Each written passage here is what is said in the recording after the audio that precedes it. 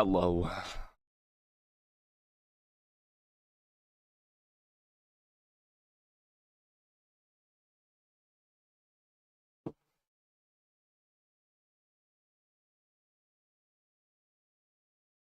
How was this?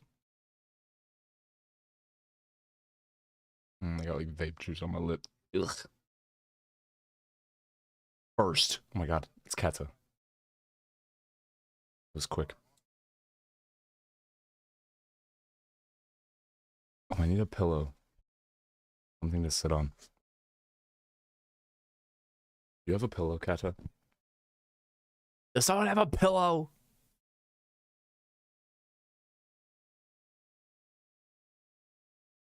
Hi, Kata. How's your day? Busy weekend, Kata? Oh, that's so good. That honestly is great, because nothing happened anyways, so. And I definitely don't have a Sakal beard growing, and I'm definitely not unshowered because I won't go into my bathroom because there are two very large spiders that I now know are on the same team and are not fighting one another, and they're twins, and they're not scaring me at all, and I have not threatened to kill them. I have not threatened violence in this comment section one time against those spiders. So it's you know, being busy is good, and thank God nothing happened like that here. So you didn't miss anything. I'm on the Googles, Mom. Mom, I'm on the Googles.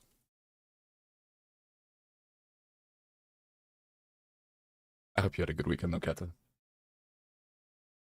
I hope everybody had a good weekend. Happy Monday. Not a happy Monday. Fuck Monday, except for the fact that it's canonically the day that before Tuesday in the work week universe, and then Tuesday is famously the day that comes before Wednesday, which isn't really that far away from Thursday, and that obviously is the day that notoriously is right before Friday. So let me send you this tan lines I got from dirt biking. Oh, you went dirt biking again? Wicked. More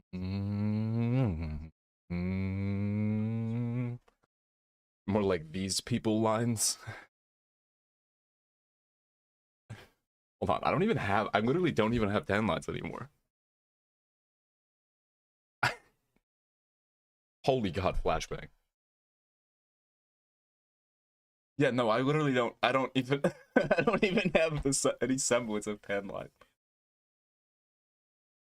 And what's crazy is it was literally just like 2 months ago that I still did have tan lines. But yeah, no, I didn't threaten to kill any spiders, and I'm not gonna.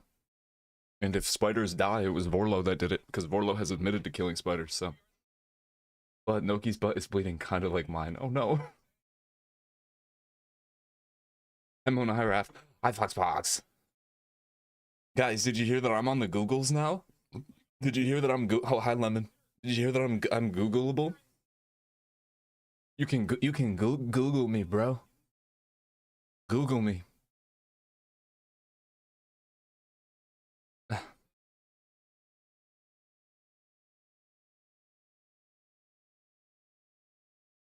What's going on here? What's going on? Did you just say I was -1 in Q?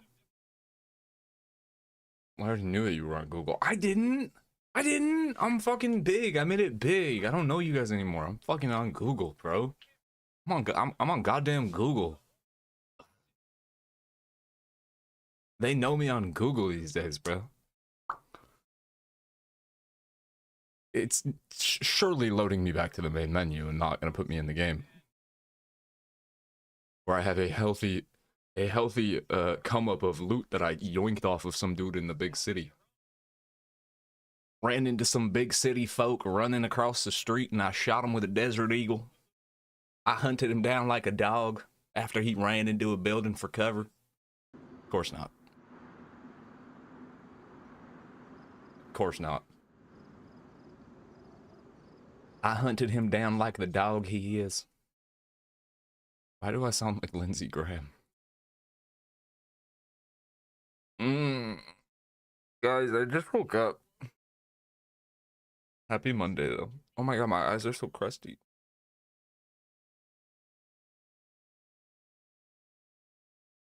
I see you the burns. My right sleeve literally did not budge the entire day. Oh no, Kata. Oh no.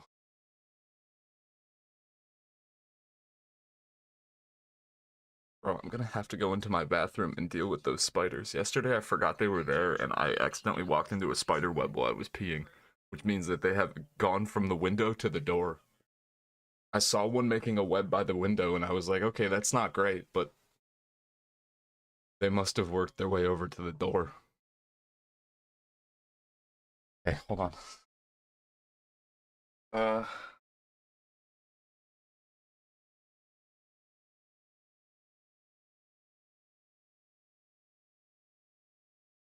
yeah.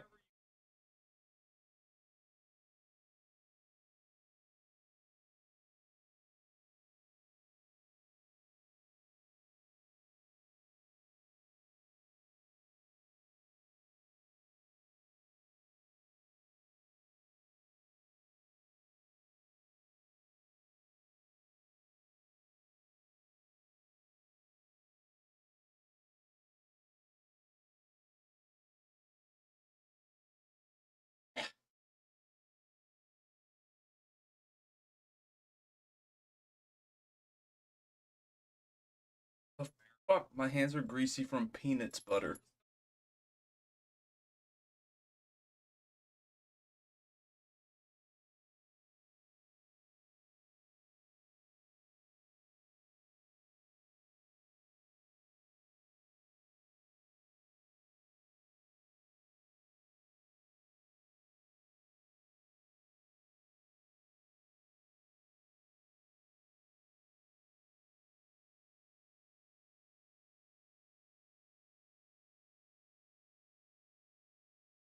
Peanuts.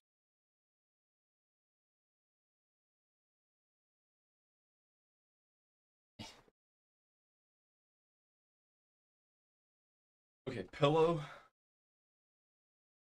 Hat, because my hair is gross.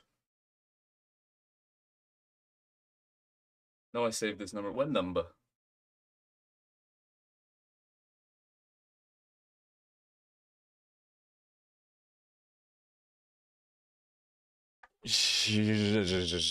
Peanuts. Hi, Jadargar. Oh, there's nothing on screen. Do you do you goon? Yo, but do you goon? But do it goon? Who this? Coste Andre.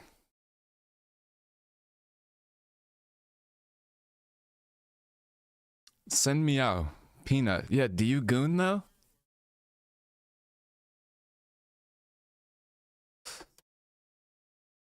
Is this Jardar's alt?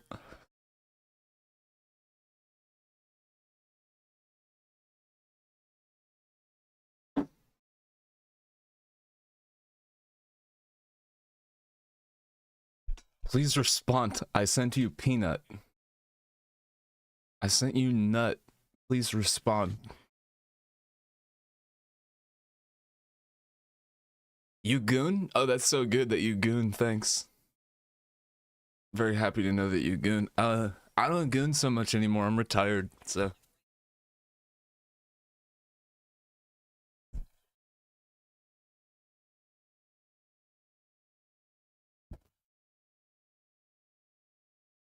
I don't jester goon anymore, bro. Sorry. I'm gooning. Oh, good. As we speak, Jadarga still goons though, so. I'm typing with one hand. That's kind of impressive. Not gonna lie, I couldn't possibly do that. Yo, I'm fucking tired, bro. But hello, all y'all. It's nice to see you. It's nice to see you. All right. Goon Slayer? Yeah, I don't slay the goons, but I don't goon anymore either, bro. So. Just canonically, here's what happened yesterday. Oh my god, yo, you know what this fucking picture is? Do you know what this fucking picture on the PFP is? Churro sent me this yesterday and said that it was the food guesser. Churro was doing food guesser. And the fucking food, obviously it's from the UK. It's fucking a toast sandwich. The ingredients were bread, butter, salt, and pepper.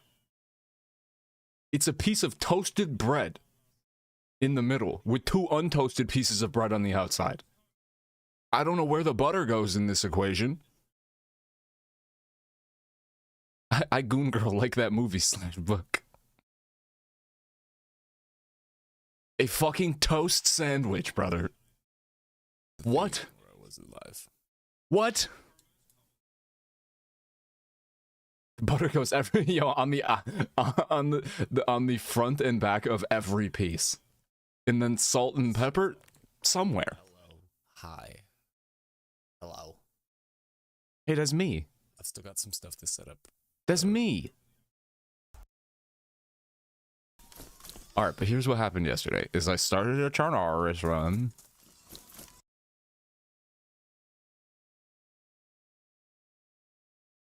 Ugh.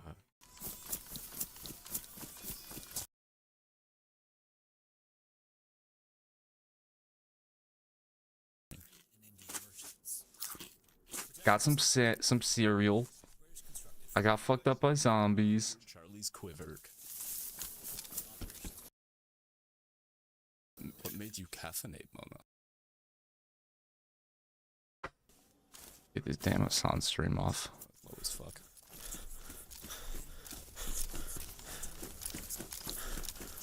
Check one more car for shotgun shells and then get the fuck out of here. Rice, I'll take it. Hold on, hold on. Spamming the button.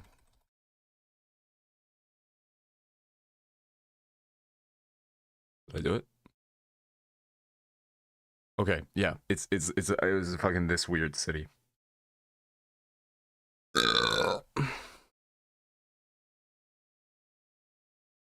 Nice burp, Jadargo.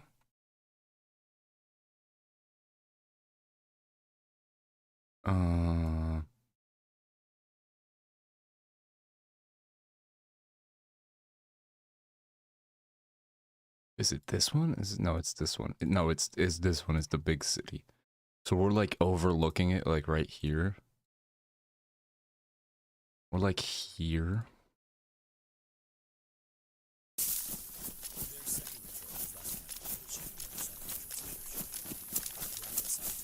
And then you can burp the ABCs. I can burp on command. I don't do it a lot, but I can. I used to when I was little.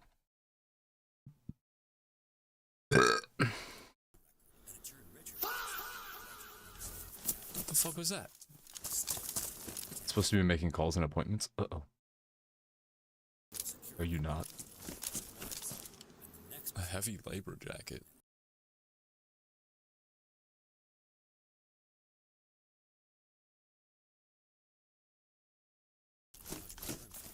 I hope everybody's having an okay Monday so far. I have magazines for this. What the fuck? Oh my god, I forgot all about that. Jesus Christ.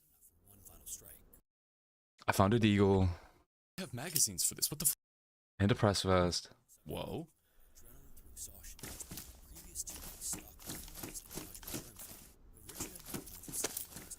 Oh, I have magazines for this. What the fuck? I had the Eagle magazine with like 7 bullets. Uh-oh.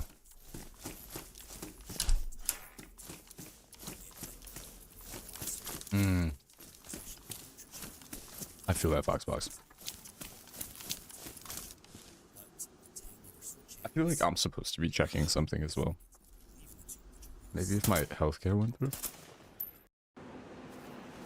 Ack. Hold on.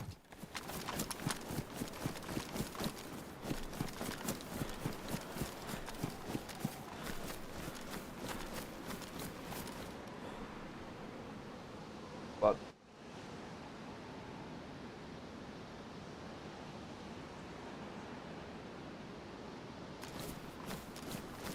I'm gonna have G-Hub open. But hold up. Hold up.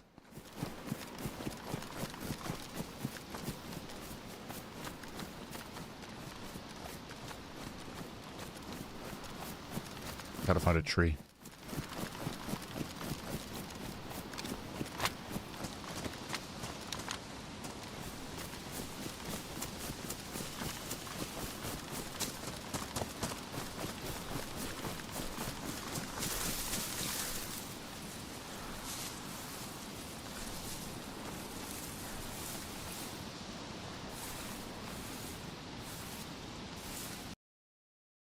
Okay, so I found the deagle and then I went right outside. I looked left, I looked right because I know how to cross the street because I'm a big boy. And then I saw this guy.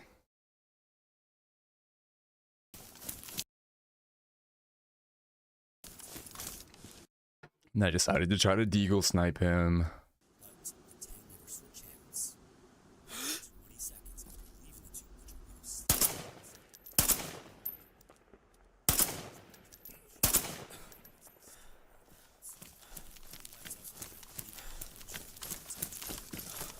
I knew I attracted zombies.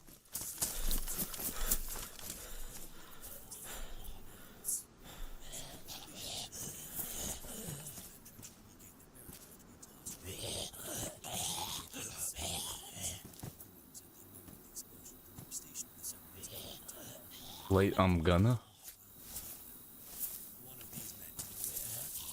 I'll have a good nap.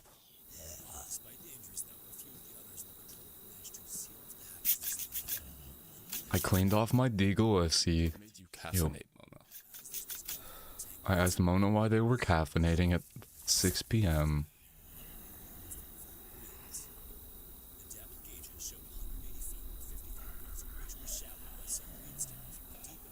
I waited until the zombie left me alone.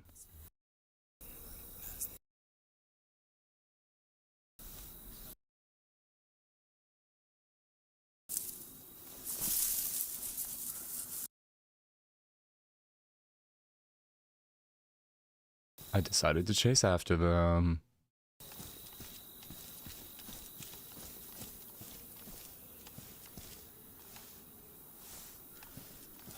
I should at least go brush my teeth, but I'm not gonna kill that fucking spider.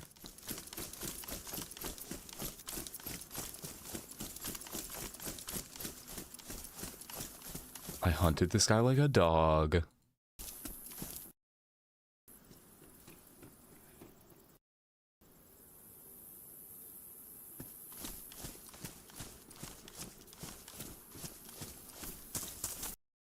I found him.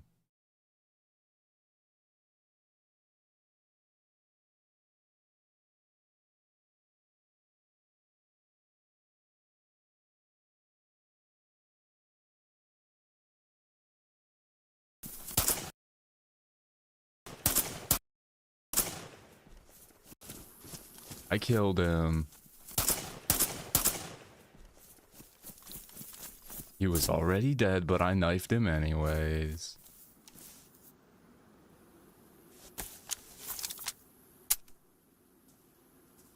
Oh, he was a fellow RFKer.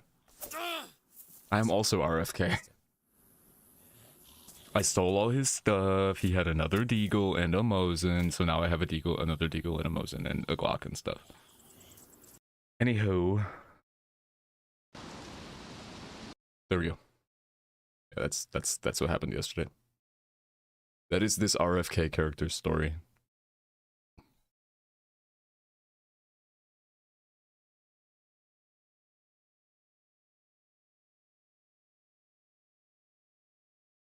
Game capture.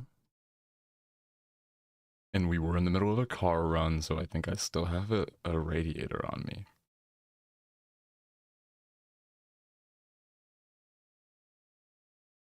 Okay, I should go brush my teeth really quick. High key. YouTube comments, normal comments. A little bit.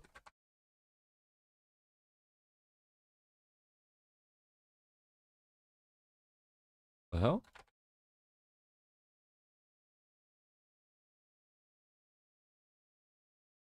On-screen comments? Hello? Fuck, does it need me to log into Stream Elements? Oh, I'm still logged in. The shit?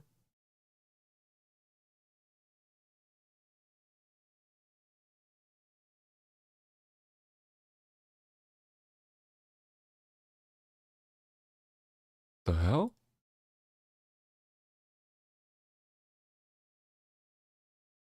Okay, there we go. Sus. Okay. I'll leave y'all with the wind and stuff. Where's the sunstream? I'll be right back. Jadargo's in charge.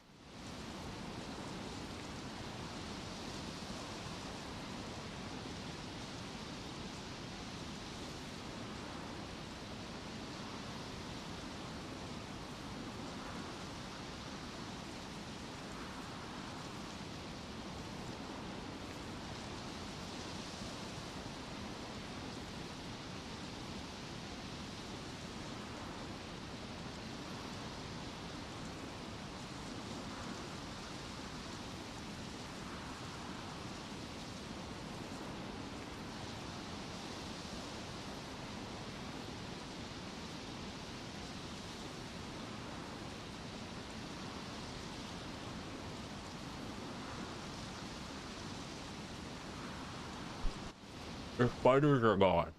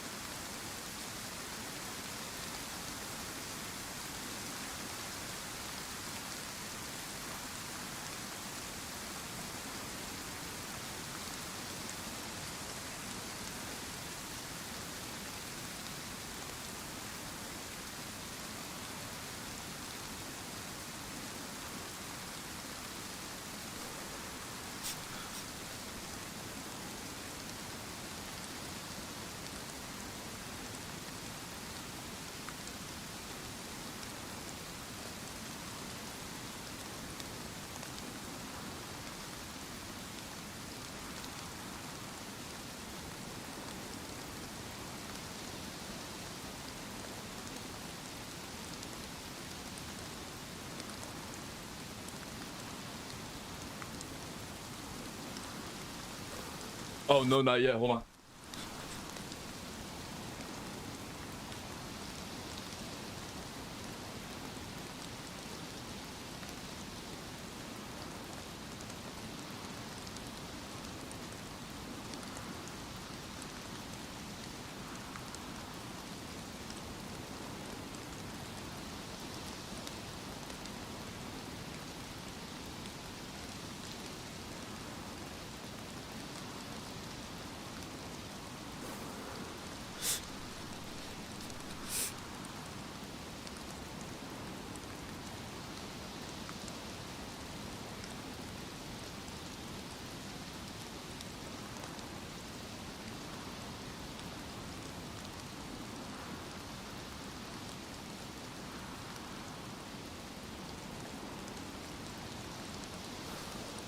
Kato, what the hell?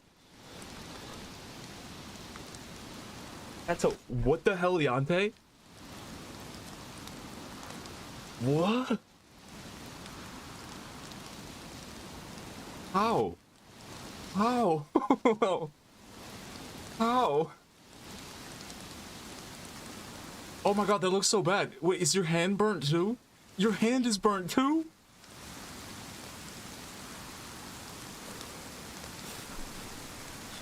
Oh my god, you just have like a white wristband. What the fuck? Oh, your hands are okay. Oh, I see. So it's just that section of your wrist. Oh, okay, okay. What the fuck? Bro, that's crazy. Oh, does it hurt? Is it like sting to the touch? Aww. Aww. Man. That's crazy. Lovers. Cooper keeps throwing his paws up on my arm. Oh, he's doing his little thing. He's petting you. He's just giving you pets. On your sunburn. Aw, little guy. Oh my god, Kato, that looks so bad. That looks like it hurts so fucking bad. It is so distinctly red. Bruh.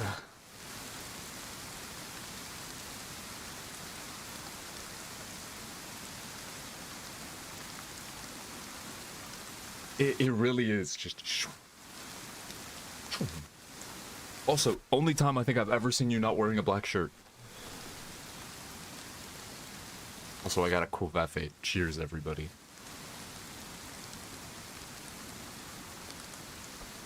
Not black shirt wearer.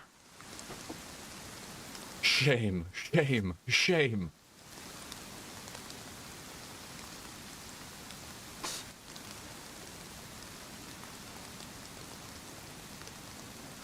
Hills. My 10-year-old biking shirt that I stole from someone in college. Ah! I dropped a pill.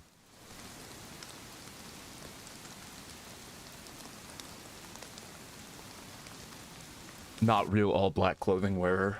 Not a real one.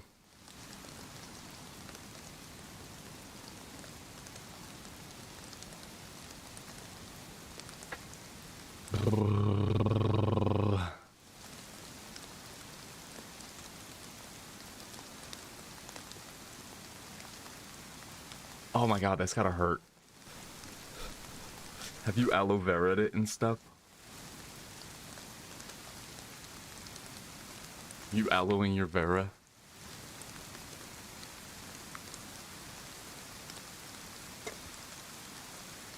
Life of crime. She's criming. She's wearing black so no one can see her because she's criming.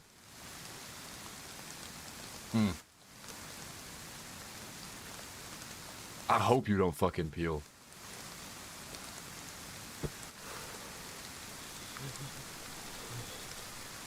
Oh my god, hi Z. Hi.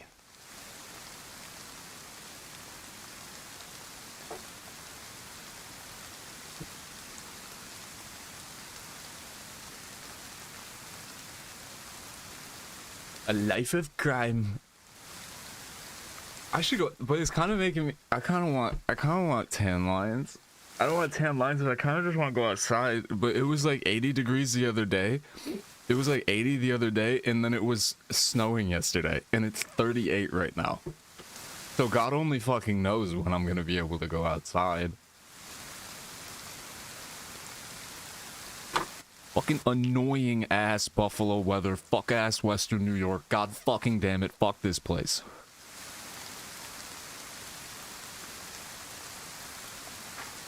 Oh. I should shave my face too. Ugh.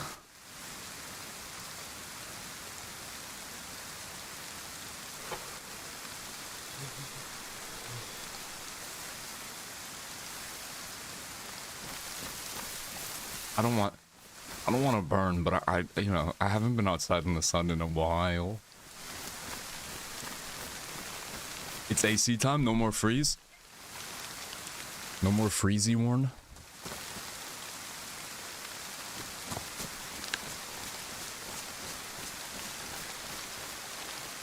Let's go hunt some fools down. Let's go not get got and be the getters who get. Be the getters who get others got, not the getter that gets got.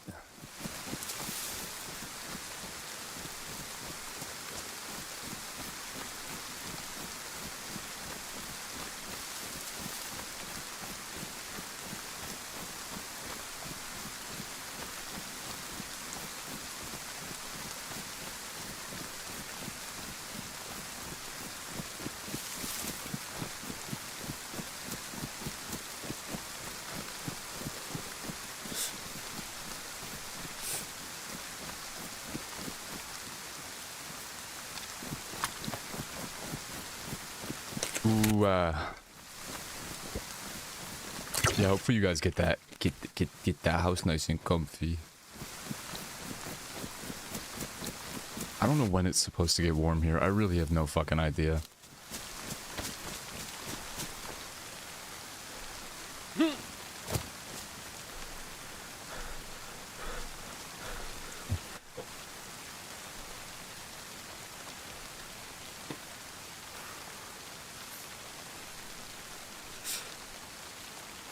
I have no idea.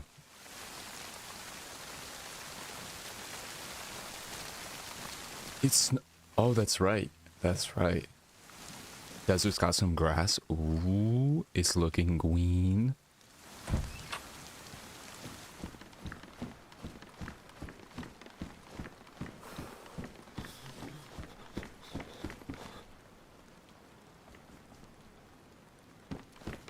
Green.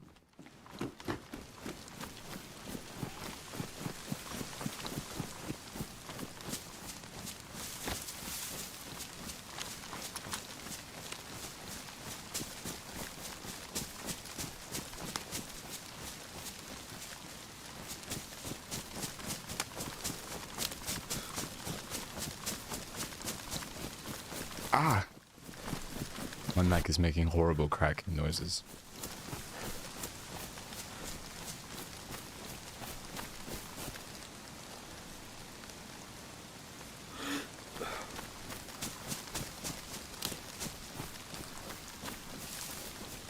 You're good on food for now. I think I ate all the food I had. Got some Tetra off that guy, which is sick. Firefighter jacket's keeping the matches dry.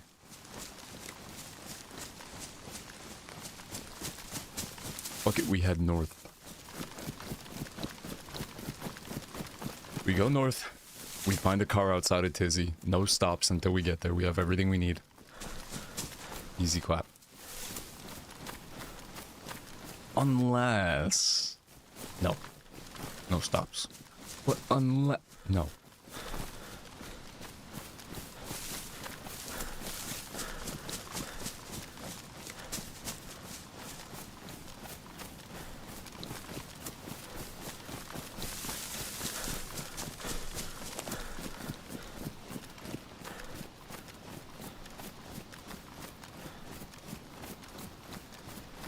Unless...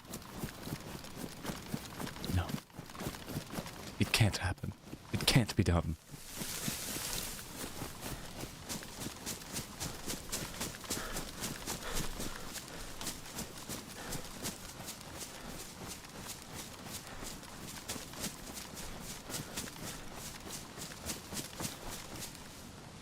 I'm literally already stopping.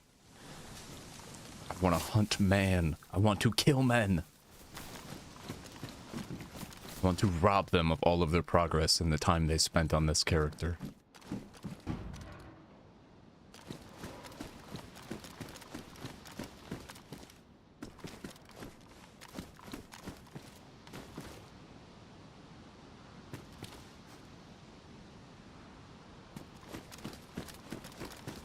Ah!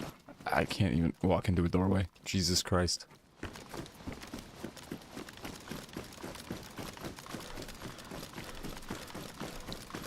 I guess I don't really know what it looks like normally over there, Kitty, but the way it looked when it was raining when like with the rain that y'all had gotten when I was out there, that shit was beautiful. Just like light green kind of like, well, number one, the rocks all looking kind of wet was super cool. And like the tiny little waterfalls that were sprouting out everywhere. And the like tiny bit of lush that got added to the area that you could kind of see around everything was super cool.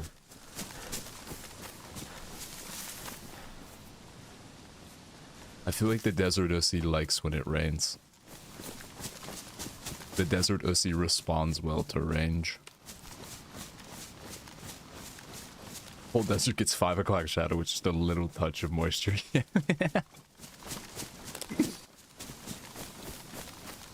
Just a bit of growth, a bit of growth. Yeah, no, it was really pretty though.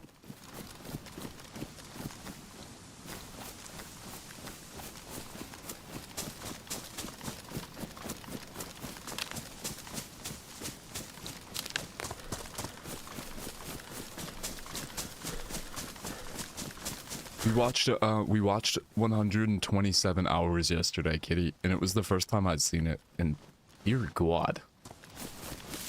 That was freaky. But also pretty canyons.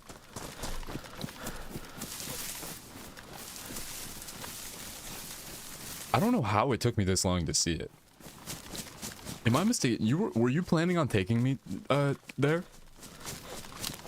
Kato was gonna try to get me wedged in a rock and leave me there. I have to chew off my own arm. She said it. She said that that was her plan. But unfortunately, it rained, so it would have been dangerous for her, so she didn't want to do it. It's kind of sad. Yeah. Yo, the fucking, I mean, there's a scene in the movie where he like hallucinates what would have happened if it started to rain, in like the gushing water that would have come in and been able to potentially move the rock that was stuck on him. And that was terrifying. It was like utterly horrifying. Yeah, not even if there's a chance of rain. Oh god. Oh god.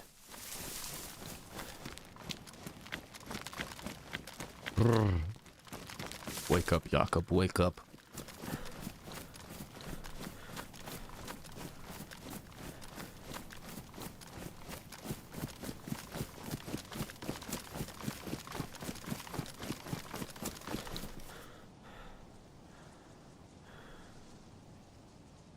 Ah. I can't even imagine what that looks like from inside of one of those. We had a lot of clay. We had a lot of clay in the dirt, and the water just sits on top. Ugh. So there's like no absorption at all. Just slick canyon Ussy. Ugh.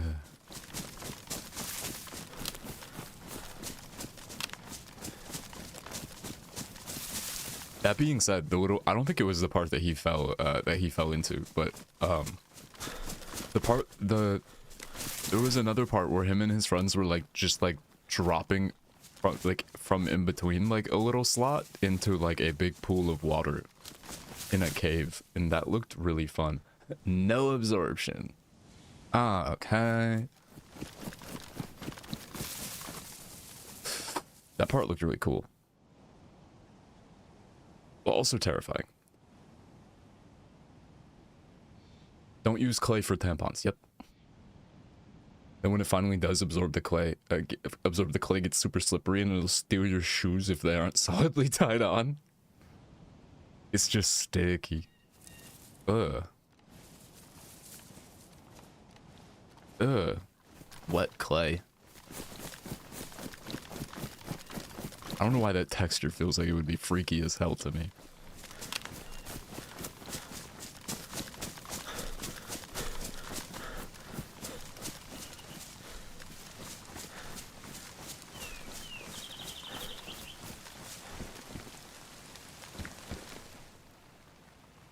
Oh, can't put.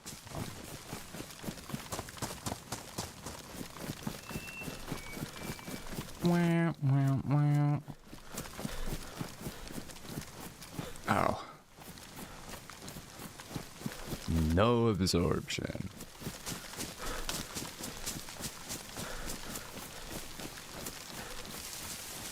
Ugh.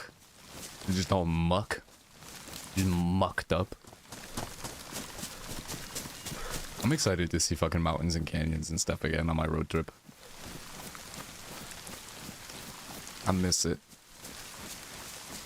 It's tough to see all of that beautiful place, and I mean, I make it worse by having most of my lock screen backgrounds be pretty stuff I saw on that trip. But to go from that to like a place fucking flatter than Chernarus, like there is nothing pretty to look at anywhere where I live, not even in the slightest bit.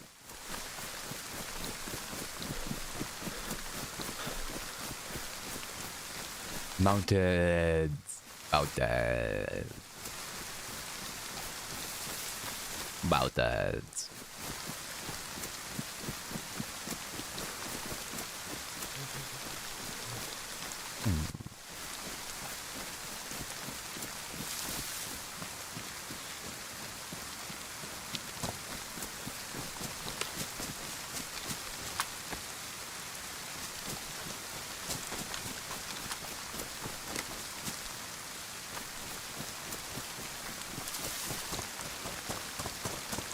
What's that, Raph? Is that the edge of the map? It is, isn't it? What the fuck? Oh, I hit the eastern edge of the map. I went past the city. Oh, shit.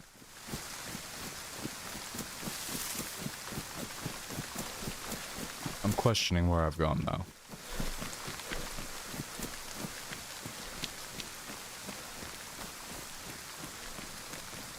This nap isn't napping. Oh, yeah.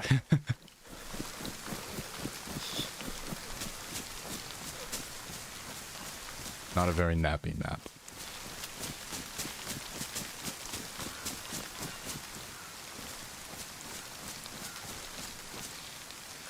Oh, wicked Foxbox. Wicked.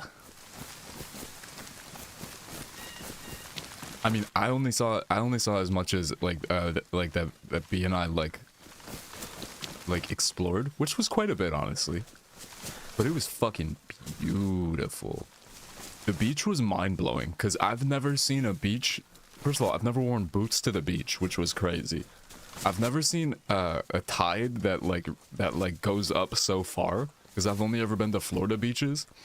But then most importantly, I've never seen fucking forests so close to a beach in my life. Yeah, that's exciting, Foxbox. I have never seen like just tall ass trees. Hold on, spider monkey ass trees. So close to a damn beach. Or whatever the fuck he says in Twilight. Up to the B state. Let's go. Oh, I can't even imagine. I've been curious how expensive air travel is. As we reach day 54 of Operation the Epstein's Fortnite Chungus. I can't even imagine. We're having to spend over a grand. Ugh. That's disgusting. It's fucking disgusting. Oh, I didn't know that. Y'all are gonna be roommates? What? And they were roommates? That's awesome.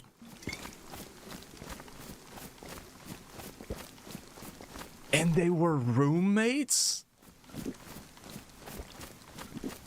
That's crazy. That's super exciting.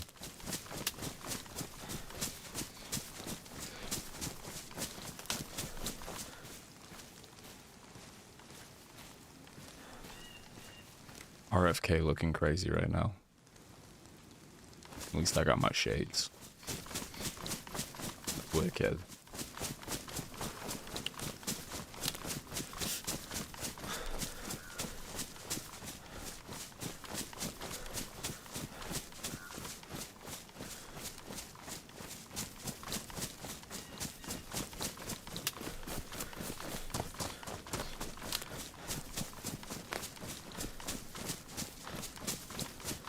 I mean, I've never ran into anybody on the edge of the map quite yet.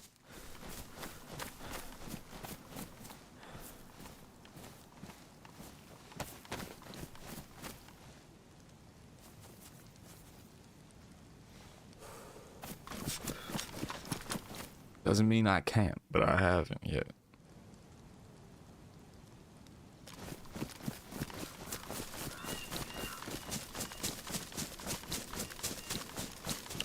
Your cousin's daughter's at a national park on a mountain. Oh, what national park? Boutage.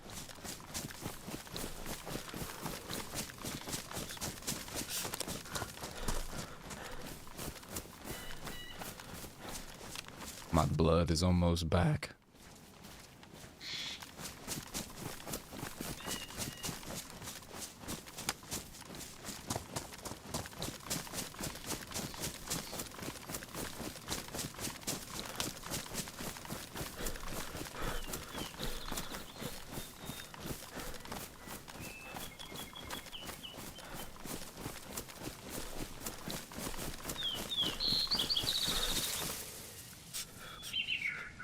Oh, I see. Hold on one second.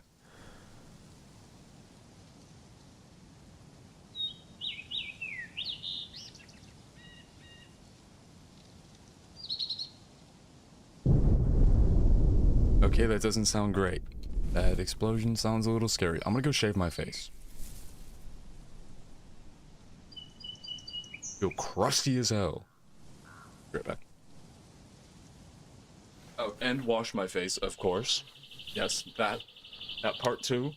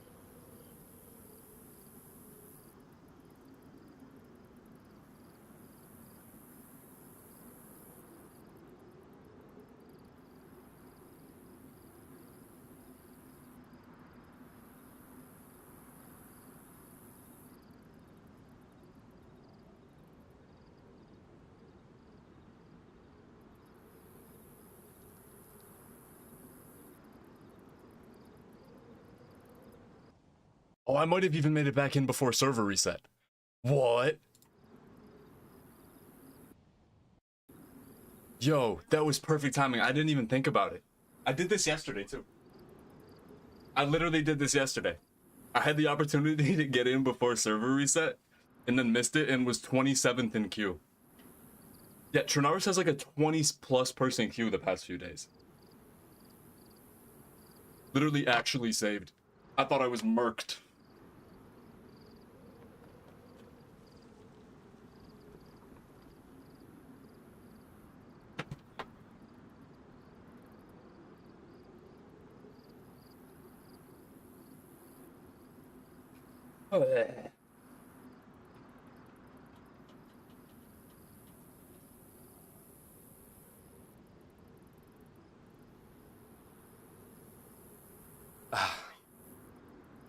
Saved. My face feels clean.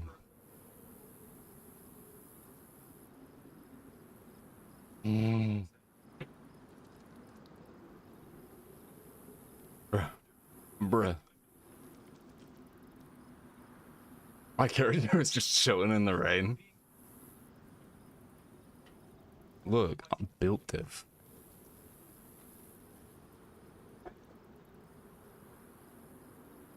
I lemon. Mormon's the OG Zionist. No, it's true. No, it's true. Yeah, I'm sitting like I'm sitting half sat. It's fine. It's fine. I'll be okay. My health was still Anglo. Easy clap. Oh, I thought I was about to cough. I was like, nah, deserved. Bruh.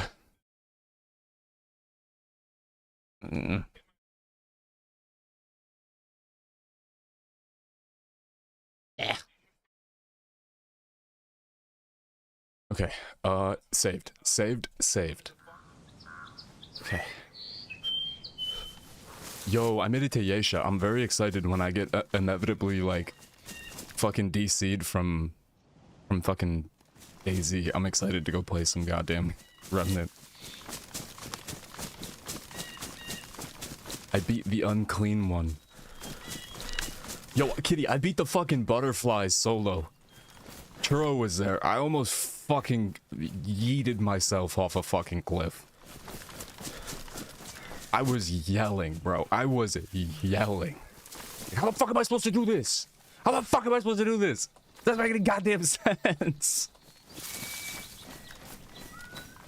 It's okay, Voxbox. It was a good movie night, but we'll do more fun movies tonight. If anybody has any good ideas for like a theme of movies, I know Churro had an idea for a theme, and it was movies where people get slapped.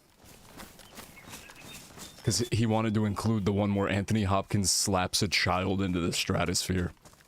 But we can come up, because like yesterday we did 47 meters down, the one where the people get stuck in the shark tank, or in like the that cage. The shark cage at the bottom of the ocean. And then we did 127 hours, and then we did Waterworld, and we added the Martha slap one, because I made the thumbnail. The Martha slap. What's the theme? But yeah, Kitty, I beat the butterflies, I beat the fucking dickhead, the dude in the dude who wants you to get the heart also. Oh, yeah, we can watch the Poisonous Cat Yacht movie later, for sure. Hell yeah. I beat the unclean one. The one whose butthole is his weak spot. I think that was the last boss I beat though. But now I'm on Yesha. And it's pretty. Oh yeah, and then yesterday I beat that like the place where the flautist is, when you just get like attacked by like everybody all at one time. Kitty watched it the other day. Wish fulfillment boss movie. Yeah, Kitty got to see, I think, the parts that mattered. Yeah. That was such a good movie.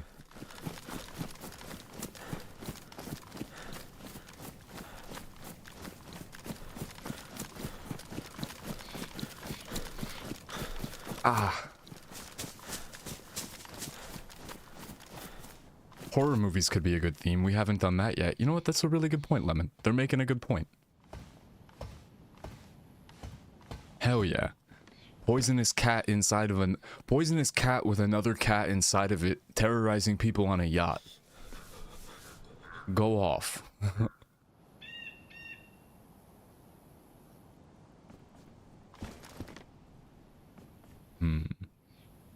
Too quiet.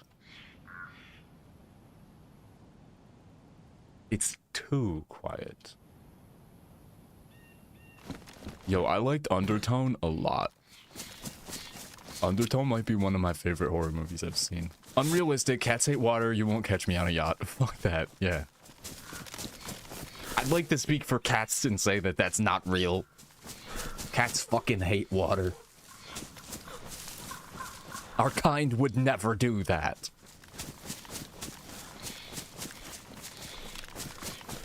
Our cat representative diplomat has spoken. Checkmate. Okay, we can watch Poisonous Cat on Yacht. Should we give Speed 2 another chance? Emok. Mona keeps trying to cast this spell on us. She wants us to get put into a plastic bag and slammed against a wall. Yeah, VF was about to fucking leave if we kept saying the spell.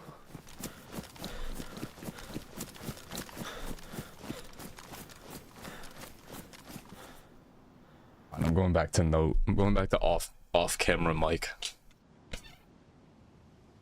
You owe me a Peppa Pig now. I love that. That Smash emote is so funny looking. Should we give Speed 2 Cruise Control another shot? It's a boat movie.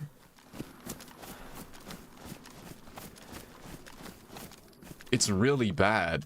It's really no, fuck it. We're watching that movie again. We didn't even get through it because it's goddamn 2.5 hours long for no fucking reason. That was the one where the churro quote about like Keanu Reeves or something is from. Okay, we'll watch the cat movie and then the cruise Speed 2 Cruise Control. It's like Speed 2, like the sequel to the one with the bus that can't go under 50 miles an hour or it explodes.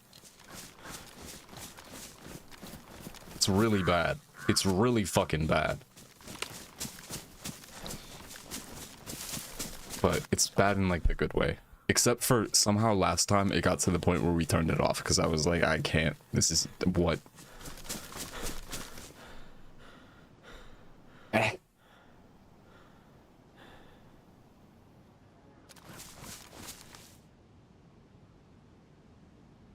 Sorry, I can't. This goddamn chair is falling apart, dude. I have to sit on a pillow for it to be comfy, even remotely. And it barely is.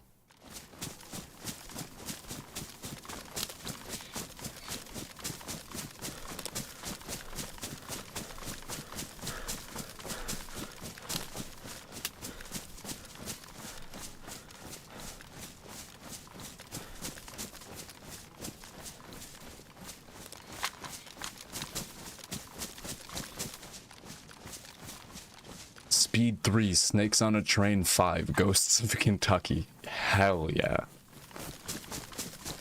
I bet you they did make a third Speed movie. It was probably just like as aggressively direct to DVD as humanly possible at the time.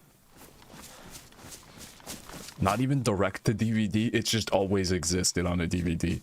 Paradoxically was never not on DVD, the way it went to DVD so quickly. It was printed to DVD as it was being filmed. There was no in-between stage.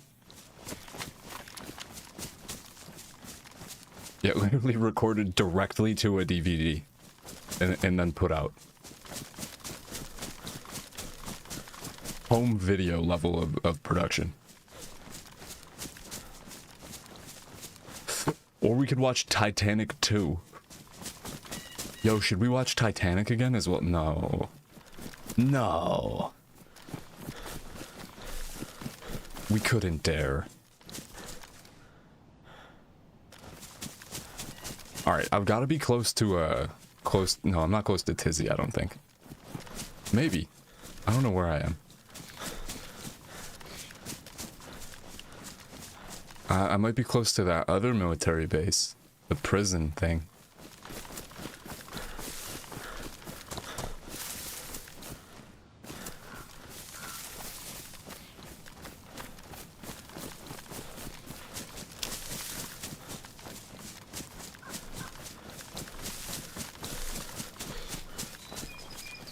Oh yeah, we want a car. That's what we wanted.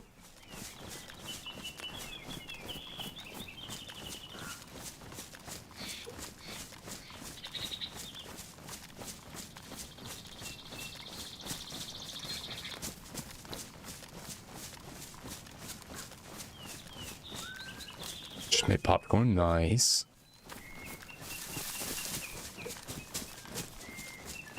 Yo, Jaws vs. Titanic would be crazy.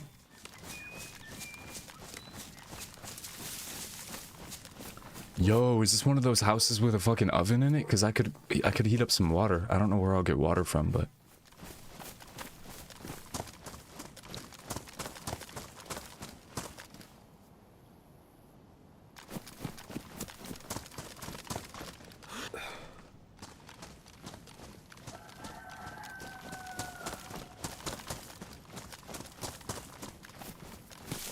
could use some water.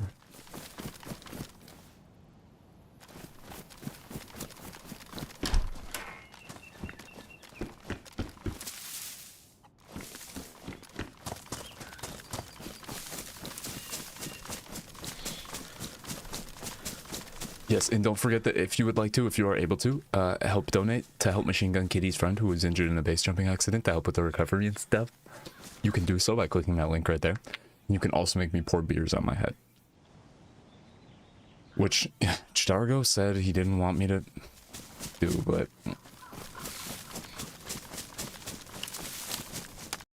The YouTube comments must not be showing on screen. What is going on out here? Stop vaping, start gooning. Is it normal to goon? Physique don't make a man money does. Eddie's surgery is on Thursday. They'll take all the metal out of his right foot and see how bad the infection is. Oh shit. Damn.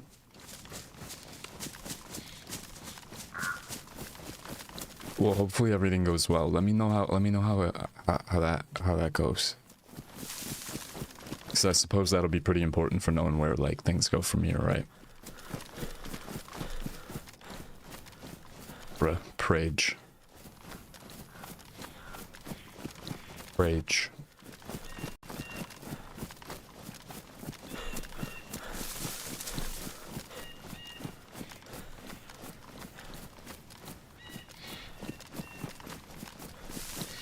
It's bad, then we'll see if they need to amputate for the infection. I think they'll just do it. Oh, they'll just do it right there. I would hope so. That would be fucking ridiculous if they didn't. At least it seems like it would be. So, like, yeah.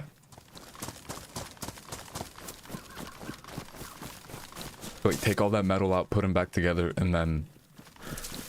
Saw him over the weekend. I came to my buddy's housewarming party on Saturday. Oh, that's awesome. How does he seem? Does he seem like he's doing okay? At least mentally? Or, you know, okay as can be?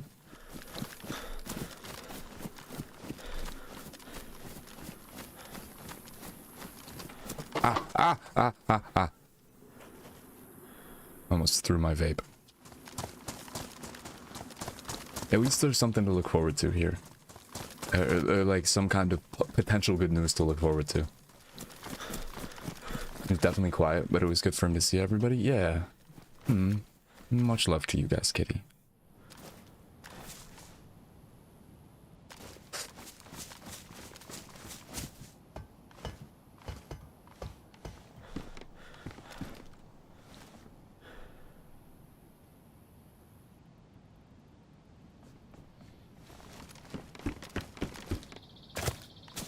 Y'all got a beautiful family of extended sky people.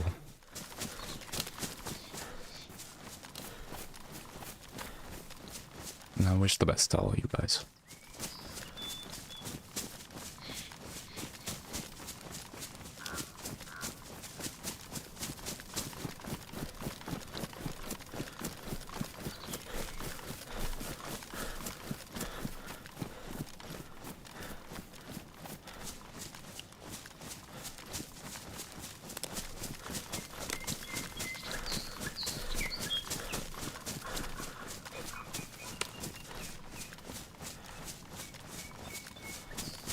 Eddie has a little old dog named Abby, and she was putting Goober in his place all day. Uh-oh. Uh-oh. Was Goober just trying to play? I'm getting shut down.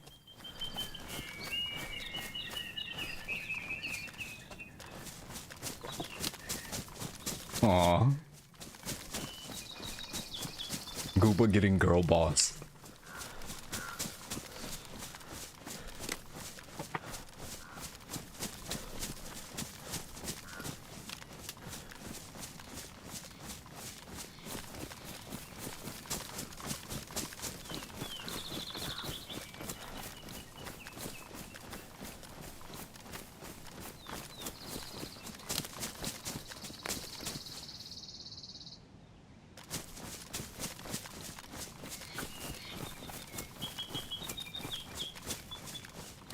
I don't trust these rocks. What's going on over here?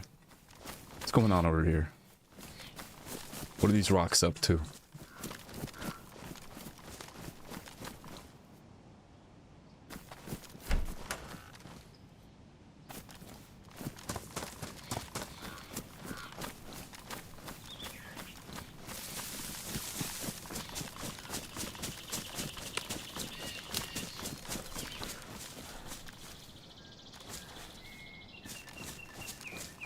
What are those rocks doing, huh?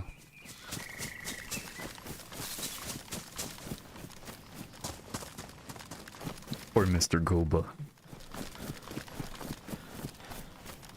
Goobeth.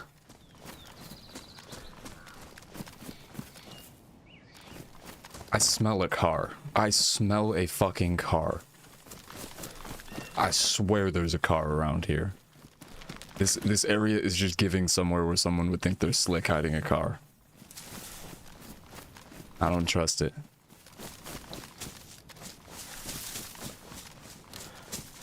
Oprah, give me the car. Show me the fucking car.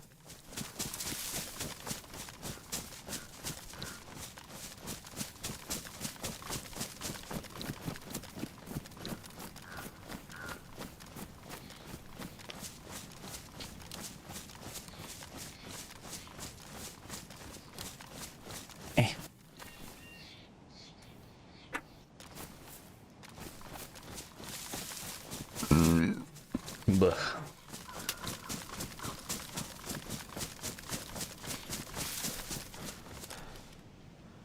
Just got chapstick on my forehead. W, tiniest bit of SPF. What's that? What's this? What's that? What is this? I don't trust anything. What's going on?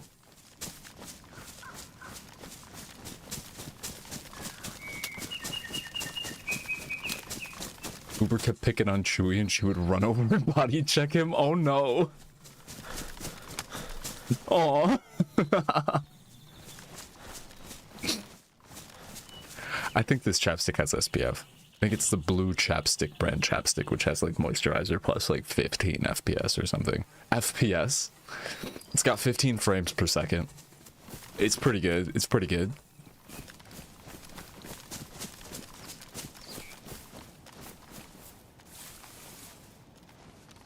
Pretty good stuff. Pretty good stuff. That's so cute though. She's like 30 pounds and 10 years old and just barreled into Goober with his 85 pounds. Oh no. He's probably just like, what the fuck? The fuck?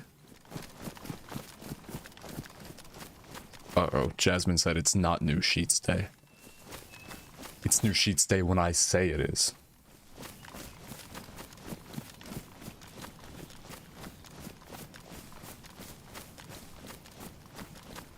Gotta be a car over here.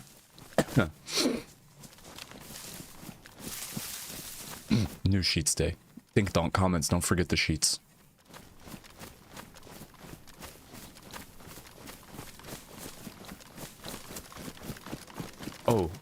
Uh-oh, yeah, wait, Kata. Kata, that's stealing. Get your own. Your own new Sheets Day. The fuck? Shower time. Go shower, Stinky. Go. Shoot. Get out of here. Go shower. The fucking see-through vape. Have a nice shower, Kata. No! Should I new sheets today? We should all new sheets today. I should put the rest of my bed together today.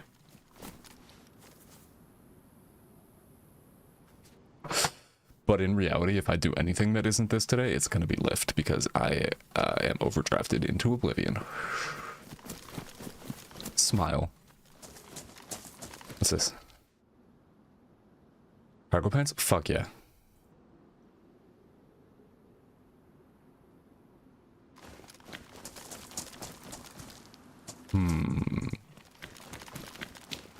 But it's okay, because I just gotta go out and do some stuff. Smill. I'm also overdrafted again. Overdrafted gang? W, I think? Get out of here, Stinkies. Go shower. Oh, y'all, go shower. You pay for your own fuel for Lyft? Yes. Yes, it is an expense that need to be deducted from any profits that I make. What is this area? Oh, is that medical camp? It is, isn't it? Yes, we will go wait for sick DayZ players to come to look for medicine, and then we will kill them.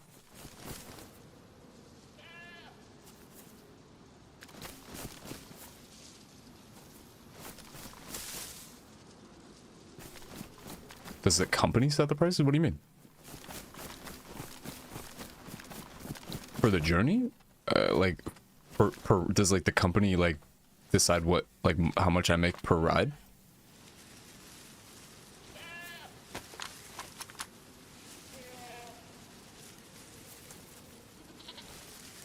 Yeah. Yeah. Like the customer pays Lyft and then Lyft determines a price that they will like offer for the ride, and then I choose to accept it or not accept it. And that has nothing to do with fuel costs. The fuel costs are just like a thing that I have to have sorted on my own. So technically with Lyft, at the end of one way or the other, I will make 70% of whatever the customer pays. Whether it's like right then or with like an adjustment at the end of a 2-week period. It's a $28 an hour job, one way or the other, because no matter how many hours I work, or like of the hours that I work over 2 weeks, if it doesn't equal out to $28.81, they make up the difference and send it to me. So it's not the worst thing in the world, and I also do get like sick time and stuff that I accrue. Just like paid leave time. It's better than all of the other app jobs, and I'm pretty sure it's only because they got sued to make that type of stuff a thing. So yeah, one way or the other, I'll make like 70% of whatever the customer pays. Yeah, it's gig work, yeah. But you just accrue time that you can like then like just like you can like submit, and then they just give you $28.81 times however many hours you're using. You get like an hour every 30 hours you work. Something like that. It's not terrible. All of this stuff, yeah. But so it's like, yeah, so it's paid leave time, right? But because it's gig work, like if I were to submit for that time, like they would just send me the amount of money. Yeah, you get it. Like I have like 3 hours right now. You can only do it in like blocks of 4 hours. But I would just like send them, I would just like submit for those hours, those sick time hours, and they would just send me 2881 times however many hours.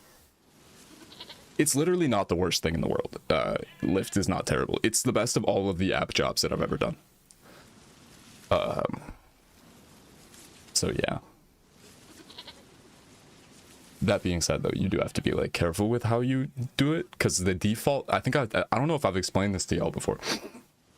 Yeah, the default setting on the app that most people, I imagine, don't know to turn off, or they probably get away with it like a good majority of the time for their like users that drive for them.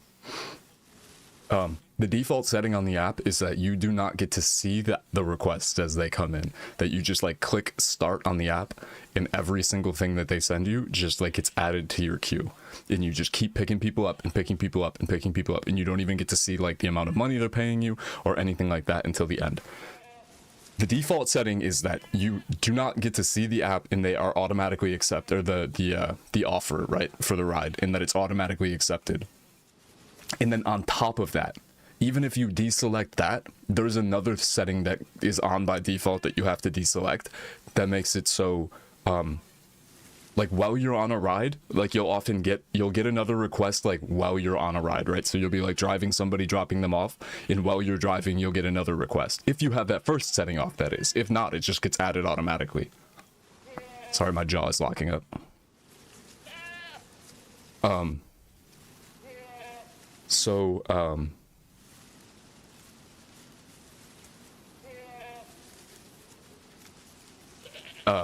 The other setting that's on by default is that even if you like accept a ride and add it to your queue,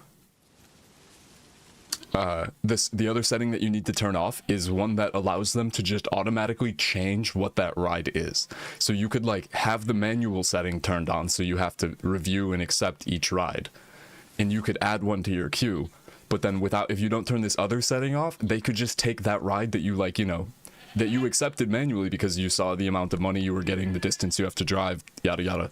Like, the other setting that you need to turn off is one that allows them to just change that to whatever the fuck they want. Like, they can just switch it to something else. They essentially take your consent by accepting that next ride, whatever they offer you, and have the ability to then change it to anything else.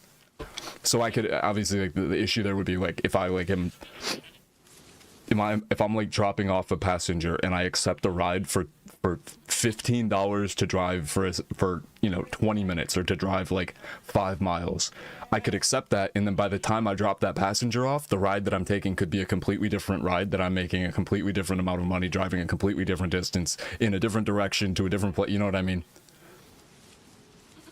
These things are on by default and you have to turn them off.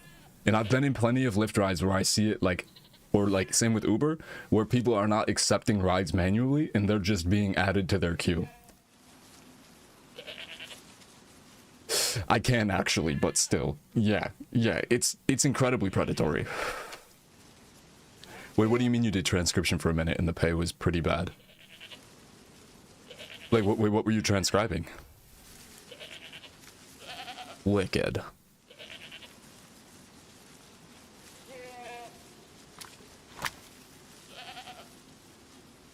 What type of stuff?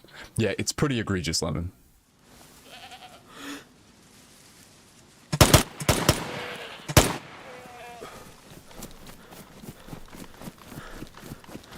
Gooner fanfic between Mandarin and English.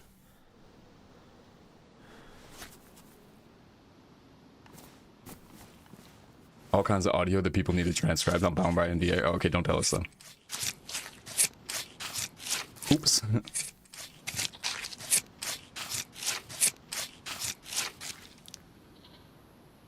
Oop.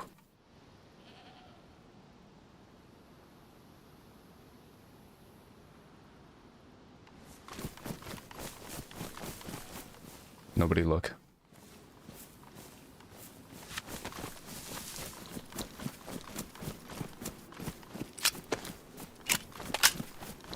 I just did a not vegan. Damn, my jaw really fucking hurts today. Holy fuck.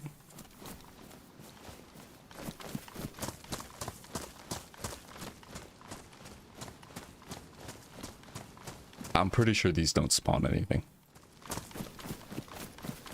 I believe that was one of the first things I discovered when walking along the side of the map here.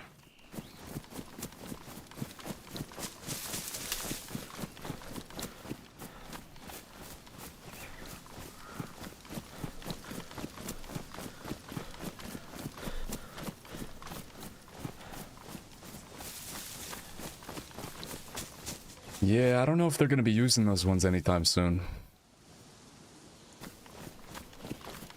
I feel like the war effort probably fell through with the zombie apocalypse.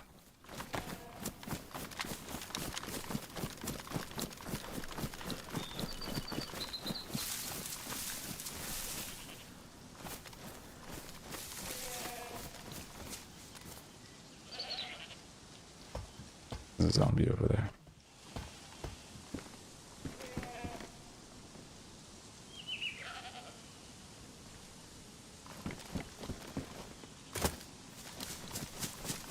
If there was anyone at that medical camp, they probably heard the gunshots.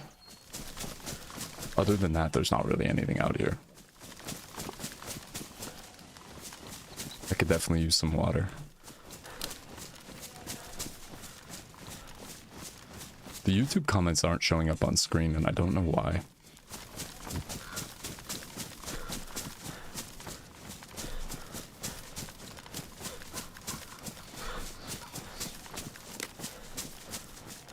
Transcription sounds crazy. I feel like I wouldn't be quick enough to type, for one, and the accuracy would probably be a little bit wonky. You'd be getting typos all over the place, I feel like, from me at least.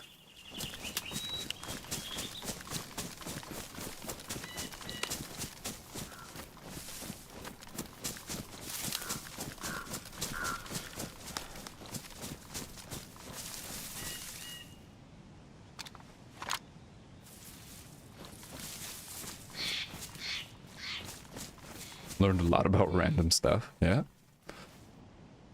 Ooh.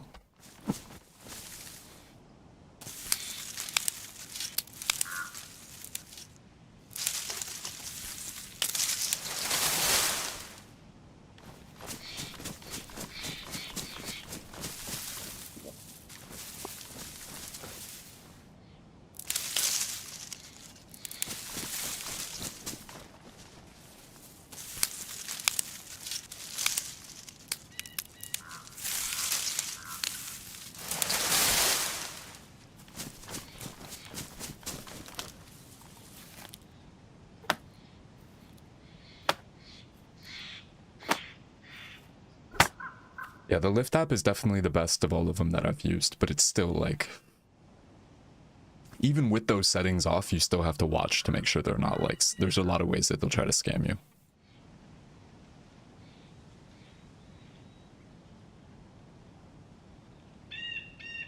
I have a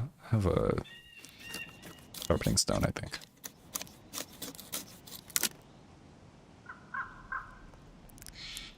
Where's my sharpening stone? Oh, it's right there.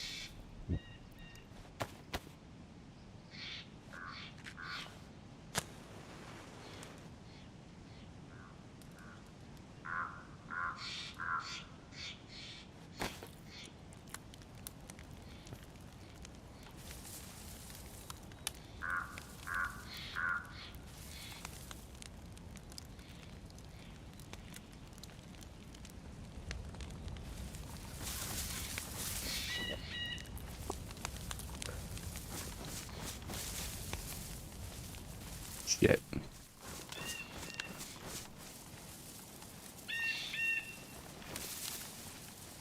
Oh, I forgot to put fuel in. Fuck.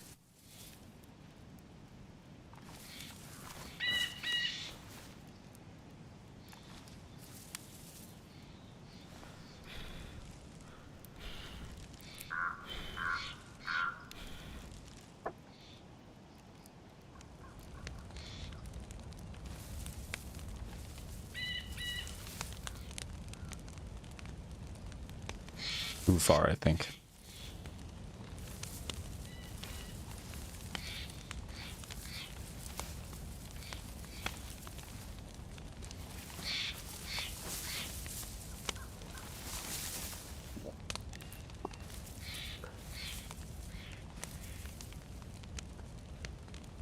Too far? Still too far.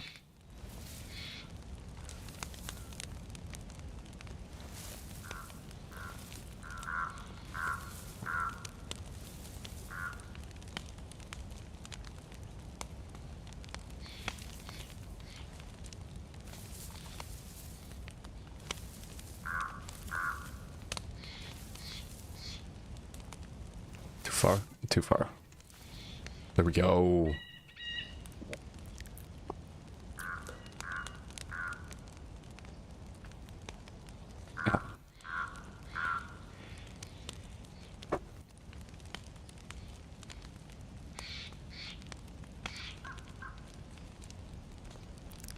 Yeah, I imagine somebody will keep suing these companies as they like transgress further and further into workers, like, you know, rights and stuff like that.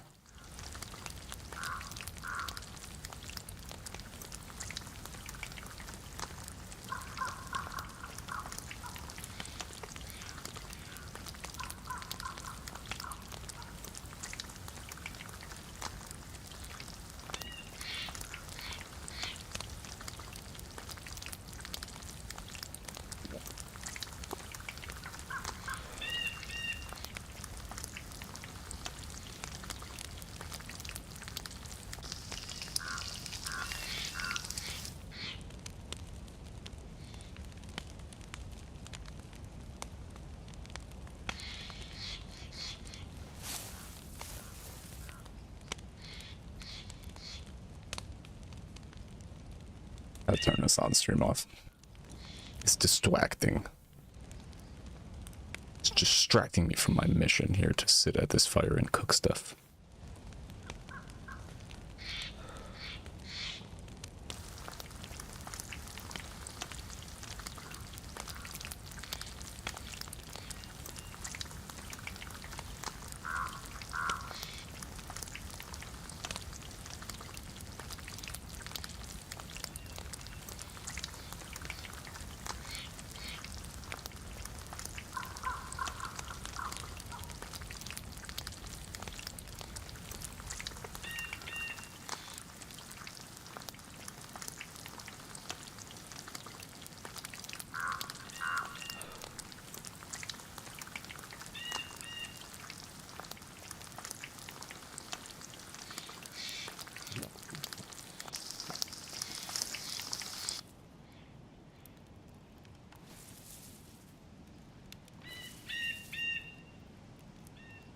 Killbot.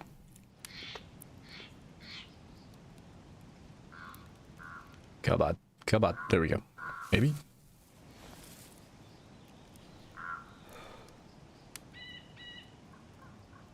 We cooking.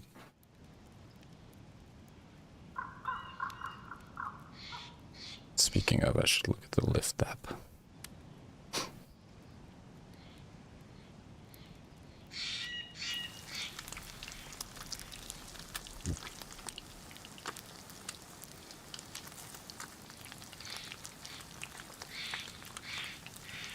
Ooh, if I do go do Lyft tonight, I should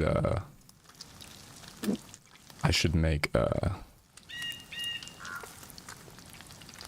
I should get the audio stuff set up so I can do audio only stream. I think that'd be fun.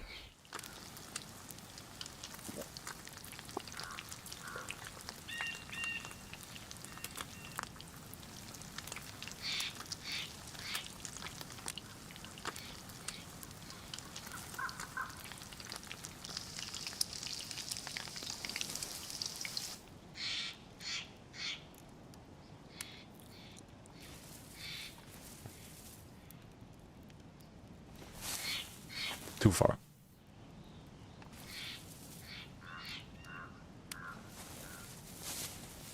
Yeah, I think I have everything I need to do it. I just need to connect it to a power supply, which I think the car's power would be fine. That isn't that power brick, and it would work perfectly fine. As long as Rick's Amazon thing is still up, which I think it is. I'll test it before I leave. Let's do that in a little bit so I can keep streaming, but also go make money and not get overdraft fees. That sounds strangely responsible for whatever reason.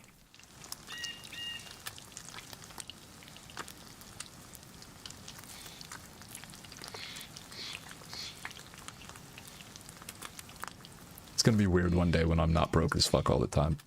It's going to be very strange to me. It will take me some time to adjust. Yeah. As crazy as it sounds, I'm sure I'll look back fondly on the neglect to my responsibilities era of my life. Nice, Mona. Deadline, like a hard deadline, like you're cooked if you don't. I hear somebody.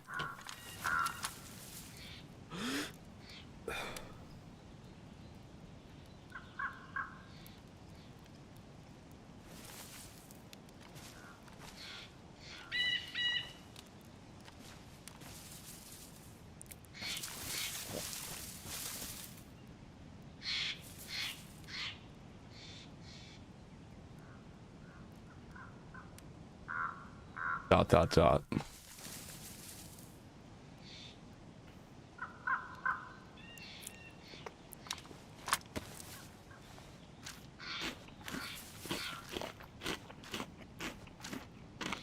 Okay, I must be tripping. I don't think I heard anybody.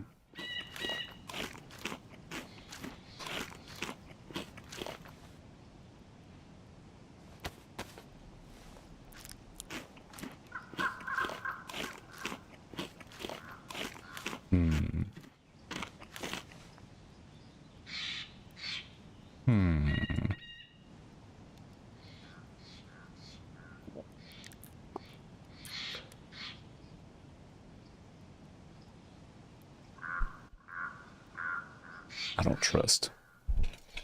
I don't fucking trust.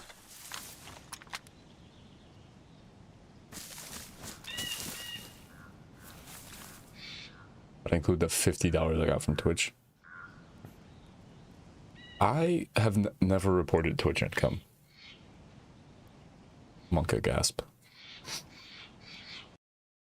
Because I believe it is under the threshold. I mean, I haven't filed taxes since I started doing Twitch, so like that doesn't, you know, if I did, I would, but...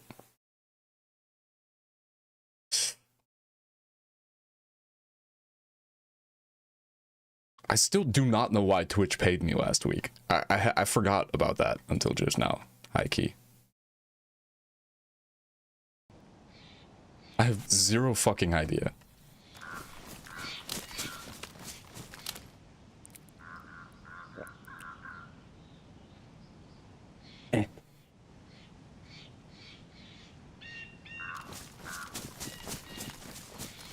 Not final payment.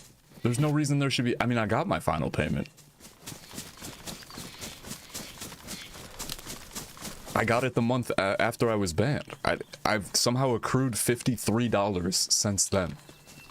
And I was paid from an account that doesn't exist.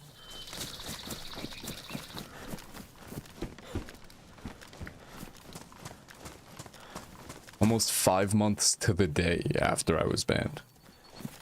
I have no idea how to explain it.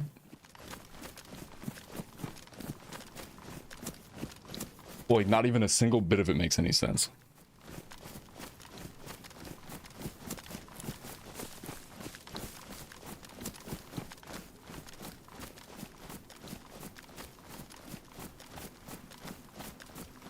I should, like, contact support if I can.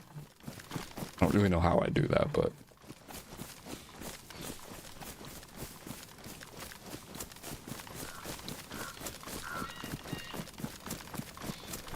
How will I mute the audio? I guess I could just literally unplug the microphones. I guess. Right? If I'm doing audio only while I'm doing lift. I guess.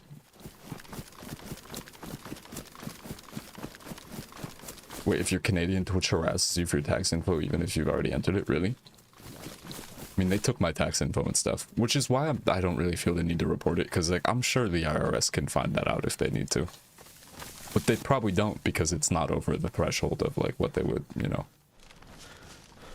what they would give a fuck about. It's not really enough to affect anything that I got going on, so. In terms of like Medicaid and all that bullshit, so.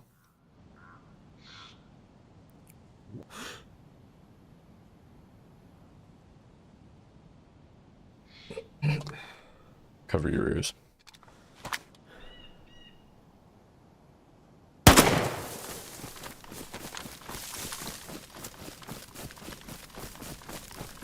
I don't know if that's how it works. I'm not a tax professional. What do you wait? Which part of that? That the IRS can like knows what I'm making from Twitch?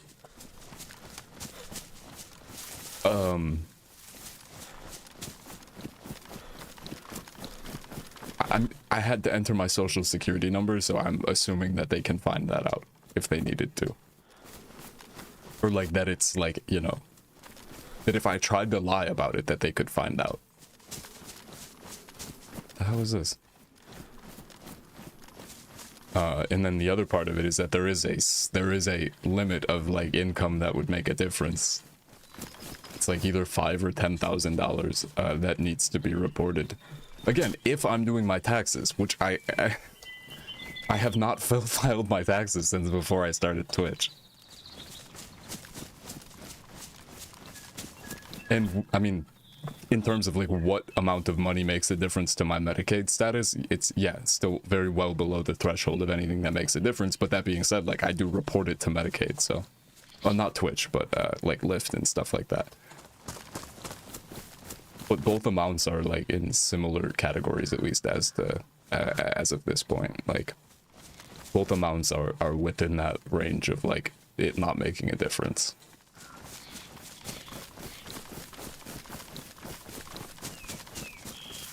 I'm certain that they, like, again, if I tried to lie about it, if I tried to not report it, I guess, right? And it was an amount that, like, that is significant enough to, like, be taxable, because it's not even, I'm not earning a taxable amount of money on Twitch. My Twitch payments are not taxed. For that reason. And like once I hit that threshold of where they would have been, Twitch would have been taking it out automatically. Or would have been, you know, I believe that's the way it worked on Twitch, or the way that it was like worded. I don't know, I'm not a tax professional either. I just know that I am one way or the other in perfectly good standing with the IRS. And of very little concern. By definition of having literally no income of any kind, really. I think this shell was like damaged because I shot that guy. Oh no, it's good.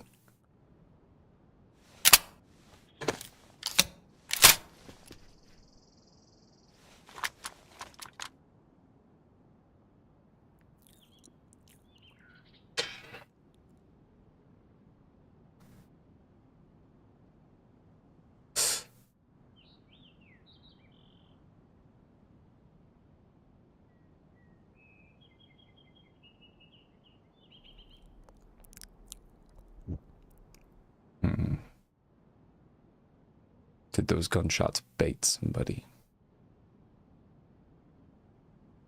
We wonder. Wait, which part of what I said sounds dubious, Mona? Wait, which part are you not sure if that's how that works? Ah, do I have duct tape still? Oh no, I used it to make a silencer. Fuck. Crowed.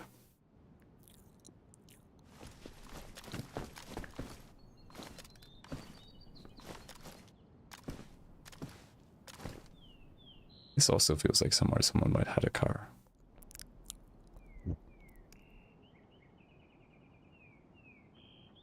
When VF said that one time that you still have to file, I don't know what, I don't remember what that was in relation to, but I mean, I have not filed taxes since 2023, and I have, like, you know, I have active government benefits and stuff that go through perfectly fine when I, like, report that I have not filed my taxes and have gone, you know. Nobody is, I'm not, I don't know if VF understands the nature of my broke ass circumstances, but I'm not, I haven't done anything, you know. I have not done anything that the IRS, that I could get in trouble for by any means. I just am not, I do not meet the threshold of, like, the requirements of, you know, like, I wouldn't owe anything, and I'm not owed anything. Which is why the IRS doesn't give a fuck, as far as I understand it. Because if you owe money, like, you have to file your taxes, but I don't, and then because I don't file them, I simply don't meet the threshold of income for there to be anything taxable, either for the IRS to need money from me or for me to be owed money from the IRS. So it's kind of just one of those things where, like, could I? Probably. I could probably just file my taxes and, like, report no income, or report these amounts of income that are these untaxable amounts of income. But I think for that would be, like, for the sake of record keeping, which I also don't need. I don't meet the threshold of needing that. Cause yeah, it's literally been since 2023 that I've not filed taxes. And I've, like, my Medicaid goes through every year, which does require, like, checking my tax info. And I just report that I haven't filed. And Jesus Christ, it's cold. And they seem okay with that. They seem to take no issue with this.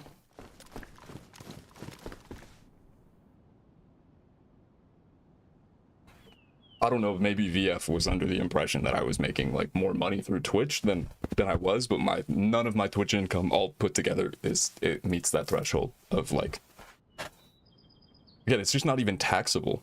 Like, I can't, I'm not, the way I've always understood it is that the IRS is a largely selfish, like a wholly selfish organization that does not give a single fuck about anything you do as long as you don't owe them money. Even if they owe you money, I don't think they'd give a fuck if you didn't file your taxes. Because, you know, it doesn't have to do with them getting money from you. And it's, like, seemingly worked out that way. I don't know. VF could be right, but I don't. I've never run into issues with it, and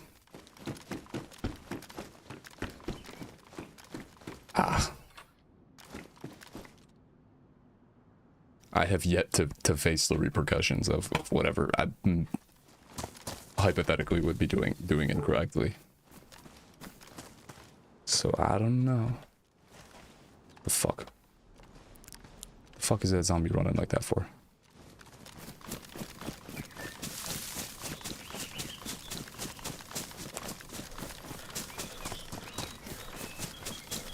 Zomber, what are you doing?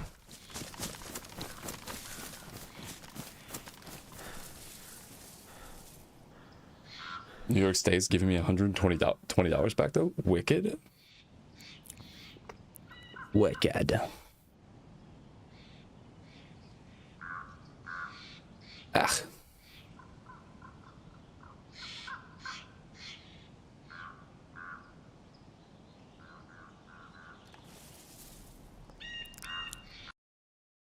Yo, speaking of, I do have to check to see if my Medicaid stuff went through.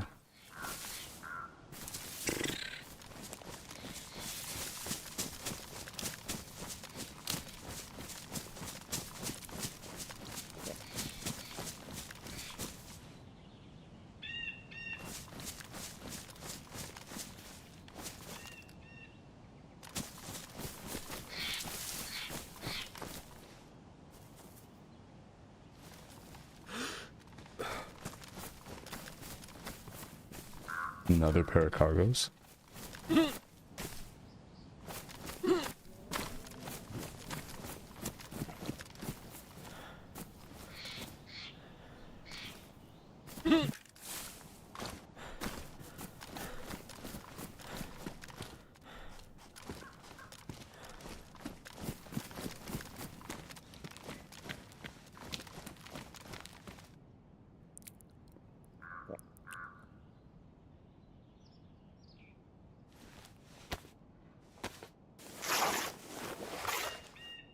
Wait, oh, I forgot to eat. I forgot to continue eating. Fuck.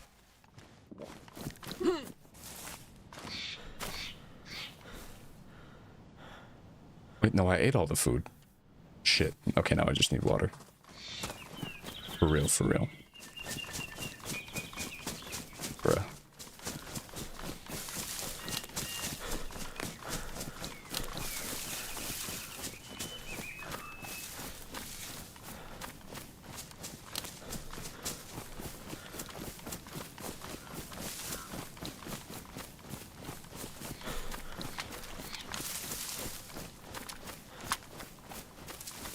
Uh-oh.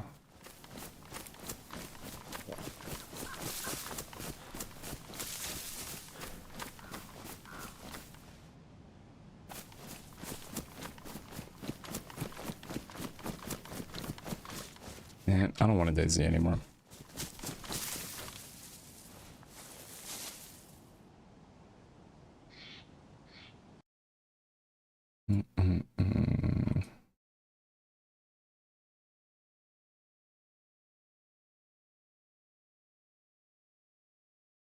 In there. They have not created a regime that is respecting human rights or protesters. And the reality is, yes, I don't trust Iran. I mean, obviously Reagan had said trust to verify. Marie Bartiromo is such a psycho. You can't sit there. You can't sit there and God. tell me that you are talking about Iran's human rights. Yeah, Austin disagrees with my 9/11 comments because it didn't go hard enough. It's really fucked up. I was like, Is this the new Pokemon game? Yes. No. That's what he said. He was like, it was a failure. No. It was, you know, because some of the planes fell. What does this mean? You know, that kind of stuff. He also thinks it's fake. No, I think it's real. He thinks 9/11 is the fake. I think they. When the way they treat women and the way they treat citizens. You know, this is what kills me is why do all of a sudden they become super woke? Oh yeah, whenever it's military intervention time, they're like, It's always oh, super woke. no, do you know what they do to gay people? What I want to do. Wait, am I not live? They do over Why does there. OBS still say go live? Oh, because I didn't hit it on OBS. Okay, I see. Gay. They're like, they kill gay people and everything like that. We don't kill gay people. We're just trying. We're not that far along in the process. We want to do it, but Iran is lapping us on that field. Moral equivalence between the way President Trump treats citizens and the. Are you putting an equivalence? Yeah, I hit go live on the YouTube dashboard instead of OBS this time, so I still have like a glowing go live button. We have not created a regime that actually is respecting human rights. We have a regime that is more hardline. There is no democracy emerging. There is no regime that's actually closer to the United States. Actually, you know what we've done is we've increased China's role in the region. Now they want to have oil transactions in the yuan, not in the dollar. And so what we've done is actually lost influence in that region. And we haven't gotten the enriched uranium. I mean, that is the problem. Well, I think that President Trump is trying to negotiate that, and he told me yesterday directly that he's expecting a deal to be signed tonight. I want to move on to other issues because I know you're doing a lot, Congressman, and we appreciate that. But here's my final question on this issue. Are you suggesting that Obama's leadership on Iran was better? Because under President Obama, there were 14 wire transfers to a... Hold on. There were 14 wire transfers to a Swiss account. This is why Trump got so mad. He started posting up a fucking firestorm on Twitter. I know. He was like, oh, the JCPOA was bad. It was weak. It was terrible. Yeah. To Hezbollah. Between 2014 and 2016, that was... Yeah, Barack Obama gave $1.7 billion to Iran. Donald Trump is slated to give $20 billion. Yeah, because of... Wait, is this part of the negotiation? Or just how much he's going to give them more money? Yeah. According to TurboTax, if you earn less than the standard deduction for your filing status, you likely do not need to file a tax return. But the only benefit would be if you have had things deducted from somewhat of that income that is under the threshold. If you have had stuff deducted, if you want to get that, if you want to, get that money, you would have to. But I don't think that applies to me either, because Twitch wasn't taking any money out for taxes. Over the Strait of Hormuz, and they were literally pushed. Oh, hey, that's what I just They said. were pushed into. Right. Right. What is this? What? Yeah, damn, VF, that was crazy. So what is this badge? Also, hi, VF. Completely shut that muted productive combo down. What is this person saying, bro? What planet are you living on? I think we need to step outside for a moment. Let me talk to them. Go ahead and just take a moment. And perhaps there's a new episode of the Fear Round podcast. We moved past that one. What's happening? Just step outside for a moment. And it's okay. Is Austin about to go fight somebody? And it's okay. Just move on. I don't think that I think that you're maybe having. Paralyzed Pendant plug. Thank you for the 25 get the subs. You think that did I deal with that okay? Yeah, you did. Yeah. Take a breather. Take a breather. Okay, I don't know what you're talking about. What's his real 9/11 take? Back in his sports phase. Oh, I remember that. This game lets you shoot the children. Unlike Skyrim. Rough for me too. What? Shameful. Would I look like that? Oh my god. Oh my god. What a fucking idiot. Also, yo, I kind of want to go get a new mask. I think I can get a different skin. At a fucking plane hitting the Twin Towers, okay? Okay, but that's one is personal. The other one is like a fucking complex situation that was horrific tragedy, but that was a consequence of like 3,000 people died, and this is me just insulting you when you're not. I know, one is personal. The other one is literally like, you know, an issue that took place like fucking 20 plus years ago, dude. What? Wait, this was like 10 years. At what point? Wait. So, at what point can you start making fun of tragedies? Like, at what point? Are you comparing my childhood to 9/11? It's the LB thing. Oh my god!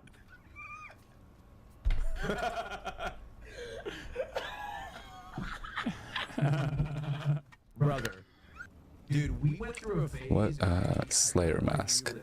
Where we were both painting our nails. Yeah. And like, I'm not like I think painting nails is fine, but like I went through an emo. How do I know which one is which? 27 years old. Oh, someone just subbed to LB. Oop. I was wearing like tight pants. It was just a very rough You period were of time for dressed me. so poorly. It I was mean, very rough. I was fat as fuck. Dude, What is that facial hair? It's just not good. I man. showed pictures of No, myself. no, don't buy. And neither of us. Harbinger mask skin. I showed pictures of Christian, of myself to Christian, and you know when you're significant other, like he can't even lie. He's like, Austin, you looked like shit. He's like, I would have not dated you if you looked like that. That's what he told me. Yeah. It's just really, really bad. Like I've never heard of somebody glowing up at 30, but I feel Also, the clothing was all you, baby. That was not me at all. Okay, I don't know. you did. I tried my best to make you into a man. You did. That dressed up normally, and you were Did I? not. I still have those tendencies. Like I've worn the What? shit out of this aloe set. Yeah, you really do wear Wait, that. fuck. Did I just buy a skin that I don't? Fuck. Hair plugs. Dude, Fuck. My chat is so. Oh, that wasn't the right one. No. It looks better now than it did. You hurt my feelings the other week. You hurt my feelings the other week, but I'm sorry, VF. People are fucking. They're We're hungry. hemorrhaging viewership right now. People, ever since we sat What are down, you talking about? It's What, did I not buy the right mask? Fuck. going up, and then you sat down. We How am I supposed to know which mask is which? moment, and people were like, "Fuck this!" Do you want me to leave? No, it's It's a fine. total of $1.7 billion. The same $1.7 billion he told Congress was frozen Iranian assets. Now, there was a back channel to Tehran through Valerie Jarrett. How do I? What? How? What? Bruh, what? This is after he left office. So, you know, it was almost like a shadow government. How do I get the mask I just bought? Fuck. What do I do? Now, why would you send money to Iran knowing that they are building a nuclear weapon and they are the leading sponsor of terrorism? Well, they were compliant. Well, I'm sorry, VF. They were compliant. They were compliant with the deal with the DPOA, and yeah, they were unfreaking answers Less than Trump, by the way. Much less than Trump. Yeah. Not that I have an Sorry, issue with VF. it, like, I think it's their money. They should, like, the fact that we have Austin is It's a little okay. in the background maxing. I don't know what that means. Christian, you knock it off before I don't know what I'm gonna do to you. Whoa. It's okay. Whoa, chill, bro. Yeah. All right. Yeah. I'm sorry, VF. He was successful until Trump ripped it apart for no I don't want to make anybody sad. Who left America much safer. I wouldn't put Donald Trump in the same paragraph.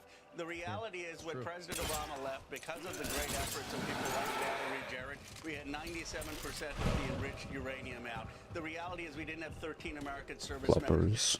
The reality is we never had gas go up from $2.30 to $4. The reality is we did not give China more role than the region.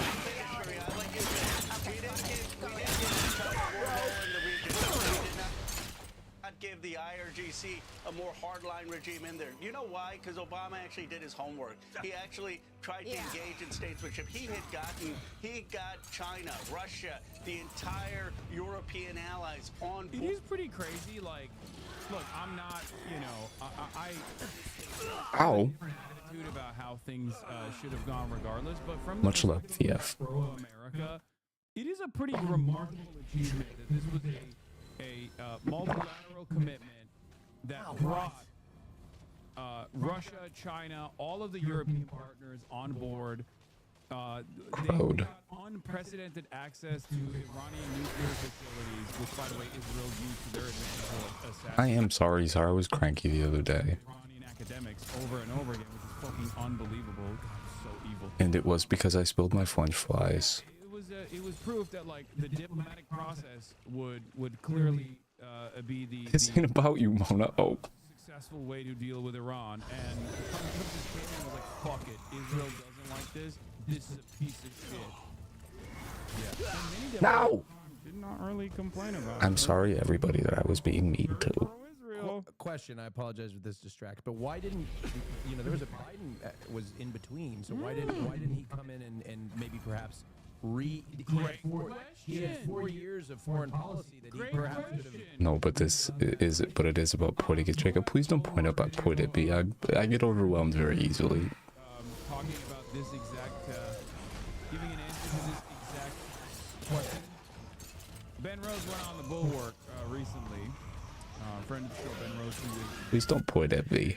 the JCPOA, as a national security advisor to Barack Obama, Barack Hussein Oh Obama. yeah, And I was a little cranky. also interviewed. Does it have something to do with the fact that Israel didn't want that to happen? Oh yeah, I mean that definitely played a role. Well, I mean, for I'm sure. starting to get perhaps they have other intentions with the region that perhaps aren't to the benefit of America. Here it is. Let's take a look at what he had to. He was not very nice about Just a little cranky. That was you open this up, you let Americans travel down there. You have Please don't point at me unless you're telling me that I'm stinky, Wait, no, and I am stinky. this is not about JCPOA. Fine, I'll go to streamer jail. This is not the one Shatter we're was looking so for. horny, they Hold just on. zoomed in and linked the clip. Hold on. Context. 1 second. Didn't he talk about JCPOA as well? This is about Cuba. He said Biden is chicken shit on Cuba. I'm gonna take you guys with me. that was you open this Oh up. great, I got an travel down there, you let Americans invest there. This place it's 90. I'm gonna take you guys with me on Lyft rides in a little bit. I'm gonna start getting that set up Determinant. We're not going to be. because I should go be responsible and make money. We think that will work better than what we've been doing for 60 years. Oh, there's somebody. Trump came in. He over time. Hold on. Urging America, Rubio, in the first term, Ew. basically rolled back all of the opening in terms of like travel and investment. Open image in new tab. Save. Fuck. The embassies open. so Save image as. And then over time, Open this image. Biden was a chicken shit and was afraid to go back to the Obama policy because he was afraid of Bob Menendez. So we somehow got the Trump policy through Joe Biden. Open image. The same way that Biden was afraid to come back into the JCPOA. Open file location.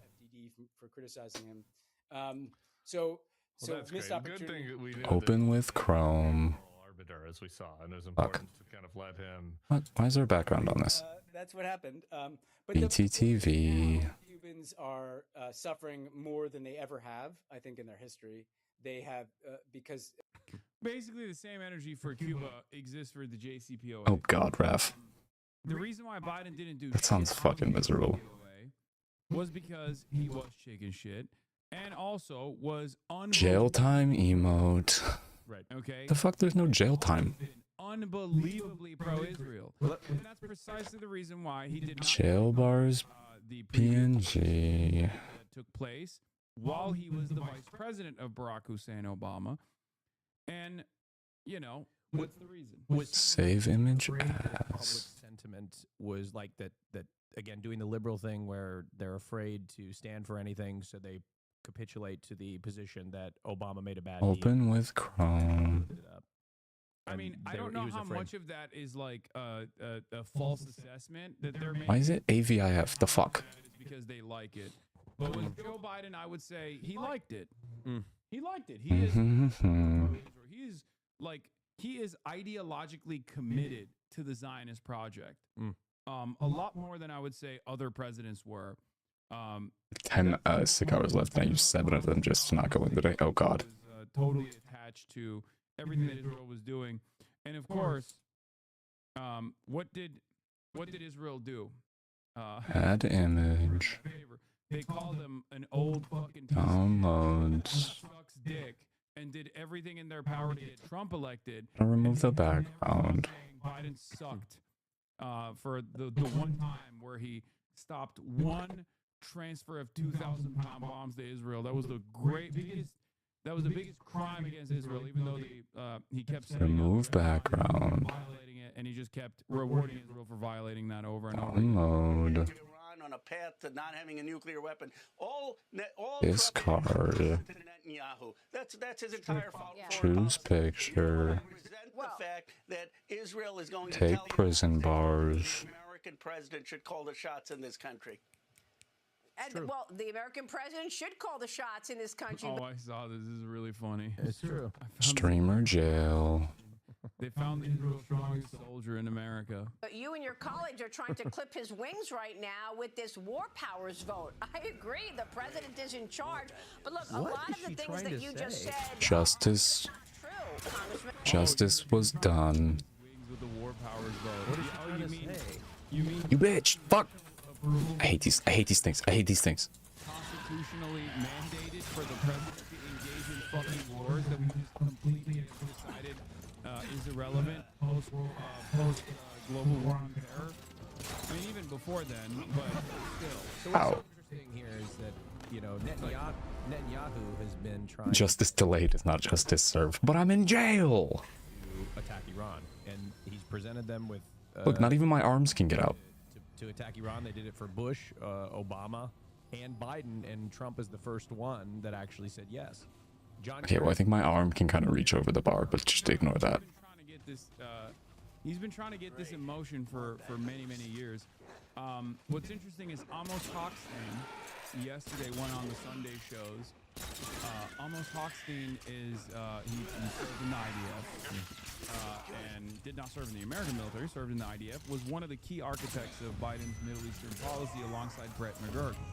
Both Brett McGurk and Amos Hochstein have said that they were preparing to strike. Attempted jailbreak. No. I'm being good. Brett McGurk Good behavior, I swear. last round of bombing campaigns that Trump was implementing. My behavior is good. My behavior is good. Our training, we did this. Like, we trained for this for years.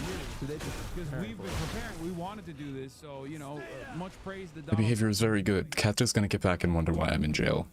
And Amos Hochstein came out yesterday and literally said the same shit. Basically, it was like, well, we were gearing up for this. We probably, if we got a second term, we would have done this ourselves. So anyone that tries to come at any of you for criticizing the Biden era foreign policy, just remember they're bullshitting. They don't know the full facts, or they also like what Israel is doing, what America is doing, what Trump is doing. They're just too embarrassed to admit it. Or they don't Fuck. like it on the aesthetic side. People are too busy at brunch. And I mean, look, we have I'm not attempting to jailbreak. And President President Obama sent money to the Iranians, and what did they do? They resumed their buildup of enrichment. That's not true. Yeah, what's not true? Yeah. Trump is the one who ripped apart the JCPOA. which is Purple. why Iran Vengeance Idol. What's that do? enriching What's that do? uranium once again. What's this do? Never really build a nuclear weapon, which Increases all damage dealt by 30% when warrior's health is below 50%. Oh, in this process, they should have just developed nukes instantly. As soon as- wicked. Clean. Hi, Kata. JCPOA, Iran should have been like, I'm in "Okay, jail now. sorry, we tried. And Hello, then clean Kata. If they had nukes, the region would be more stable. If they Not had- stinky. this wouldn't be happening. Currently, sometimes you got to play hardball in an effort to Not stinky Kata. Are you in jail too? Are we both prisoners? Is it because we have tattoos? Do the people on Fox News know anything? Is No, it because of neck tattoos? obviously facts that He's they don't thinking about what he's done. undermines their They're just idiotic propagandists. agenda. Yes, they're Crowed. trying to present Trump as doing the right thing here, and it's quite difficult because he's not doing the right thing and he's failing spectacularly. It's not true. Why are you in jail? Because I was mean to VF. There was a deal that we reached to get 97% of the enriched uranium out. In the process of that, Iran had certain assets that were Iranian assets. Road. And that wasn't our money. That was unfrozen. And that was a deal that China, Russia, France, UK, Canada, the United States all What? I can't. How do I open the door? How do I open the door? torpedo it, and APEC tried to No. torpedo Think that, about what you've done. Okay. having it denuclear Iran. But what happened is Okay. Y'all just let me know when I can leave jail, okay? Thanks. war in the Middle East. They've hurt American people, and the American people are tired of it. They want people who are going to be Team America. They want people who are going to bring How do I get in there? How do I get in the door? us out of these wars, and that's why Obama won. He was against the Iraq War. That's why he was on a path to normalization in terms of getting Iran to be The hell he- and had the whole world on our like side. he's just going. And APAC, Netanyahu. Men will literally do anything besides go to therapy. Healing is therapy. 10 presidents before President Oh, Trump. oh. Thank you for reminding me. Now I can. I literally didn't even. I didn't even realize. Look, I'm going through a lot. I'm in jail. I'm in jail. Cannot have a nuclear weapon. Thank They're you. the leading state sponsor of Thank you. terrorism. I wonder what They the common cannot have a thread is. nuclear And weapon, one and president not one of delivered, and them- that was and Barack no- Obama. No, that's not Thank you, true. Kata. None of them Barack did Obama is the anything only about one who it. delivered. Congressman, you're talking fantasy. 97% out. Nothing. You're talking fantasy. What do you mean? It's just the truth, man. It's just what happened. These people are insane. Hey, stop it. Say the truth. Healing. Jesus Christ, I had a sliver of hope. Maria actually believes that this didn't happen or it's not the truth? Like, I'm convinced. The Is she the just a Republican propagandist? argument How do I get in there? has always been, oh, Let me they- in. Okay. The Republican argument leans into Crowed. inventing an alternative reality, one that does not exist. Yeah. They'll say, Healing. oh, well, you don't have any assurances. You don't have any guarantees. It's like, no, you're wrong, actually. They did. Because Iran allowed literal fucking CCTV footage 24/7 to be transmitted to the International Atomic Energy Agency that was almost single-handedly designed to monitor Iranian nuclear facilities. Not only did they allow that level of access, unprecedented level of access, they also would allow investigators from this International Energy Agency, Atomic Energy Agency, to go into these Iranian facilities and check personally. I really do have a forgetting to heal problem. Ridiculous to say that Iran was like secretly still developing nuclear arms. They weren't. And the only reason why they went back to enriching uranium beyond the civilian level, I really do, though. they can get America back to the negotiations table. How was your shower, Kata? Sanctions relief once again because Donald Trump Door. did it. It's a door. POA said it no longer works. Shoo. Added secondary sanctions to the state of Iran once again. Sussy. What is Iran supposed to do? Of course they're gonna fucking enrich uranium again because they have to bring America back to the negotiations process. This is stupid. Yeah. Also, here's the other proof that Iran never Wait. developed nukes. America's bombing Iran right now because guess what? If Iran had nukes, America would not I'm be. getting weird. I just got weird deja vu. Here's evidence. Here's further evidence of that reality. Is America bombing North Korea? I'm thinking about a section of Remnant that is not in Remnant 1 that I feel like I just did. It's the touch butts one. A part of the The one where you have to run around touching the buttons. mutual assured destruction. That wasn't this Remnant, was it? Oh, no, yeah, that was to get into the fucking the Ravager fight, yeah. Ooh, my nails grow super quick. My nails also grow super very quickly. Super very, very quick. But he had the whole world behind us. How many countries do we have behind us now? Obama had Russia, China, Canada. Especially, like, sometimes I'll just shower and, like, after I get out of the shower, my nails will just be, like, significantly longer. Obama had Russia and Oh China shit, I didn't sit at a thing. I'm gonna be back out here, aren't I? are not in our corner. Oh, saved. I did sit at a thing. We appreciate you. Thank you so much, Ro Khanna. Thank you, Maria. God, we just celebrate stupidity, man. We celebrate fucking stupidity so much. Jacob, have you ever see cotton candy grapes in the store? They're green, but specifically say cotton candy grapes on them. Get them? They taste like literal cotton candy.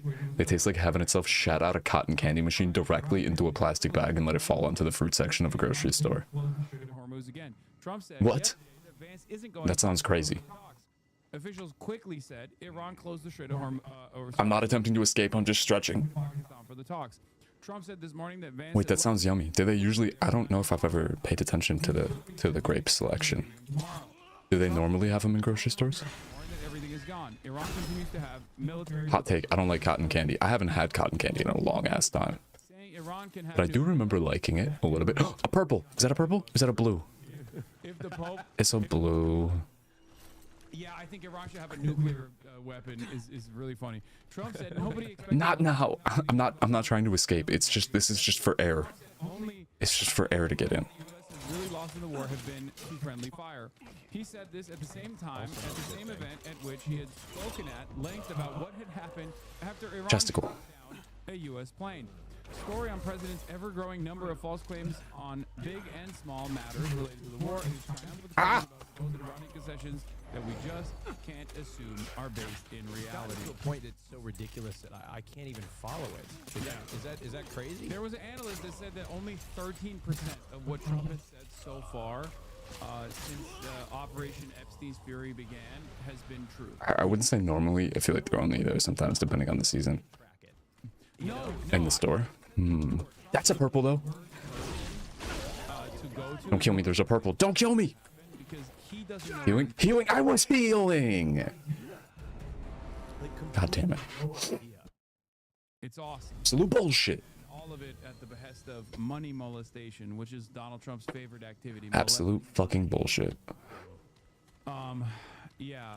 Alright, fuck these guys. I'm speed running back to the purple. Why are you in jail? For being mean to VF. Adherents and noxious Islamists. It allows for deportation and denaturalization of immigrants involved with Crowed. socialist communists, Chinese communists specifically. Purple. Marxists Oh, or I Islamists. already had that one. Fuck.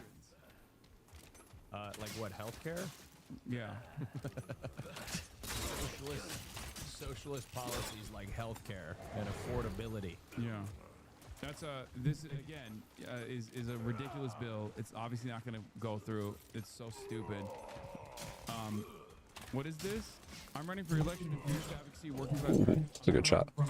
I'm running from the bottom. I'm running Fuck. for election in fierce advocacy, working class Americans. That's my North Star. Always has been. They Always say all sold out. Damn, people must be eating the cotton candy grapes. I don't know why you guys Speaking of, I should clip my nails. don't understand what this has to do with anything.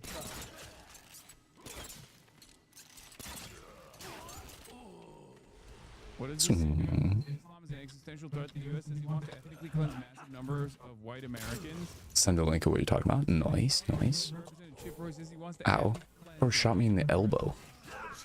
tell you what, I do want to. I tell These you what, arrows are crazy, man. ethnic cleanse by deporting white progressive Democrats with special bonus for rich ones with an Ivy League degree. I really do not like those people. Awesome. He's woke. He wants dude. These guys inevitably end up whipping around back to JD Pond, you know? They inevitably end up whipping around back to permanent first world genocide, where they're like, "Yep, that's right. I hate those. I hate those rich whites. They must be punished. Shit. The suburbs. The suburbs will hurt. They will feel the pain.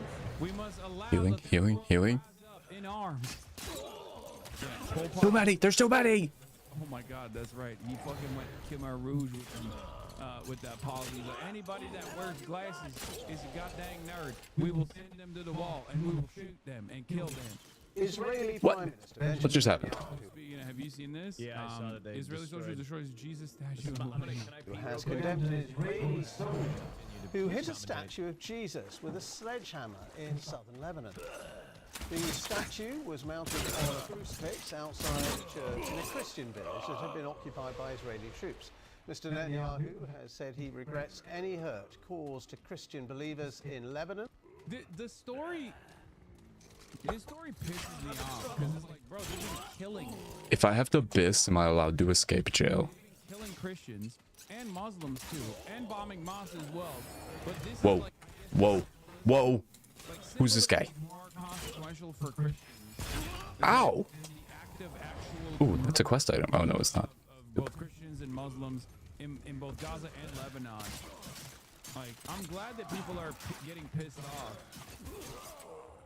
but at the same time, it's like, yeah, destroying the statues of Christians far. It's time for a moral reckoning. Destruction of Jesus statues should serve as a moral wake-up call for the IDF. Says Times of Israel. Like, yeah, this is what did it, man. This is what did it. wake-up Bro, you got the fucking cattle, Mike Fuckabee, running around. Hypothetically, if I did have the BIS, would I be allowed to escape jail? Israel project, Israel. And nobody lets a fucking piece. Oh, there's secrets. There's secret areas around here, I think. Fuck, I gotta be on the lookout. Unbelievable. I mean, how could they? No? Damn it. Well, it comes as the Israeli military has warned residents in southern Lebanon not to move I see a around. chesticle over there. Christians care about this because they think it confirms their blood libel? Yeah, except if you want fucking blood libel confirmation, they've been killing Christians too. They've been bombing churches. How is this? How does this? They bombed a synagogue, dude. They bombed a fucking synagogue in Iran, right? Iran. Yeah. Like, they bomb everything. It's so stupid. They don't give a fuck about anything. Yeah. It just doesn't make any sense to me that, like, this is what got so many people animated. I mean, God damn it, I was out of ammo. you know, I'll take anything at this point. Anything that causes people to flip and just be like, we gotta restrain Israel. This is unacceptable. I will take it at this point.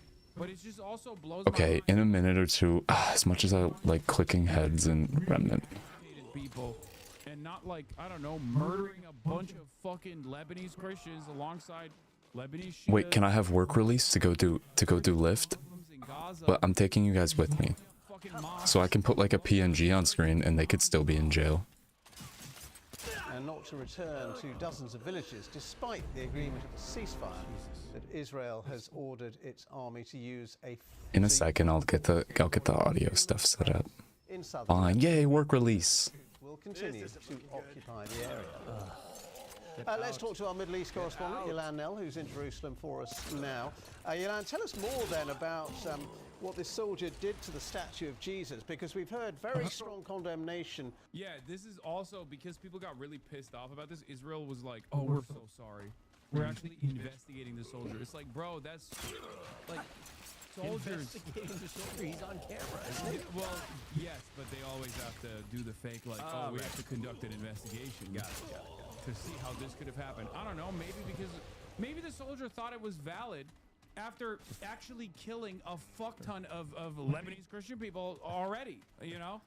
Perhaps that's why he thought it wouldn't be a big deal to fucking blow up the Jesus statue on top of everything else. Of that soldier's actions from the Prime Minister, from the Israeli military, Rapery. and other politicians as well in Israel.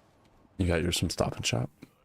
Yeah, so the Israeli Prime Minister was quick to come out with his comments in English on his X account.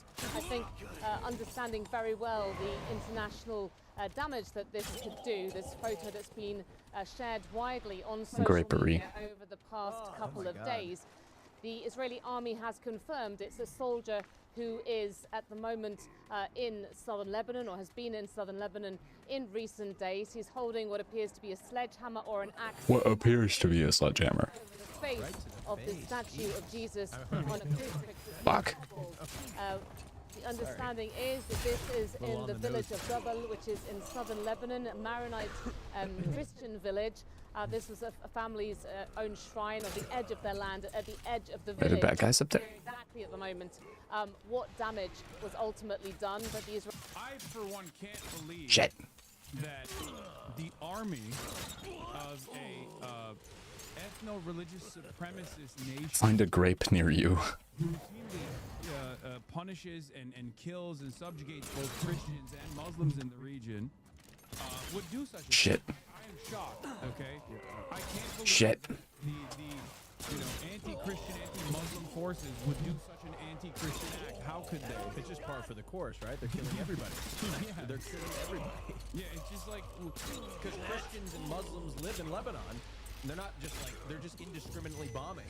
So Oh, big bet. but also Oh no, those are easy big bets. done something even more insane, like straight up Nazi shit. They occupied southern Lebanon, and then they released statements to the southern Lebanese telling the Christian villages not Dude, Waterworld is such a good movie. in I their forgot how fucking awesome that was. literally what the fucking Nazis did to Jews. Like That's it's crazy. so crazy That's crazy. that they released a statement before this. One, they released a statement saying we're going to do the southern Lebanon what we did to Gaza, which, you know, is an admission of the heinous war crimes that they committed in Gaza. But it goes unpunished, so they don't see any reason to even hide it. And then two, they went to the southern Lebanese Christian villages No, it wasn't. I loved that movie. hiding Muslims in your floorboards, like you will also be in our crosshairs. That's crazy. Israeli army is saying that they will help the Christian community there to repair this statue. The foreign minister of Israel, Gideon Saar, came out and said that he This apologized section is annoying. God damn it. to every Christian who had been hurt by it in their feelings. So you can see that this has really sort of, you know, Yeah. You executed an elderly Christian woman in Gaza who was simply trying to find a restroom and sniped her daughter in the head for tending to her corpse. This is who you are. These are your bodies, not an aberration. They did this. Yeah. And then they bombed the fucking church, by the way. After an IDF sniper killed 2 women inside of a Gaza church, they also bombed that same church, which is so ridiculous. had a big effect, and that the local priest there told the BBC in Beirut that this was a desecration and, you know, really extremely upsetting for the Christian community in southern Lebanon, in this wide area which is currently occupied by Israeli forces. Thousands of Israeli forces on the ground there. They see this as being But Remnant is so much fucking fun. for the Shiite Muslim group Hezbollah. And Yolan, what's the wider context of what's happening in Oh, Lebanon? I walked back to the start. Fuck. Statue, you anti-Semite. Yeah, clearly. But speaking of statue, I think there's like a secret room in one of these statues or something like that.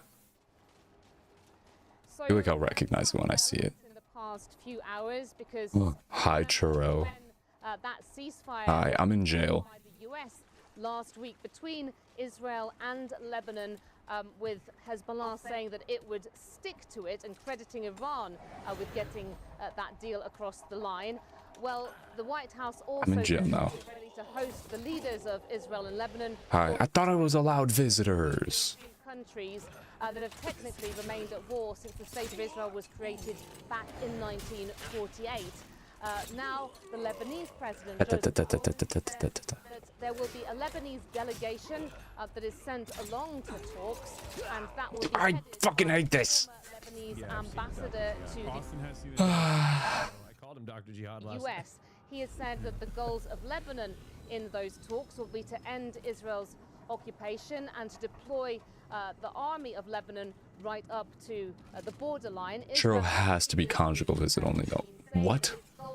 You're saying I only can have conjugal visits? to make sure that there is the disarmament of Hezbollah, and it also wants to decide finally the border between Israel and its neighbor Lebanon. Okay, You not with the white moid. Yeah. The second round of talks between Lebanon and Israel will take place on Thursday. Lebanon Hate this.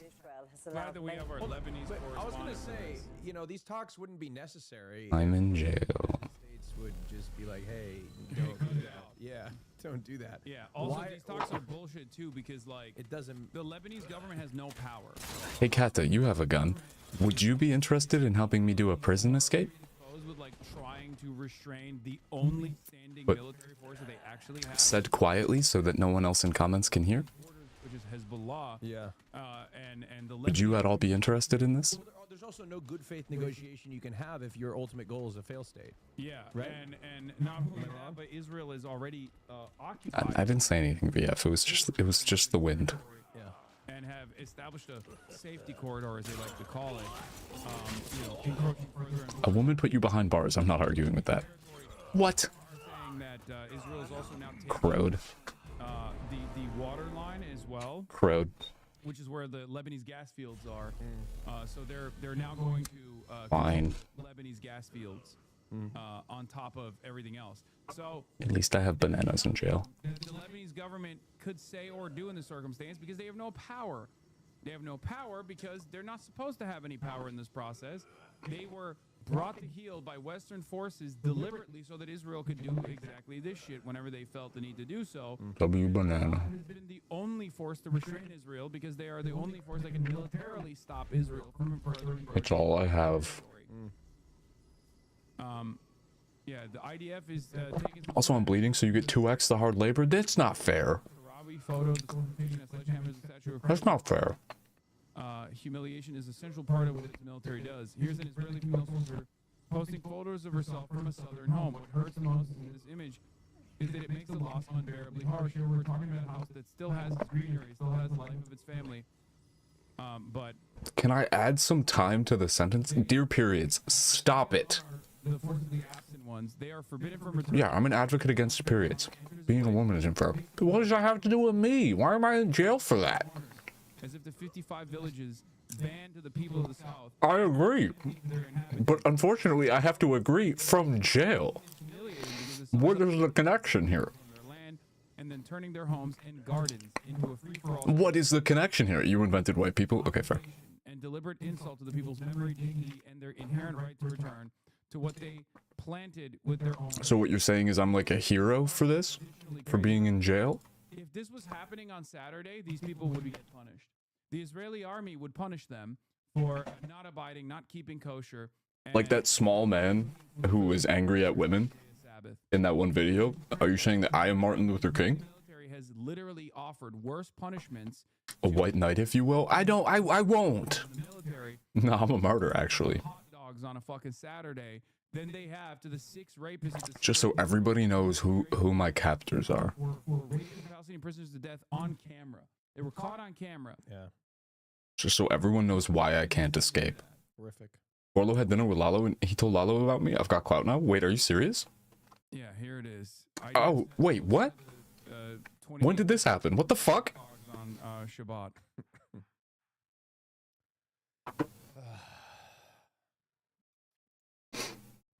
What did he tell him about you? Father's rolling in his grave. To return When he was home cremated. and but, bury you their know, dead. whatever you do with. And despite Wait, that's fucking awesome. continue to occupy territory deep in the south of Lebanon. Today, the Israeli military has warned residents. Aiming. Dozens of villages. Oh, see, this is the forward defense area. This also happens. The hopeful future insurance commissioner of California knows my screen name. How did he have dinner with him? Publishing for the first How did that happen? line inside Lebanese territory. The forward defense line stretches east to west. Facts. Vorlo, why didn't you tell us about this? Hezbollah prescribed by the UK as a terrorist. You were in here last night chilling for Gudetama. These guys. You should have told us. On the planet that always has a defense with a strong offense. You know. Right. Oh, in order to establish defense, we have to take more and more of your territory. Sorry. Okay, I gotta get to the next checkpoint and then I'm gonna get everything set up to go do a lift. Foreign Affairs correspondent Paraka You're out of minutes? Phone's about to cut off? What the fuck? Bazaria, close to the Litani River, was only allowed into the The area fuck? of Commission. We spent 2 days The fuck is going on? trying to unpack the shorthand that is Hezbollah's Prison break. These are I escaped. I went fucking big mode and now I'm escaping. funerals. We surveyed destroyed neighborhoods. I won't forget y'all when I'm insurance commissioner's best friend. I think this is also why Orlo said no reaction. you know, the shit that I've said about Hezbollah, where I'm like, they are a paramilitary group with a separate political party that's in the Lebanese parliament, by the way. Getting the RPG now? When you don't just Don't give me the Hulk treatment. terrorists, how dare you say that? It's like, because it's just the truth. I mean, I've been knowing Orlo's kind of a big deal, but They are a that's crazy. organization. There's a separate military that happens to be the only standing military that will fight back against Israel. That has a literal fucking political party in the Lebanese parliament. It's just the truth. It doesn't matter. You could just like say terrorism, terrorism, terrorism all day, every day, but this is the real terrorism happening. Is what Israel is doing to southern Lebanon. Okay? This is scary. But these people Not technically, just not factual. more reason to exist now, not less. VF is doing ends justify the means politics and is about to blow up this whole place. Killed these guys that were like affiliated with Hezbollah. They killed these journalists that were affiliated with Hezbollah. It's like, that's what is illegal in that situation is killing a journalist, not an affiliation of a journalist with Hezbollah.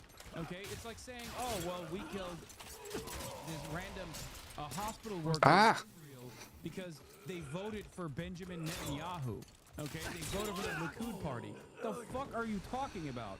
That's not how this works. You can't just like assassinate on their own fucking territory random people for expressing their political preference when they're not an armed militant engaging in an act of combat against, and even when they're engaging in an act of combat against an invading country, it's still the invading country that is in the wrong for invading this other sovereign territory.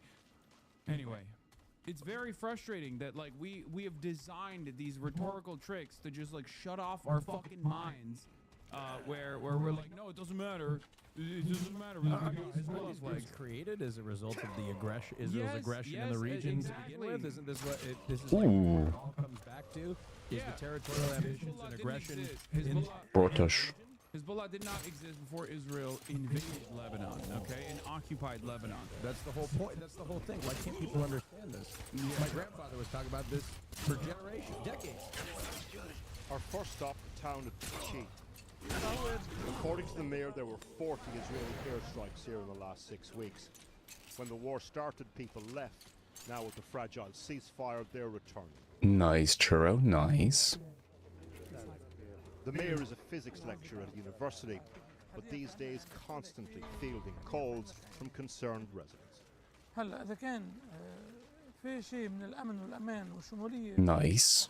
خلال اليومين بتكون نسبة 100% بتصير. Kata kind of a big deal by extension. They were targeting Hezbollah militants here, and many of them What were the fuck?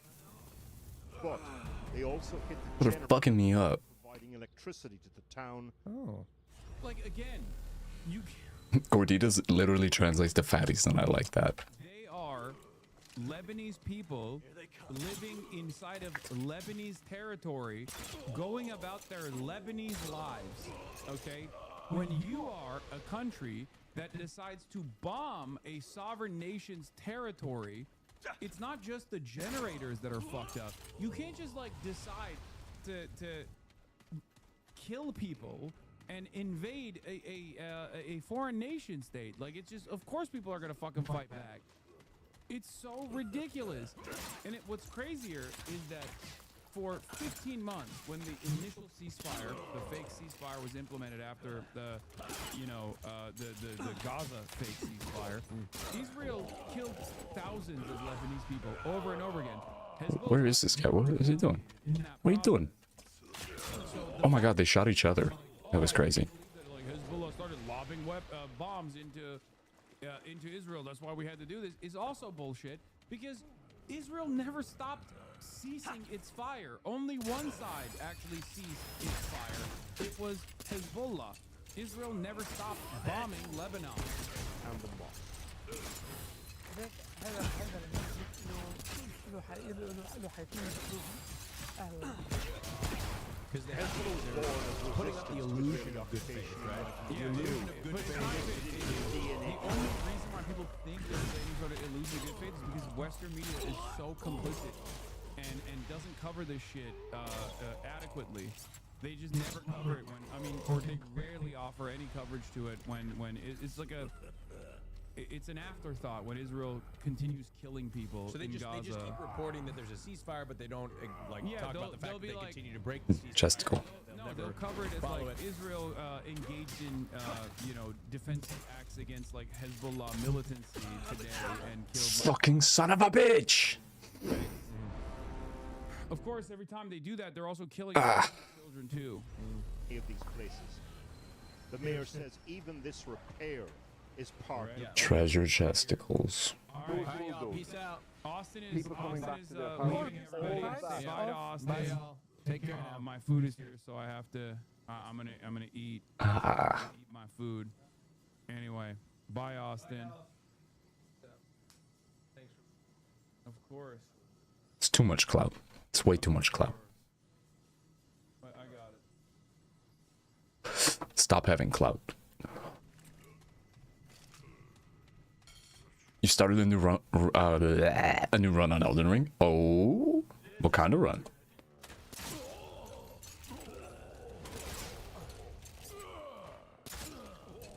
What kind of run?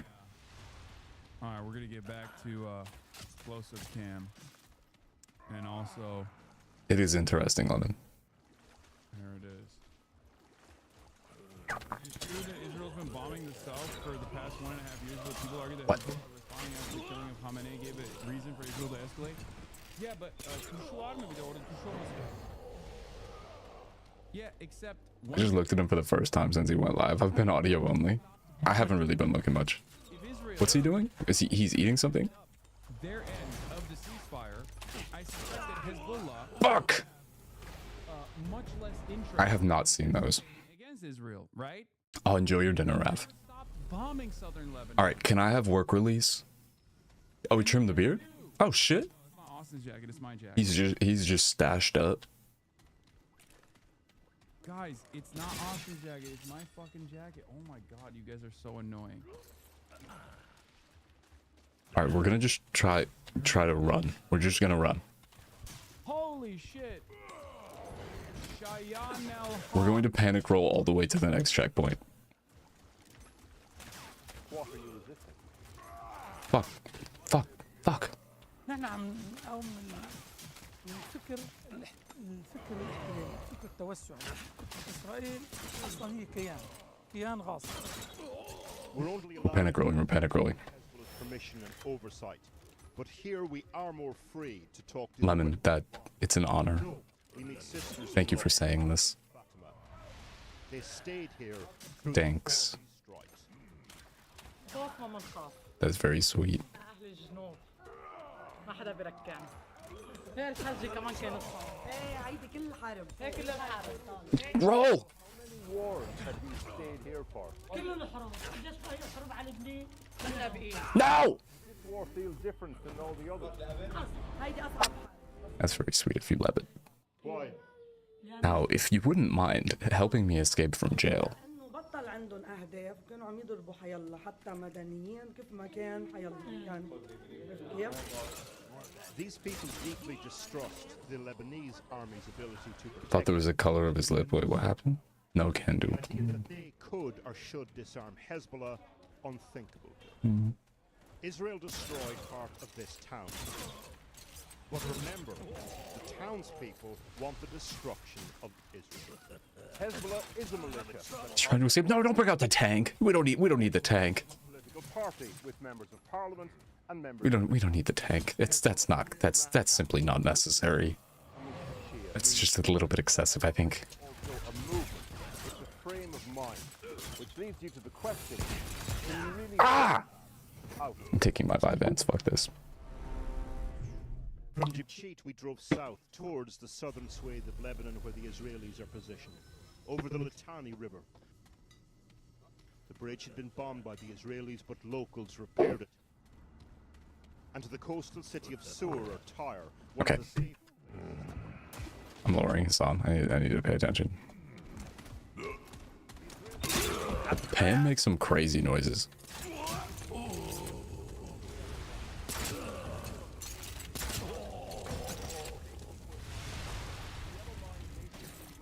My Linky. Yeah, fuck it. I'll just die. Let me just die real quick then. Let me just not be in the middle of a game. I can't pause. Let me just do that real quick. Ugh. It is. They did exactly the same thing in Gaza. The Israelis say they're dismantling Hezbollah infrastructure, making it impossible for them to fire at the country, thus the sterile buffer. What is this? Can I tell you what it's like watching something with Hassan? He watches programs on television like he's watching a video with his stream. So he'll take the remote. That's damning. So damning. So we'll be sitting there watching it, and he'll pause it, and he'll do commentary over the episode while we're watching the episode. We gotta fix your brain. We gotta fix your brain. We gotta fix your brain. We gotta fix your brain. He needs to deprogram. So that's right, watching it, and then he lets it go again, and then he does it again, and then I'm like not even responding. I'm just listening to the commentary like I'm watching a stream. Not true. And then I realized I was like, this motherfucker is commentating over the fucking HBO show. No. That's crazy. That's crazy. I believe it though. Yeah, that at a certain point you're just kind of like forgetting that you're sitting there in person and you're like, can he see me? Is Here they come.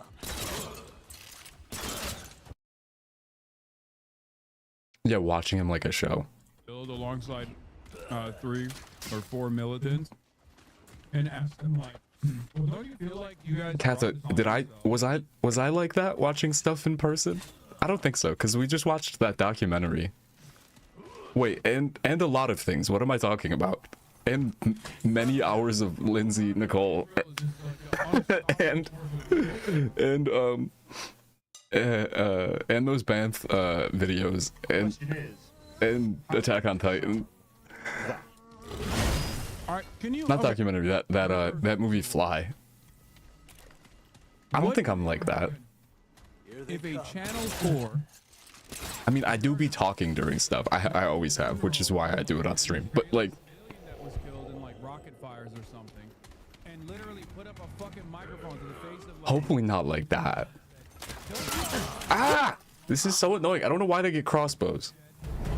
It's not fair. Cause the civilian to die, which, by the way, would unironically be a much more correct question to ask, even if it's blunt, than asking it to the fucking Lebanese people, which Israel has destroyed and actively tried to murder and has murdered for fucking decades at this point. I don't think I was like that. What do you think would happen to that person?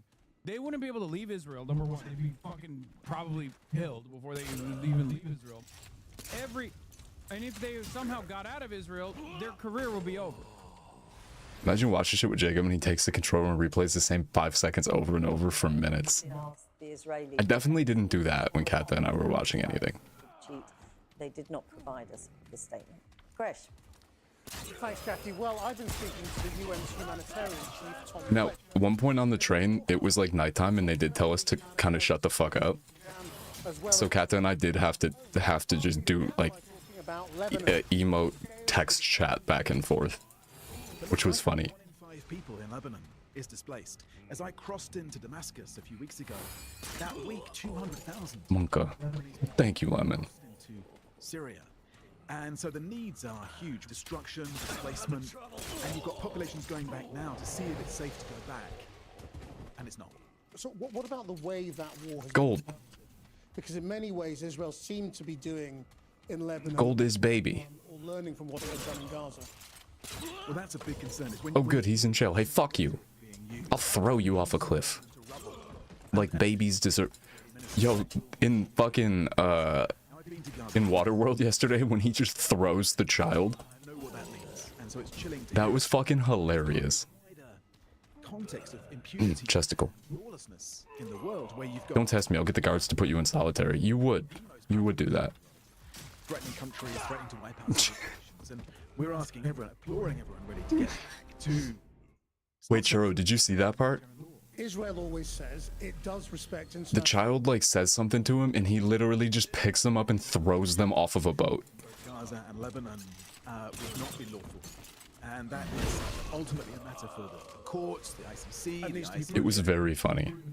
You know, it's not just for me to come along and chuck allegations like that around, but we're seeing all the time the effect of the action. What did you make of the incident that happened recently in Lebanon where the ambulance workers were apparently deliberately targeted at least 3 times, where different waves of ambulance corps went to help each other and each one was hit? Now Israel again says ambulances are used to transport Hezbollah weapons. They don't provide evidence for it, but that's what they say. Does that ever become a justification for that kind of attack on ambulance workers? So there I is didn't see. I was punching holes that Esteban was making. I was patching holes Esteban was making in the submarine.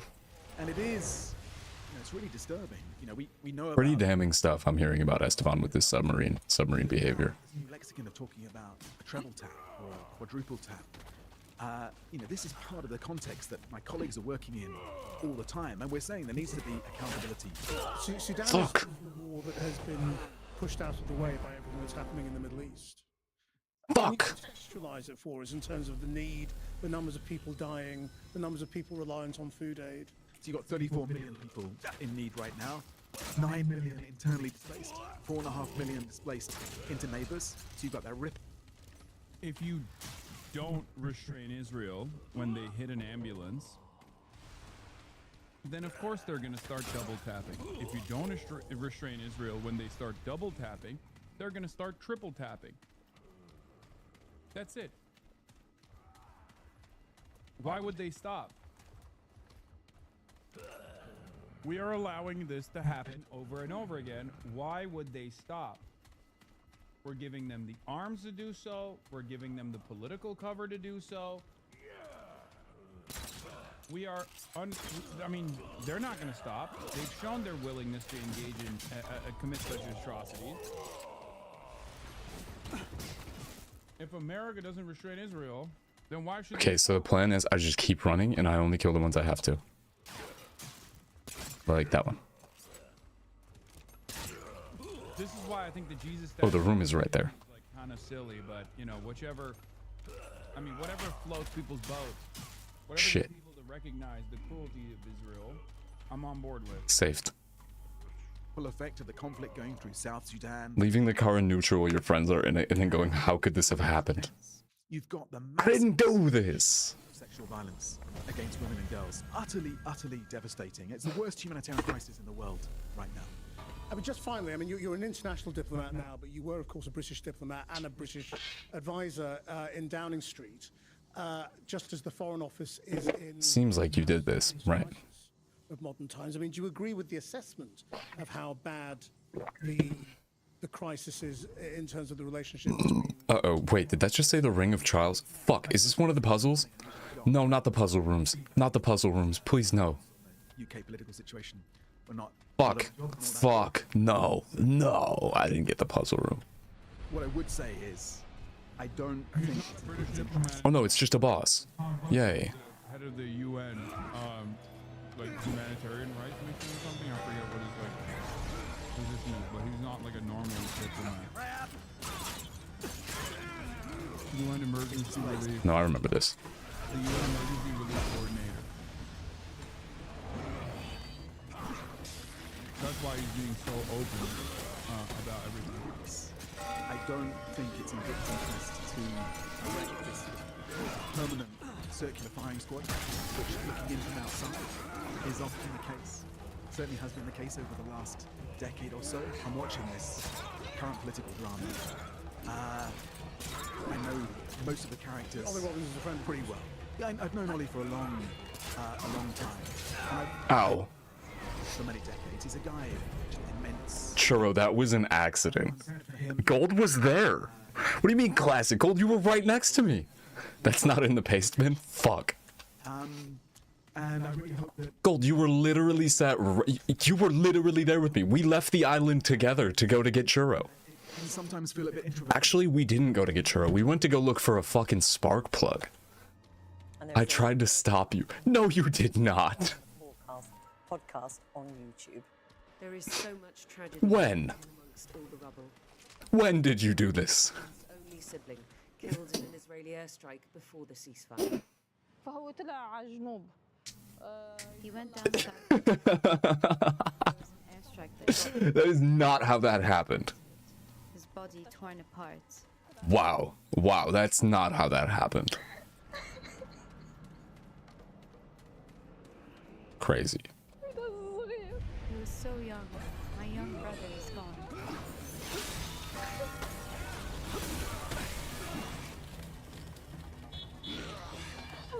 Yeah, it doesn't look great. I'm sure he now rests in heaven. God forgive Israel. What do they want from us? Take themselves and leave.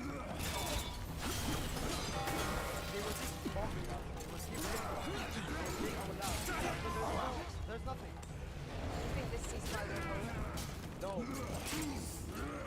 It's very slow. Yeah. Why? Why the difference? I missed again.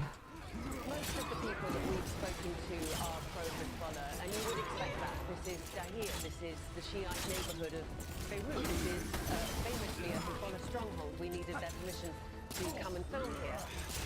And what we're hearing is that the streets are pretty busy now, but in the evenings it gets quiet again. People are now just coming back to see what's left of their homes, collect what they can, and then go back to wherever it is that they're having to stay. And these are people who have had multiple rounds of displacement for decades now. You know, this building was destroyed in this last war. 3 buildings here were destroyed in the previous war, 23, 20. I'm out of ammo. Fuck. Suburb came to being because of rounds of displacement of Shia from the south of the country through the 70s and the 80s. After the ceasefire, a lot of people left to see what had happened to their homes in the south. A lot then came back too, Hezbollah warning repeatedly that it just wasn't safe, that the ceasefire was too fragile. Which was why people like Mustafa decided to stay put in his tent in Beirut. Is this the first time you've been displaced? Displaced in 2006 and 2000. Okay. Also, Fuck. 2026. We don't mind. It's me. It's me. Damn. Nah, I didn't. Nah. We have muscles. As they have muscles and weapons, we have weapons. No, that didn't happen. I've never. Defend our land. If I didn't want. Do I have permission? Yeah, sure. Go ahead. Penis, penis, penis, penis, penis, penis. And also boobs and vagina.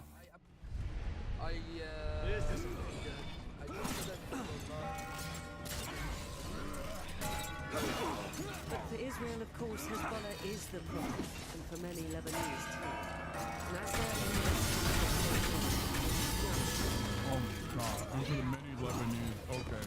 innocent who find themselves victim in the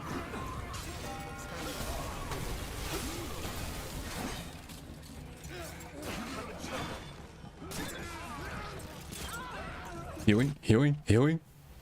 He's so wise. I'm just really. Where's his weak spot? Where's the ussy? Show ussy. They're having a harder time. They're having a harder time finding Oh. anti-Hezbollah Lebanese people on these news reports.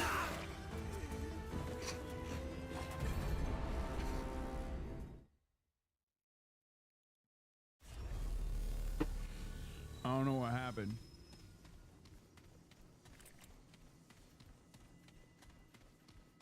Well, Angry with so many colleagues right now that continue to say that there's a ceasefire in Lebanon. There is no ceasefire. You haven't talked to the families that I have talked to that continue to say Lebanon is being bombed brutally by the genocidal government. where'd the bell go? This Where'd he throw that bell? They always say there's a ceasefire, and you turn around and see them not once, not twice. We're talking about hundreds of bombs going off in Lebanon using our tax dollars, U.S.-made weapons. So push back, folks, to those that continue again to use the language of this genocidal dominance. Israel is not conducting any form of a ceasefire. They are bombing the shit out of Lebanon right now. And shame on those that continue to tell me, well, that's Beirut and that's South Lebanon. Lebanon is Lebanon. War crimes are war crimes. Medics are medics. Humanitarian workers are humanitarian workers. Children are children. Dense communities and neighborhoods are dense communities and neighborhoods. War crimes are war crimes, y'all. And shame on those that continue to, again, enable this government of Israel to... Yes, that is pretty much all the bosses. I think that's one of the main critiques of this game. Fire now for 10 days. There hasn't been a ceasefire, not even for an hour. So speak up, folks.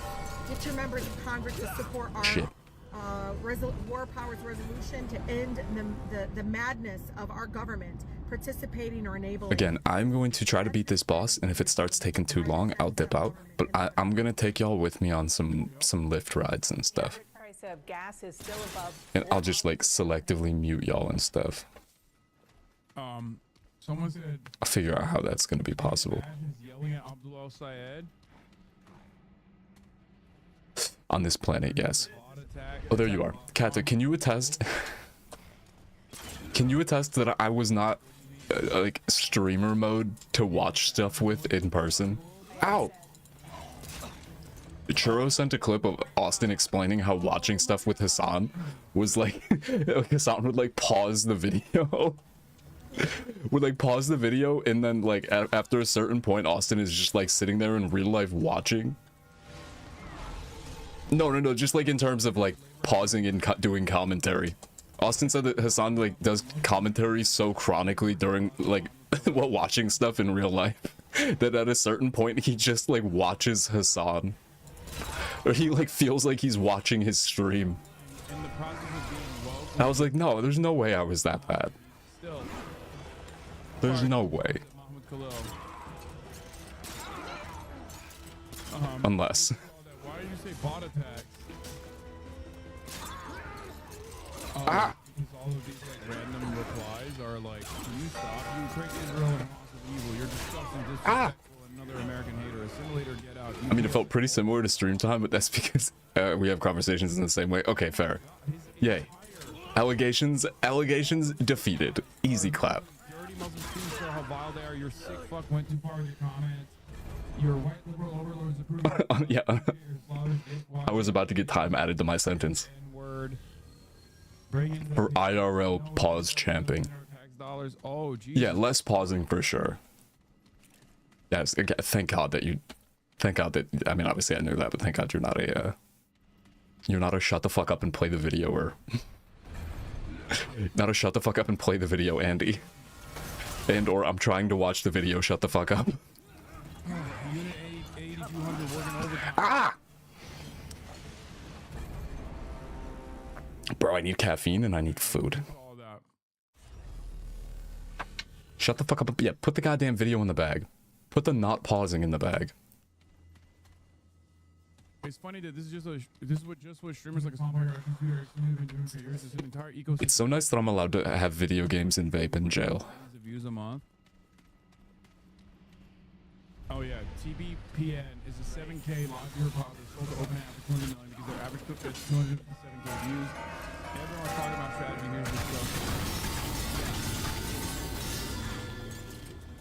That's so. I mean, that stuff is so fake. Like it's so obviously fake and unbelievably.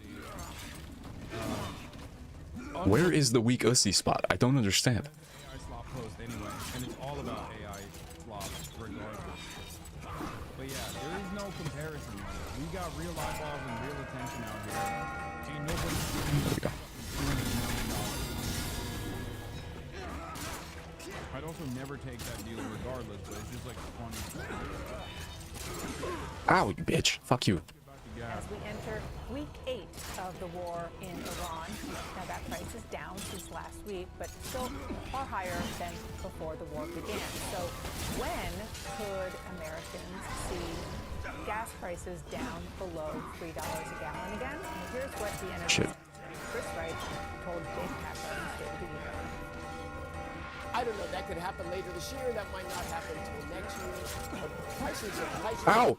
Ow! will start going down. Certainly with a resolution of this conflict, we'll see prices go down. This morning, President Trump talked to the Hill and undercut his energy secretary, rather. He said, quote, no, I think he's wrong on that. Panic roll, panic roll, panic roll, panic roll. Very smart group of reporters today. CNN's Tony Raju, Emily Davies of The Washington Post, and Stead Herndon with Vox. Let's talk about energy and gas prices. Manu, it's not surprising. Wait, Gold, what did you need my quotes for? People who work for him talking and probably saying. Which, by the way, in case you didn't write them down, were boobs, boobs, boobs, boobs, penis, vagina. Based on the data that he's looking at, that gas prices are not going to come back down. And Shut the fuck up and play the game. Damn. never mind that. I remember watching the president's interview with Maria Bartiromo last Sunday, and he said something similar. He said it could be Implicatures. Implicatures. or it could be even higher. Yeah, a little bit higher. You didn't use those. What do you mean? I was buying Zins for a friend yesterday, and when I went to check out the cashier said, "You're too young and cute to be doing these already." And I was like, "Damn, thanks," but also they aren't for me. But also I can't tell you that because I'm being but also I'm being hardcore judged. It's okay. That's crazy. You're too young to be zinning. Gold, just use the quote. Oh wait, true. Uncinema, look, we gotta make a movie about anti-black microaggressions and put Rachel Dolezal in it. Dolezal in it. Wait, fuck, what was that from? Gas prices, as we know, they go up very quickly, very long time. To subside, I don't remember what that was from. political party, the speaker knows it, the public knows it. Emily, I know you've been traveling out. I know you were in Iowa. Maybe you've done other traveling since you and I last spoke. But talking to voters who are going to decide whether or not to blame Republicans for the way that they see the economy going, gas prices. What the fuck are these captions, bro? Sorry, I didn't even realize. Ah! Lock in, Jakob. Lock in. And as you answer, I just want to show a latest poll from over the weekend. This is a Quinnipiac University poll. How much do you Captions are on a different planet. blame President Yeah, surely some of them are at least remotely appropriate. Not much / et al 34. Okay, we have Wait. a serious conversation. How do any of us know? How do any of us know each other? Isn't Twitch just a series of rock bowls where we all pretend not to be trapped? Damn. 30% of this country, give or take. Damn, that looks like it was from the Rock Bowl movie, the original watching of the Rock Bowl movie. Goddamn, based. That Trump says is good. Life. Rock Bowl is life. Trump could literally murder. Rock Bowl breeding is life. Could set up an initiative where ICE goes directly door to door to his supporters. The fuck? And starts assassinating their first one. And openly say that they're doing it. And these guys will go, when How are you alive? you know, how much do you blame Trump for the assassination of your firstborn? They would say, not at all. I'm glad my firstborn is dead. He probably had bad vibes. He deserves it. Where the fuck are we, dude? These people are insane. I don't know how to deal with this shit. I mean, it's just like, what do you do? What do you do with these motherfuckers? Damn, he's killing his own dudes. They're out of their dang minds. Like, how can you look Me, when I live in an isolated rock bowl and use period blood to mark the passing of months. Yes. Entrap men in cages in order to breed. Biden? Is it Joe Breeding men in cages. Is it Joel Brandon? Is he from the... Not me when I live in a rock bowl and use periods to mark the passage of time. Use period blood to mark the passage of time. say Like a goddamn pen or marker didn't ever exist. In Nevada and Arizona last Nope. week, and Iowa the week before. So I feel like I've talked to people from a lot of different parts of the country who feel different ways about the gas price issue. But one thing I will say is it feels still a little bit early to draw conclusions because, to your point, gas prices go up so quickly that I think voters intuitively believe the president that they will also come down quickly. How did that miss? How did that miss? To somebody who's not following the intricacies of the market, that it How would did that miss? for them to fall. And And so it's still been a relatively short period of time. They're believing him that the second he kind of God decides fucking damn it. gas prices will fall. But right now, there's certainly, as you see there, a lot of frustration, and that's reflected in conversations I've had. Yeah, it feels like this, the back and forth with the energy secretary speaks to something. I think it's hurt Trump consistently. Okay, I got this. Maybe I switch this from that thing. It's not slowing him down much.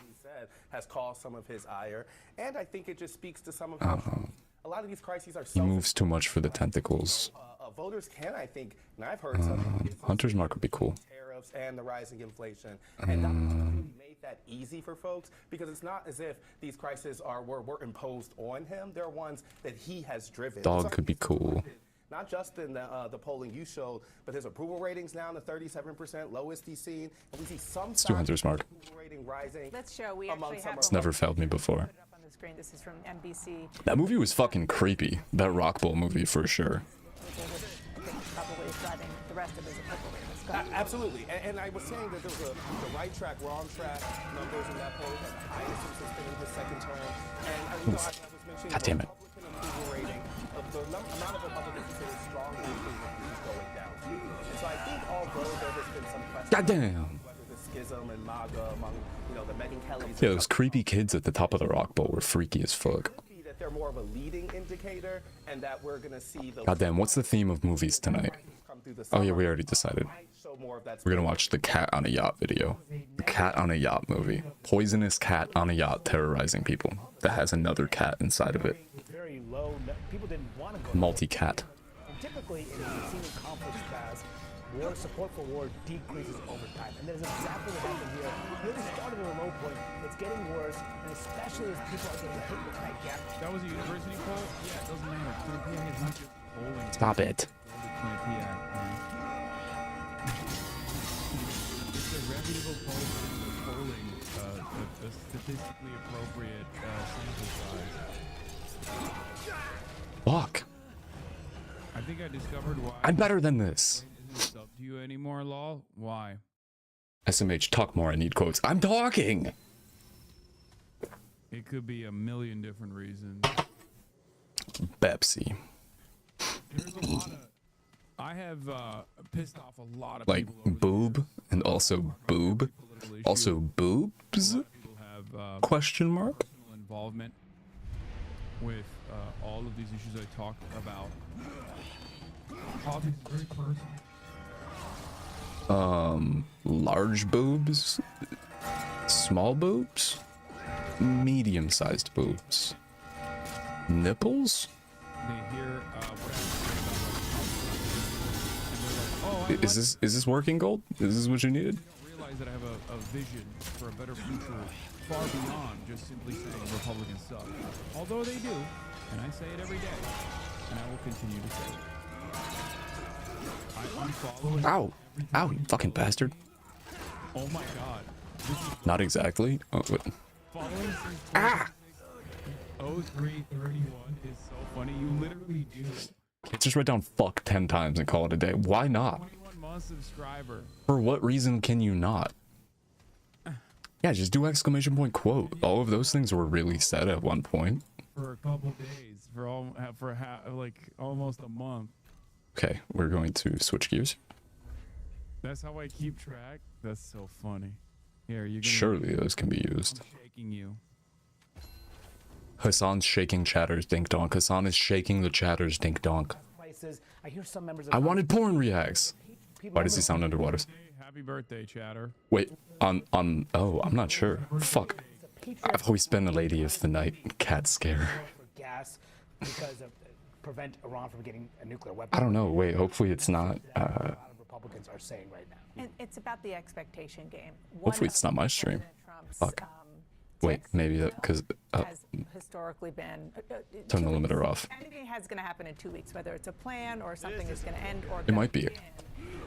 That has It might be been It might be on my end. since the beginning of this war with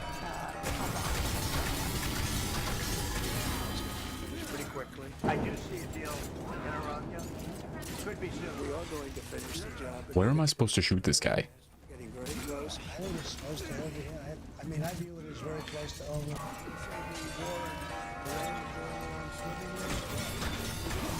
Ow, that hurt. He's just killing his own dudes. It's going to end soon. So Where is his weak spot? The whole build the fucking rings I just put on were for weak spot. Where the fuck? Fuck!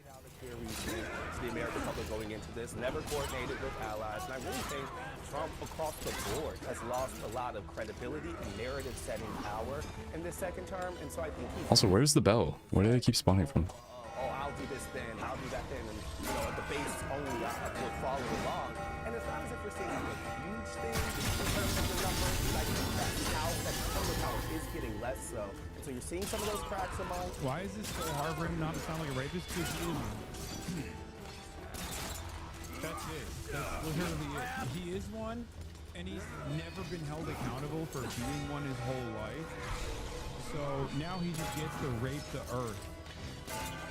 That's what happens when you don't actually punish or hold accountable someone who is a rapist. They embrace their rapist tendencies, and depending on the position that they're in, if you put them in charge of the United Ow, States directly in my face. planet, literally, and they speak like one in the process, and they have the mentality of a rapist because they are one. I'm a fuck. I'm curious why he sounds like he's underwater too. It's hopefully not on my end. Are the ones most likely to be upset by some of these actions. Yeah, I mean, when 2/3 of people responding disapprove of the way you're handling the war. Okay, this Hunter's Mark was not the move. No, this whole build was not the move here. Trying desperately to wrap it up. Do you believe We want this back. lower before the midterm elections? I hope Maybe so. since he doesn't have It could be or the same, or maybe a little bit. a weak spot. Well, they're not very high. If you look at what they were supposed to be in order to get rid of a nuclear weapon, with the danger that entails. President Trump pushed back on energy. I know what I'm gonna do. What is it? Comments this morning telling the Hill. Let's switch laundry over. Laundry. Totally wrong. His words. Totally Laundry wrong. cat. Potentially taking until next year for gas prices to drop below. Do I have any necklaces that increase? Let's go live right now to our senior business reporter, David Goldman. David, Where's the one that? Okay, hold on. these very different messages from the. He always covers all bases. It could be lower, it could be higher, it could stay the same. You never know. Gas, oil. Okay, hold on. This could work. This could work. This could work. Many people say it's what keeps the world. Where's the bleed damage one? Things will be fine. Sometimes it's more expensive, sometimes it's cheaper. Who knows? Who knows what tomorrow may hold? When might we actually Fuck. start seeing gas prices returning to what they were before the war with Iran? And you need to add in Treasury Secretary. It's like 50% bleeding increase or something. That we could have. Oh, gas it must be a. free in front of it in the summer. So what does that mean? Is it $3.99? Oh, it's this one. Free with a couple zeros in front of it. What's There the are other thing? questions about what, when we would actually see $3. The thing to know is that oil needs to come down to historically around $60 a barrel before we start to see sub $3 prices, and we are nowhere close to that right now. We're in the Use the Adam interview. Wait, what Adam interview? on 90 for U.S. oil, and I don't have anything for bleed damage. straight reopened. There's a lot that needs to happen. Buh. And so that's where we are right now with a big question mark about the future path of gas prices. Okay, I gotta beat this boss, and I gotta go make couscous, which only takes like 8 minutes, and then I'm taking y'all on a field trip. But y'all have to be good. Explains that if you listen to Richard Wolff or a song Y'all can't be saying slurs and stuff, okay?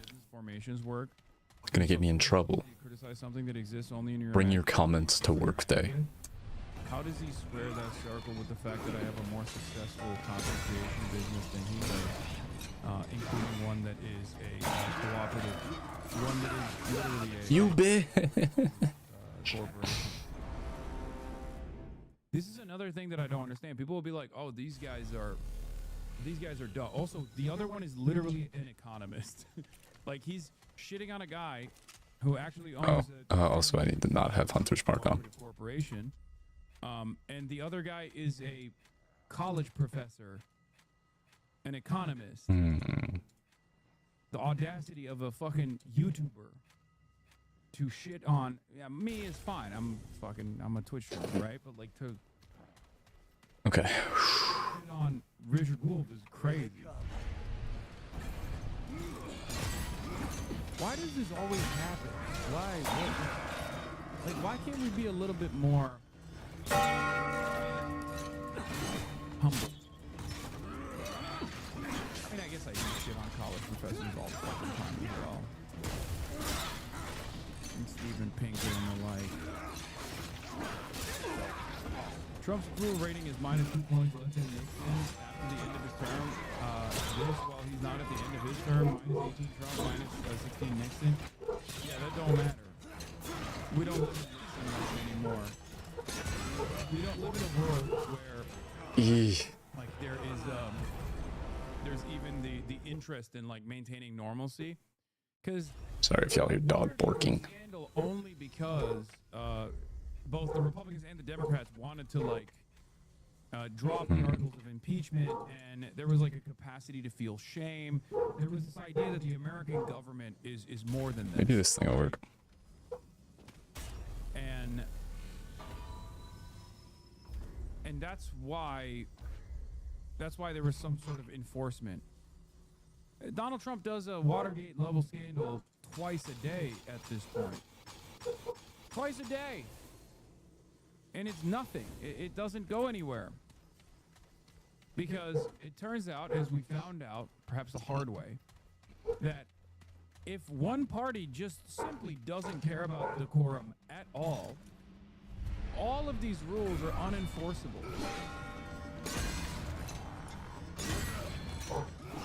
They're completely unenforceable. The only reason why this system was stable for as long as it was because the actors within it were keeping up its stability. Huey? It's gone. There's no investment in maintaining it. Gotta know if this thing works. It does not. I don't think it's doing any damage to it. Doesn't even get punished for their refusals. Maybe the corrosion thing. Celebrated for their refusal Maybe the to corrode damage. not abide by norms and standards. That's what I was using to destroy that one thing.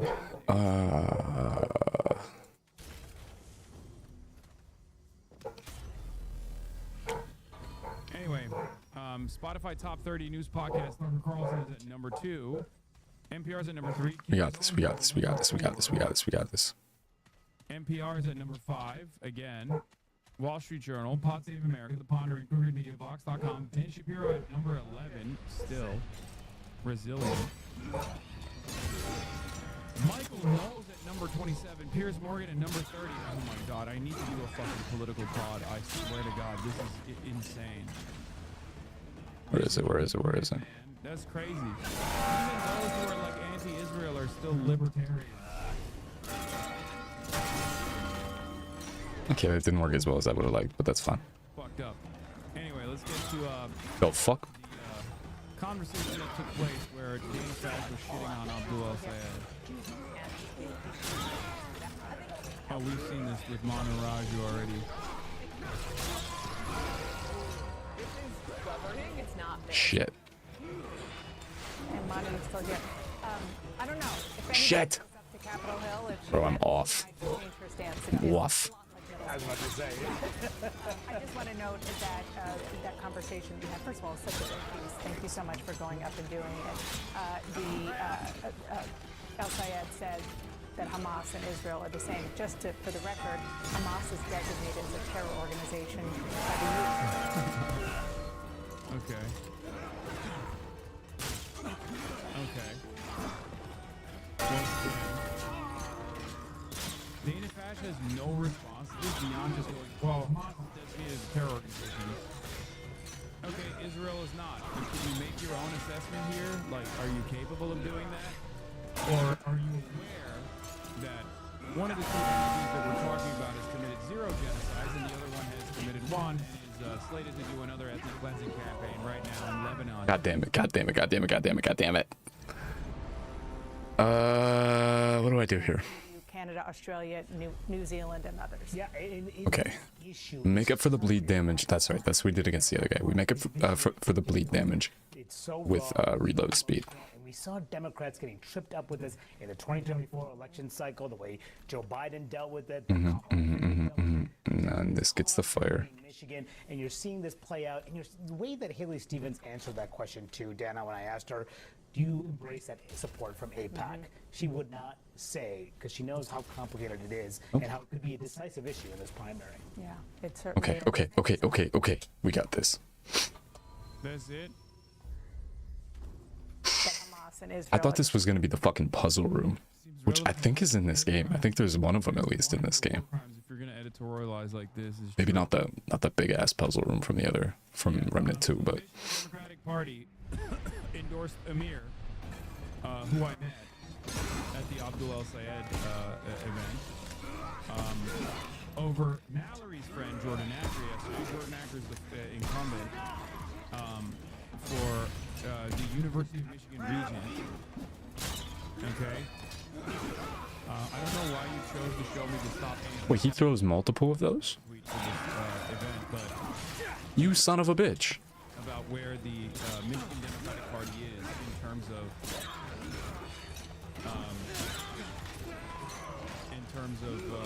their attitude on this issue. Crowd. Crowd. They were older white folk. Alright, I have to destroy that thing ASAP. No doing damage to him. Just destroy the fucking bell, because then they'll stop coming. And I think it does damage to him. I don't remember though. Of controversies, including but not limited to I watched a guide on this one. the prosecution. I think if you stay close to him, it stops him from doing the thing. University of Michigan students that were protesting. Okay, 3 shots from that thing. Who Makhleb actually successfully defended. Okay, so remember that. Get fucked. But also on top of that, Jordan Acker had, been exposed. Aside from the authoritarian crackdown on pro-Palestine protesters, destroying the strong free speech culture of the university and the town, he had the state attorney general press charges when the local prosecutor, the attorney general candidate, refused to press charges. Road. But he also was outed as being a weird pervert, saying horrible shit about the students, like sexual things about the students, in Slack messages that were revealed. Alright, I have to immediately pop the chalky so I can shoot faster. Amir Makhleb, on the other hand, is fantastic, and that's precisely the reason why Josh Kraushaar is losing his fucking mind right now. Here it is. Lewd messages linked to University of Michigan Regent who led campaign against pro-Palestinian students. Jordan Acker would push legal action against protesters running for re-election in the race, reflecting tensions in Wait, did I just hit him in the head? on Israel. University of Michigan Regent Jordan Acker, who helped lead the university's crackdown on pro-Palestinian students, appears to have made obscene sexual comments about a Democratic I'm better than this. I'm better than this. I'm better than this. The Guardian revealed. The Slack messages attributed to Acker also include nude comments about I'm better. I'm better. I'm better. and a picture of her with her friends. Carl also endorsed Jordan Acker, by the way, which is part of the I don't have enough chalkies to keep this up though, to be honest. McMorrow is actually as anti-Israel as she claims she is. Okay? It's very cool how Mallory McMorrow endorsed this vindictive pro-Israel program in the UN Board of Regents who conspired with the Michigan Attorney General with Trump up felony charges against anti-Semitic targeted protesters. Even before these leaked Slack messages, how could you endorse him? Yeah. I missed both of those. The messages were shared with the Guardian just days before the primary convention elected for 2 open UN Board of Regents seats. The board is the university's governing body, and the usually low-profile race is especially tense this year as pro-Israel and pro-Palestinian candidates compete for seats. The race has become a local flashpoint in the broader battle over criticism of Israel on campuses. Acker is not to be confrontational, pro-Israel leader at the large public university. He is trying to help recruit the Michigan Attorney General to bring highly unusual prosecutions to students. And while he was on the board, it led a sprawling undercover surveillance operation against him. The prosecutions and surveillance operations were dropped. Okay, we're going back to the normal crossbow. Acker has also drawn criticism for leading Don't know where his weak spot is, though. I have no fucking clue. the Equity and Inclusion Initiative amid pressure from Donald Trump. Here are some of the messages. Censored is an absolute freak in bed. Likes it extremely rough and very, very much into props. Try this. Missionary doesn't do it for her like at all. Can we talk less about my dad's vote and more about bleeps box? My buddy banged her on election night 2018, and we literally discussed it yesterday. What? It was the most insane experience of his life. What is happening there? Yeah, that was the guy.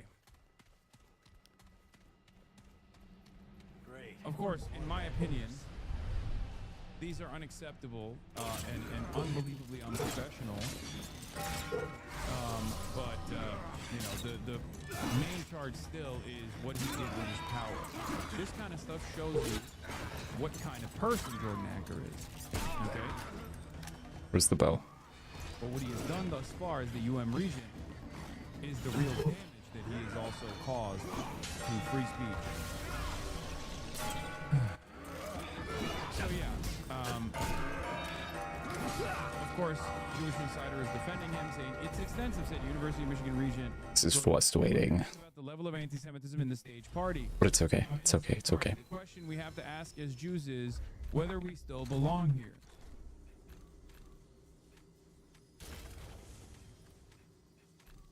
It's totally ridiculous.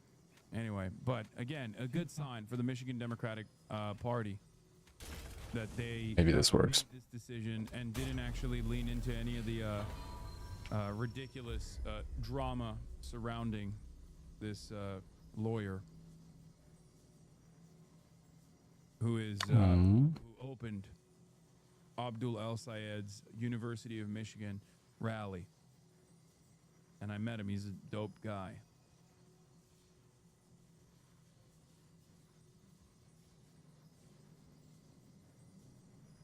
Peak Tapper Hero segment, ostensibly critical of Trump, casually says Mahmoud Khalil call for genocide, which is a complete Okay, clothes put away, comforter and pillowcases in the dryer, other comforter and pillowcases in the wash. Easy clap. One more load of clothes to wash and then actual sheets because I have backup clean ones. Easy clap. Iranian terrorist regime, that's on you. Easy clap. Very effective. Yeah, didn't you when you were buying sheets that day we went to Target, didn't you like end up finding out they were the exact same ones that you had? Did you just have like double? I'm saying it's all Just a double set. genocide, calling for wiping out civilizations. Why gold? Some knucklehead on a college campus. Same one. Easy clap. Or that person. Now what? Mahmoud Khalil is never Easy. Okay. Destroy the thing. Destroy the thing. knuckleheads on campus unless you're talking about pro-Israel knuckleheads on college campus. Fuck! How do I keep missing? Okay, dead. Dead. He's gonna throw another one instantly. Acker and Nessel came for Rashida openly calling her an anti-Semite for saying pro-Palestinian at the University of Michigan should not be expelled or imprisoned. You know who else also played along with that? Jake Tapper. Jake Tapper and Dana Bash also slandered Rashida. Healing.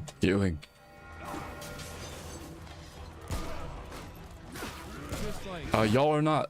Where are my summons? What are they doing? referring to about Khalil, he's saying Mahmoud Khalil called for the genocide of people.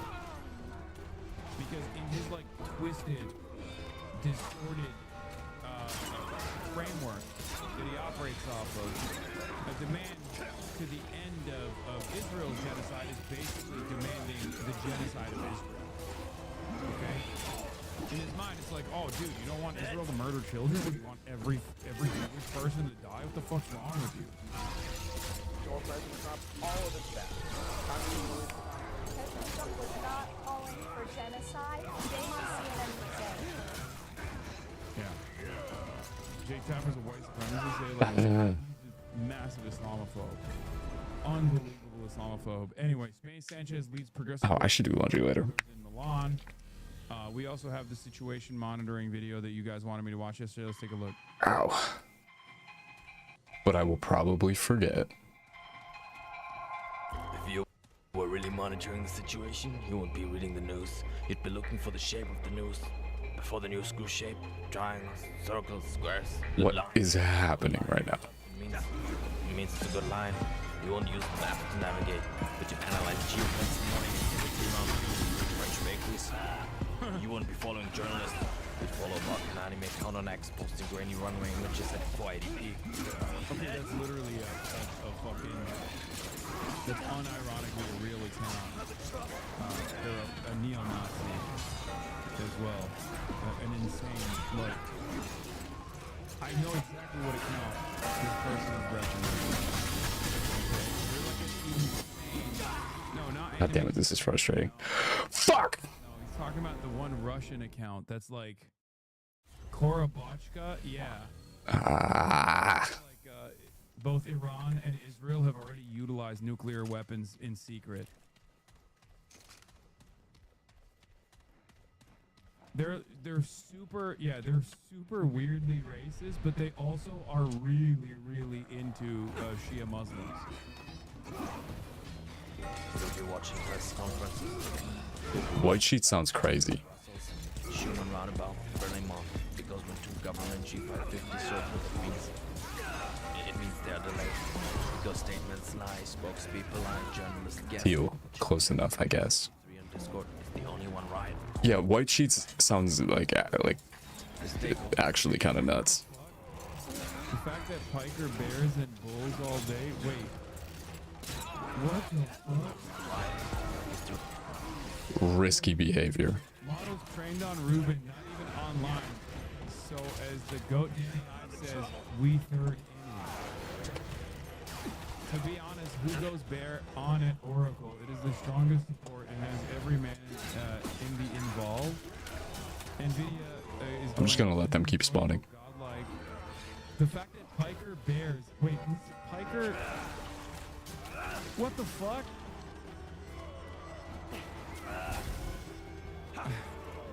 Hashtag Pikers? What the fuck is this? What is happening? What is this channel? The fact that Piker bears and bulls don't go into Wojak Index is criminal. We're right. Sequence of events. Mistake one iteration disappears. The Ghost stream takes off. The Discord server writes something. The internet backbone reads. What's almost missing? Social media claims. Respawn's big guy if you don't do something about it. It's delayed. Why is my Uber rating 2.8? D6, Frankfurt, Equinix, Ashburn, Busy Summit, Corridor, NYC Trading Floor. Users wanted to fall. Oh my god, they're everywhere.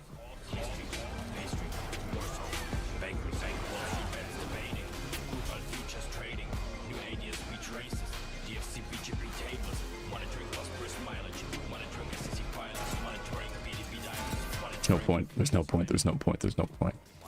Like C with one eye half open when you perform right instead. Brought down on one level. To get my intel before everything else from a security protocol.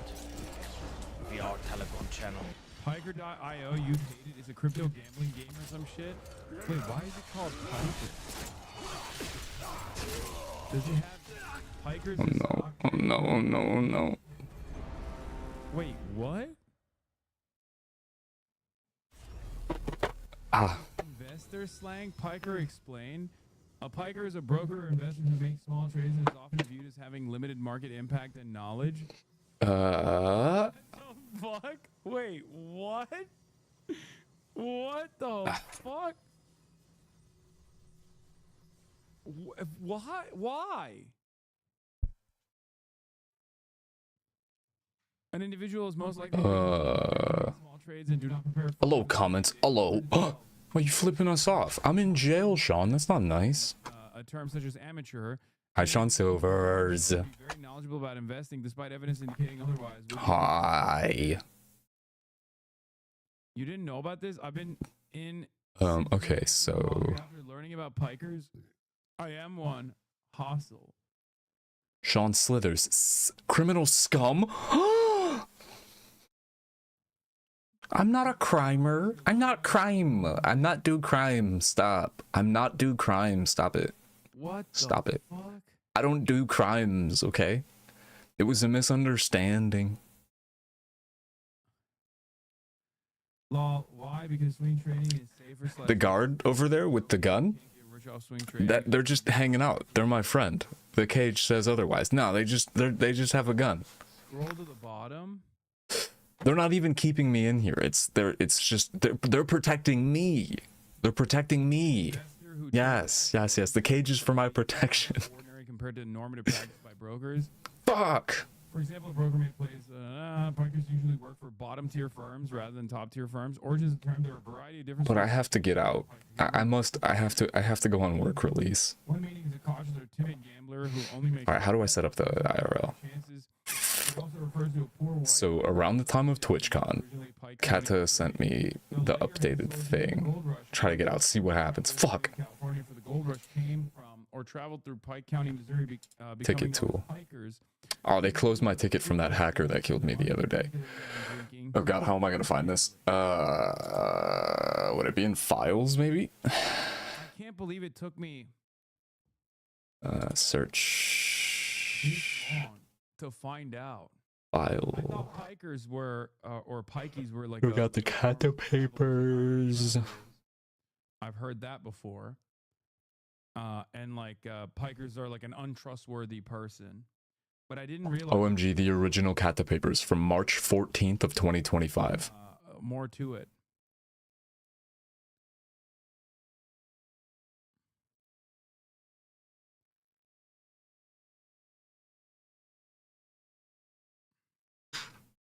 That's a slur. Yeah, I know. It is a slur. Yeah. The original sacred texts. The travelers. But it comes from Piker. I'm pretty sure.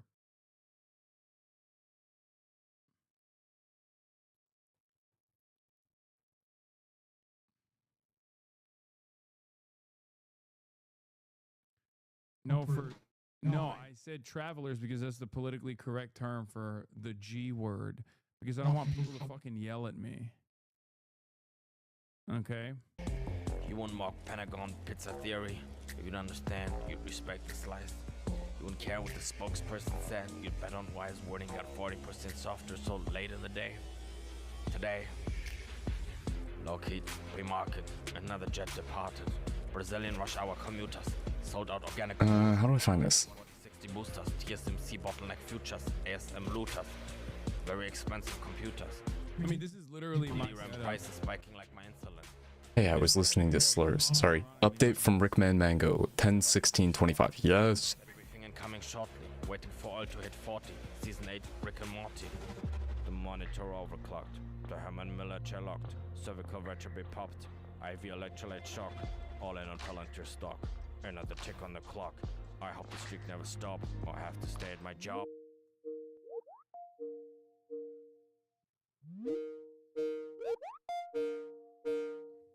Got it. What the fuck just happened? Yeah.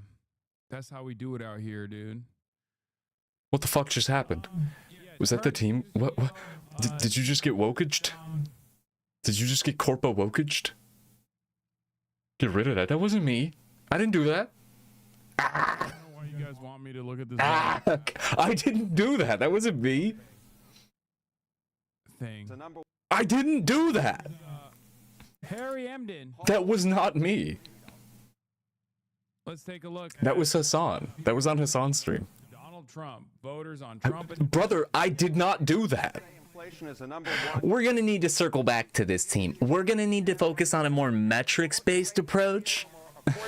The price is wrong when it comes to the President of the United States. I literally didn't do that. Approval ratings when it comes to inflation. It was Hassan, yeah. He clicked on some shit. Record lows, and all of these NBC came out yesterday, 36 points underwater. CBS came out a few weeks ago, 38 points underwater. Ipsos, Reuters, 43 points underwater. CNN came out earlier this month, 45 points underwater. And taking the cake is UMass Amherst, 47 points underwater across all of these polls. Trump is in his worst position ever on the issue that the American people say over and over and over again. Disparage. What's the new one? Guards escape. No, I'm right here. I'm right here. Always dust, Mr. Berman. And this is what is so amazing to me. I mean, these shifts that we're just seeing, my goodness gracious. Voters on Trump and inflation. Holy Toledo. Trump got reelected to a second term, and Joe Biden got pushed to the curb in large part because Americans felt he couldn't handle inflation. Trump was more trusted than If I plug this in, is it gonna fuck everything up? Look at his net approval right now. You average all I gotta plug this in somewhere. 50-point shift away from the president of the United States. A nearly 50-point shift. That's bad. What's This is literally Israel levels of unpopularity for the boy.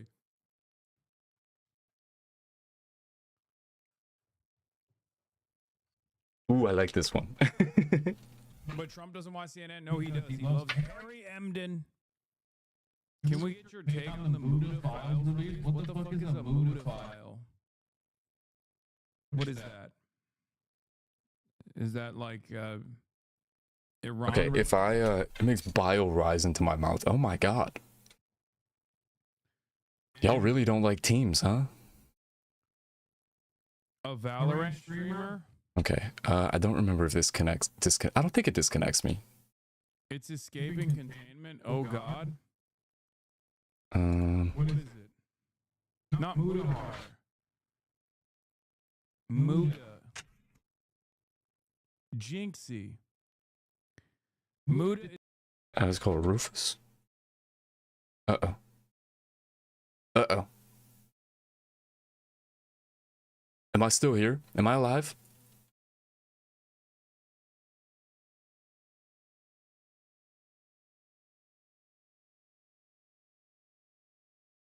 I sent the follow-up on my race. I'm here. Nice, nice, nice. Also nice, nice. They better fucking get back to you. Oh man, that's funny. Yeah, that's crazy, man. That's really fucked up. Alive? I don't know. Am I alive? Hot topic of the day. All right, here's my hot take. It's kind of up to you, Kata. It's kind of up to you as the prison guard with the gun in cat form. In Rainbow Six. Monka. All you're doing is Me when dead. Real. yourself. Real. I promise I won't try to escape poison again. Is that good? Stay in your lane, news man. You don't even game. That's true.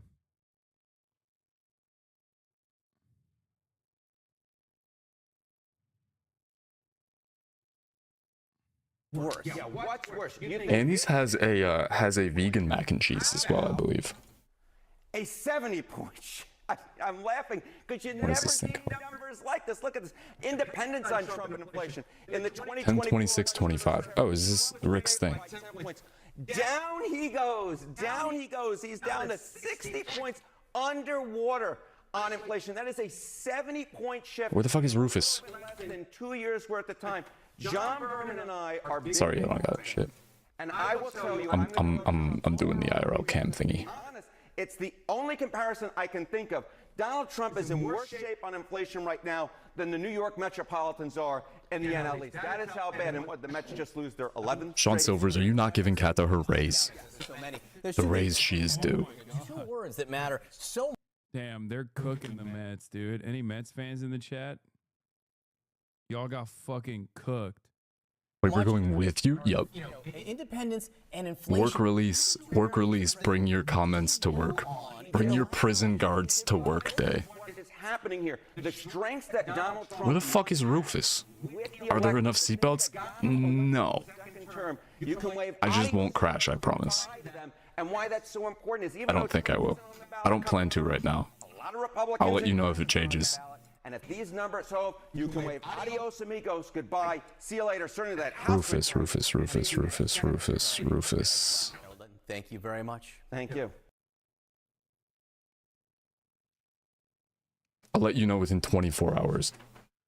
If I plan to crash the car. Rock bottom. We fall in Daily reminder that Outlook is absolute ass. once Zoran hug Mr. Met. Holy Toledo. That's crazy, bro. How are Hold you on. gonna, how are you I gonna got you, put Kat. Zoran Mamdani, man?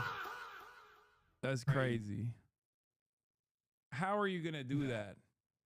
It's one small step for man,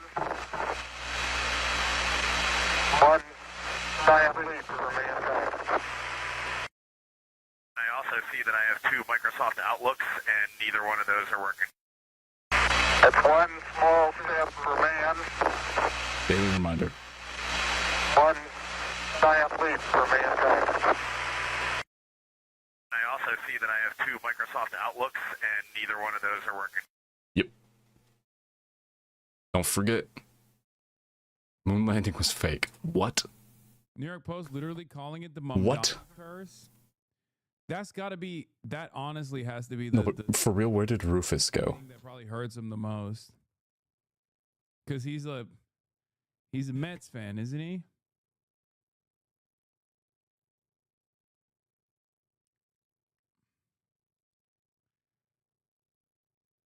Did you see this man? That has been told by What? his entire Democratic Fight me.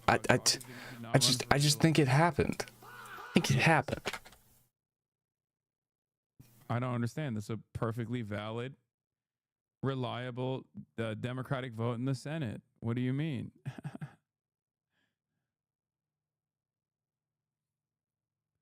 Yeah, that's got to feel really bad, dude. And I am fake as well. What? Imagine being a fucking Mets fan your whole life, and then you get to hug Mr. and Mrs. What? Mets. Where's the fuck? You get to Where's be a the part fucking of their bubble. what?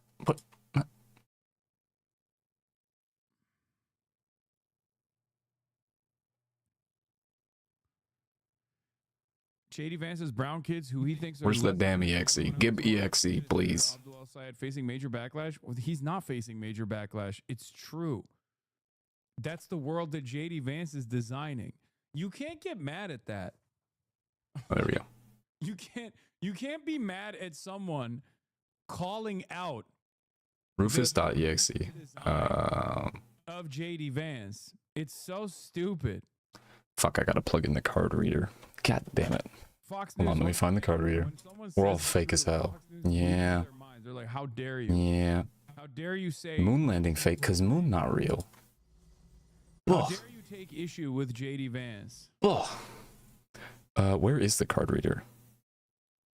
What is this?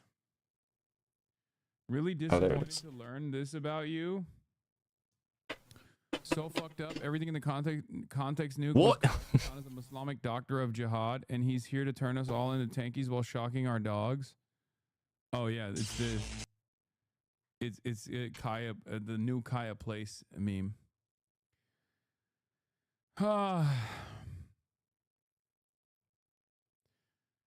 Here's what Galabaf said, by the way, 2 hours ago almost.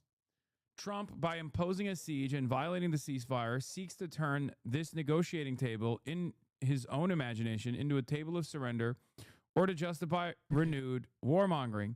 We do not accept negotiations under the shadow of threats, and in the past 2 weeks, we have prepared to reveal W. new cards on the battlefield. Abbas Arakshi said, honoring commitments is the basis of meaningful I'm getting your car seat ready. Hold on, comments. government conduct. Hold on to your peepos, please. It's about to get windy. Carry a bitter message. They seek Iran surrender. Iranians do not submit to force. Now, I mean, they're posting this stuff, but if I'm they hungry. What kind of food you got? go over. What you got, Kata? Please put gold in the glove compartment. Fine. Got your peepo. Don't eat your peepos. The peepos are not for eating. Notice. Crowed. Democrat Senate primary in Michigan is being between. God damn, I'm gonna have to rewire this whole thing. Or not rewire, but like reorganize this little organizer. Northern Line Super Cruise through the Strait. Tell me that that's real, please. You told me to hold on to your people, but don't eat the peepo. Don't hold on to it in your stomach. Radicals is pejorative. I'm sorry, Kata. To scare grandparents into emptying bank accounts for reactionary norm. I'm sorry. I'm already in jail. What do you want from me? Who gives a shit, right? Everybody hold on to your peepos. People are the real They may blow away. that I want to go on a drive. Well, I'm advocating. put my shoes on for me. No. No. Joel's broadcasting. Select. I forget if I get the... clip you want. So now it's kind of like all over the place. No. More focused if you want. Maybe. All right, maybe this week. And we'll I do do love Mr. Piker. Mm. Man, he's on CNN. I saw him on Newsmax. I saw him on Newsmax. I said, Okay, gold goes in the glove compartment. Kata's gonna need food. Kata needs snacks. When they see me, when they What kind of food you got? What kind of food you got? they're yelling about me on Is Fox. it a frozen pizza type of night? He's a kind young fellow that I talked to one. I love the people cat emote. there's my Mr. Piker. There's my Mr. Piker. There's my Mr. Piker. Mr. Piker. Open WRT. Start. All data on device will be destroyed. Multiple partitions. Unk moment. Unk moment. Unk moment.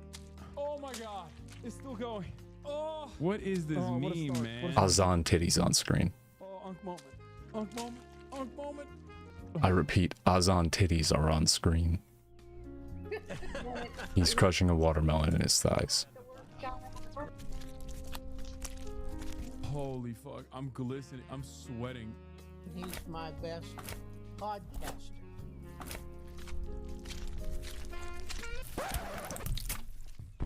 What are you doing now? You're just We checking doing out, prawn? We doing prawn. like staring into space or looking at other screens. But today, I'm looking at my notes. You never let me look at my notes. Let him finish. your phone is still ringing. I'm going to go throw my phone out. Goddamn VF. Never forget that Jackie has that flag. That's crazy. When you said That picture, but in flag form. it turns out you were talking about Okay, Mary. partition ready. What the hell, dude? Crazy time to be audio only. And honestly, that's kind of sick. I'm not even hating. Holy fuck, Stephen Miller mentioned you? No, he didn't. That's Twitch himbos. Shut up.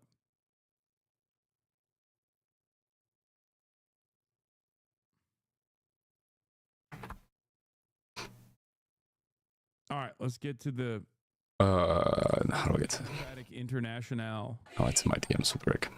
The global left unites. I Spain's wouldn't say the global left. Pedro Sanchez and Brazil's Luiz Inácio Lula da Silva headlined back-to-back events on Saturday. The fourth In Defense of Democracy meeting and the first Global Progressive Mobilization Summit. The events brought South Africa's Cyril Ramaphosa, Mexico's Claudia Sheinbaum, Colombia's Gustavo Petro, and prominent U.S. Democrats to Barcelona to promote progressive Prominent U.S. Democrats. policies and defend a rules-based world order. Prominent U.S. Democrats is Tim Walz. Oh yeah, I don't know if vanishing works from Watts. The international far right and the right wing that has succumbed to this I'm gonna reaction power cycle this. has come to an end, and that we, all of you, are going to usher in a new era of progress for the world and for all our countries. While Lula told Spanish newspaper El País the summit would not be an anti-Trump meeting, the U.S. president's actions Sorry, Wi-Fi is gonna glitch, I think. expressed concern over Cuba's energy crisis, which sharply deteriorated after Trump imposed an oil blockade of the island nation. Network change detected. Your attendant was at this There we go. event, if you want to understand like the American participation here. No password set. Services. The American left Start up. gave a brief note was Zohran No, Mamdani. network. Mamdani Wireless. adjusted to France. Remove. Mamdani's perspective. Open phones. Mamdani's position in American politics would place him squarely in the LFI camp for French politics, but the only party in attendance here was the Socialist Party of France. So it's mostly just like center-left parties, with the exception of, I would say, Sheinbaum, and I guess maybe Lula, if you want to call him a left figure still. But yeah. Making Eggos. Waffles. Waffles. As he called on the UN Security Oh, Council yeah. to fulfill their obligation. Kata, you used to be Yeah, always Gustavo making waffles, it feels like. No president of any country in the world, no matter I don't know if that stopped or if I just forgot. rules on other countries. Used to be a huge waffle, Andy. We cannot wake up every morning and go to sleep every night with the president's Twitter account threatening the world. Okay, alright, save and apply. No, we need to scan. We're scanning. Notice how I used my words very carefully, and I said what Zoran represents in American politics. It's called iPhone. In French politics would be better represented by LFI. I didn't say Zoran and LFI are aligned on issues. Maximize compatibility. Adjusted to French politics, LFI is the left flank. Adjusted to American politics, Zoran would be the left flank of electeds. That's all I mean. Making war. Dismiss. Scan again. Far right, its leaders tried to hold their ground. Who died? In the wake of nationalist Viktor Orban's loss in Hungary, France's Jordan Bardella, and the Netherlands' Geert Wilders You say hidden. joined thousands in Milan for a rally in support of the far-right Patriots for Europe party. Saturday's rallies came ahead of major elections in France, Italy, Spain, and Poland in 2027, in which far-right candidates hope to further their influence. iPhone, there we go. Join network. The world, as I said earlier, is more dangerous and divided. The U.S. has fundamentally changed its approach to trade, raising its tariffs to levels last seen during the Great Depression. Many of our former strengths, based on our close ties Okay. Auto. Channel auto. that we must There was correct, security. Fuck all that. That's okay. affected by U.S. tariffs in autos, in lumber. Save and apply. Businesses are holding back investments. Wait, who died? Did I die? By the pall of uncertainty that's hanging over all of Am us. I alive? And we must respond. Canada Strong is our plan to build Canada by It's connected to the Wi-Fi on my phone. will attract new investment so we can build more for ourselves. striking EST host. Oh no, it's not EST host. So we Am can I alive? new markets. It's about What the fuck is this thing called? control of our security, our borders, and our future. There are some who say there's no need for a comprehensive VLC Media Player, that's the one. should wait it out in the hope that the United States will return to normal, that the good old days will come back. Wait, what did it do? Isn't the plan, and nostalgia is not. Well, I'm confused. These days that young Canadians Network stream. all their Here's the lives link. haven't been that good. Their lifetimes have been marked by a series of shocks and crises from abroad: the Iraq War, the global financial crisis, COVID, and now this. We have to take care of ourselves. What We happened? can't rely on one foreign partner. We can't control the disruption coming from our Okay. neighbors. We can't bet our What's future that? and hope that it will suddenly stop. But we can control what happens here. We can build a stronger country that can withstand disruption from What? abroad, that creates What? good jobs here at home. That's Where a did I go? world with a vast Got the network. camera. Ooh, I am gonna actually That's the disappear for a second. Fuck. we're putting into action. Well, unless I can find a way to just hook up the audio. It's crazy because it's like Mark Carney looks like Mark's Carney because America's so unbelievably I wonder. destabilizing that he can just I like wonder if this would work. present himself as like a reliable, strong, competent leader. Oh. Because Canadians Oh, I see. No, I'm still here. I'm still here. see how fucked The wireless mics. American leadership looks like. And they look at Mark Carney and they think, oh, he's great. Thank God we have Mark Carney. This is exactly what happened with Justin Trudeau, man. Just as Democrats never learned the lessons, I recall a time when Justin Trudeau was seen as this beacon of prosperity, the shining light in Canada, America's hat. America hat. Canadians used to say, look at our beautiful Justin Trudeau. He likes to fall from stairs. DLC Media Player. He's in shape. Media. Open network stream. Play. Alright, looks like I gotta test it with the video. Man, you just bitch about everything. Come on. Yeah. hmm. Many of you said this when I Yeah, that might be the way. Kid Starver, Keir Starmer, when he won. Look where we're at now. Maybe. I will remind you. Okay, my face is gonna disappear, but I'm still in prison, I promise, okay? I'm not going anywhere. I'll put a placeholder in my stead. In order for Canada to truly chart an independent path forward, you must demand more from Mark Carney. Okay? Not just words, not just symbolisms, not just saying I'm not that breaking out. I'm not breaking out, I promise. separate ourselves from America. No, You must no, I promise. Yeah, this is it. He jumped on board with U.S. and Israeli imperialism against Iran a week ago. Who was he fooling with this? See, I'm still there. I'm still. Wait, that's me now. Yeah, why are you letting him escape? I'm a fan of Avi Lewis, obviously, as you guys know. Oh, okay, my camera's gonna disappear for a second.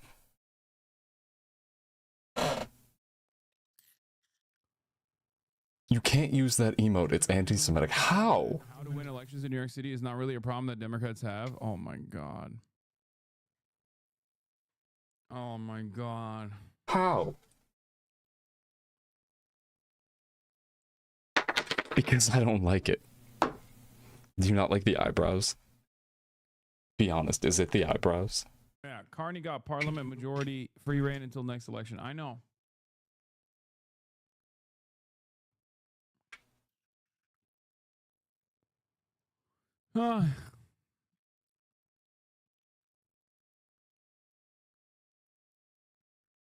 He knows. Mark Carney knows the cheat code.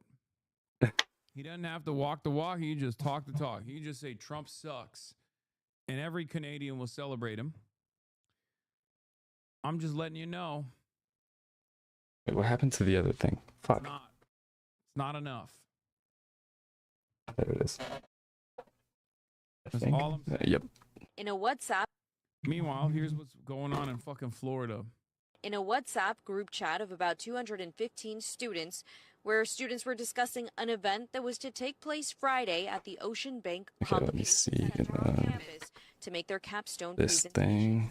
thing. An FIU police officer read some of the statements in court. Let's just make sure we can get this thing up and running still. A bomb in the Ocean Bank Convocation Center. What the hell? It's going to be at Raise John still pending approval. Bruh. one of the members in the chat. So how long ago were you fucking supposed to get this? That chat.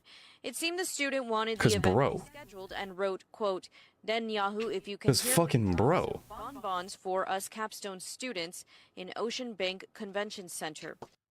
Like, this is obviously a joke, man. 'Cause fucking bro. That's crazy. I mean, it's The New Year? Come on, man.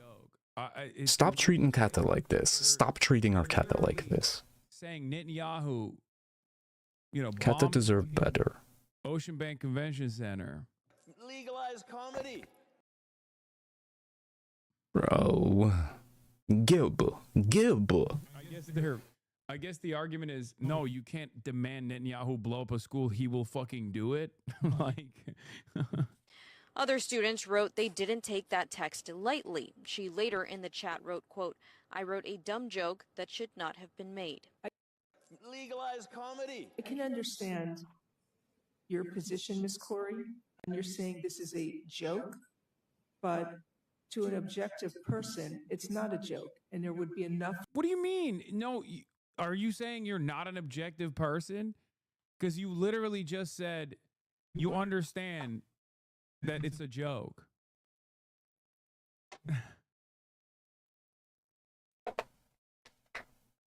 I think it's fucking nuts. I mean, look, there are more Yeah, come on. serious bomb threats than saying Netanyahu dropped Kata some bomb. worked too hard for that bullshit.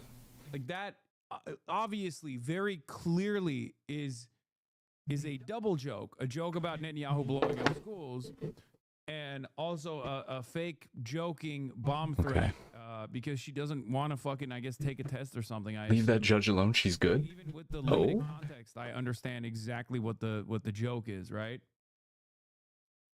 for probable cause. Good judge? For beyond a reasonable doubt, I don't know what the state's going to be able to prove at trial, but for purposes of this hearing, I believe there is Okay, so it should connect. It should reconnect to the Wi-Fi.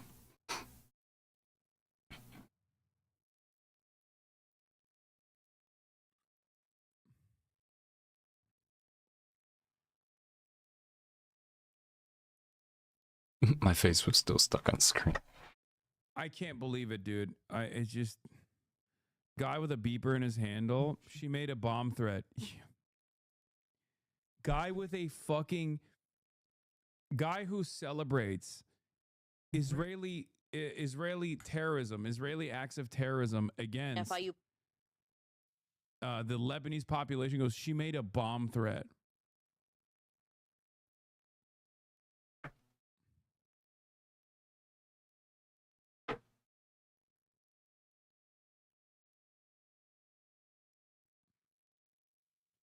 In those hearing, they are supposed to view facts in a light most favorable to the presenter. The laws inform how the judge interprets facts.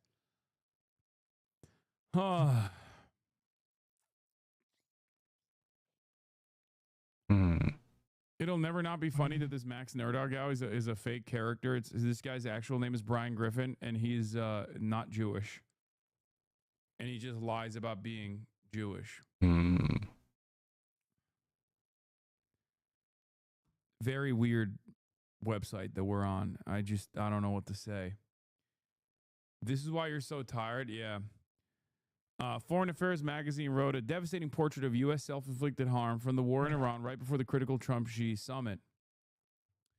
Despite Trump's America First branding, the impulsive war with Iran has been a masterclass in putting America last. Because of his hubris, America finds itself in another quagmire without an exit strategy. The Trump administration traded national security. Okay. Troubleshoot something. Asking the American public to pay the bill. The real winner of this avoidable conflict won't be Washington or Tehran. It will be Beijing. As Zhongyang Zhou Liu astutely observed in Foreign Affairs, one more time. Crisis stability. Then we'll plug it back in. Take over every role the United States has filled for decades, such as serving as the Middle East policeman. Still, China stands to gain more than it loses from this war. As the United States becomes distracted, alienates its allies, and creates gaps in global leadership, Beijing can improve its relative standing simply by remaining the more predictable actor in an increasingly unpredictable world. Ahead of the rescheduled Trump-Xi summit, China is likely laying a trap for the Trump administration. According to Bloomberg, Xi may dangle a commitment to buy 500 Boeing airplanes as a high-profile economic win for Trump.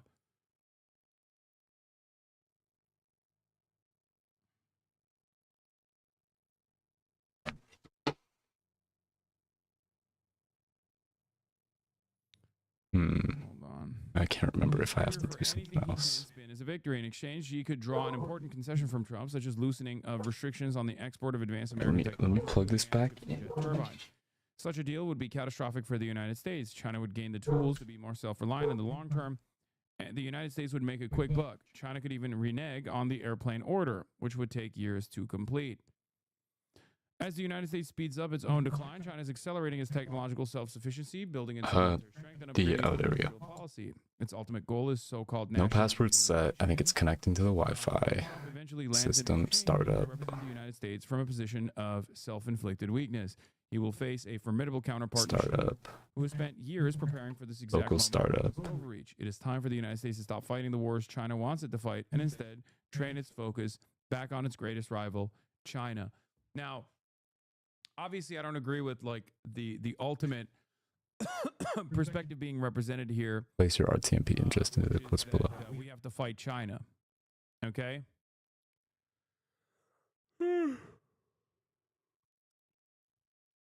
Oh, there we go. I don't think we have to fight China.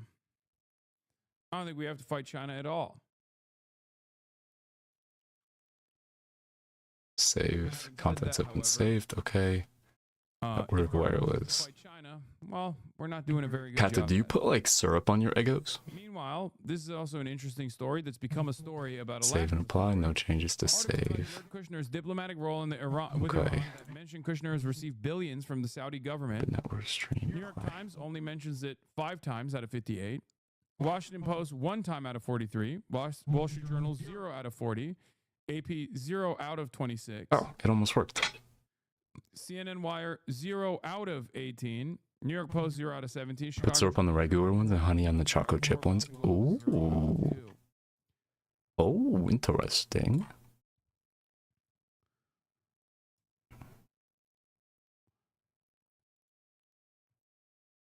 Anyway. Syrup. Let's look at Drew Subpoenas this. Harwell's Washington Post article on Nicolas Fuentes. Yay. Reports from WAPO. It's working. We found out how much money Yay. Fuentes makes from Super Chats. It's working. $900,000 It's my wall. since the start of Trump's second It's my term. wall. Is it still doing the glitchy thing? Even if it is, it doesn't matter because we only need audio. Is it still doing the glitchy thing? Even if it is, it Here's doesn't the matter. 'cause story we only need audio. of Christine in Ohio, a food truck operator who became his most frequent donor despite not making much Let's money. go. Nick's super chats look like this, so we Bailiff Caterham, the witness is throwing it back in the court. No twerking. a month to 100K a month. People are fanatical because they feel conflicted and misunderstood. Like No I twerking. told me. Send that ass back. The story on X, I'm rich, and says on Telegram, mo money, mo problems. In text this morning, he told me it's like an attack on my livelihood. And Send that ass right back. he spreads hate online, and fans pay him hundreds of thousands of dollars a month. This is the Bailiff. story about Nicolas Fuentes. Nicolas Fuentes. The Hasanabi method? Yeah. Okay. Classic Hasanabi method. Nice. What's he doing with the audio? Okay. Do you make anywhere near that in donations? Fuck no. I don't get any donations because I don't have TTS on purpose. Okay, that's awesome. If you Subtitles recall. enabled. You have archive link? Thank you, chatter.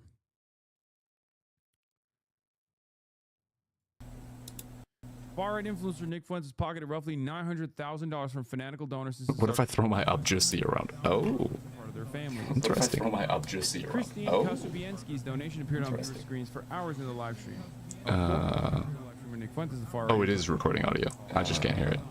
I prayed daily Oh, it is for his recording safety, audio. she wrote I just can't hear it. night last August, sending Fuentes a $50 Oh, look at the advanced audio properties. Charles Bronson Advanced vigilante. audio properties, IRL2 audio monitor. For 7 years, Kasubiensky has binged Fuentes' nearly nightly monologues from her home in Lorain, Ohio, watching as a college student from suburban Illinois grew into one of the most prominent torchbearers for an increasingly radicalized online right.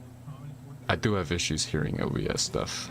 Air Force veteran I believed do have Fuentes' issues serious hearing talk OBS about the stuff. dangers of diversifying America and worried that it placed him in danger. On many nights, she sent paid messages to tell him about her own moments of personal crisis and encourage him. Okay, y'all can probably hear me through the thing. Serving chicken Okay, y'all- paprikash on a Polish food truck. She doubted Fuentes was making much money, no more than 50 grand a year. She said her son Stephen Ryan, who watched Fuentes together with his mom on a 65-inch TV screen. We were barely Well. making it, but we wanted to help him because we saw that what he was struggling with. Well. Ryan said in an interview. Okay, I can't hear it, but it looks like the audio is going through, which is sick. At the time of her prayer message, Fuentes was already generating a sizable income. Since the start of last year through the end of last month, roughly 11,000 donors have sent Fuentes nearly $900,000 in super chats. A Washington Post analysis found the Post analyzed more than 1,400 hours of Fuentes' streams using artificial intelligence to tally donations, which flicker on screen in real time. Fuentes, 27, has kicked off most Okay, okay. was kicked off most mainstream social networks because Can you let us talk to the Lyft passengers? I don't think that's a good idea. Adolf Hitler is awesome, and that I don't most think that's a good idea, though. and that organized Jewry has corrupted society, and that women should be locked in breeding gulags and serve only as Okay, nice. Proof of concept. We know it works now. I'm gonna plug this back in and my worldview. and set the audio quality lower, or the video quality lower. Something that I find to be more. I don't think that's a good idea. Combat my entire fucking life, and still you have a bunch of dumb dipshits actively making this comparison because they love Israel that much. Yeah, so the whole problem that we had with this before was it was just like a power supply problem. Let me call them hot dog lickers. That's not nice. Increasingly influential. That's not nice. The helly? Thanks to a shadow. Oh, it lets me log in while it's running? That's crazy. Clips from his hour-long System. of their own. Startup. Through his super chats, Fuentes is Local startup. lucrative financial engine. Below resolution or below echo. He said he also makes money selling swastika imprinted Upload bandwidth target and kbps. talks with devotees.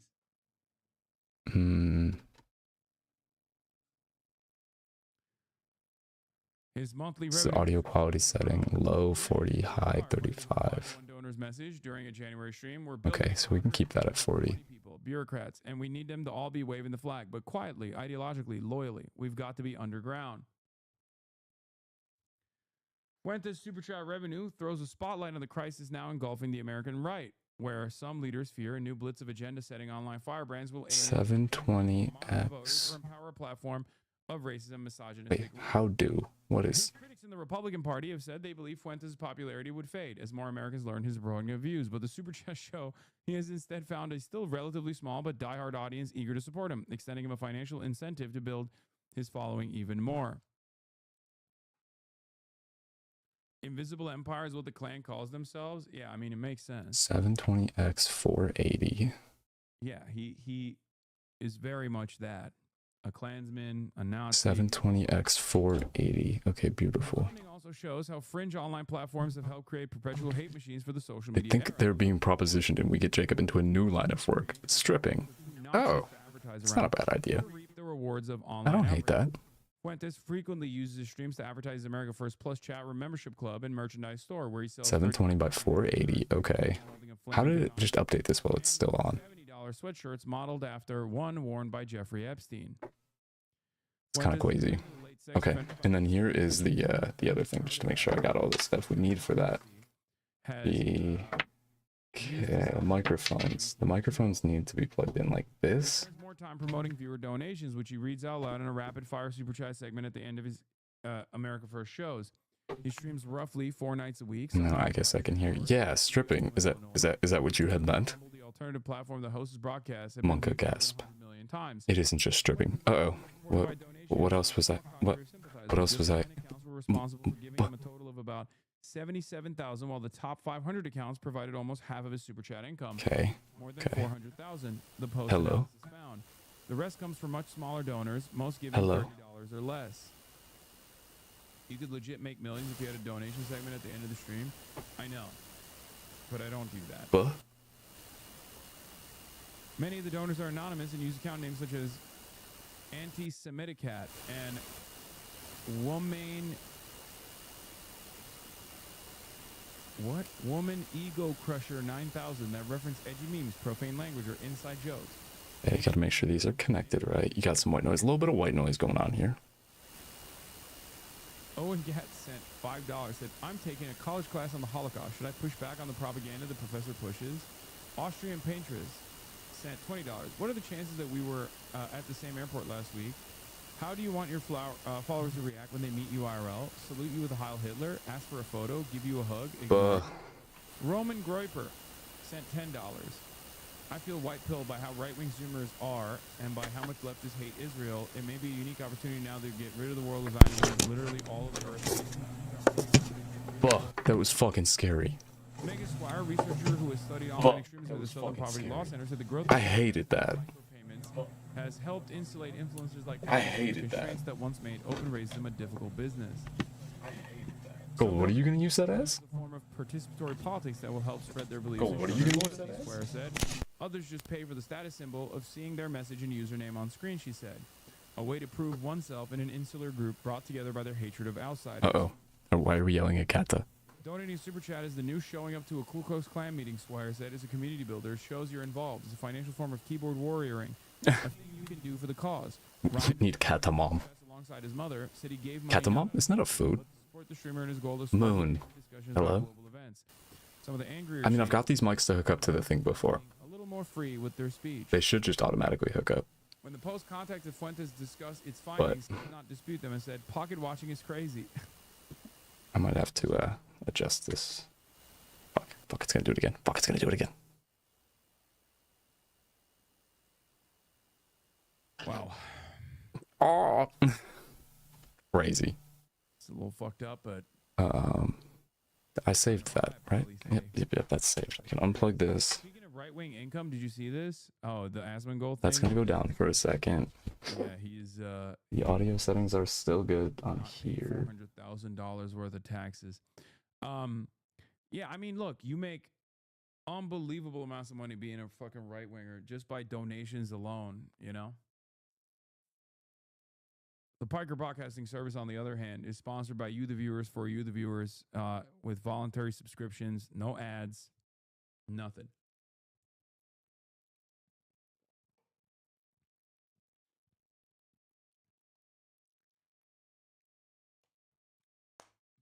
Ugh. Thank you, Emily Giselle. Okay, hold on. These microphones, I gotta make sure these are set correctly. This is working so much better than I honestly kind of thought it would.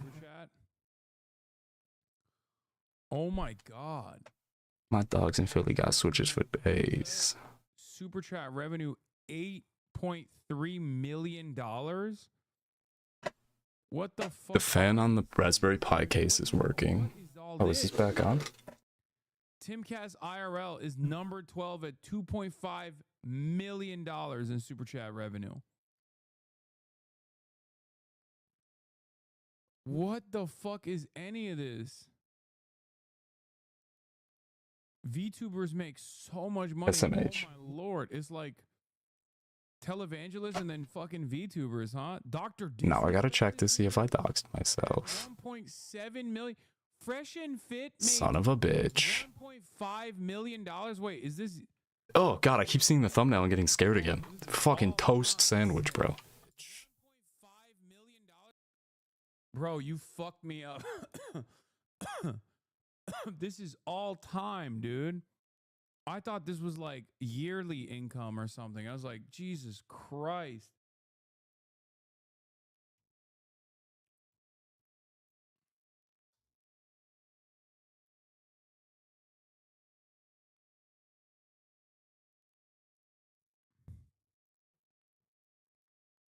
This pastor makes $2 million a year.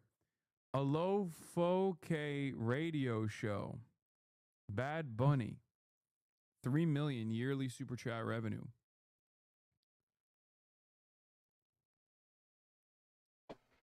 I'm gonna assume it's fine. Live. Makes 471 grand a year off of super chat revenue. Bro, iShow Speed makes less money than these. Okay, let's end it's off. Road art. That's just Ludwig.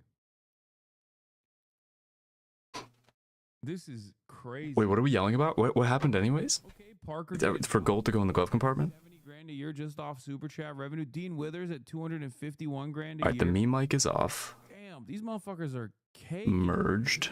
Output gain mode low. Okay, so that's off. Of all time, think about Katha, I'm not really sure what is going on, to be honest. I know you were being yelled for. I don't think you did anything. I think Gold did something or something. Oh, BF was just saying hi. Tremendous amount of revenue off of ads too. Alright, now let these connect. I wonder if it's going to do the auto reconnect thing. Do I need to unmod Gold? Can you kill him? In the direction For all of the things he has done? Shitheads all the time. Including the titty shaming he was doing last week that I don't think he ever got punished for. Big chunk of leftists on the internet. You might as well. On the internet, they'd be like, "Who's the biggest like political grifter? Who makes the most money off of political commentary?" Nice. Would probably universally say me. Okay. Power cycle this biatch. These motherfuckers with like a fraction of the audience are raking Oh, in. Bigger it's so funny when the name just disappears. Hold on, wait, don't do it yet. Oh, fuck. It's actually kind of crazy. Yay! Damn, remember when I used to audio only stream a lot? You can talk politics and drag weaves into being a leftist. I don't have the voice for it. Gold, please clap. Please clap at your own oppression.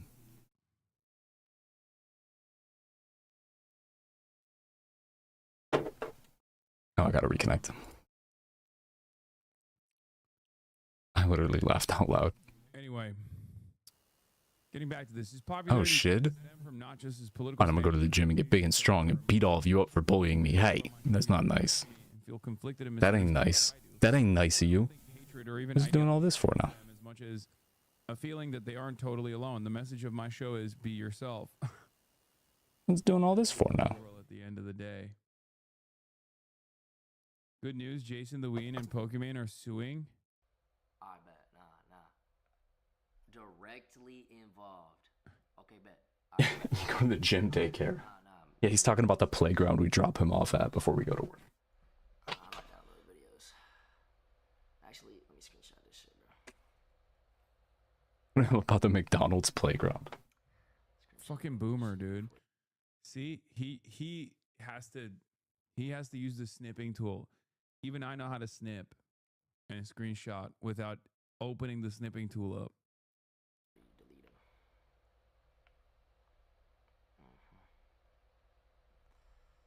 What's one? Let's go one more, bro. Hope Rainbed's paying you enough, buddy. Hope Rainbed's paying you enough, buddy. I know exactly how much they're paying you too, buddy. Hey, they offer. Okay, that'll fix that, I think. We need updates, bread too. And then we power cycle again. It's not enough, buddy. Building blocks. I mean, I'm 100% on board with this. They should, I mean, every single one of Anyone ever worry we're too mean to gold? these sued into oblivion. They do this shit all the time. Someone's got to I feel like this is chaos. Oh, it's pure fucking chaos, yo. I'm making the goddamn. I'm trying to get the IRL thing to work so I can take y'all with me on Lyft. Yeah. Anybody's acting real hog-like, I'm unmuting the mic and I'm honestly, legally speaking, I'm allowed to record passengers anyways. But I'm obviously going to be like courteous of people's privacy and stuff if I can. But if they start popping off on some hog shit, which happens quite often, I'm unmuting instantly for y'all to hear. The only thing I do, yeah. If I went after people who defame me professionally, I would have to literally Instantly. clear virtually half of the fucking commentary sphere, some of which have actually now turned on their So I know how I had it working before, so if it doesn't want to work like this... old for them that they just like literally were like, all this stuff is bullshit, it turns out. Yeah, I would have to sue politicians. I'd have to sue old ass YouTubers. Same with Pokey too, to be honest. And it would be all of my content. It would take up every single moment of my life. Why the fuck is it glitching out now? I'm curious.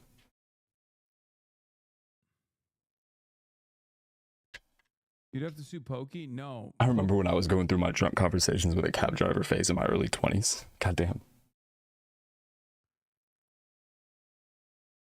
It was working fine. What's going on now? What's all this then? Pokey would have generational wealth in those legal battles? No, because most of these people are broke. It's connecting pretty quickly, which I like.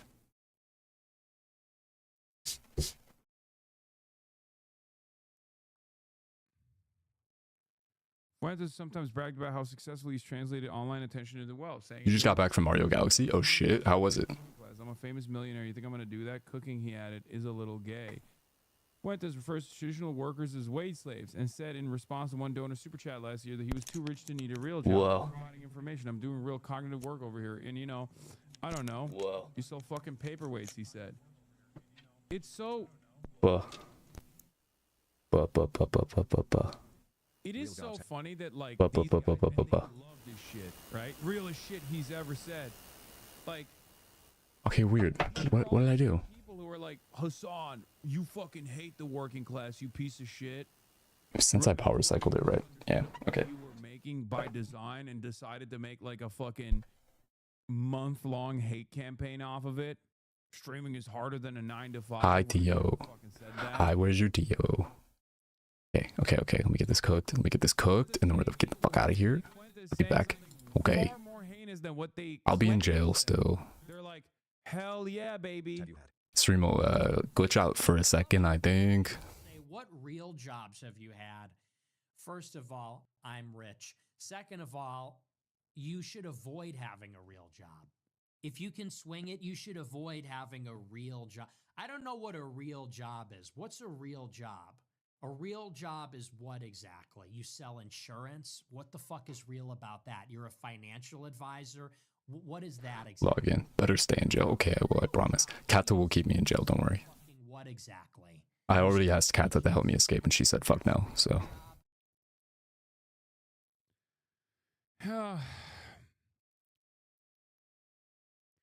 She unequivocally said fuck no. If you are just on the right to say whatever Okay, so now the settings are exactly the same as they were. and get endless loyalty and endless charitability. Where it was still the good. Charitability from liberals. Where it was still the good.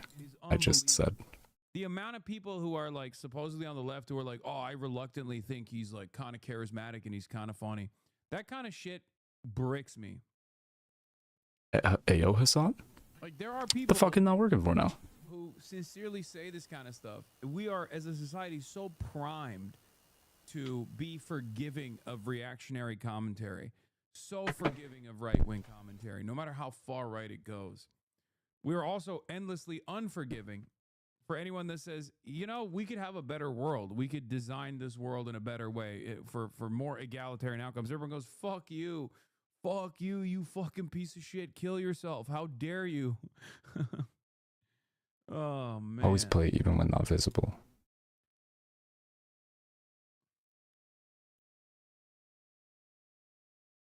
Oh, okay, having the mic attached was seemingly fucking it up at first. Oh, okay, having the mic attached was seemingly fucking it up at first. Oh, okay, having the mic attached. Yay, endless loop of audio. As opposed to, because like liberals are to Yay, the left, endless loop of audio. liberals are to the left of the Republican Party. Yay, endless loop of audio. Conservatives, so like they have to operate by very different standards than conservatives have to operate off of. Jesus, that was scary. It's just always, there is, the further left you are, the less charitability there is to your worldview. The further right you are, the more charitability there is to your worldview. It's kind of unbelievable. Hello? Hello? You know? In his messages to the Post, he noted that the Super Chats brought their own kind of mental labor. I'm not free, he said. I'm chained to the desk reading insipid slop. Hello? In the years since Sorry. No, I'm yapping into the little mics trying to see if they pick up. agitators, most notably his scathing criticism of President Donald Trump, What the helly? now argues that the president betrayed MAGA by supporting Israel in a war with Iran and blew it by not working more aggressively. Hello? These have definitely worked before. Fuentes told his fans known as Groypers to vote against Trump-backed candidates in the coming election so that a more brutal fascist 100%. saying last month on an X post that the GOP must be purged and burned to the ground. Fuentes' rise is alarmed. Fuentes' rise has alarmed GOP leaders who are concerned that the online ecosystem that rewards his views are here to stay. The California Republican Party sent state party officials Hello. urging them to block candidates who promote Fuentes and Groyper culture, saying his ideology called for an America modeled closely after Nazi Germany that was alienating to average Americans, to say the least. Trump said in January, first of all, you can't say that. Because Oh, the Republican this is the wrong audio fucking thing. Hold on. Okay, hold up. designing society in a similar fashion. Right? Okay, hold up. Like, there are prominent members of the Trump Is administration this the right one now? identical views to Nick Fuentes, like straight up. Is this the right one now? Wait a minute. Is this the right one? Like the closest that our movement has reached in terms of like proximity to power is maybe like, you know, Zoran Mamdani. Hold on, hold on. Hello? Hold on, hold on. Hello? Whoa, I got the little mics to work. Hello? Whoa, I got the little mics to work. Yay. Okay, cool. Sick. Whoa, I got the little mics to work. Yay. Okay, cool. Sick. Yo, y'all's car seat is working now. Future for everyone, and not only that, but also I don't shy away from Yeah. vision. Don't see the need to like I was using the wrong aux cable. dog whistles or whatever in the way that like liberals try to present it, because there is nothing Amazing. embarrassing or scary about my worldview. Like slowly but surely Sat. moving in the direction of mass control of mass politics is not a bad thing. There is no Okay, so let me figure this out now. in the same So that's all good. It'll connect to the phone. It'll do the damn thing. end of whatever vision Nick Fuentes has for society. As a matter of fact, that death and destruction is already here, right? Through the brutal ICE encampment. Horseshoe theory. Oh my God. Every dumb fuck on the planet. Please. No, I don't believe in horseshoe theory because I'm not a fucking idiot. Okay. I'm sorry, chatter. Only fucking morons keep saying the horseshoe theory. Yeah, dude, I know. It's the radical center is where we must be. Look how far it got us. Seems like the radical Amazing. swinging wildly to the fucking right.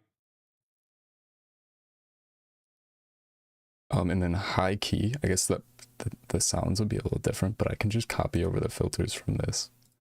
Copy filters. Theory is Paste filters. every fucking dumb guy. And then hopefully it just works the same way as the mics do when they're attached. The confines of their ideology that think, oh, well, I'm in the moderate mythical. Okay, there's a decent chance this audio sounds utterly fucking cooked, but how's it sounding for y'all?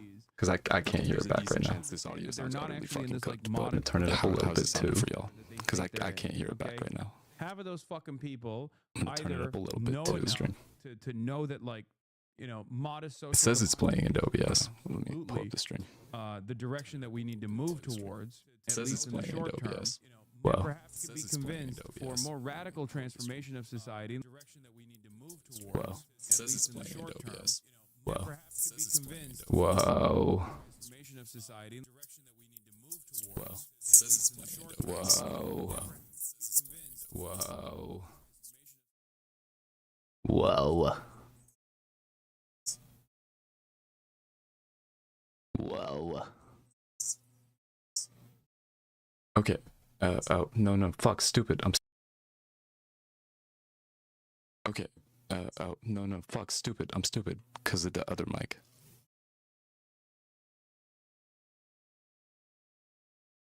Stupid. Hello.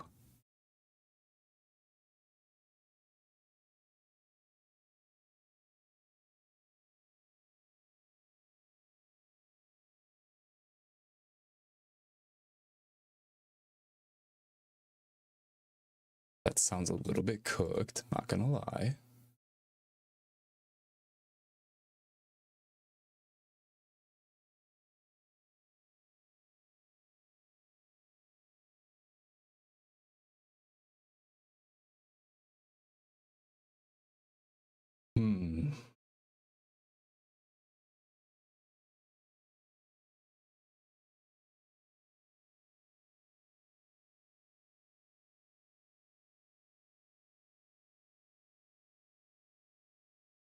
I turn the filters off. Or if I make the noise gate a little bit.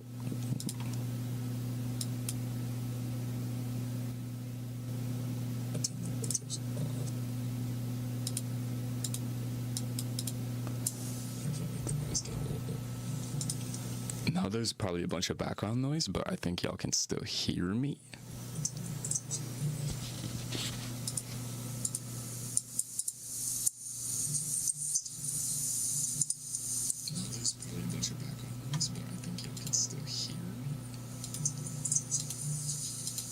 Okay, now I turned off all of the filters.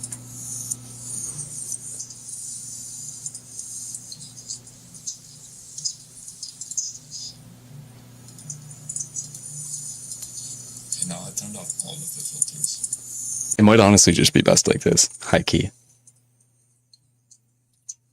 And what if I just turn noise suppression back on?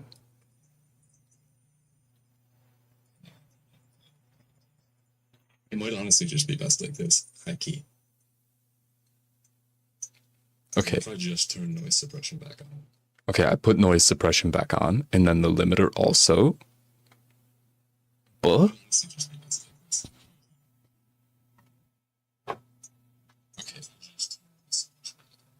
Okay, I put noise suppression back on, and then the limiter also. Okay, fuck it, that works. I'm cool with that.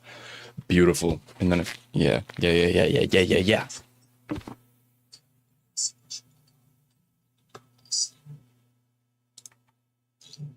Okay, fuck it, that works. I'm cool with that. Beautiful. And then if, yeah. Okay, back to normal mic.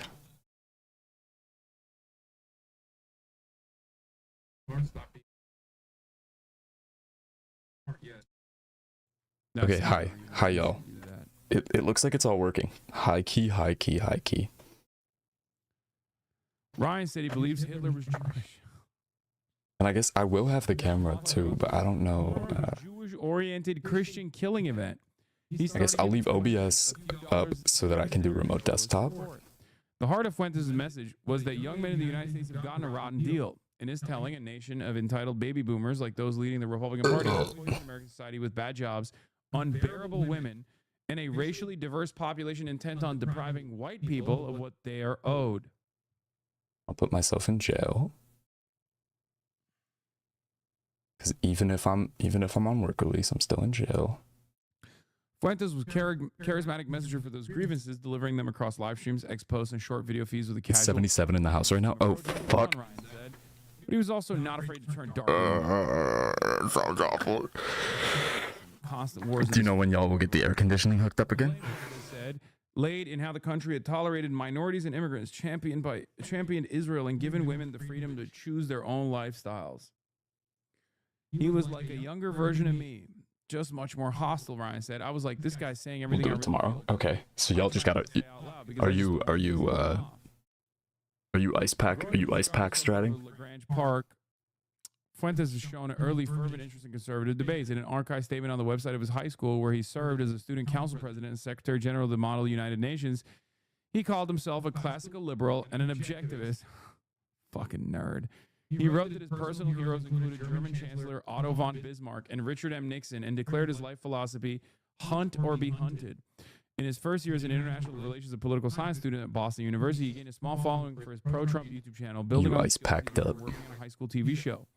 In 2017, when not right now, it's only hot enough for a headache, and it should start cooling down soon. Parade, got the parade. To a crowd of counter-protesters, killing a woman named Heather Heyer and injuring dozens of other people. Fuentes went viral on social media for his posts in the rally's aftermath, championing the rise of a tidal wave of white identity that elites will not be able to stop.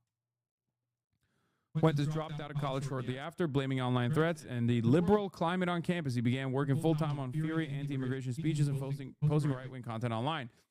He went from conservative values to very deep to the right. Bill Allen, a supervisor at TV services at Fuentes High School, reportedly told Chicago Tribune in 2017.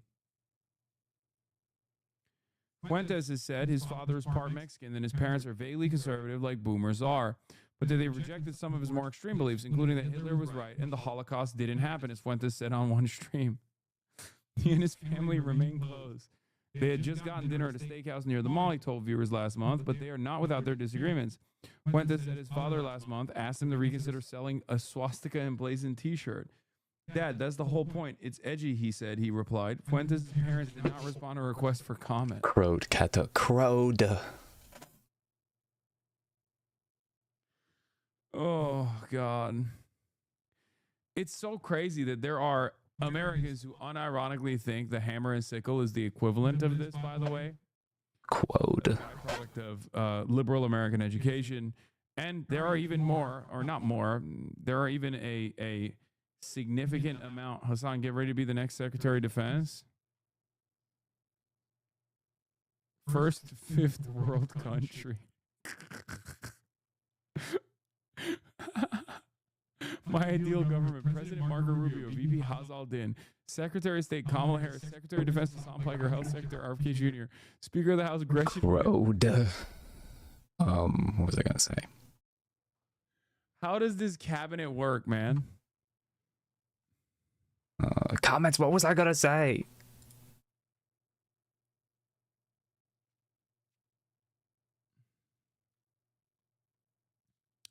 Oh yeah, hopefully it cools down for you. Goddamn. Anyway, whatever. It is 37 here right now. 35, sorry.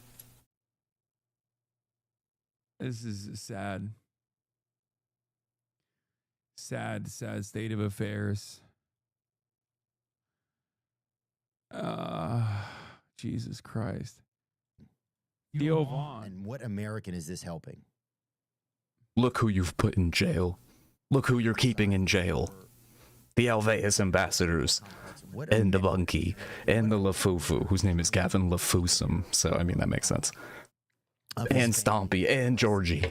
mother who's a nurse who's going to work and has to get home and get to her. Thought you're gonna say you're gonna abandon Daisy and play Scum. I don't know. I'm not totally sure about that. What person is this helping? But okay, I'm gonna cut the power to the IRL right now. How do I make sure I can get it running while I'm away? So yeah, that's and what do I leave y'all with? That's what our president's up to, and it's fucking baffling. And it's sick, and it feels like he's just been compromised. I guess I do gotta put the filter on. We'll do the light filter. And I don't know. It's fucking dark. The article gets really sad at the end. This woman donated him over 1,000 times, I believe, until literally the week she died of cancer. Then Fuentes said he'd go to her funeral and didn't. The fuck? That's crazy. By the way, did you see the G10XU 2? There we go. Yeah. I just found out Theo Von is in his 40s. Kitty, I just found out recently that fucking Adam Friedland is 39. Yeah, if you're a kick streamer. And also, yeah, I didn't know. I thought Theo Von was like 29. Dedicated The to fuck? this shit. Or 34 at most. Clavicular has gotten... Yeah, Clavicular looks older than both of these people, and he's like 19. What the fuck is going on? Okay, so the audio's good on there. Jim's skin is... Theo Von is 36? What? Without having had twink death. Is that what that's called when you stop looking like twinkish?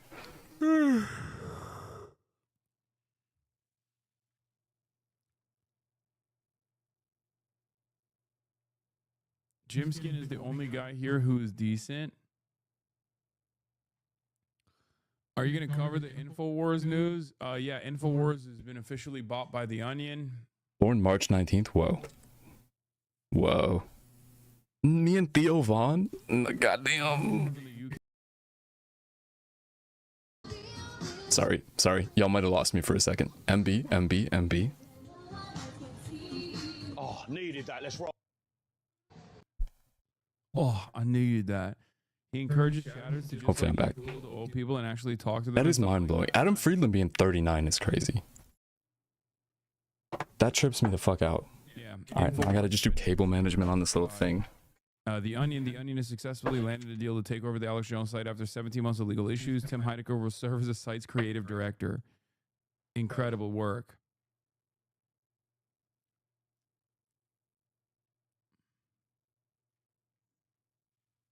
It's gay now. Tim Heidecker is going to serve as InfoWars. What?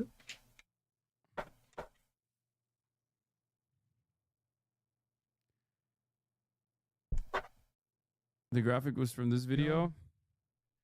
All right. Have you? Oh, it's Devin Nash. I haven't seen Devin Theodore Nash. Capitani von Kuranatowski III. Excuse me? Excuse me?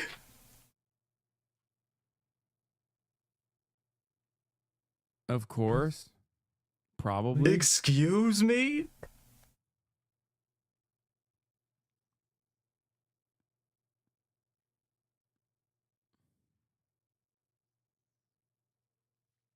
He used to be back in the day. I don't know if he still is. He probably, maybe he isn't.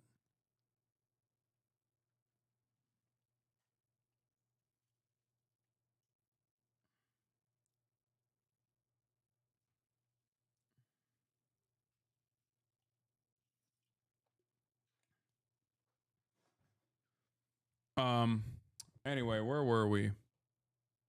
Okay, I got the... We got the problem with Hassan Piker's Einstein story, which I thought was really funny. Yair Rosenberg wrote a whole fucking post about this. Apparently, he's like, college thesis was on Einstein and Zionism. And you know what's really funny about it? I'm right. Like, everything that I brought up on Pod Save America was correct. That part's good. And even his own Infowars bought by the Onion. No, that is kind of sick. That's kind of fucking awesome. And then this can be the power cable. Marshall's an unexpected ally. Albert Einstein. My assessment on Zionism as an ideology is not that different from Albert Einstein's assessment on Zionism. He tells the co-host Jon Favreau, the Jewish physicist Piker says, was actually asked to be the first president of Israel, but Einstein, in Piker's account, had assailed the Israeli project from the It's the start. charger for the camera. That the early Zionist brigades were engaging in before the IDF existed, before Israel existed, and wrote about what Zionism was turning into. And he warned that what he was seeing was exactly what the Nazis were doing. Most listeners probably took little notice of this historical riff. Favreau does not remark on it, but for me, it was a flashing neon sign. I wrote my undergraduate thesis about Einstein's relationship with Judaism and Zionism, poring over the relevant documents in 3 languages on 2 continents. And just about every bit of Piker's plotted portrayal is either misleading or false. Okay? Far from an opponent of the Zionist endeavor, Einstein assisted it for decades. In 1921, he raised money.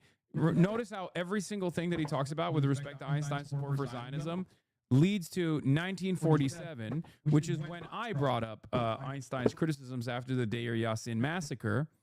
Okay? I did not bring up his previous support for Zionism or like fundraising initiatives in the 20s and whatnot. In 23, he delivered a guest lecture, blah, blah, blah. All this stuff doesn't matter, right? Einstein wrote to Indian Prime Minister Nehru in 1947 in an attempt to persuade him to support the movement. In 1951, the physicists hosted David Oh, I'm sure they will. I'm sure they will, Churro. home in Princeton, New Jersey. When Weizmann died the next year, Ben-Gurion offered a position to Einstein, who declined, writing that he was deeply moved by the offer from our state of Israel, and at once saddened and ashamed I cannot accept it. The notoriously absent-minded professor explained. Okay, I'm putting the IRL thing in a backpack right now. Exercise official functions. Shortly before his death, he told an interviewer that he had great hopes, okay, for the future of the Jewish state. He even planned to deliver a speech marking the 7th anniversary, blah, blah, blah, but died days before he could deliver it. He bequeathed his valuable papers on the rights and likeness to Hebrew University. Okay? Yeah. At no point did Einstein support the creating of the Extra state of power cable for the camera. Exactly. The extendo power cable for the camera. And what's crazy about what Yair Rosenberg is saying is that he knows this. He briefly alludes to it right here. Hold on to your peepos, everybody. Okay? None of this is to say Einstein was an uncritical booster of the Zionist project. On the contrary, he was a sharp public antagonist of the Israeli right. This ideological orientation was likely another reason Einstein turned down the ceremonial role of the country's presidency, which is meant to be nonpartisan. He was also a deeply reluctant nationalist. Before Israel was founded, Einstein advocated for a shared state for Jews and Arabs, writing in 1946 that what we can and should ask is for a secure... Always play even when not visible. Pause when not visible. Unpause when visible. Which is literally the point I was making. It's what I said. And he straight up turns around and has the audacity to say, you don't understand. It's more complicated. He was actually Stop still... when visible, restart when not Okay, visible. Alright, I'll be able to change all this while I'm out. My argument Got the was microphones. my opinion on Israel and Zionism is not that different than Einstein's opinion on Israel and Zionism. A project that was supposed to The offer power brick is in the car. The fuck? no religious support. Completely. Einstein also Okay, sorry, we're back. talked about it. So what the fuck is the problem?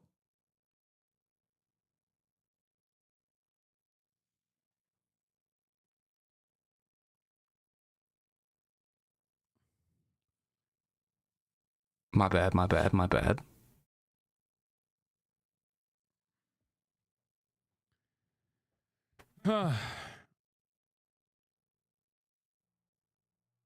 Anyway, but once Israel was established, Einstein supported its continued existence while insisting that its ultimate success We back. depended It looks like we're back. fair treatment of the land's Arab inhabitants. International policies of the Middle East should be dominated by efforts to secure peace for Israel and its neighbors, he wrote in the draft of his deathbed speech. Damn, I can't even get the zipper to work. It's so funny.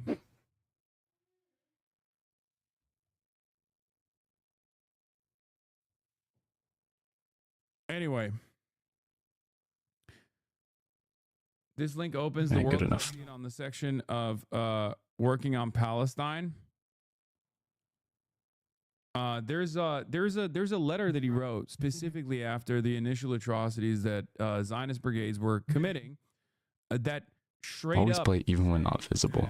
the early Zionist brigades before the IDF was created, which, by the way, Yair Rosenberg famously does not mention here in his article for some weird reason. I don't know why. Because I IWS, quoted it no. almost verbatim. Here's a letter. Okay. Dear sir, when the real and final catastrophe should befall us in Palestine, the first Okay, responsible okay.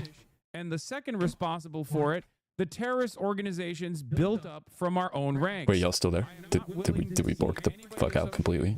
Those misled Nice. and criminal people. YouTube way more resilient to Fs than I thought it was at first. It's crazy because even when the stream goes down completely, I don't even trip about it the way I would with Twitch because like I can just resume the same VOD, which is amazing. April 10th, 1948. All right, so how am I gonna leave this screen? Is the question. Well, I'll update the little banner. Wait, he doesn't have it here, right? He doesn't. Yeah, he even hyperlinks this article, I'm pretty sure. In the wait, was it this article? This is the article that he hyperlinks in the story, right?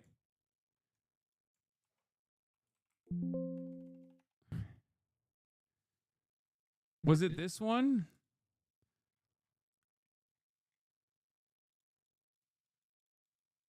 Hook and others, Mr. Bain and his followers denounced as terrorists. Yeah.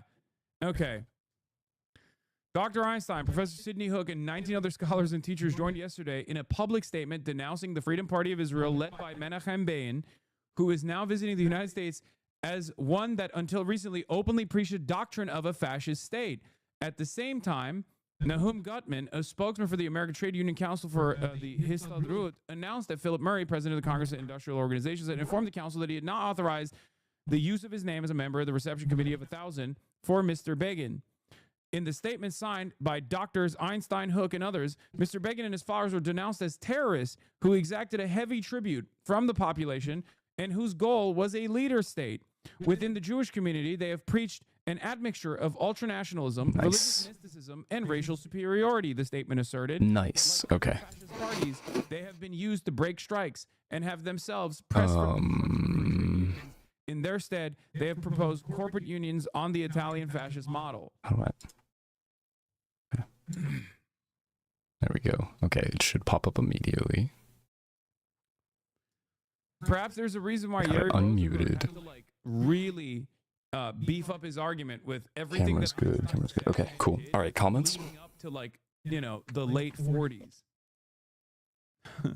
I am gonna go bis and get ready to leave, and I will continue yapping at y'all when I get in the car once I get everything set up. Call this information off the top of my dome on a podcast appearance, and he See you soon. he wrote his dissertation on. He should be. Well, I able guess to my heart rate will still be on too. Marketplace of ideas. It makes no sense. Having appeared as witness before the Anglo-American Committee of Inquiry established in 1945 to consider the issue of Jewish immigration to Palestine, Einstein reviews and explains his testimony. He went solely as to act in favor of our just cause, he says. He believes in Palestine as a Jewish homeland, but not as a separate state. He feels the Zionists, by asking for more, Wi-Fi keeps borking out. I haven't even left yet. That's crazy. Which will only damage our cause. What he would like to see is a secured binational status in Palestine with free immigration, adding that it defies common sense to ask to be given the political rule over Palestine where 2/3 of the population are not Jewish.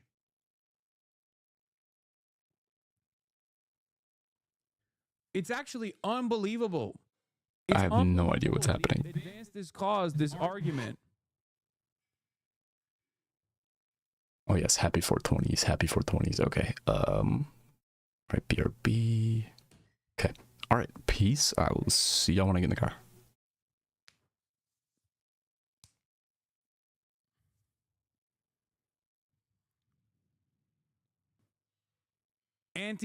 Modern examples of Israeli Jews who are anti-Zionist themselves.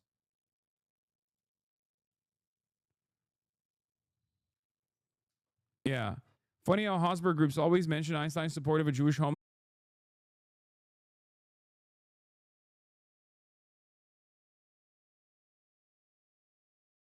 What's that? What's that, chat? It's been a long time, so I don't even know if it'll work. You know what I'm saying? Compiling shaders. Pragmata. Is gaming actually back? For real? For reals? Is that even possible? By God, is that gaming music?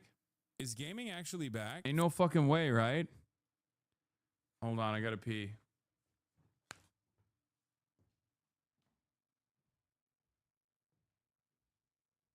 Sorry about that. We should be back now. I just restarted the router completely. All right, now I'm gonna head off.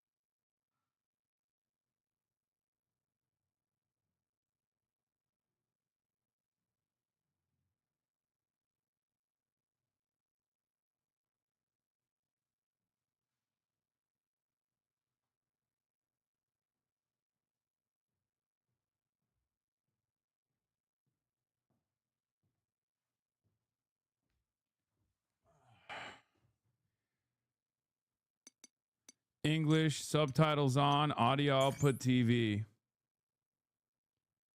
Have you seen this about the game? I heard that there was a Lolly fan who tried to complain about how Capcom was like censoring the game, and Capcom went and got that person banned, which is fucking beast mode, okay? And I'm glad that they did it, and they should do it more often. I think video game companies should do it more often. Brightness, adjust the image until the middle of the screen disappears.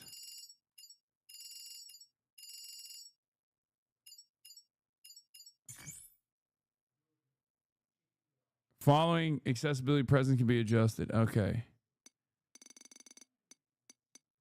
Oh God, I'm old. I'm old. Is your age entered correct? This will not affect gameplay, but it cannot be changed later.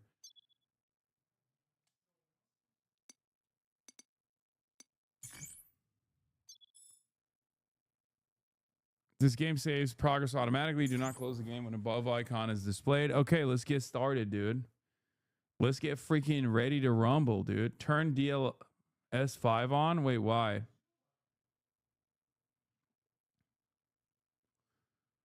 Many people thought that this was unbelievable, that this would never happen, and it turns out Hugh's outfit, Neo Bushido, and Diana's outfit, Neo Kunoichi, have been added.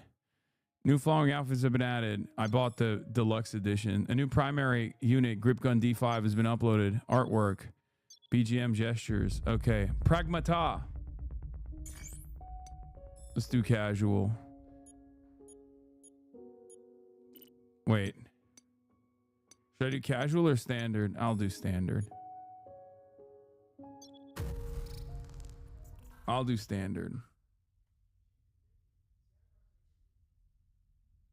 Fucking fraud? What do you mean? I am a fake gamer. I don't give a shit.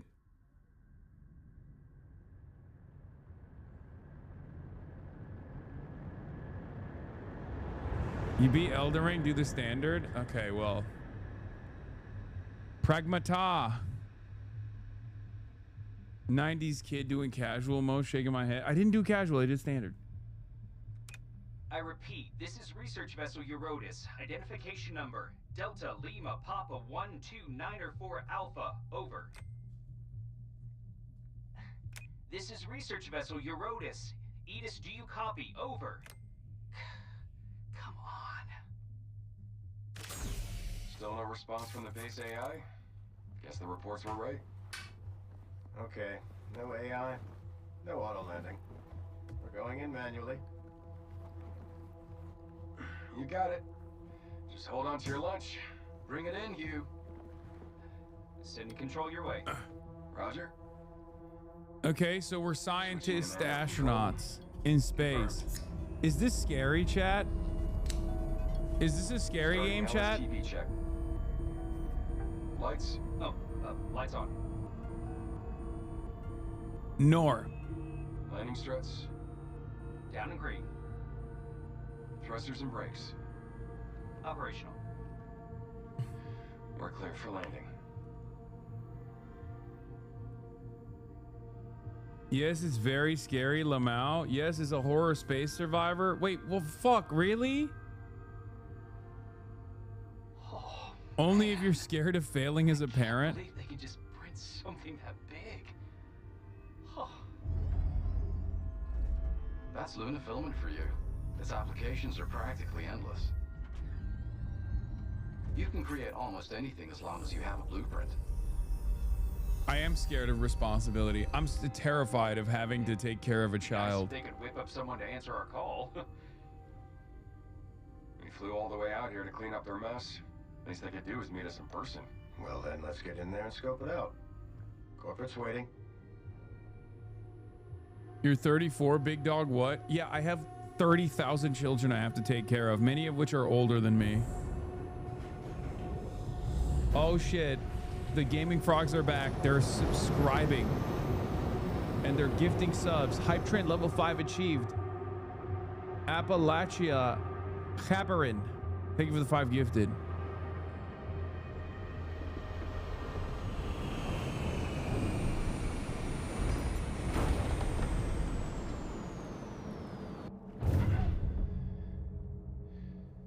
Listen up. Batteries on, everyone. And don't forget to sync in.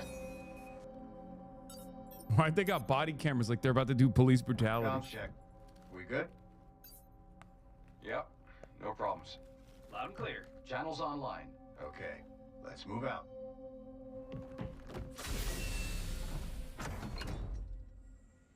Pragmata. Hugh, everything all right? The heck? Grav sinks aren't working. One small step for mankind looking ass.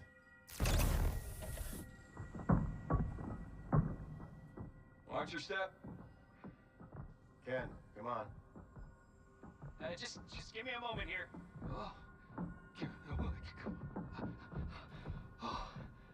Where's our welcome party?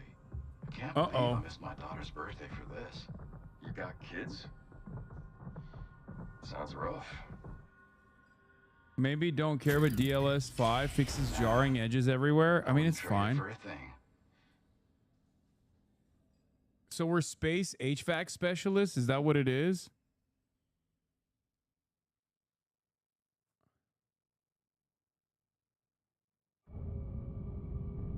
Welcome to the crater. Initiating. Holy shit. All the gift subs broke the notifications. But y'all broke the gift sub notifications. That's crazy. Like the gift sub animation is broken. All right. All it took was for me to game. So many people are subscribing again. What the fuck? Come on, After you.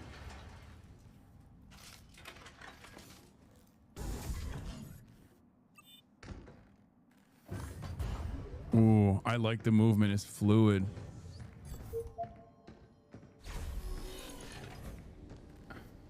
Man, these people sure love printing.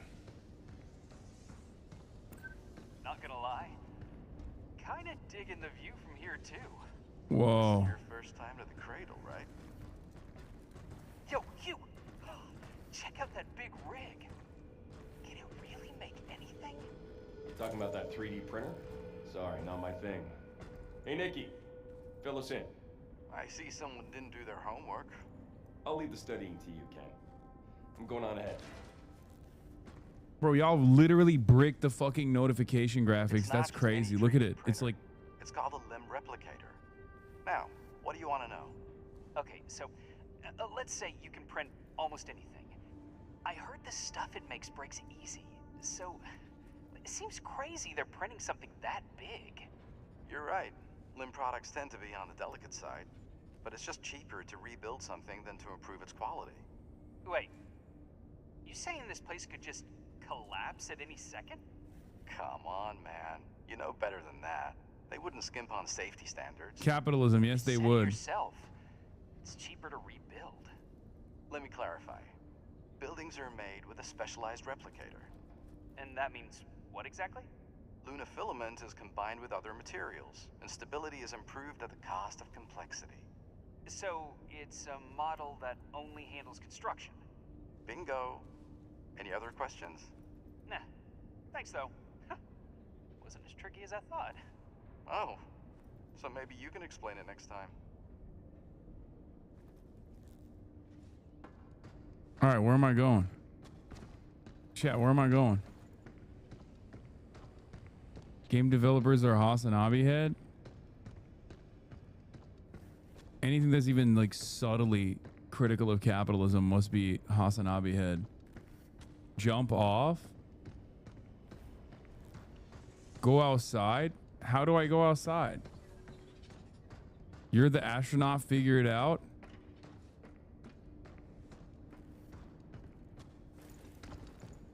Okay. Okay, well, I don't know what the fuck I'm supposed to be doing. Wait, this is where I came from, right?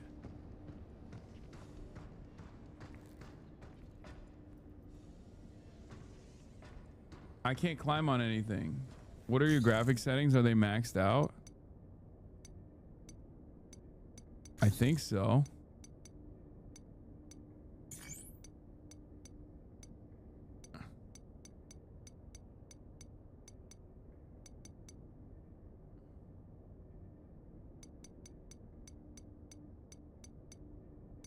I mean, they're not like super.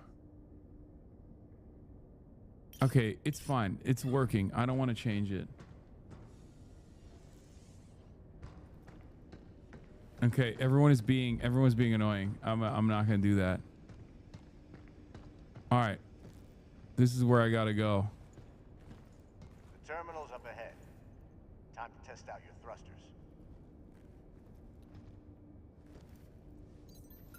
Wrong resolution.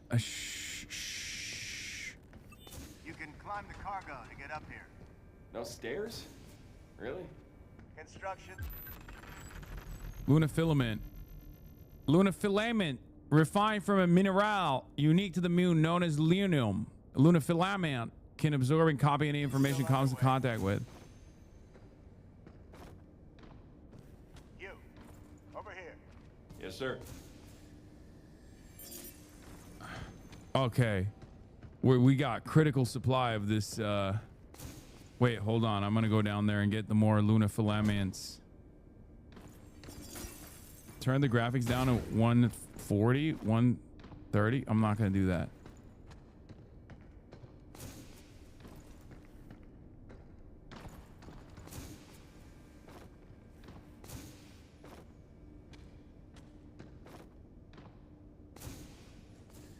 Whoa, fuck. Fucked up.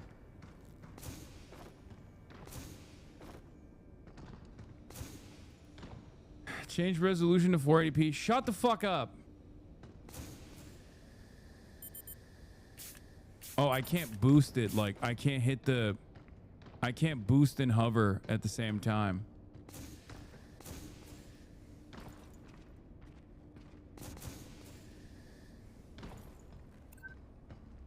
$240p meta? Shut up. This is why gaming with a chat is fucking annoying. Okay? Chat, don't ruin this for me. Oh, God. What a mess. Not exactly a popular hangout, is it? What is that? Aliens?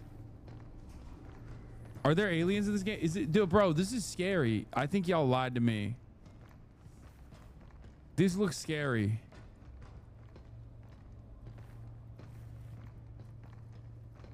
I'm walking with intention.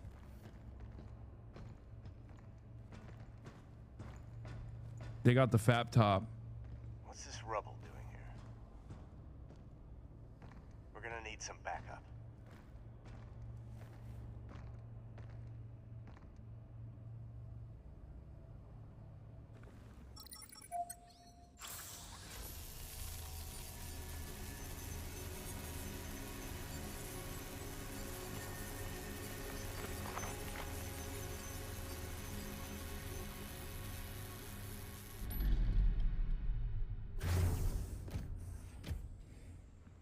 Welcome to the cradle. Please state your request. Clear us a path and then take us to the data center. As you wish. Uh-oh. I don't trust this motherfucker at all, bro. What went down here? Long ass neck. Rumor is we're going to be sending most of the people here back to Earth soon anyway. Just leave everything up to AI. Yeah, and then they send us when the thing needs fixing. It's like I always say. You can't trust a bot. I don't know. Kind of like this one. Can't trust a Is bot. he not gonna come out here and meet us? Yeah, something's off. Delphi didn't go and fire everyone, did they?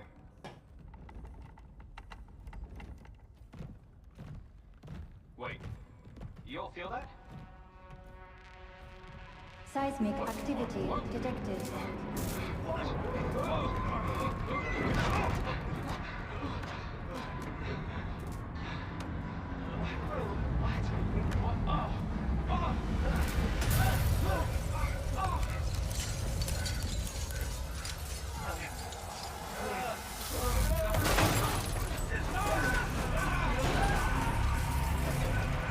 KCO has landed.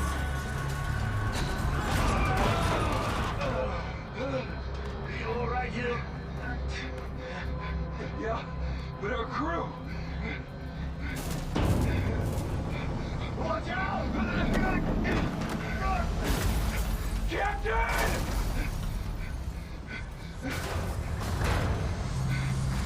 Just me and the bot, dude. Oh, never mind. I'm dead too.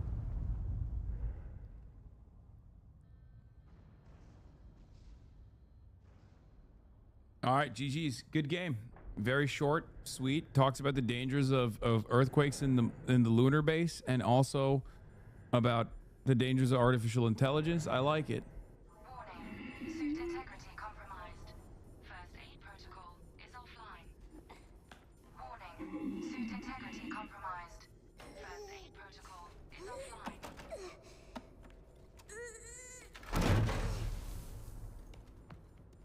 You get funnier when you're gaming. Thank you.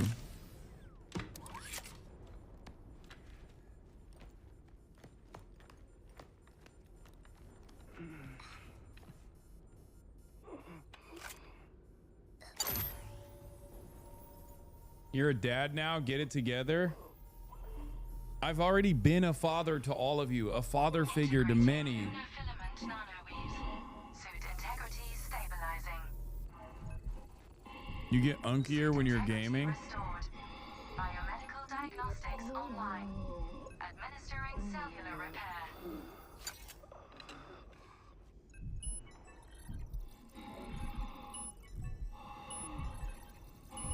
Vitals stable. Awakening subject.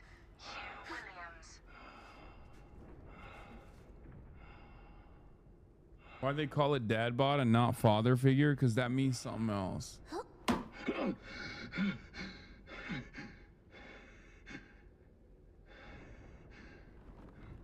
There you are. All better.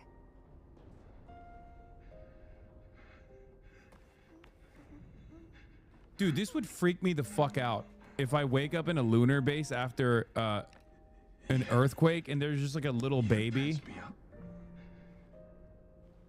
That is that's terrifying. Can't believe someone brought their kid out here.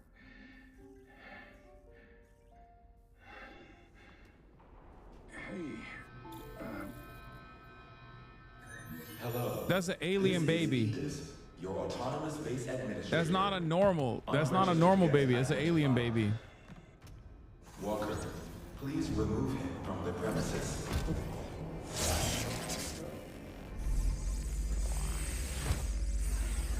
hey, watch out.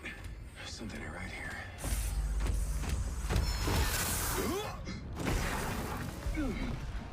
Hell! LT RT fire. Wait, what the fuck? Wait, why the fuck is this thing not dying? Oh my god. Oh, come on. Damn it. Hey, get behind me. Move. No, let the baby save my life. You need to... I think I can help. Bypassing first and second firewall can help you control protocols. Analyze the Alien baby! interrupt matrix. Save me! Visualization complete. Initiating hack. Reach green exa node to hack targets. Move the cursor across the hacking matrix and connect it to exa node to... Bro, what? I have no idea how this shit works. What? You got mocked by a toddler? LT aim? Also, what is Y and A and X and B? I don't even know. Oh god, I'm just gonna fucking try it. There's no time to explain. Shoot out! Hey, what did you just do? I hacked it. What? You're not human? Tell me what's going on here.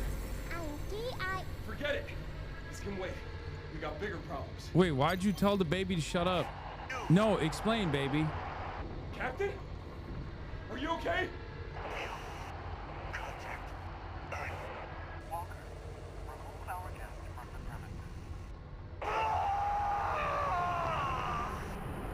Captain? Captain!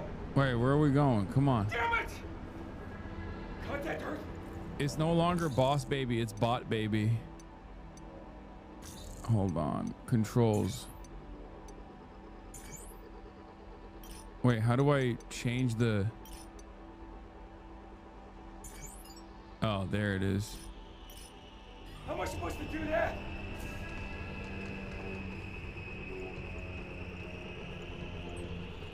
It's locked. I can open it. Do it, bot baby. Got it. That's it? Suit integrity compromised. Maintenance required. Repair. Rapidly repair suit integrity and restores wearer's HP. For your safety, access is restricted. Please utilize a repair cartridge. Suit Alright, I got it. fully restored. Initiating unlock.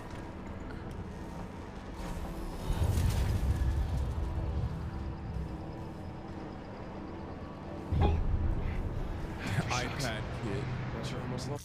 Hold on.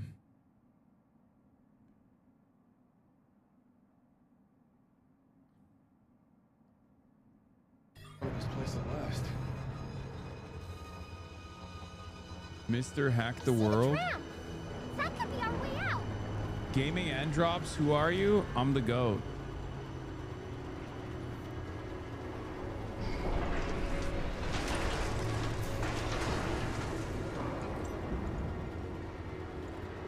Wait, I have like little paddles. Like little... How is that possible? That's so perfect. Oh shit. One of them.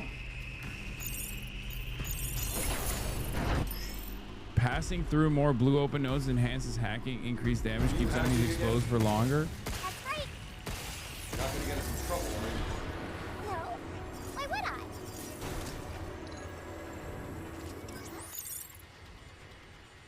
I only take them out without happening. Why? Just not sure I can really count on them.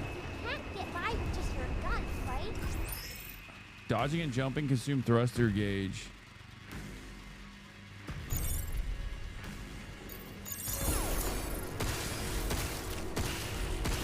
There's another one. Let me handle it. Can't believe I'm getting carried by an old bot kid. Okay. This is an interesting battle. Okay, better stay up there, and I'll get us to that tram. Interesting combat mechanics, I will say.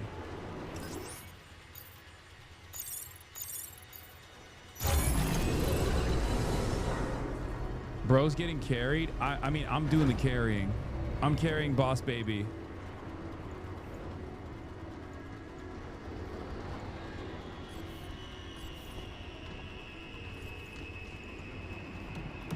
Okay, DEI Hitler bot baby. Wait, is the baby Hitler? Is this baby Hitler? Am I saving baby Hitler? But like AI version of baby Hitler? What's that? Got it. Emergency mode activated. Rerouting destination to the shelter. Structural integrity of boarding dock below acceptable parameters. Sealing access tunnel. Ceiling? How am I supposed to get back to my ship?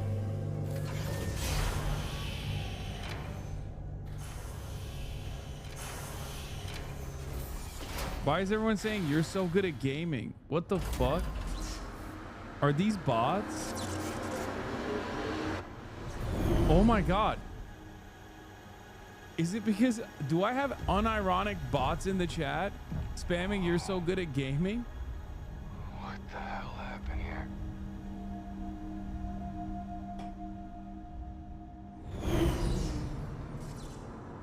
It's Erica Kirk. This is her origin story. Oh god. Gaming frogs died, so they're bots now. Okay, your turn. Just, what are you? I am Bro, can I just say, who needs bots when my community also behaves like bots? They literally, there was a bot spam of people saying you're so good at gaming, and instantly there's like normal community members also spamming it. Okay. And I know it's normal community members spamming it because they're mistyping.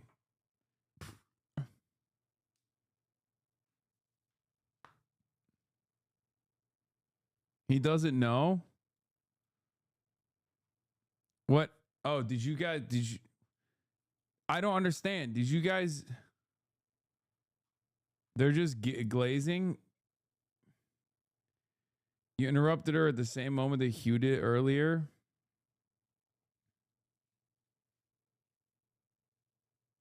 Remember when you rage quit the Elden Ring DLC? Okay, well, I'll fucking stop. We just think you're good at gaming. Bro, there's never change, chatters. Chatter is like, this Wembayama edit goes crazy. It's like, bro, you think we're doing that right now? You think this is a good opportunity? Chatter was like, this is the time, bro. This is the time. Yo, you gotta watch this Wemby edit, bro. He fucking destroyed Denny Avdija. You gotta watch that shit, dude. You feel me?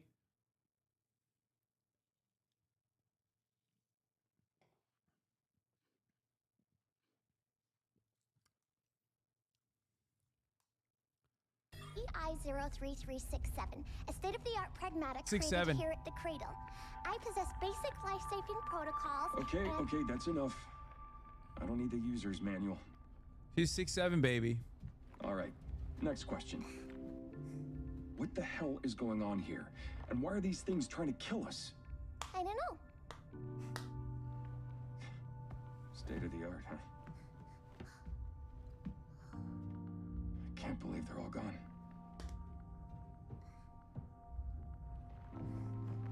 Guess I'm on my own now.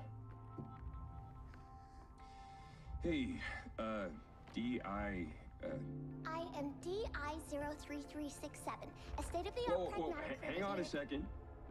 Don't you have a name or something? I said I am DI-0... Okay. Look, how about we call you Diana? Diana? Yeah. From now on. Why'd they you make can this be bot a Diana. baby? How's that fit? Diana. I'm Hugh. I don't do babysitting, but I'm gonna need your help, and, Hugh. Diana. yeah. Hugh. Diana. Hugh. Diana. Hugh. Diana. Hugh. Diana. Hugh. Diana. Hugh. Diana. Diana? Diana.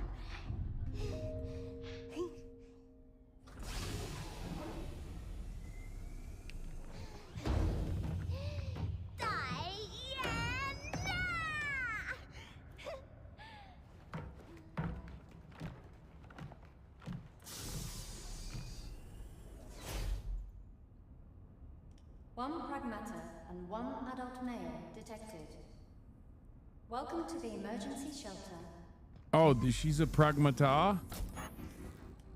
Whatever the heck that means. It's a dad game? The filament repair portal. Automatic repair. That's convenient. License level 0. Reactivating primary functions. Damn, I'm level All right. 0. Ass. Shelter. Looks like we got some backup power here.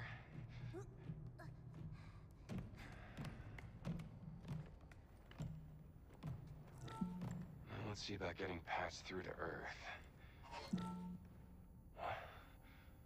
Why isn't this working? 0 1 1 1 0 0 1 1 1 0 0 0 1 1 1 0 0 0 1. So, relay channels are locked down. About the comms tower.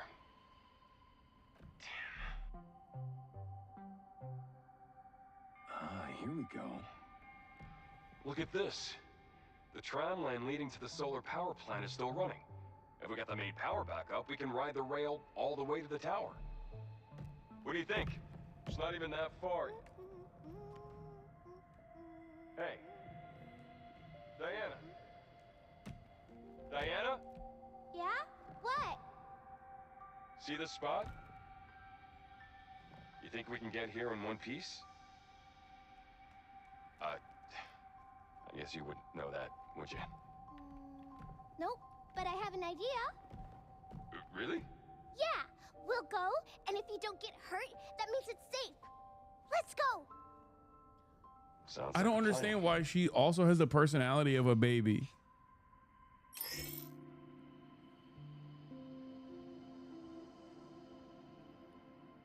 The shelter is a place away from prying eyes and enemy interference where you can safely upgrade and unlock abilities and adjust your loadout. You can also use the tram to travel around the cradle. Well, let's try our best, Hugh. Yo, I'm gonna need your support. It's pretty fun talking like this. Let's talk a bunch while we have the chance.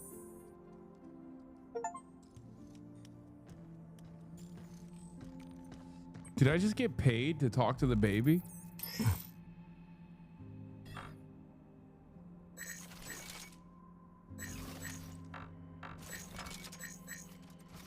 I can't update the firmware on anything. Unit printer. Terminal for acquiring and upgrading various items. Exchange Luna filament.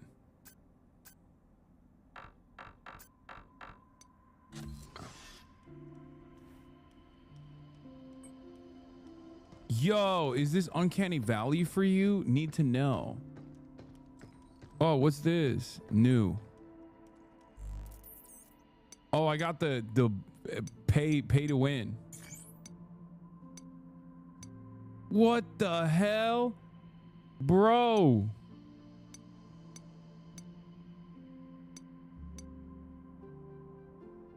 That's crazy. I can make her a little ninja. What about myself? Can I make myself a little ninja?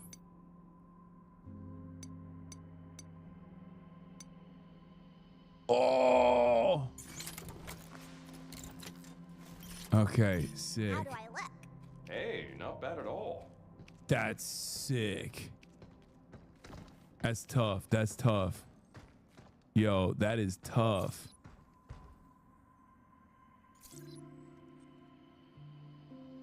Immersion ruined? Wait, why? Read Earth memory replicator.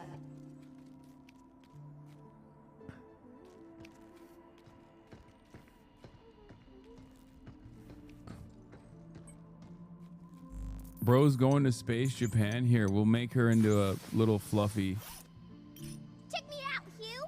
Look at you go. Oh yeah, that thing. What thing? We just. All the suits here. Hugh, what kind of clothes? Favorite? This is more like a uniform than anything. I'm not wearing it to look cool. Just gotta get the job done. Really? That's boring. Let's find something that suits you better. Bro, this Oh, baby here we knows go. how to do puns? That's a punny ass baby. Hugh, why did you come to the middle? Work. I got bills. We lost contact with the folks here, so I thought it was just gonna be signal interference or something. It'll be okay, Hugh. Aw. Space storms mess with signals all the time. So your guess was If pretty. you're trying to make me feel better, Pun mogged? Okay, how do we get the frick out of here, dude? I got bills to pay, baby. Stop with this nonsense. okay then. Guess we should make for the power plant. Feed her computer virus? Okay, y'all are ruthless. This baby is too cute. It's definitely gonna die. I agree.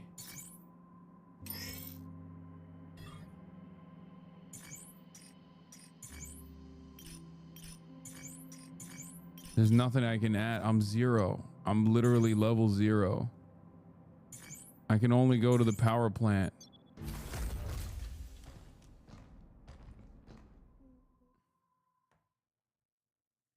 Time to eat your Stuxnet, baby. Why is it so dark? Guess no one's home. I think this whole sector's in emergency mode.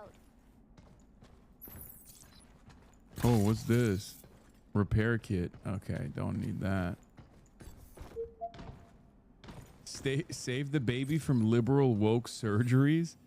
Warning, anomaly detected. This power plant has entered emergency mode. Cradle power output currently limited 35%. To restore full functionality, restore the main administrator under the administrator supervisor. Blah, blah, blah. Upgrade components. Let's go.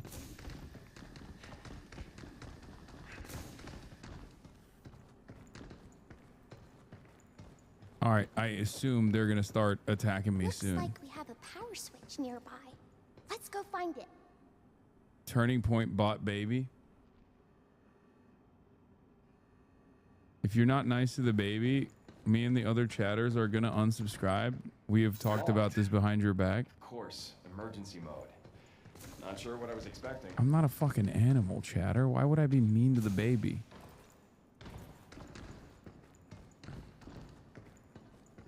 Literally already unsubbed? Wait, was I mean to the baby?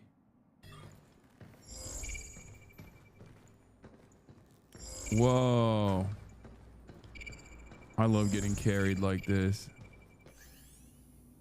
Lockdown procedures. Just operate the terminals located in active sectors. Disengage the locks. Most problems sort themselves out. It's come to my attention a simple mistake. I got caught on the hologram. Spread around the cradle. I enjoy my work. Doesn't foster positive work environment. Knowing everything I can be. Subject to criticism of joke. I record to inform you. Upon joining the cradle, you agree to contract acknowledging all areas. Okay. Chat is weird as a fucking robot. I agree. Low Kirkentually, I kind of agree. But because they made it such a cutie patootie, it's hard for me to. Backup generators. It's hard for me to not feel a sense of kinship. Please refill the main power terminal on top floor. It already got me. It already got me. This is how the bots take over. They're just cute. The top floor, huh? How many floors are there? Oh, fuck. Not bad.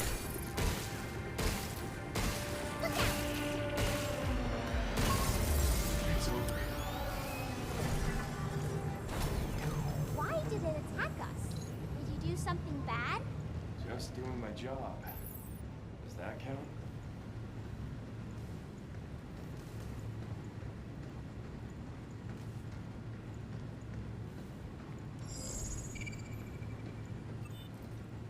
Whoa, what the hell?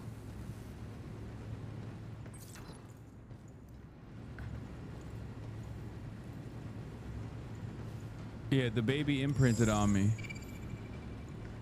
Is this Japanese Dead Space? Yeah, jump, dodge. Wait, what do I do here?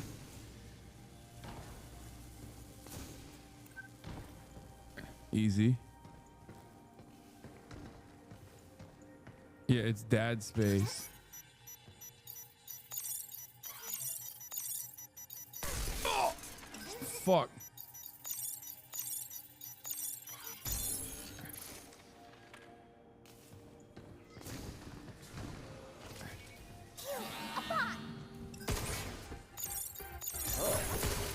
Good work.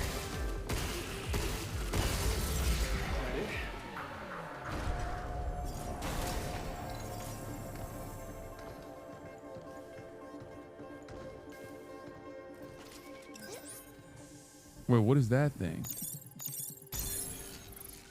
What is that? What does that do?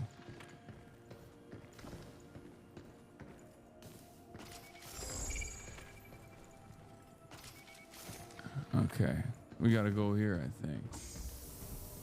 It disables the lasers. Oh. Walkers are pretty crazy. From handling small stuff to knocking out big tasks, they got it covered. There are no kids here, but if there were, they could probably handle them too. And with Edith managing the lot, they're always there when you need them. Man, what should we do? It's just so much easier. Chat, why are you spamming? You're so good at gaming. This is so strange. Look at this, bro. Half of these motherfuckers are like 9 months subscribers. What is happening?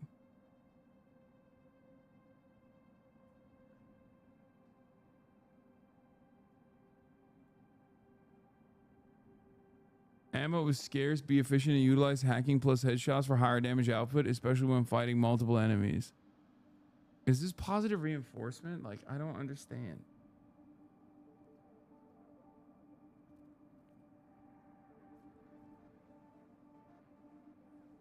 A 9-month subscriber has never seen you game before?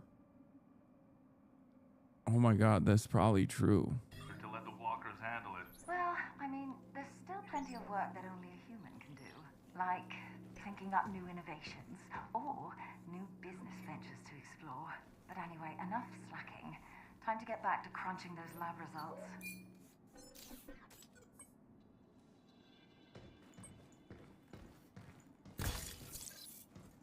I don't even need the repair kit because I'm so goated.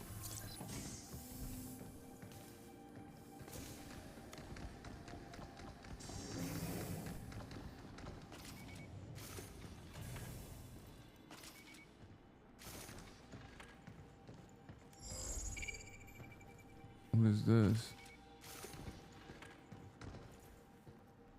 Oh, nothing there.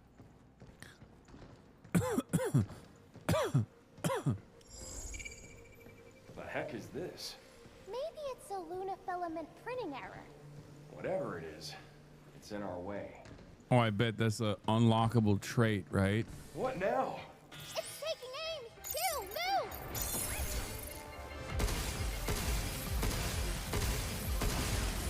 It's over.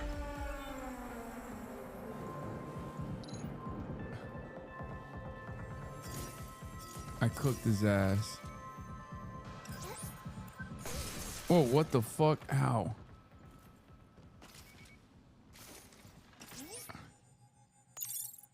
Emergency lockdown for this area has been disabled. That's one.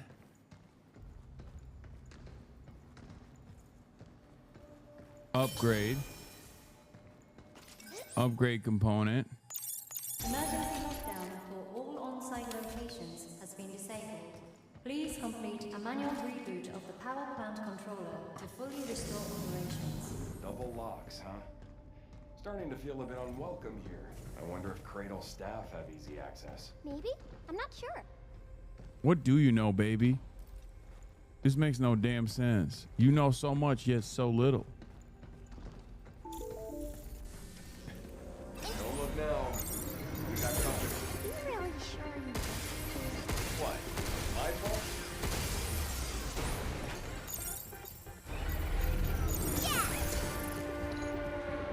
Yeah! Let's do this! Watch out! There's more!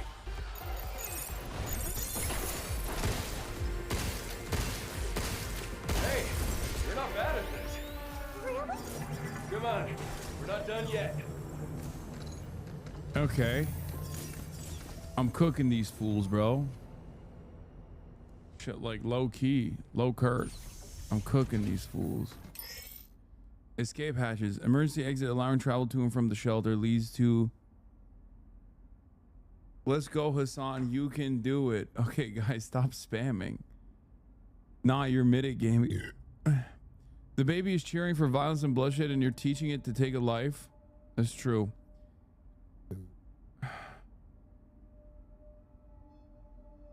Dude, look at this. Look at this shit. What the fuck is happening? I've watched you daily for almost a year and a half. This is the second or third game stream. Why are people so weird about this game? People aren't weird about this game in particular. In my community, they're just weird about gaming. Because I never game. So when in the brief moments that I do, you know, as you probably noticed, 10,000 people will leave. And then the remaining 20,000 will be extra weird about it. Forever.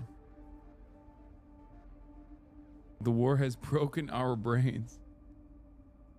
I'm scared, Haas. Gaming frogs don't know how to act. They act weird. We can use this to go back to the shelter.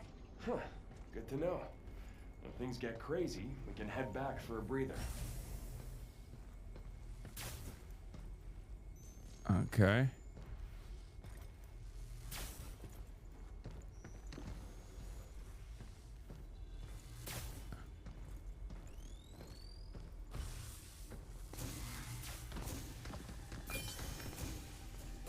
Wait, did I touch it?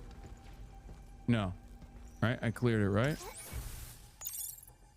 Emergency lockdown for this area has been disabled. There we go. First one down. Wait, how the fuck? Oh, it's a platformer too. Oh shit. I didn't even realize that there's a platforming component to this game. I thought it was just a baby game. Oh, new gun. Let's go. Let's go. Okay, that's fire. That's fire. That's fire.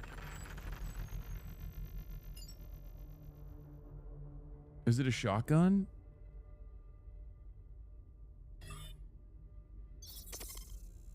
Use that one up close. That. I like this. Whoa, what the fuck?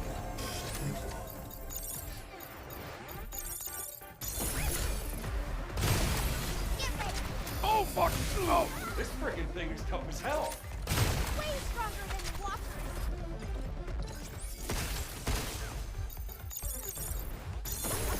Shoot it where it's weak, you.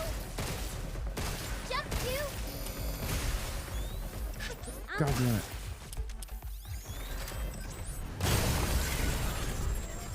I lost my weapon. Did I fuck that up? Should I have used the grip gun? R1 is dodge. So bad. Okay, calm down, first of all. Let's heal. Okay, how do I get out of here? Emergency lockdown for this area has been disabled. That's two. How the hell do I get out of here? You can jump over the stops.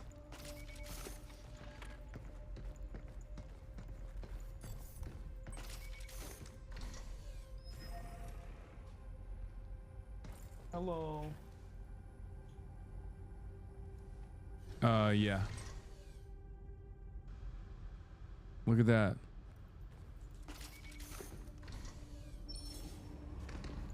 Oh shit, I went up already. I didn't even realize because Kaya got here.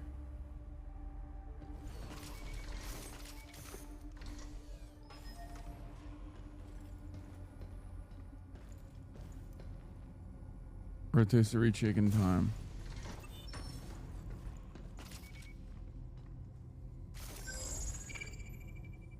How do you mark objectives? Oh, it just automatically marks? Look out for its targeting sensor. No good. Oh! Shit. I got him! Move, you! Oh, I thought I dodged it. Oops. Starting hack.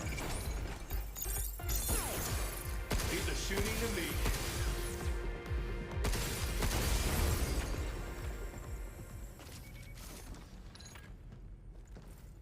You can air dash if you dodge in the air? Okay, good to know.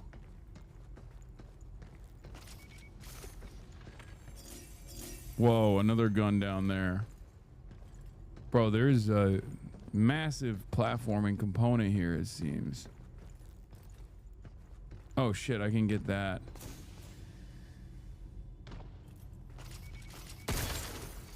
Oh fuck. Not that good at long distances. I know, baby. I know. I know, boss baby.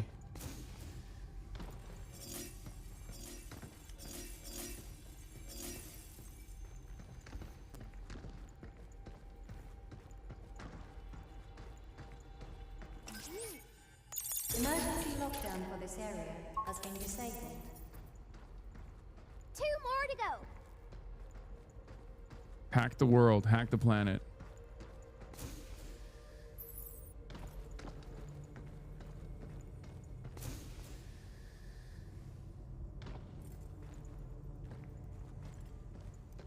Why don't you ever wear your real daughter as a furry backpack? You mean Kaya? Too heavy.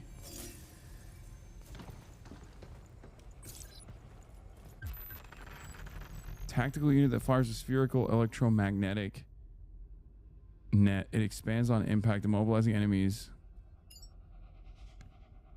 Oh. You stop him, and I'll hack him.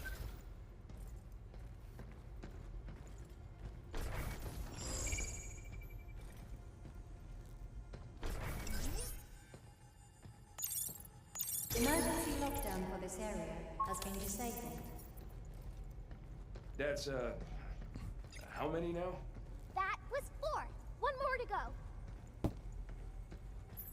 Need us again. Hello? In a maze. Oh shit. Oh, what the fuck? Let's just get this over with. Hello?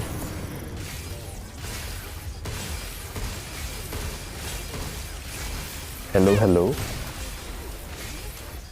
Oh shit. No! Ah! Oh my god, it's working.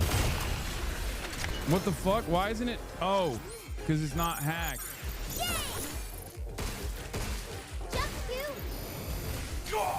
Wait, Okay. it didn't work? Oh, I The died. mic is... Oh my god, was I one Okay, tap? I get that. The mic is not, Okay, well, in the most ideal that'll place. do it for today.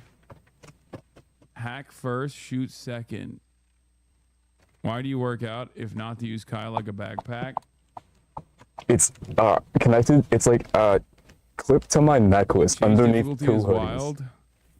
wild. So I could definitely put this in a lot better spot. I will not be doing that, but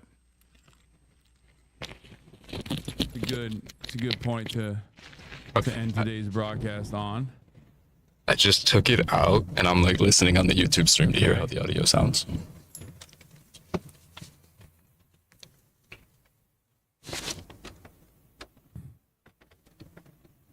All right, everybody. Not even 7 hours, damn. Okay, I've spoiled you guys silly for years and years at this point. I'm an old man, okay? Anyway, It sounds you got a okay, little but bit I of also gaming. fucking hear Hassan about the end stream. What the hell? Took months, but we got there. What the hell? All right, anyway, I love you guys, and I will see you tomorrow, as always. All right, peace. Starting off the day. This fucking bastard. All the chatter's trickling in. Hostile people hate. Sunny Los also I keep on my Angeles, face. Closer to California, says Hassan. God damn it, Hassan. Stun God lock fucking to damn. the stun lock to the topics just begun. 'Cause there is is again. Her sun is streaming. Her sun is They backwired. Is again. Her sun is streaming. Wait, what should I put on? I can control my computer from here. What should I put on? Reviewing a Chinese train, telling Kaya place. Sun in us min chatter loss, giving grinning. I could Zoran winning and I could put cat on loop and then just pop in and out. Lindsay Nicole compilation. Charlie Kirk assassination, the Fear and Online show. Yes. 8 full fucking years of this, and plenty more to go. Yes. Tomorrow, throw PBS What's that, Chidargo? I see the link, but a man-made horror reaction brought to you by this life's dream. 'Cause there he is again. Her sun is streaming. Her sun is streaming. There he is again. Her sun is streaming. Her sun is streaming. Kicked out of the DNC, IRL with March the Goat. Combating the propaganda that shoved down people's throats. CBS Israeli news, a coup, a regime falls. A full-blown fascist takeover, and still the duty calls. Total radicalization coming out to sea. The system will always fail, it's up to you and me. On these daily streets, whether short or whether long, have helped millions of people keep it moving right along. 'Cause there he is again, her sun is streaming. Her sun is streaming. There he is again, her sun is streaming. Her sun is streaming. But hey, what can you say? That's PBS. Oh, we're back. Okay, cool. But he'll play games real soon. Just you wait. I think. Say, hey, what can you say? That's PBS. Okay, that's good to know too. So I can just turn the camera and the mic off when I need to, and it'll just show the Elgato screen. Oh, that's sick. So the stream will stay up with the camera and stuff. I can unplug. I didn't know if I could do that. Well, he'll pull your lawns real soon. Just you wait. Sha-da-da, sha-da-da, sha-da-da-da-da-da. Hey, what can you say? That's PBS. Okay, let me park somewhere and put the Lindsay Nicole But on. he'll do jet vice real soon. Just you. Can you remove the bars, Dad? I want to look out the window, but we're in jail! You have to ask Kata, or I guess VF. Kata didn't sentence me, VF did. Brought on by viewers like you. Just you wait. Just you wait.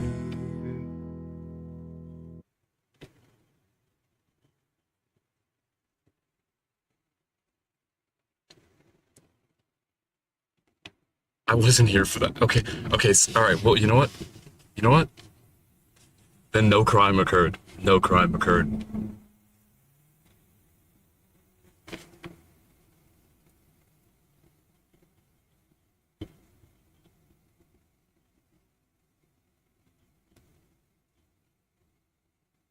I mean, I guess I have already escaped at this point. That's true. That's true. No, that's true.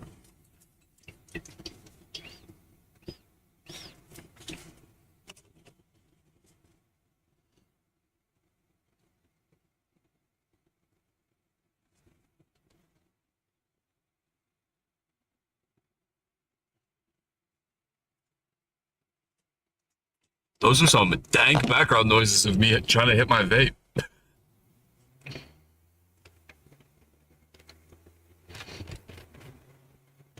Yeah, I guess I did already escape.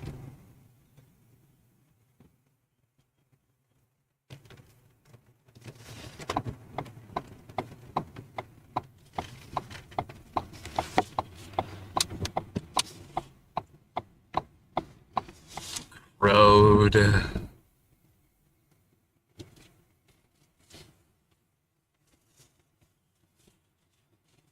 Singy doesn't deserve to suffer for your crimes. Road.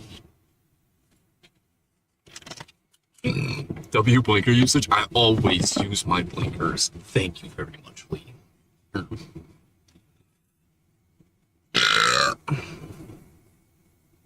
Wait, are you a blinker user, Kata? I can't remember.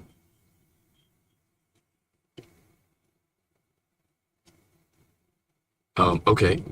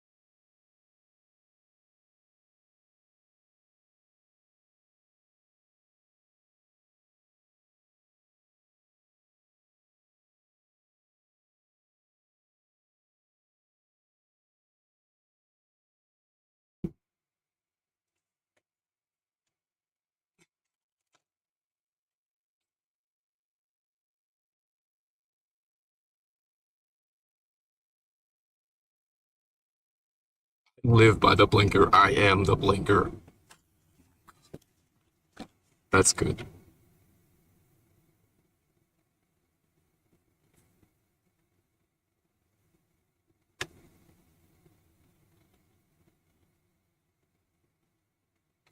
Okay, I can't hear myself back, but hope y'all can hear me. And, oh, I guess I can see the OBS thing if it's on or off. Lindsay Nicole?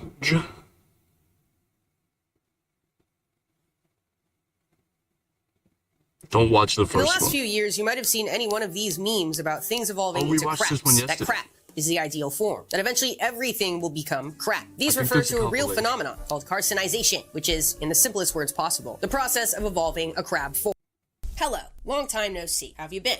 What's new? Have you seen any cool birds lately? I have. I saw a hummingbird sitting down right outside my window the other day. Never seen that before. They're always in motion when I see them, so that was pretty cool. But what's arguably even cooler is that we have finally Theo arrived Vaughn is 46, yeah, we found out earlier. From 252 I'm a blinker user in an abandoned parking lot at 3 a.m. No, literally me too. Is over. Now we're in the first phase of the People make Mesozoic, fun of me for also it. known as the age of the dinosaurs. The Triassic is often thought of Hi, as Vorlo. just the beginning of that, when the dinosaurs first evolved. I will But rear-end you man, oh if you man, don't was use it your blinker, much and more I don't than even that, try. Which is why it took me a month to research this video. All right, I'm There breaking is out of prison. a lot of shit to cover because the Triassic came immediately after the most devastating I'm not mass in prison extinction of all anymore. time that we know of. And so this period was a time of recovery and also a time of an explosion of diversity that can only be compared to that of the Cambrian. Yeah, this is nature's acid trip 2.0. So without further ado, my name is Lindsay Nicole, and this is the history of life on Earth that we know of.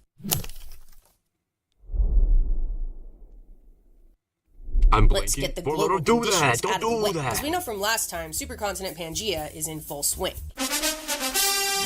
And still is, until the very end of this period when it starts to break apart a bit. In the most general sense, generally, the most general form of generally, global climates in the Triassic were relatively warm, with little to no ice at the poles, and went from drier to more humid as time went on and Pangea started to break apart. Usually at this point, honestly, I definitely maybe would have go thought he more was in like depth on low those points, set 30s. you up with some necessary context before we get It into does the not life seem like he'd of be the that old. Triassic. But this time it's a little bit different because of the mass extinction. We've covered periods that have followed mass extinctions before, i.e. the Silurian following the Ordovician, the Carboniferous after the Devonian. But neither of those were as catastrophic as the mass extinction that came right before the Triassic. You probably remember they call it the Great Dying, for good reason. 90% of all species went extinct and up to 96% in the oceans. Wiped out. This wasn't just gaps in the food web that needed to be reoccupied. This was entire ecosystems, from the bottom to the top, completely obliterated all over the world. This was a global reset using the bits and pieces. Okay, now when I talk, it should A friend of mine, you might know, make the desktop audio a little bit quieter. Triassic on his own channel from a few different angles. He's also working on his own History of the Earth series that I highly recommend checking out. It is sick. So I figured it would be best for him to set up the context for the rest of this period.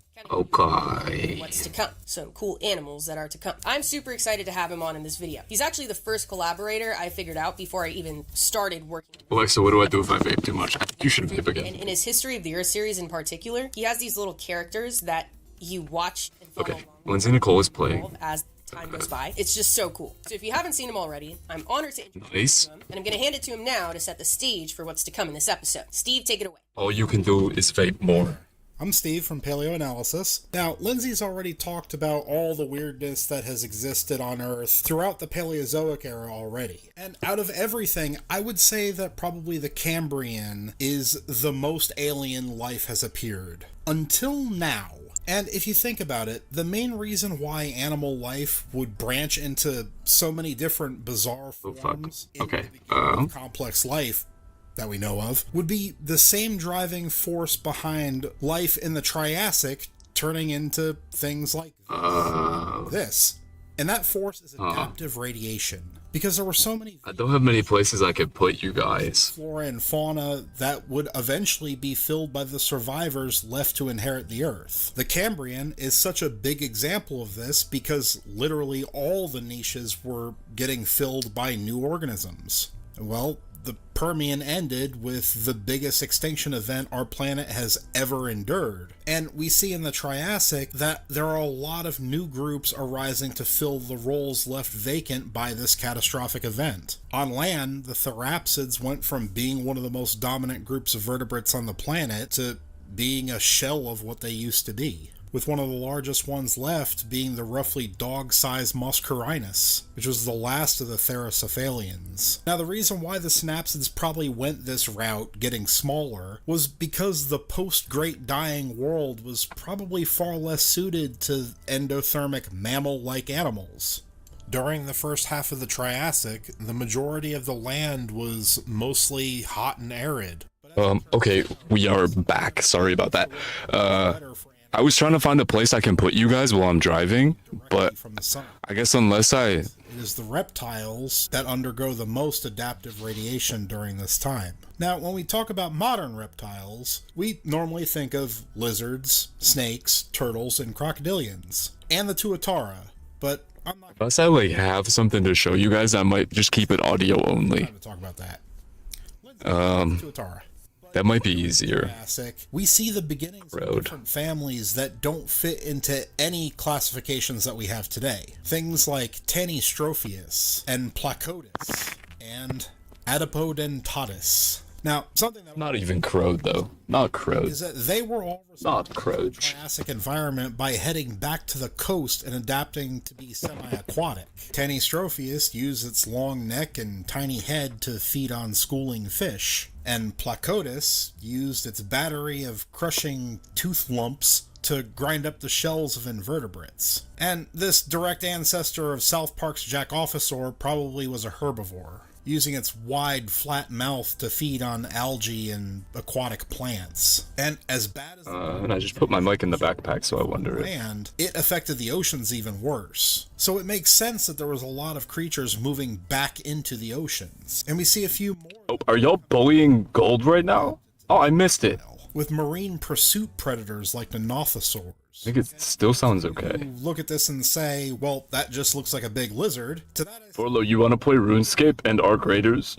Or are we talking to somebody else? Lizard. So you're wrong. This is actually a very unique creature. Forlo, why are we peeing? Why are you peeing? Body were perfect for catching fish. Oftentimes, this animal has actually been compared to the reptile. You're supposed to be in charge, Kitty, and you're peeing. Very successful. What is this? From little guys around 80 centimeters or 2.6 feet long to the biggest. What is this? Which measured up to 7 meters or 23 feet long. This would have been enough to make the Nothosaurs the top predators of the Triassic seas, if it wasn't for one other group beating them to that spot. After 16 million years of the world being hot and dry, that was about to change. Around 234 million years ago, an event known as the Carnian Pluvial Episode would begin. An event that would completely turn. Wait, how much is Ark? Ark is still like full priced, isn't it? Around 2 million years. And is really the thing that marked the beginning of what the world would be like for a long. Can y'all not pee? The event is thought to have been triggered by the eruption of large areas of flood basalts. This pumped a large amount of CO2 into the atmosphere and triggered global warming. And this led to an unprecedented increase in humidity and rain. Which sounds good, right?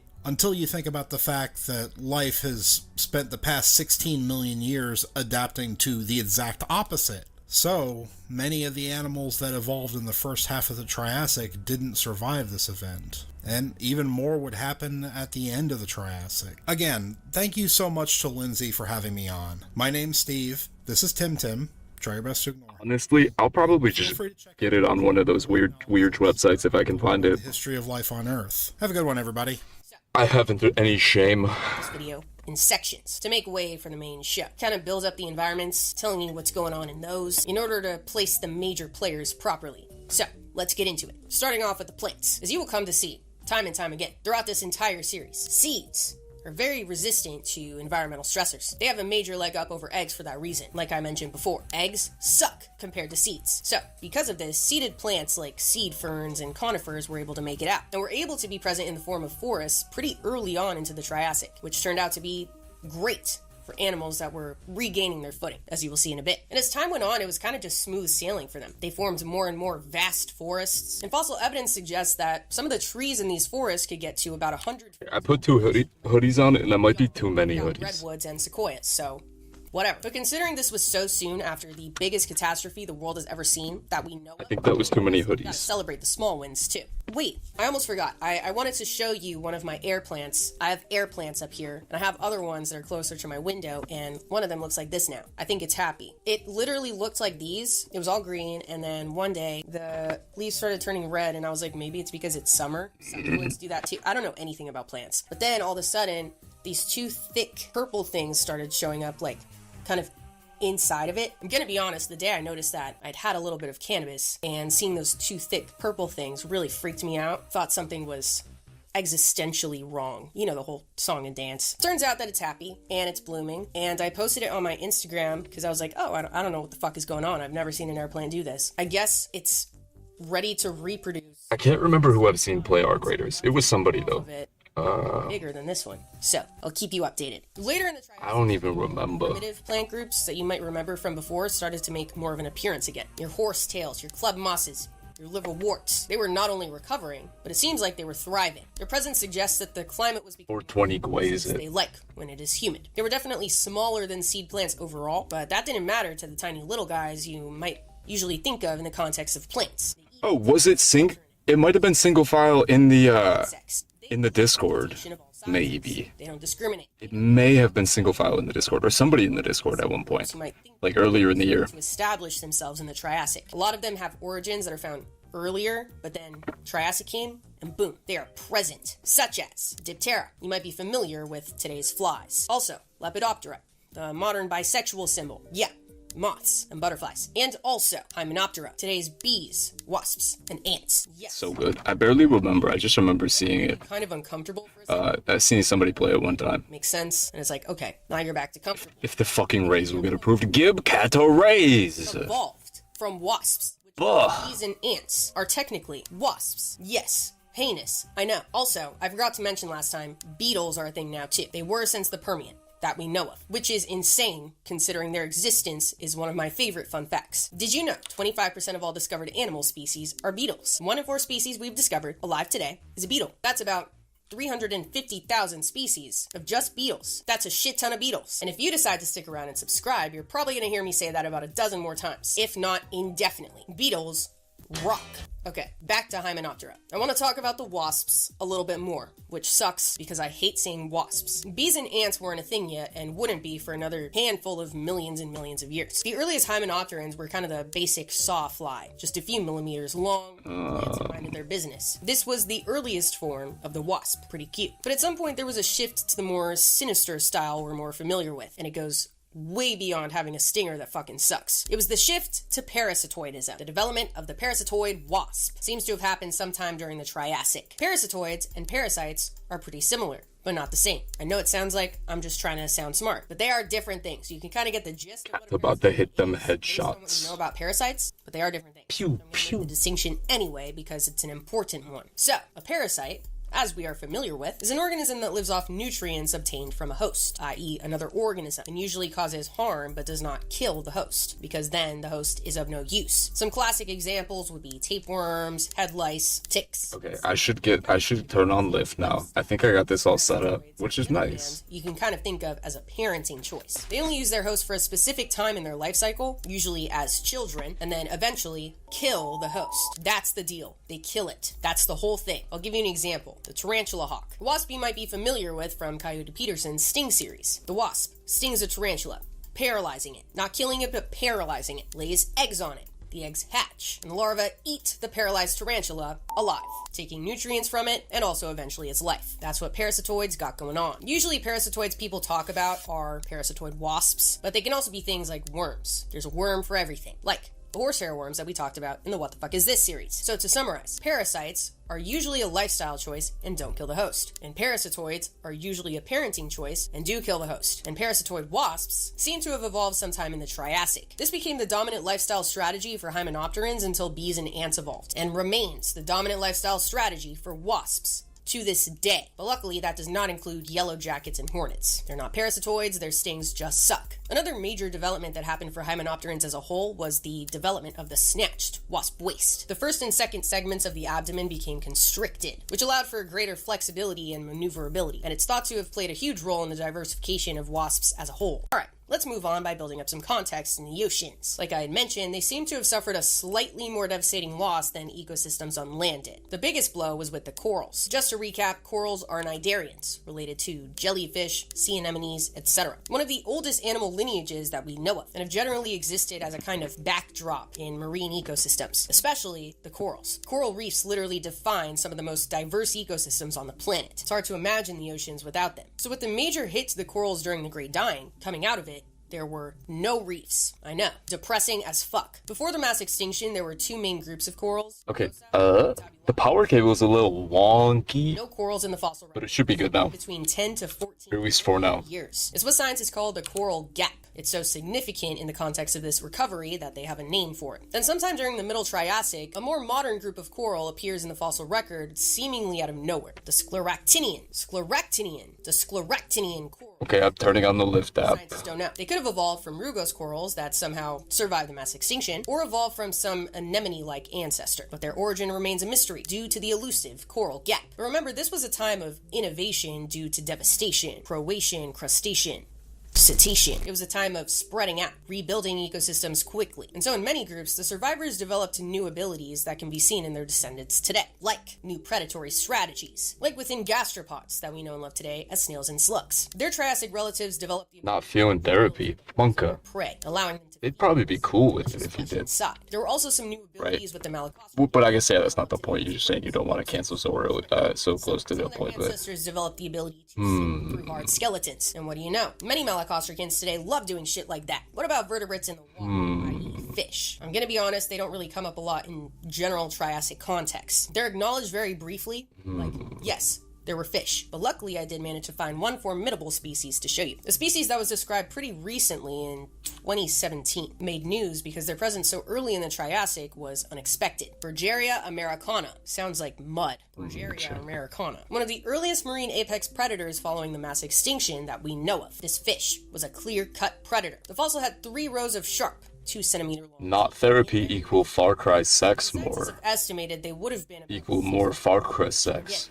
I know, doesn't sound crazy. Some of you are probably 6 feet long. But in terms of like the biggest catastrophe the world has ever seen that we know of, literally just happened. 6 feet for a fish is big. It was shocking. It was unexpected. This discovery that emote's so scary. much earlier than previously thought, or re-evolved. A lot of what we know about Bergeria americana comes from Bergeria cousins that were alive all around the world later during the Triassic. They ended up becoming a classic fish in the global seas. So showing up even earlier. I bet you she wouldn't be the most upset if her probably last appointment of the night canceled tonight. I'm just saying. Rundown on Triassic. It might be a little last minute, but there's also that to kind of offset it if you are leaning towards doing that, you know? Of sharks, skates, and rays started replacing the more primitive ones. That's it. And not entirely immediately, but it just kind of became noticeable here. That's all I really have to tell you. The Triassic fossil record does not really highlight any cool sharks, at least that I know of. Papers kind of just mention them in the most general sense and then move on. So, I have denied 2 lift requests so far because they were butt cheeks. You've probably been waiting for. Creatures of the limbed variety. This is where shit starts to get weird, and we're just gonna take it one step at a time. Starting with the amphibians, who were obviously doing great throughout the later parts of the Paleozoic. And as early Triassic communities were rebuilding themselves, the remaining members were still there as some of the dominant players in these new ecosystems, specifically the temnospondyls, which came in a variety of shapes and sizes, and continued to diversify throughout the Triassic. You had your salamander-like builds, you had your crocodile-like builds, absolute tanks like Mastodonsaurus, the largest of which had skulls that were 4 feet long. Just the skulls, 4 feet long. There were also, you weird bitches are gonna love it, Yeah, I imagine she wouldn't be the most match. wider than they were long. I like them a lot. Over 80? What the fuck? That's terrible. Bro. Fuck shit up. This is also when the ancestors to true frogs appear in the fossil record, also known as stem frogs, like Triadobatrachus, the earliest record of the frog shape. But again, true frogs appear for the first time as full-fledged frogs. That is a tongue twister. Fossil record in the early Jurassic. So with the presence of Triadobatrachus in the Triassic, it's safe to say they evolved sometime in the late Triassic that we know of for now. Who knows? It could always be earlier. So, remember in the Permian, I talked about this kind of tug of war that has been going on between synapsids and sauropsids since they first really established themselves, and has gone on to this day. In the Permian, the synapsids had the upper hand. That's feeling like ice pack weather for me. Some of the largest, most dominant species in terrestrial ecosystems. 70 is feeling like ice pack. Dinosaurs. Titty tummy ice pack at 70 for me. So I think 80 is... Triassic, the sauropsids started to get the upper hand. I think 80 is probably there. Big developments in locomotion, growth rates. The average size of both groups was larger in the Triassic than it was in the Permian, but the sauropsids took over nonetheless. That will be very clear by the end of this video. Let's start with the synapsids, the ancestors to mammals. Our story kind of left off on them in the Permian, on Lystrosaurus in particular. They, along with other synapsids, were luckily able to make it out of the mass extinction and paved the way for some developing traits that were moving closer and closer to what we think of as mammals today. Something they were obviously completely unaware of and was irrelevant to their existence. We are also moving closer and closer to a form that will be more familiar to something living 500 million years in the future, or maybe just 10 million, whatever. Evolution isn't directional, shit just happened that way. You know what the fuck I'm talking about. So back in the Permian, synapsids kind of had a mix of different postures, sprawling out, kind of like a lizard, which was the original form, and more upright,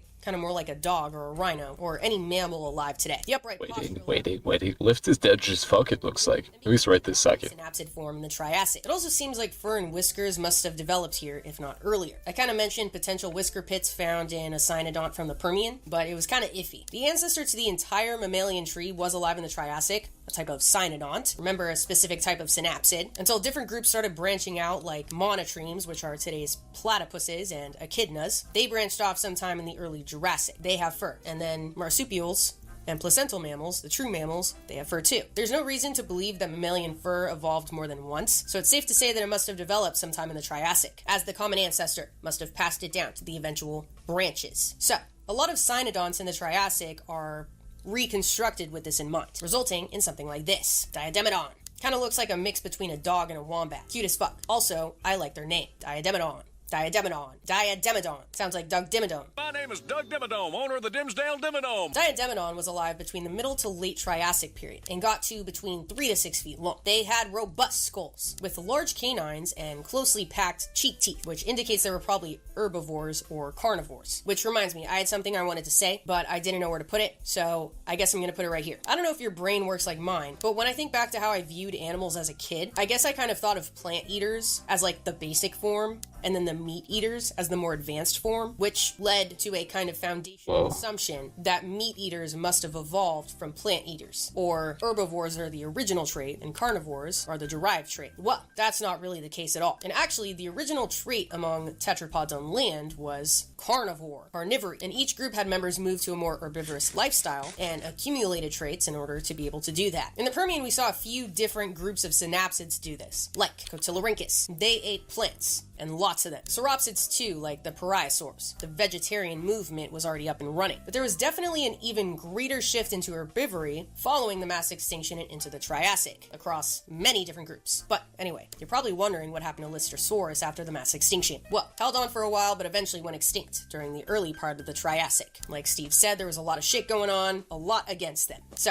they were an evolutionary dead end. Sad. But that doesn't mean that some of their other Dicynodont relatives all went with them. Because by the middle Triassic, there was a Dicynodont that was about the size of a modern elephant walking the planet called. I don't think I have ever waited this long for a lift ride before. In my head when I was researching, but it might be special dead, or just where I am is bad. Whatever. It's pronounced that way because the first fossil specimen found of it was in a village called Lisowicz in Poland in 2005, and it was massive, about 15 feet long, 8.5 feet tall, and estimated to weigh somewhere between 13 to 16,000 pounds. So, about the same size as a large male African bush elephant, and about 40% larger than any previously found Dicynodont, just absolutely demolishing the standard. So, that's synapsids. Now we're moving on to the sauropsids, the biggest section of this video. I'm gonna be honest, I had a really hard time figuring out how to organize this. I kind of wanted to do it like smallest to biggest species for the, the factor of it. But considering how drastically different early Triassic species were from later Triassic species, I thought that was going to be confusing because I wanted to make the distinction, like these are early Triassic, these are late Triassic. So I decided what I'm going to do is go through each section, and within each section, start from early Triassic to late Triassic. So that's how we're going to go about it. I think this was the best way to do it, but let me know, because I think shit is just going to become more complicated as time goes on with these series episodes. So I'm gonna let you in on a little behind the scenes insider scoop. The outline for this video was so long that I realized that I was gonna need 2 days to film it. So I already set aside 2 separate days. This is day 2. And then day 1 went much worse than planned. So yesterday when I was filming, I got all the way up to like Jackie, fish or sharks. I went from the introduction all the way to fish, and that took me a while. And then I realized, I looked at my camera, and it said it wasn't recording anymore, so I was like, holy shit, when did it stop recording? Like, maybe there was a storage issue, so I went back and saw that it cut off at wasps, and I was like, fuck. So the whole thing from terrestrial invertebrates to the fish, or even further than that, maybe amphibians, was just gone. So I was like, oh my god, I have to redo that whole thing. So I did that. Whoa. And I stopped my day at the end of the synapsids. So I was like, I am done. I need to pick up in a better mood on a better day.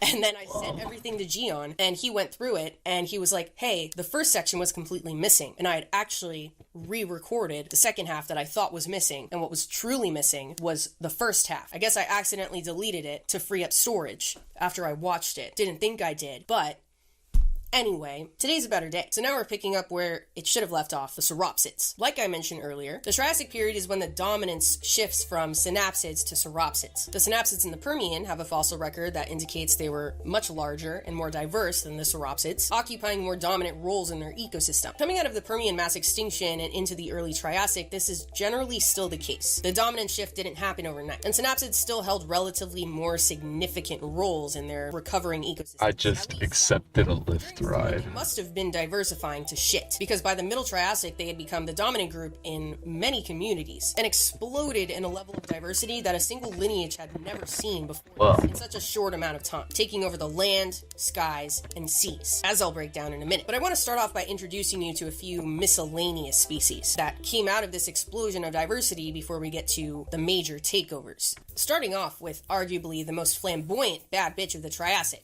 Longisquama, about 4 inches long and alive during the middle and late Triassic. Their most distinctive feature is obviously those blade-like structures coming off their back. What exactly they were used for is still a big mystery, but there are plenty of ideas. Some researchers believe this was flamboyant bad bitch of the Triassic. They seem structurally and morphologically similar, and at one point in the 80s, some scientists threw around the idea that they could have helped them or glide, but I don't think that idea... Yeah, I'm kind of here, not... These structures were too thick to be... Not really here, but kind of here. Some other form of a elongated or modified scale. Sleh. They were some sort of in-between, distinct from both feathers and scales, which I guess I kind of already covered by saying a modified or elongated scale, but I digress. Whatever they were, there was definitely some weird experimentation with scaly features of these sauropsids of the Triassic as they diversified. And this next one will prove to you that there was definitely some experimentation with overall proportionality as well. Trypanosaurus, some sort of demented rat chicken lizard from the late Triassic. Their body plan is unusual, to say the least. They're about a foot long and had a pretty massive set of claws, with one disgustingly larger from the rest. Looks like they stole it. Thick prehensile tail that also seems to have had its own claw at the end of it. What exactly they were is unclear. They were definitely different from dinosaur and lizard lineages. Hassan gamed for like 25 minutes, it feels like. For living in the trees. The tree-dwelling lifestyle, using the claws to hook onto tree bark. Hi, Zia. Pull little creatures outside of it, snack on delicious insects. Next. So, we all know turtles. We love them. They are so cute and have been around for a very long time, appearing sometime in the late Permian. I also forgot to tell you about them last time. The earliest turtle that we know of is Eunotosaurus. Wait, what is that? Makes you want to play what? About a foot long, and as you can see, had a kind of expanded rib cage, making it easy to imagine them as a step toward the classic turtle shape we're familiar with. Some of the more well-known Triassic turtles that we know of are Papachelis, Odontochelis, and Progenchelis, each having a different traits on their way to the true turtle shape. The shell, which is made up of the upper part, the carapace, and the lower part, the plastron, and a beak. Oh, it's a dinosaur game. The reason I wanted to bring turtles up here is because the turtle shape has I wonder if Foxbox has played that. She loves those games. Representatives of this in the Triassic. So allow me to introduce you to my favorite, Henotus, a 3-foot-long placodont from the late Triassic. As you would probably guess, Henotus seems to have had a similar lifestyle as turtles do today, spending most, if not all of their time in the water, since their limbs made walking on land a bit strenuous. But their shell was much more square and flat than of today's turtles. Just a preferential difference, I guess. Alright, next. Steve told me to talk about them, but I was already planning on it.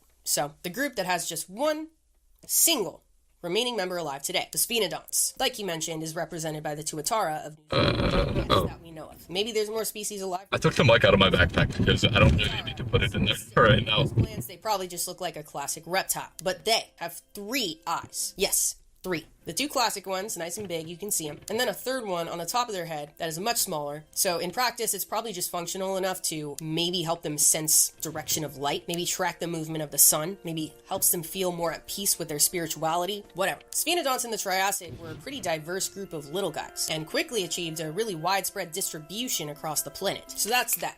Those were the miscellaneous ones I wanted to talk about. Now, we're moving into the land, skies, and seas. And we're going to go in that order. So, who took over the land in the Triassic? Yes, the dinosaurs. Covering the dinosaurs first. So the first thing to know about the dinosaur lineage is that it emerged from a larger group known as the Archosaurs. Archosaurs evolved into dinosaurs. Let me get my whiteboard for this. So, see if I can get it without the light hitting it. Okay, can you see that? Archosaurs first appeared sometime in the early Triassic. They first evolved as fish and flesh eaters. But later in the Triassic, herbivorous groups also emerged. This allowed the Archosaurs to occupy a wide range of ecological niches. And this allowed them to become the most diverse group moving into the middle and late Triassic. And eventually, split in the most general sense. So, you can think of, like, let's say this was surrounded by a tree, and then there's branches all over the place, and there's even some branches that don't really belong to either side of the split, but you can still kind of categorize them between the two. That makes sense. Like, maybe there's one, like, right there that's, like, barely on this side, but it's still on this side, technically. So on one side was Ornithodyrents, also known as dinosaurs and pterosaurs, and the Crurotarsians, also known as the crocodilians. To keep it simple, I'm just going to use the common names. I don't want to say these words. I feel like Crurotarsians is like the same issue as rural, you know? It's just like, ugh. So, dinosaurs and pterosaurs on one side, crocodilians on the other. So, that's the context. Well, let's start from the beginning in the early Triassic. I'll show you some of the most memorable and or heinous representatives, starting off with Proterosuchus, whose name means first crocodile or early crocodilian, but this wasn't the first crocodile. True crocodiles didn't appear until sometime in the early Jurassic, that we know of. but an early crocodilian nonetheless. Proterosuchus was about 11 feet long and kind of just looked like a distorted crocodile, or a crocodile on an acid trip, to keep in line with the theme of this video. The bones at the very tip of the upper jaw, or the premaxilla, were kind of downturned. That we know of. Hung over the side, and their head was naturally held upwards at a 17-degree angle. Fossil evidence of their brain cavity and structures within their inner ear suggests their auditory abilities were adapted for low-frequency sounds, which means they might have communicated with low-pitched vocalizations, if anything, which is pretty horrible to think about. By just looking at them, an early crocodilian, you'd probably assume they had a classic crocodilian lifestyle, semi-aquatic. That was the assumption for a long time. But more recent studies, kind of looking at their qualities as a whole, suggest they might have just been basic terrestrial, which honestly I think is much worse than semi-aquatic. This, on land, all of the time. I don't like it. We're gonna kick it up a notch with one that is just so horrific to look at. There is nothing I could do to living a crocodilian lifestyle. looks like. It might be the worst one on the list. Thriving in a crocodilian lifestyle. Looks like how a kid would draw T-Rex as a dog. So what happened here? What went wrong? Bro, gas is $4.17 a gallon here. A recovery from the most devastating mass That's crazy, man. extinction aftershocks. The world was unpredictable in the most extreme sense, and one of the best ways to make it out alive So on March 5th, it was... live life like a relay race, rather than a marathon. On March 5th, it was $2.99. Send the next batch. And it has just only gone up since then. Just send them out, send them out, send them out, send them out, send them out. Until eventually you got shit that looks like this. Because you're in survival mode, so fuck it. Send it out. Send it out, send it out, send it out. I know I'm kind of being mean because I'm making them sound pointless. That's not nice. It was obviously not the It's 5:45? What the fuck? lifestyle of an active carnivore. They had a robust skeleton, a massive skull that was Jesus. menacing teeth, ideal for ripping into flesh. They got to about 15 feet long, with a neck that took up about 0% of that. And maybe I'm projecting. Their head is so large. Maybe I'm just being mean, because I know what that feels like. I'm projecting my own... I'm not insecure. That's absolutely fucking ridiculous. It's huge. That's why I have like 3 hats. I have a big head, I get it. Literally fucking crazy. Arizonosaurus. Right off the bat, you're probably thinking this must be the ancestor to Spinosaurus. No, not even close. For some reason, the sail was a fan favorite for multiple lineages. Dimetrodon had it, now Arizonosaurus, later Spinosaurus. Shit happens sometimes. And Arizonosaurus was just one of the few different archosaurs that had these tall neural spines on their back during the mid-Triassic. For what purpose? Could be a few things. Maybe thermoregulation like Dimetrodon, maybe sexual display, or species recognition. For our purposes, just another example of the weird shit that happened because of the Triassic explosion. Alright, next, Lotosaurus, another archosaur with a sail on its back. Okay, I'm like a minute away from picking this person up. Like this one, a lot. They look like they're in an uncomfortable position, you know? So, I'm gonna leave you guys for a second, but I'll be back in like, I think, 15, 20 minutes. Archosaurs. Archosaurs possessed beak-like, which suggests herbivory. They also had frontal phalanges, which are the bones that support nails or claws. So they were probably very interested in digging or scratching or any other behavior you can think of that animals possess when they have claws and nails. Lotosaurus is mostly known from a single monospecific bone bed, a site where the vast Something like fossils that. found belong to a single species. It points to a mass mortality event. They all died together and were buried together. Maybe a herd all dying due to a severe drought, or maybe they were all manipulated into a cult. We can't disprove either possibility as of now. Alright, next, definitely a fan favorite. Shringosaurus, 10 to 13 feet long and absolutely cool to look at. They had a pair of large, forward curving horns on their head that might have only been present in males, so maybe a sexual display thing or a tool for male-on-male combat, but more research must be done. They had robust bodies with elongated necks, possibly used in a similar manner as giraffes, browsing on vegetation at various heights, giving them a leg up in the competition. These are one of my favorites for sure. I just like what they got going on. You know, this right here is a good setup. Alright, so moving into the late Triassic is when some of the first true dinosaurs start to emerge. One of the earliest known is Tawa, a simple and badass name. They were named after the Puebloan sun god because of where they were found in New Mexico, and they might have been one of the earliest theropods, which is the lineage that includes T-Rex, Spinosaurus, Velociraptor, species with that classic shape, you know, and one lineage of theropods evolved into birds. Separate from all of those that I just listed, they all had their own branches. T-Rex was not a bird, and I'll actually be covering that in a couple weeks because of some bullshit that keeps circling the internet after a Redditor said that T-Rex must have had wings because he flipped the arms upside down, and now people are saying that scientists have confirmed that T-Rex was a bird. It's not. it was not, but I'll cover it in a couple weeks. Anyway, this is a significant group, and Tawa might have been at the very humble beginnings of it. At 6 to 12 feet long, so much smaller than some of the descendants, but absolutely cool. Nonetheless, one species from the late Triassic that was on the crocodilian side of the split was Desmatosuchus, a 16 feet long, heavily armored tank that had bony plates and spikes covering its body from head to tail. These served as formidable defense against predators, making Desmatosuchus a difficult snack to indulge. But defenses like these don't evolve for no reason. Their existence suggests the presence of predators that were powerful, or at least almost powerful enough to rip them apart, like Smilosuchus, another one on the crocodilian side of the split, in a group called the Phytosaurs. They had a maximum length somewhere between 24 to 39 feet, dude. Definitely one of the largest semi-aquatic predators of the time, that we know of. They had massive skulls and a set of unusual teeth with tusks at the front to skewer their prey. Despite looking almost exactly like modern crocodiles, osteoderms and all, remember those skin bones, they were not the ancestors to crocodiles or even in the true crocodilian lineage. Just also on that side of the split. Another classic case of convergent evolution. The crocodilian form has worked for a variety of creatures in a variety of different ways. Alright, so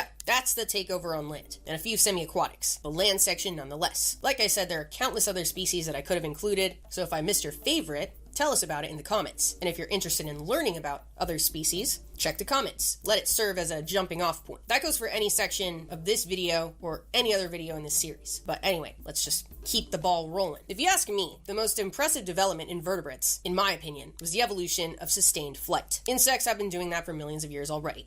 Yes, I definitely don't want to step on their toes. I mean, they zip around like nobody's business, and that is sick. Good for them. But the vertebrate evolution of sustained flight led to some of the largest flying animals the world has ever seen, that we know of. The beloved group, the pterosaurs, which again, were not dinosaurs, they just evolved alongside them. While true pterosaurs didn't evolve until the late Triassic, a few earlier species provide ideas of flight experimentation, like Scleromochlus, a small reptile from the late Triassic in what is now Scotland. They were very small, about 7 inches long, with much of that length made up of a long, slender tail. Scleromochlus individuals were built for running or hopping. They had a light, agile build, and their hind limbs were much longer than their forelimbs, a trait shared with early pterosaurs, hinting that they or a close relative could have been the true pterosaur ancestor. Maybe the running and hopping led to higher hopping assisted by small membranes to catch the air, which eventually led to sustained flight. Another idea is a more top-down approach rather than ground-up. Maybe pterosaurs evolved from gliders, like Chaerovipteryx. They had elongated hind limbs, with skin-covered membranes stretching between their legs and their body, allowing them to glide between trees like modern-day flying squirrels, or sugar gliders, etc. Regardless of where they came from, by the end of the late Triassic, the first true pterosaurs had appeared, like Eunomorphodon.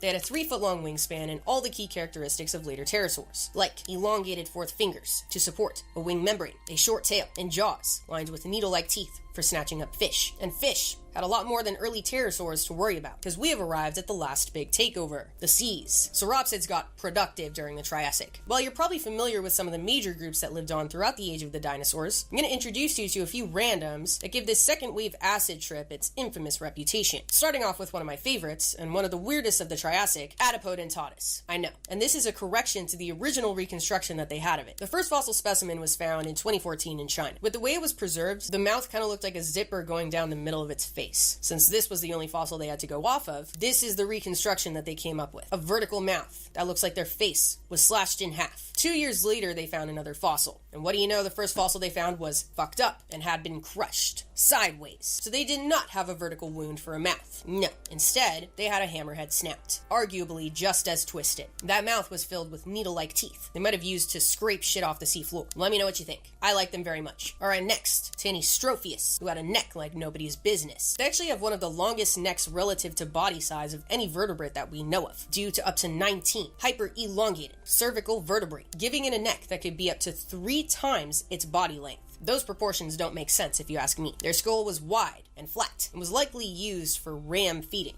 swimming through the water with its mouth open, like that, until something swam into it, and then dunzo. Their elongated neck might have allowed them to explore different depths and niches than other marine reptiles with normal-sized necks, which was great during this experimental phase. However, it also left them extremely vulnerable to decapitation, the guillotine's wet dream, if you will. While they definitely had the longest relative necks of the time, they were not the only ones with this elongated quality, because during the Triassic, the plesiosaurs appeared as well, a group that would live on to be known as the long necks of the seas. Why exactly this trait evolved multiple times is up for debate. One idea is the long necks allowed them to sneak up on their prey in murky waters. I guess if you imagine seeing the silhouette of their body from a distance, it would be perceived as much farther away, and you wouldn't be able to tell that within that silhouette is a head that is much closer to you. A heinous thought, if you ask me. Plesiosaurs would turn out to be much more successful than the extra-long Tanystropheus, and would live on far beyond the Triassic. It seems as though they had much stiffer necks and short, stiff trunks, making them slightly more difficult to decapitate, I would imagine. They also developed bonier joints in their wrists and ankles rather than like cartilaginous. So within their flippers, they had much more rigid bones, which helped them move around easier. As we move through the Mesozoic era, you're going to see a lot more updates with them, so stay tuned for that. All right, the last group I want to introduce you to is one that ended up taking on a form that we're pretty familiar with in our own oceans today, the ichthyosaurs, who would eventually become the dolphins of the Mesozoic, hundreds of millions of years before dolphins even thought of existing. This is yet another ideal body form that has worked for multiple lineages, and for the marine reptiles, it allowed them to make it through at least one mass extinction, and potentially two. There's some new updates. Ichthyosaurs were initially thought to have evolved during this post-Permian mass extinction radiation that we have been talking about for the entire video. But in 2023, on a remote Arctic island called Svalbard,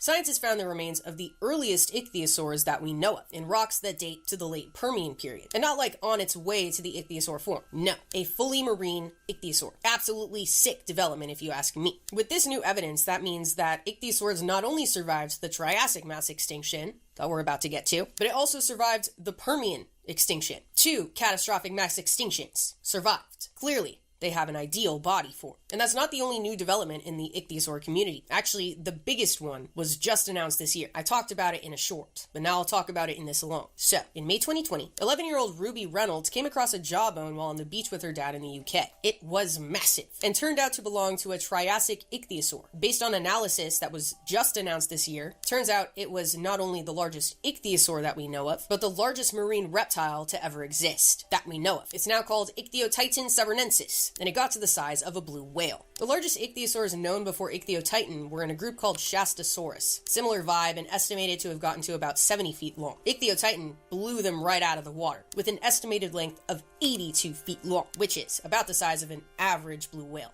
Not the biggest, so they're not the biggest to ever exist, because now Puruscetus got fucked as well. Blue whale is still the biggest to ever exist, that we know of. The Triassic was clearly a time of experimentation of all shapes and sizes, and this was the only period that these behemoths existed, because the mass extinction at the end of this period, well, overshadowed by the Permian and the Cretaceous, was still powerful enough to decimate ecosystems of all kinds, and led to the extinction of the large ichthyosaurs and up to 76% of all species on the planet, about 201 million years ago. So, just to recap, 50 million years before this, Permian mass extinction, most devastating of all time. 16 million years after that, Permian pluvial episode. And then 30-ish million years after that, we had another mass extinction, and lost 76% of all species that have been dragging their way out of disaster. So what caused this one? What the fuck was wrong now? Take a swift guess. Yeah, volcanic activity. Remember how I mentioned that at the end of this period, Pangaea was starting to break apart? Well, looks like at the area where modern-day North America and Africa began to separate, it set off a chain reaction of first, a massive outpouring of lava that lasted for like 620,000 years, and resulted in overall lava coverage of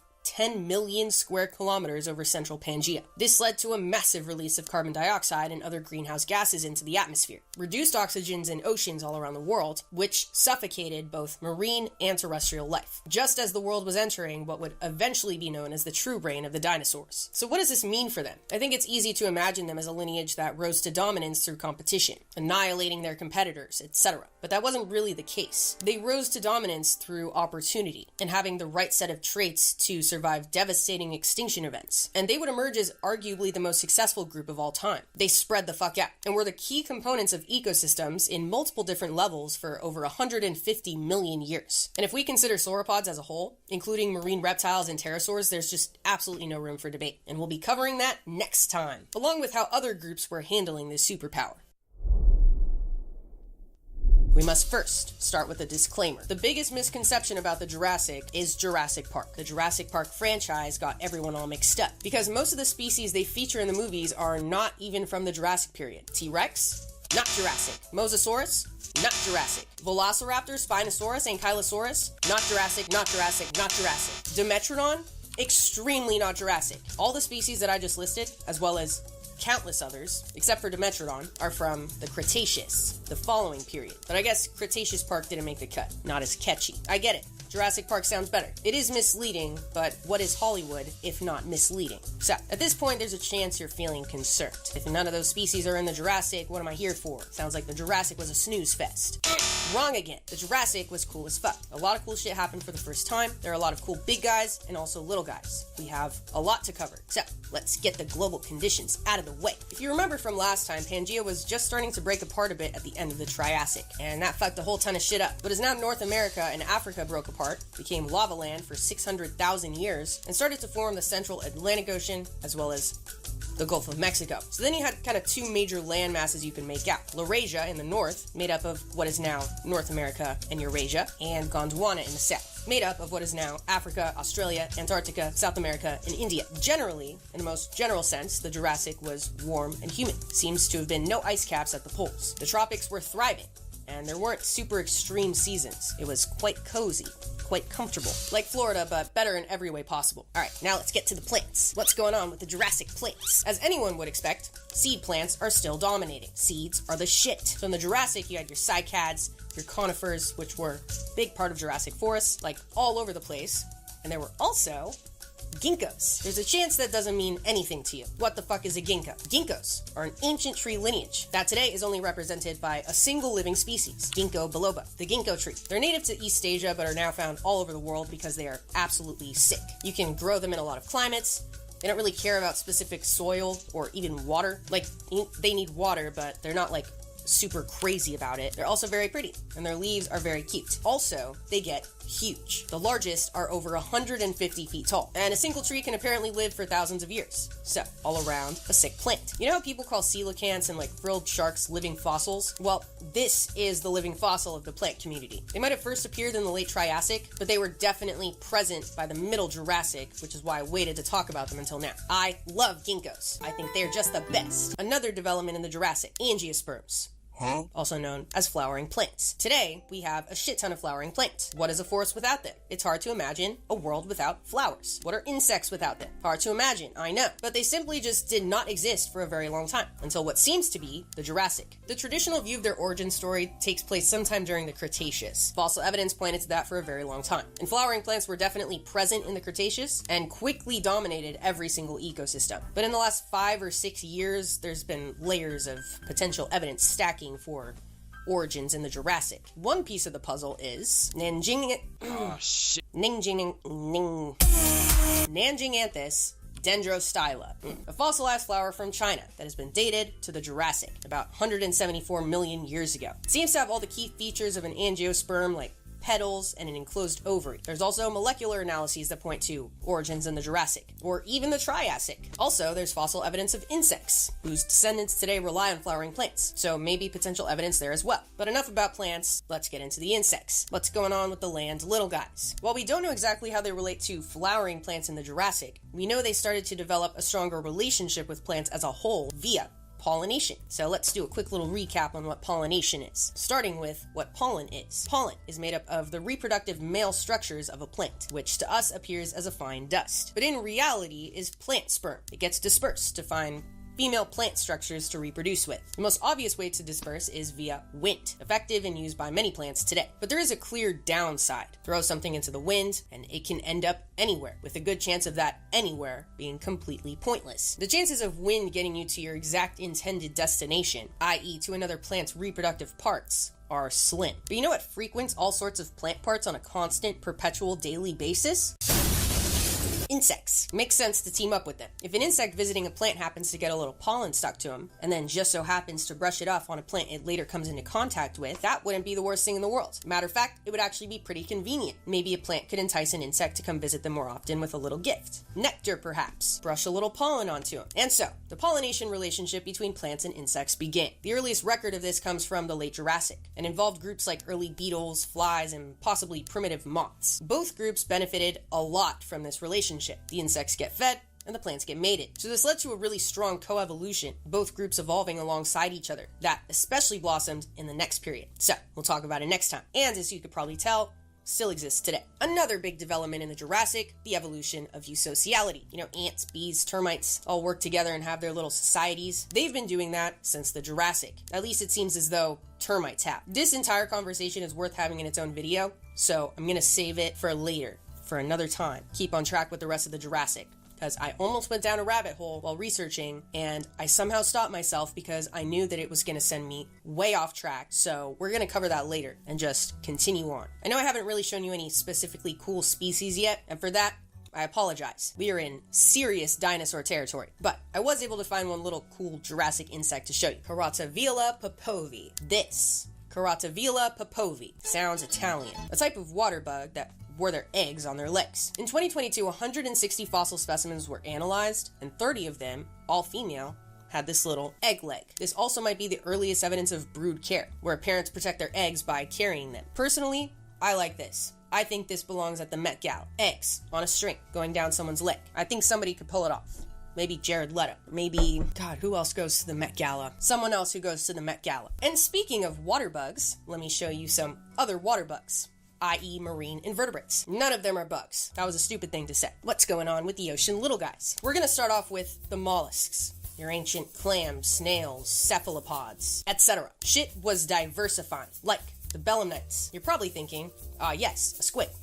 No, this is not a squid. This is a hard squid. As in, you know squids as soft-bodied skinks. Just soft-bodied through and through. Not the belemnites. They had hard internal skeletons. There's a chance if you've ever dissected a squid in school, you want to correct me. Actually, technically, squids have hard internal skeletons too. But I suggest you don't. Squids have a pen, which is honestly undeserving of the name. It would be more appropriate to call it a broken piece of straw. Belemnites have a bullet-shaped cone internal skeleton. Do not compare their skeleton with a piece of plastic. I don't want to hear it. Otherwise, they did pretty much look like squids. They had 10 tentacles, each with 30 to 50 pairs of hooks made of chitin to latch onto prey. They had been around since before the Jurassic, but were a bit more irrelevant until now. But one major group that does seem to have their true origin in the Jurassic are the true ammonites. You're probably familiar with them. These beloved extinct cephalopods are known for their chambered shells, which, as they grew, added more chambers to them. They would live in the outermost chamber, and then eventually, when they outgrew it, they would wall it off and form a new one, a new chamber,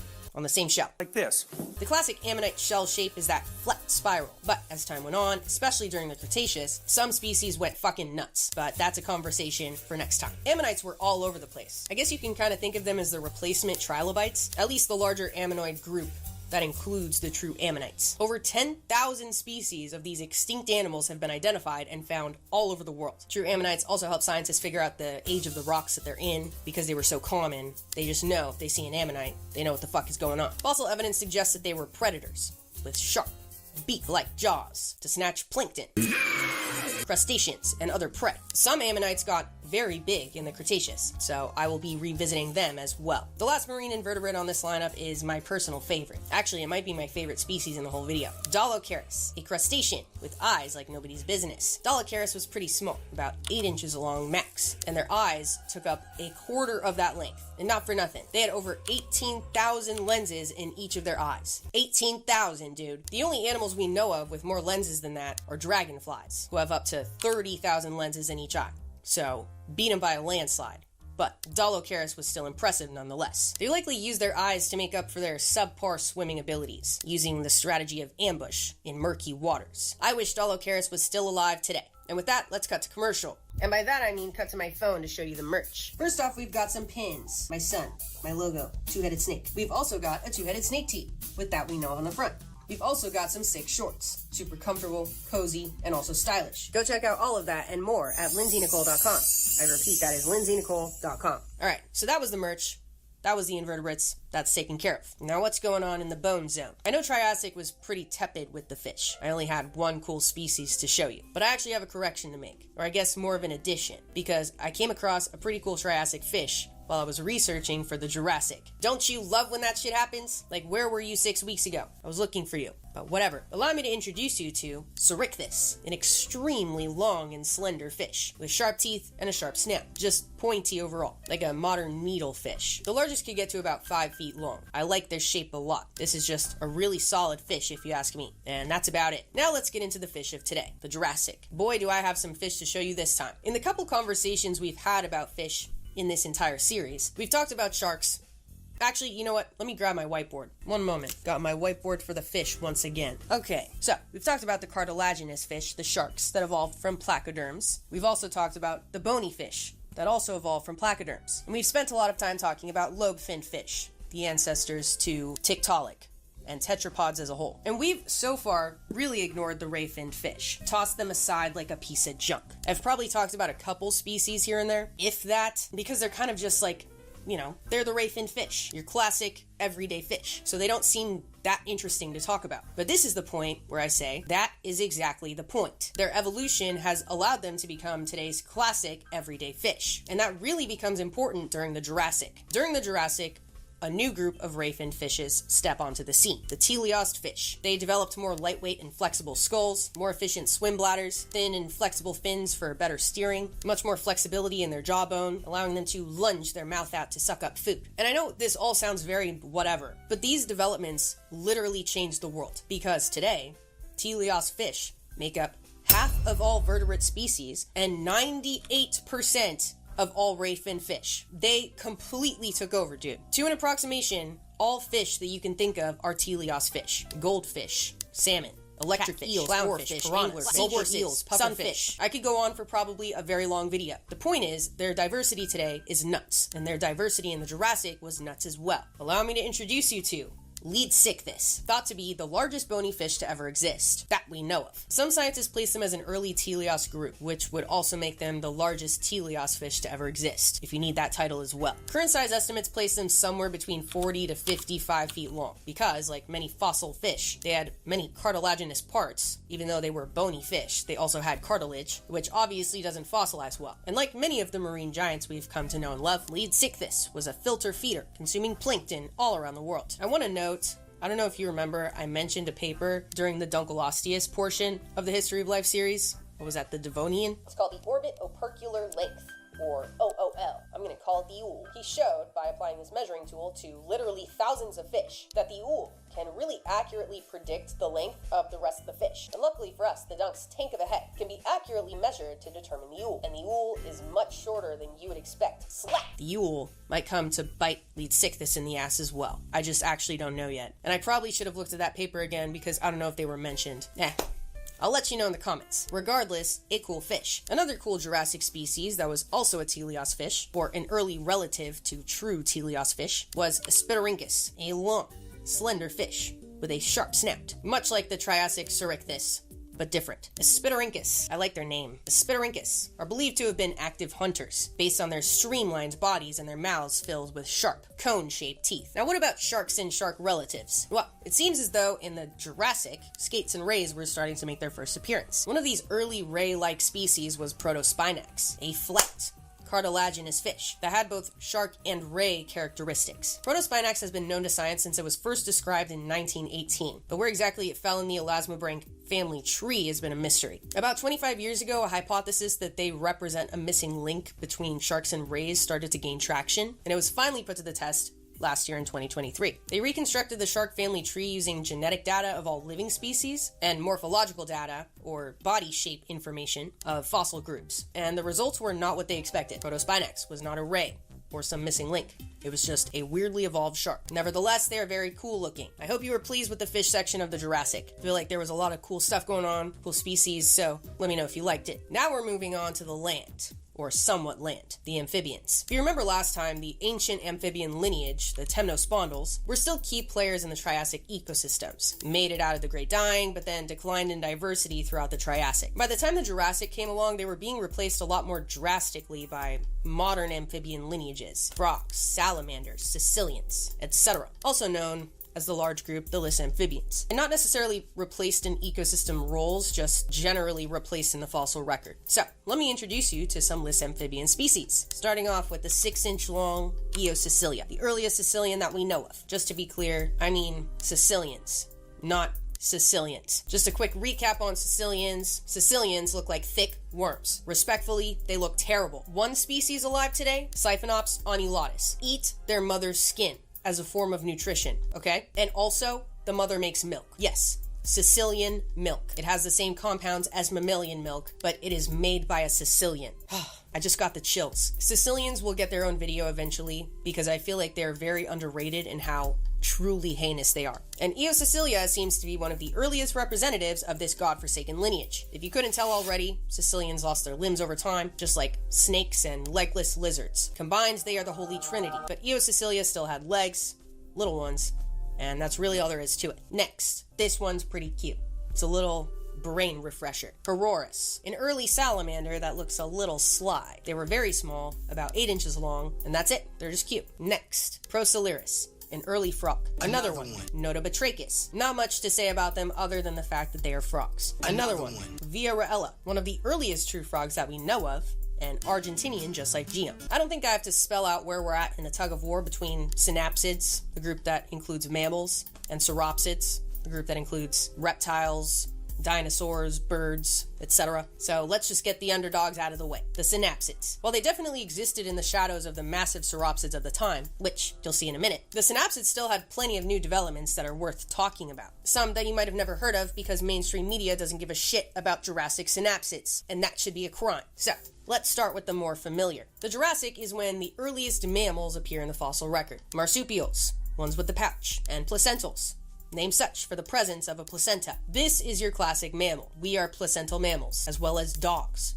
rats, bats, elephants. You get the gist. Both marsupials and placental mammals belong to a larger group, Theria, the Therians. I know that word has a new meaning in some circles, so I feel the need to elaborate a little bit more, give a little more context before moving on, as I'm going to keep using that word. Grab my whiteboard again. And actually, it's the exact same cladogram, I just have to get rid of the labels. One second. So, the larger group, Mammalia. Mammalia, origins, Triassic. This diverged into two groups.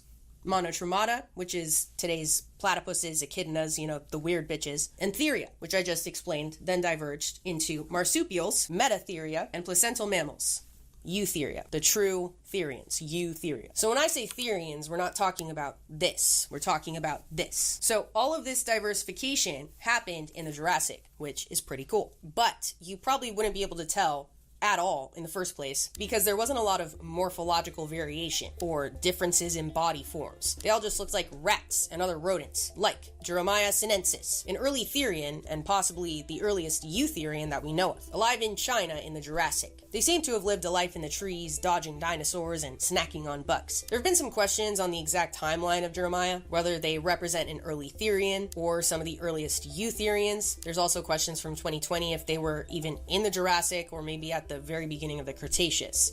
So, it's a bit muddy. Regardless, this is what the first Therians and Eutherians looked like. Yeah, this is the face of your great-great-great-great-great-great-great. One eternity later. Great-great-great-great-grandmother. Just rats and rodents. That was the entire mammalian lineage at this point in time. Obviously, a major development to happen to Therians was the ability to give birth to live young. No eggs needed. This allowed mammalian mothers to keep their developing babies as close as possible, literally closer than you could possibly get. No chance of a dinosaur ripping apart your eggs while you go out for lunch. The eggs come with you. This turned out to be the way to go for Therians, despite the massive energetic cost. Mammalian pregnancy is obviously a physiological nightmare. So, these are the mammalian groups that we know and love today. Monotremes, marsupials, and placental mammals. But plenty of other mammalian lineages existed in the Jurassic that just went extinct, like the multituberculates. They were a lot more diverse and abundant than modern lineages at the time. Here's an example of one. Rugosodon. I know, looks like just another rat. I'm telling you, they were all rats. If you give a man a fish, you feed him for a day. If you give a man a rat, you satisfy his rat desire. The difference between multituberculates and other mammals is in the name. They had lots of tubercles, little bumps on their molars. That's what made these rats different from other rats. Another group, Docodonta. Some of these rats show adaptations for being semi-aquatic, like Castorocata. Yes, a more beaver form in this one, so that's pretty cool. And another one, Volevolodon, a close relative to mammals, could glide between trees, so we had flying rats as well. But yeah, overall, Jurassic mammals, less than 2 pounds. They adapted to different niches like the water, the trees, life underground, and a lot of them ate insects. And that was that. I think we can move on now. Because at this point, I know, you're ready for the stars of the show. That rhymed. Didn't mean for it to rhyme, but it did. The Jurassic icons, the sauropsids. To transition into this section, I figured we'd start with the most mammal-like sauropsids, the ichthyosaurs. The dolphins of the Mesozoic. Remember in the Triassic, there were some hefty ichthyosaurs, like Ichthyotitan, Shastosaurus, that were more similar to a blue whale rather than a bottlenose dolphin. Those sizes didn't really make it into the Jurassic that we know of, but ichthyosaur diversity did reach its peak here. The true and classic streamlined shape was fully developed here as well, with some groups like the classic Ichthyosaurus. Species in this genus got to 5 to 10 feet long. Other groups, like Temnodontosaurus, had species that could get to 30 feet long, and I was reminded that that's how big killer whales can get. I feel like I always forget how big they are. You know what I mean? Like, they're big, and that exists in my brain, but 30 feet, dude? That's 3 times the length of my room. That's fucking insane. Ugh. Okay, heinous. That's just heinous. So, Temnodontosaurus was like the Jurassic orca. Or I guess, more correctly, orcas are modern-day Temnodontosaurus. They're also known for another impressive size record, the largest eyes of any vertebrates ever that we know of. They're about the size of a soccer ball, which is nuts. And these aren't just estimations either. I know that when we think about measuring prehistoric eyes, we think about estimating them due to the nature of our own eyes, which do not fossilize. But many animal forms exist on this planet that have bones in their eyes, called sclerotic rings. Eye bones. Birds have them, fish, reptiles generally. There's always exceptions, and then pterosaurs had them, dinosaurs had them, marine reptiles. The world is sclerotic rings galore, provide support for the eye. So in cases of exceptionally preserved ichthyosaur fossils, like what happened with Temnodontosaurus, scientists have been able to directly measure how big the eyes were because they have the sclerotic rings fossilized. Other exceptionally preserved fossils have determined that ichthyosaurs also gave live birth in the ocean. A very helpful adaptation for marine reptiles since they no longer had any attachment to land, which would have been tough given their overall body form. So, ichthyosaurs in general had big eyes, and they were likely an adaptation for hunting in low light or murky water conditions, feeding on fish, squid, and other ichthyosaurs. Also, to be on the lookout for their predators that thrived in murky water conditions. I want to tell you a story about the discovery of one of them. In 2006, a group of scientists in Norway came across a graveyard of giant marine predators from the Jurassic. It was a pliosaur, but it looked different and was bigger than any other fossil specimens they knew of. It became known as Predator X, while scientists pieced together its identity for the next several years. You probably remember from the Triassic a group of long-necked marine reptiles, the plesiosaurs. You might also remember I said to stay tuned because they would get some pretty cool updates throughout the Mesozoic. One of these updates would be the development of pliosaurs, a group of plesiosaurs with shorter necks, massive heads, and extremely powerful jaws, making them one of the dominant predators in oceans all around the world. Before the discovery of Predator X, it was thought that pliosaurs had a max length of 32 feet, but Predator X changed things and bumped it to over 40 feet long. And it turns out Predator X was an entirely new species, but one that still represented the same traditional values as other pliosaurs: eat, prey,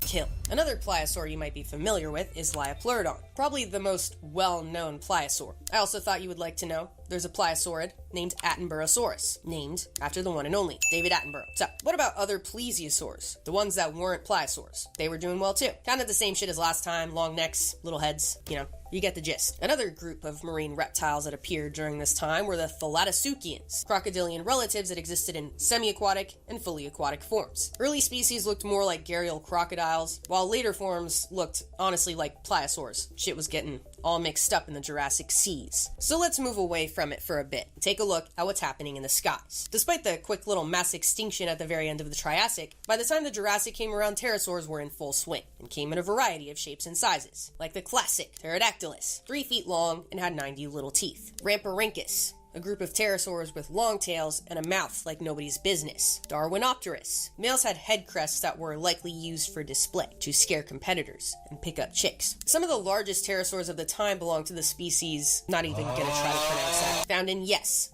Scotland. Hence the name that sounds like a wet cough. If you've seen my cutest extinct animals video, you already know what my favorite pterosaur is. One that looks nothing like the others on this list so far. One that is so cute, you could just squeeze it. Just squeeze it.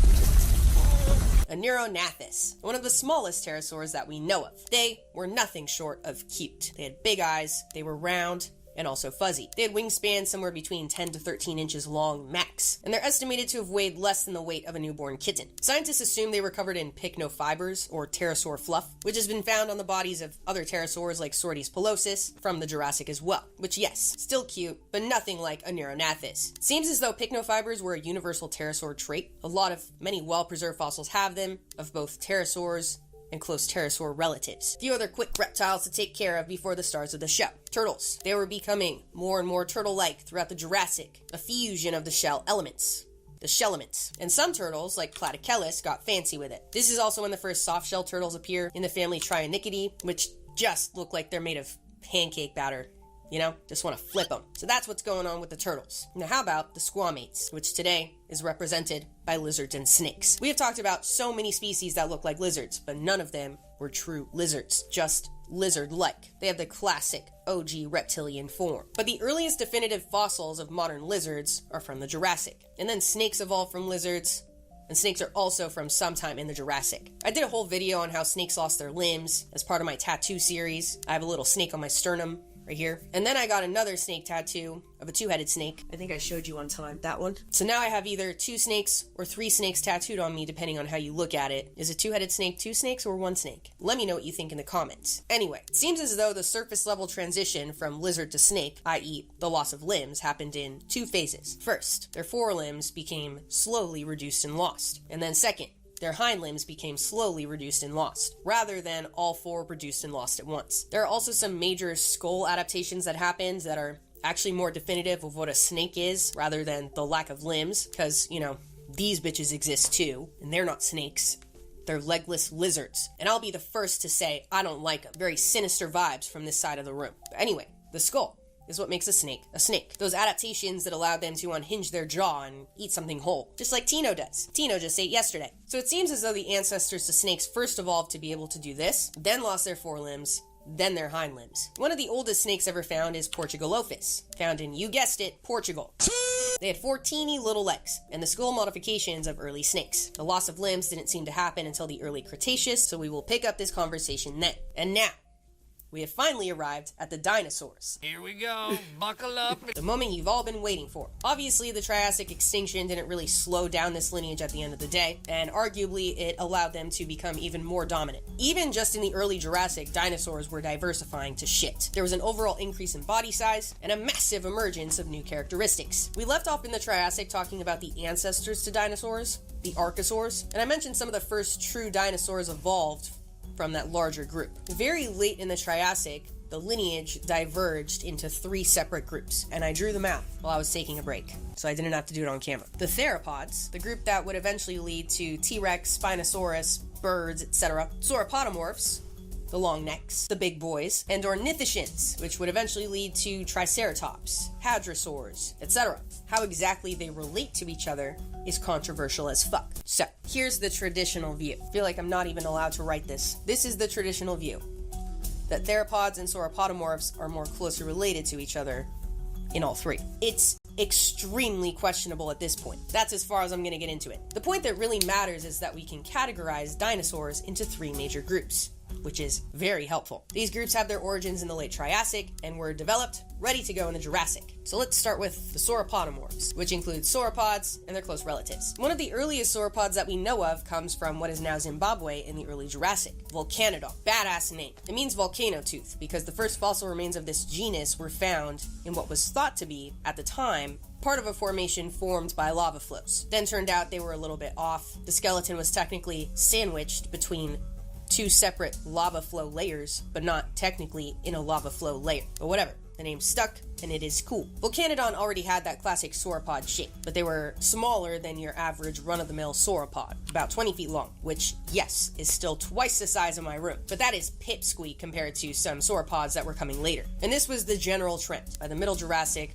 the sauropods were larger, and their necks were getting longer. Like Spinophorosaurus. I like that name. It's like butter. Let's just cut to the chase. They had spikes at the end of their tail. That is so sick. If I had a tail, I would want it to have spikes on the end. Imagine if we still had tails, dude. I wonder how that would affect how we perceive people, you know? Like, would we like longer tails or shorter tails? I bet we would like longer tails with piercings on it, probably. And also spikes, like Spinophorosaurus. They're not the only sauropods with tail spikes either. Another group, Shunosaurus, also had them. Shunosaurus got to about 30 feet long, and Spinophorosaurus got to about 40 feet long, a little bit longer than that. So, moving along, moving up in size, and some groups got even bigger than that in the Middle Jurassic, like Lingwulong. They got to about 60 feet long, but they had shorter necks. But that doesn't really matter because they were still fucking 60 feet long. By the time the Late Jurassic came around, it was just getting out of hand. Many groups show evidence of rapid growth rates, high metabolic rates during this time, and they were just gigantic.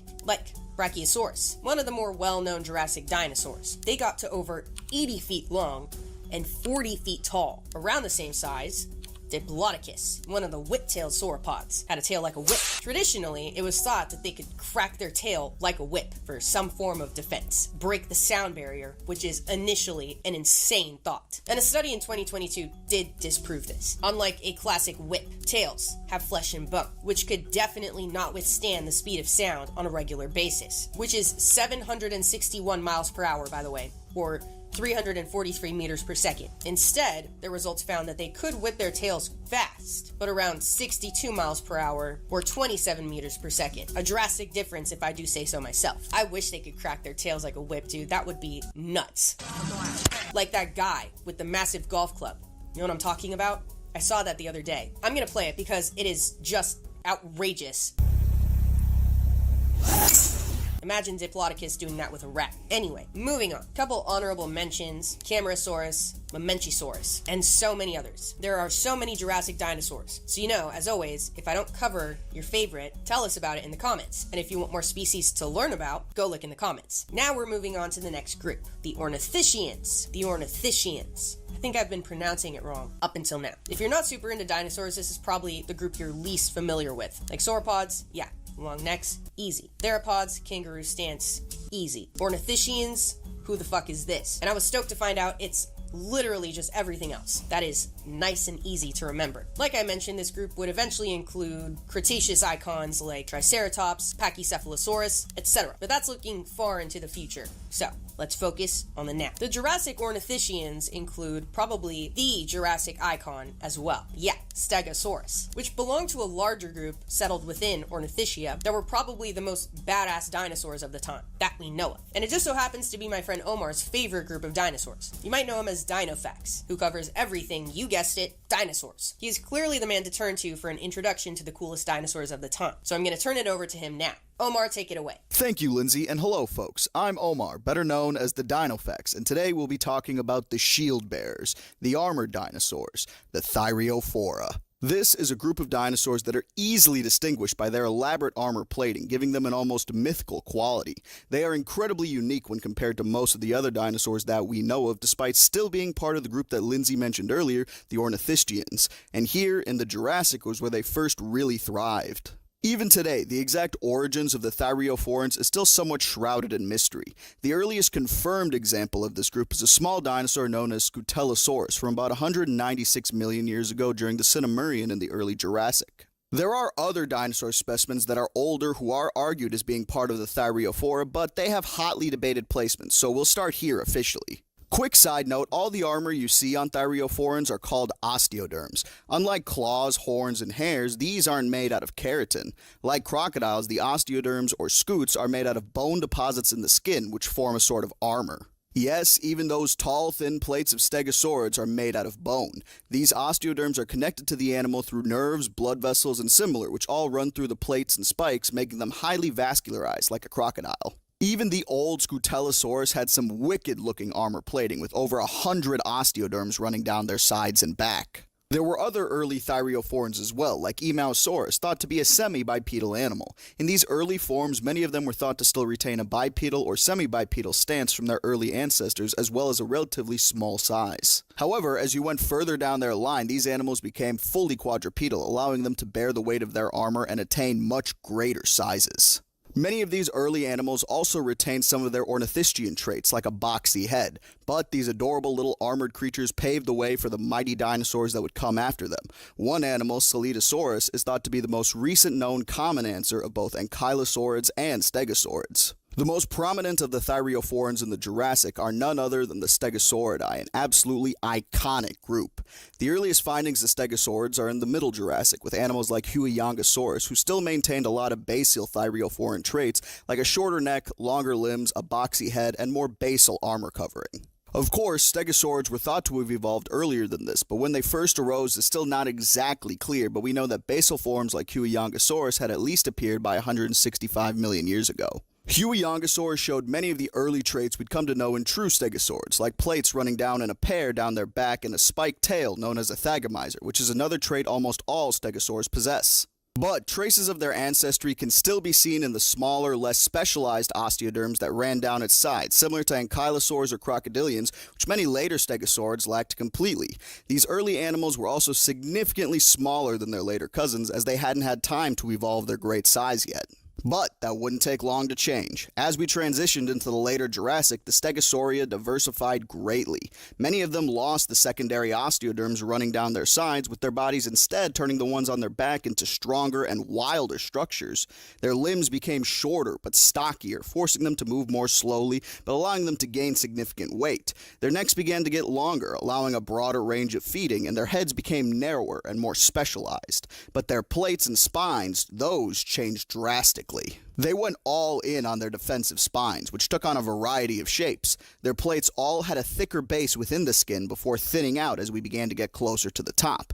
In many of the Asian species, these plates were more like large spines that ran down their backs, with the largest near the hips of the animals. In animals like Kentrosaurus and Miragaia, instead of having one or the other, they had wider, more plate-like spines in the front that became more rounded and spike-like as we approached their hips. Several genuses like Kentrosaurus and Gigantspinosaurus had spikes known as parascapular spines, which jutted from their shoulders rather than their backs. The variety and arrangement of these spikes has made it difficult to classify these animals in groups, as many of the more evolved creatures share traits with older animals that seemingly have little relation. The most advanced of these animals are the true stegosaurids, the animals most closely related to Stegosaurus itself, most of which came around closer to the end of the Jurassic. Instead of the mix and match arrangement of Kentrosaurus or the more spike-like spines of the early stegosaurids, Stegosaurus itself had tall, flat plates and a wicked-looking thagomizer with 3-foot-tall spikes. Because of how well-studied Stegosaurus is, we actually learn a lot about the group as a whole from them themselves, including that the plates were covered in keratin.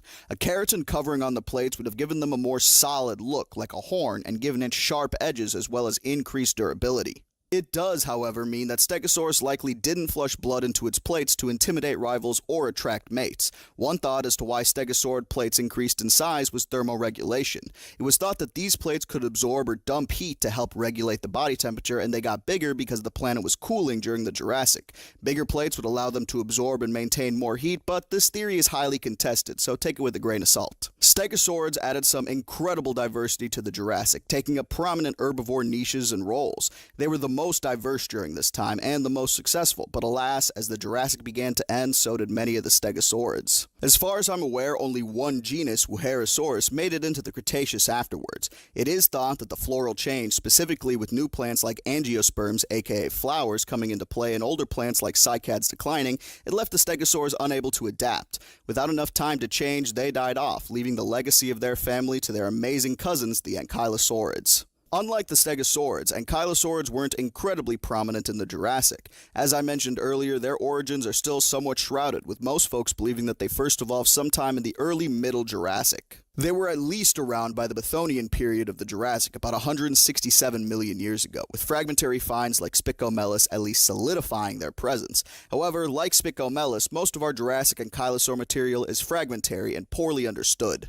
I only know of 2 Jurassic ankylosaurs with decent preservation, 2 nodosaurids to be exact. Nodosaurids are the oldest of the 2 major ankylosaur groups and seem to trace their ancestry back to the Jurassic itself. Nodosaurids have recently been split into multiple groups, but that itself is a debated topic, so I'll refer to both of these as nodosaurids. Nodosaurids developed a similar head shape to that of the Stegosaurids, with a somewhat thin and narrow skull in comparison to their later relatives in the Cretaceous. The osteoderms of nodosaurids are also more spike-like in shape, once again similar to Stegosaurids, and they maintain the longer limbs in the Jurassic nodosaurids like Gargoyleosaurus. These animals were also smaller in size, though their size would increase as they transitioned into the Cretaceous. However, the tail clubs that ankylosaurs are so famous for don't appear in these primitive animals at all, but many nodosaurids, including Gargoyleosaurus and the other Jurassic form Mimoropelta, had sharp osteoderms running down the side of their tail, like a macuatl.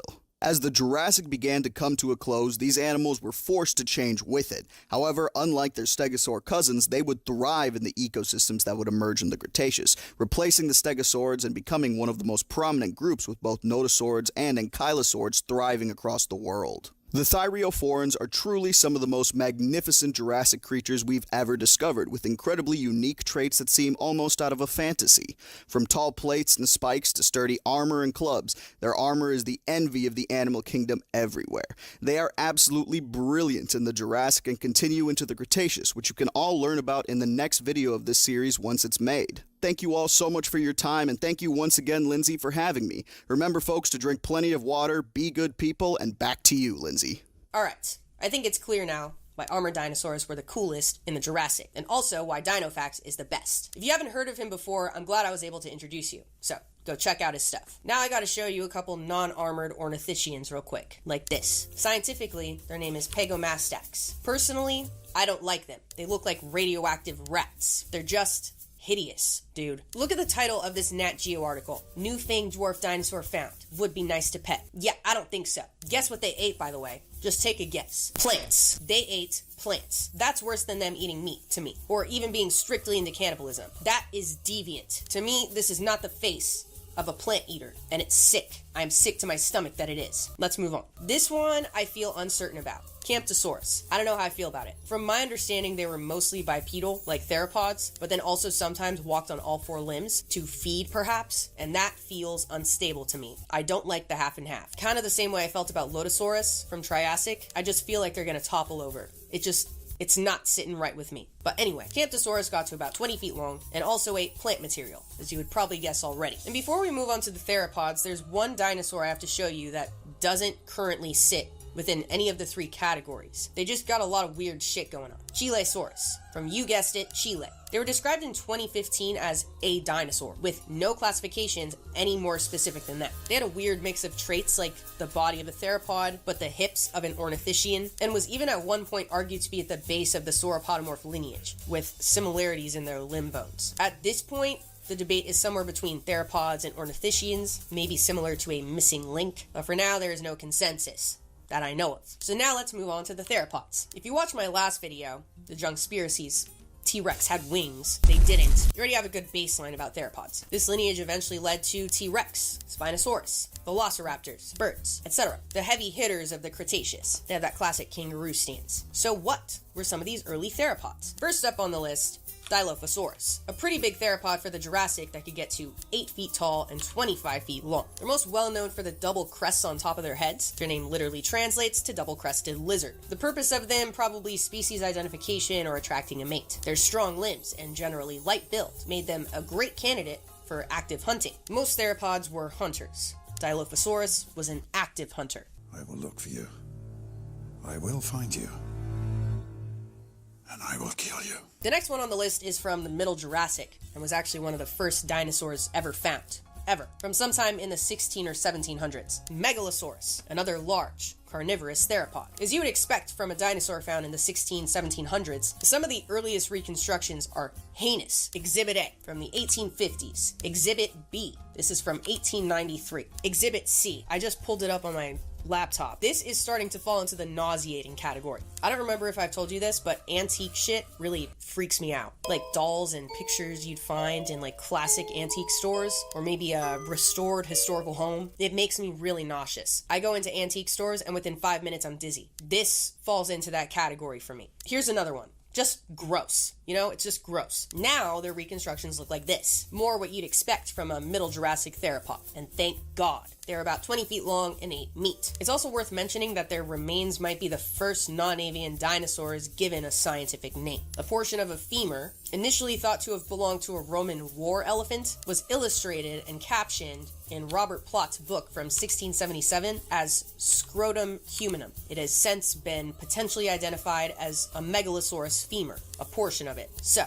that's all to say that Megalosaurus has been dragged through the fucking mud. The next ones on the list you can kind of think of as the lions of the Jurassic. Allosaurus, the head honchos of their time. They were 30 feet long and had massive, slender heads, crests over their forward-facing eyes, and serrated, dagger-like teeth. Most of the remains of Allosaurus have come from the Morrison Formation, situated in the western United States, and they make up 75% of all theropods found in the formation. They were abundant, to say the least, which means a lot of research has been done on it. Like you'd expect, Allosaurus was an active predator, with evidence of Allosaurus bites in the bones of Stegosaurus, and also healed puncture wounds in the skulls of Allosaurus that match the tail spikes of Stegosaurus. So they were tussling constantly. Biomechanics studies found they could open their mouths very wide, but their bite force was also very small. So ideas of how they attack their prey have varied, from slashing their teeth in an up and down motion, kind of like those early ideas for Helicoprion and Adestus back in the Paleozoic. But more recent studies from 2013 found that they likely kind of plucked at them like falcons, just picking at them and ripping it back. You know? The next ones you can kind of think of as the hyenas of the Jurassic. Ceratosaurus, another top predator, but kind of existed in the shadows of Allosaurus, who was kind of the protagonist, the main character, at least from our perspective, in media, etc. But they looked absolutely sick, arguably even cooler than Allosaurus. Their name means horned lizard, for the nasal horn behind their nostrils. They also had bony bumps over each of their eyes. They were slightly smaller, but still formidable hunters, ones you would not want to cross paths with. Alright, for the next one, we're pivoting a bit. We've been on the fierce, formidable theropods. Now we're moving on to the more bohemian, avant-garde even. Yichi, a bird-like theropod with feathers, and also wings made out of a skin membrane, like that of bats. Likely strong enough to glide between trees, nothing more, nothing less. The traditional ideas of what the road to flight looked like in vertebrates was definitely challenged by Yichi, because before the discovery in 2007, it was the presence of either a skin membrane or feathers. Skin membrane with pterosaurs, feathers with birds, flight feathers. Yichi has both. So, just another example of how nature never gives shit to you straight. The path to flight is a spectrum. There have been many different experiments, and they never flew, as far as we know. But I guess I'm going to use it as my transition into arguably the most significant development in dinosaurs during their existence, the evolution of flight, and thus birds. I know people say it all the time, almost in like a joking way, but birds are literally dinosaurs. Ugh. Hello? Are dinosaurs. The evolution of flight and birds has allowed dinosaurs to live on to this day. Dinosaurs technically never went extinct, the non-avian dinosaurs did, but birds are dinosaurs. So, I used to really not like birds. I don't want to say hate, but I did kind of hate them. But as I get older, dude, I'm telling you, birds have really grown on me. Oh my god, it's working. Oh, cool. Alright, that's really easy to reconnect. The nature documentaries? Hi.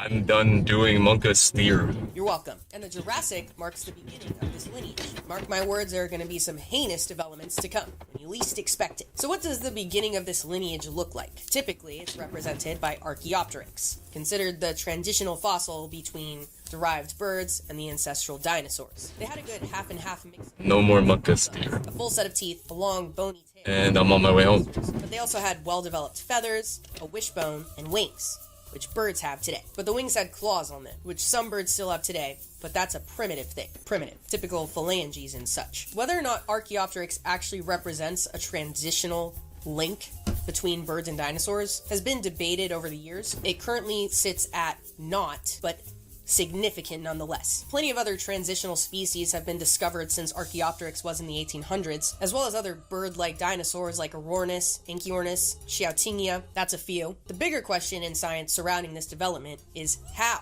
flight evolved in birds. What did that look like? The hypotheses are pretty much identical to the ones that we talked about with pterosaurs, but I'm going to go over them anyway. It's you guys. The first one is the ground-up hypothesis. The idea that proto-wings, like pre-flight developed wings, were used for maybe balance, prey capture, display. And the wings eventually became useful for an extra boost when running away from predators. Maybe more efficient flapping turned into sustained flight. Maybe more efficient flapping turned into long leaps of flapping, which eventually led to sustained flight. Another hypothesis that kind of complements this one is the wing-assisted incline running model. Wing-assisted incline running model. Yeah, maybe early flapping motions helped bird ancestors get up steep cliffs. Creates a bit more lift in your movement. Sounds very helpful. Then there's the trees down hypothesis. The ancestors of birds were in the trees and used their proto-wings to glide between them. We have so many examples of that today, so it's not very hard to imagine. Maybe that gliding led to powerful flapping, which led to sustained flight. Kind of alongside this is the pouncing pro-avis model. Maybe bird ancestors were leaping onto their prey from elevated surfaces. Maybe that eventually led to more sustained swoops and eventually flight. Maybe it was a nice little mix. As time has gone on, the line between non-avian and avian dinosaurs has gotten really muddy, and the development of flight was probably muddy as well. Regardless of how it happened, it would eventually allow birds to survive the mass extinction coming in the next period, and be the only remaining members of the most iconic lineage of all time. So how did the Jurassic end? It wasn't a mass extinction. In a couple periods, we talked about how scientists just kind of have to make that distinction themselves. And they usually make that distinction when there's a very obvious shift in the species that represent those periods. The dinosaurs in the Jurassic are drastically different from the dinosaurs in the Cretaceous, and a second radiation happens that you can clearly see between the Jurassic and the Cretaceous. There were also drastic changes in plant material, which probably affected that transition as well. And so, you gotta stay tuned for that.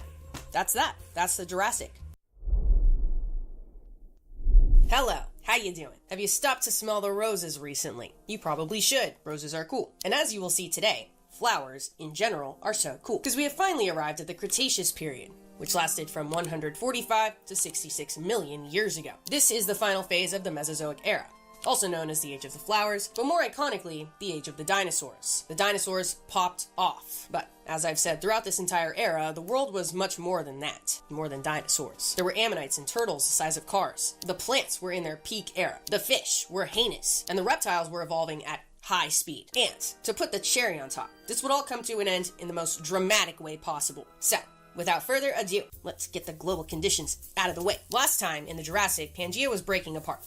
Had Laurasia in the north, Gondwana in the south. Now, these started to break apart. By the time the Cretaceous ended, we had the current continents that we know and love today. There was this song in 5th grade, the Seven Continents song, and I tried to look for it for this video, but I couldn't find it. It was like all different 7 continent songs, but the one that I'm familiar with was like, 7 continents in the world, 7 continents, and it was very like salsa, you know?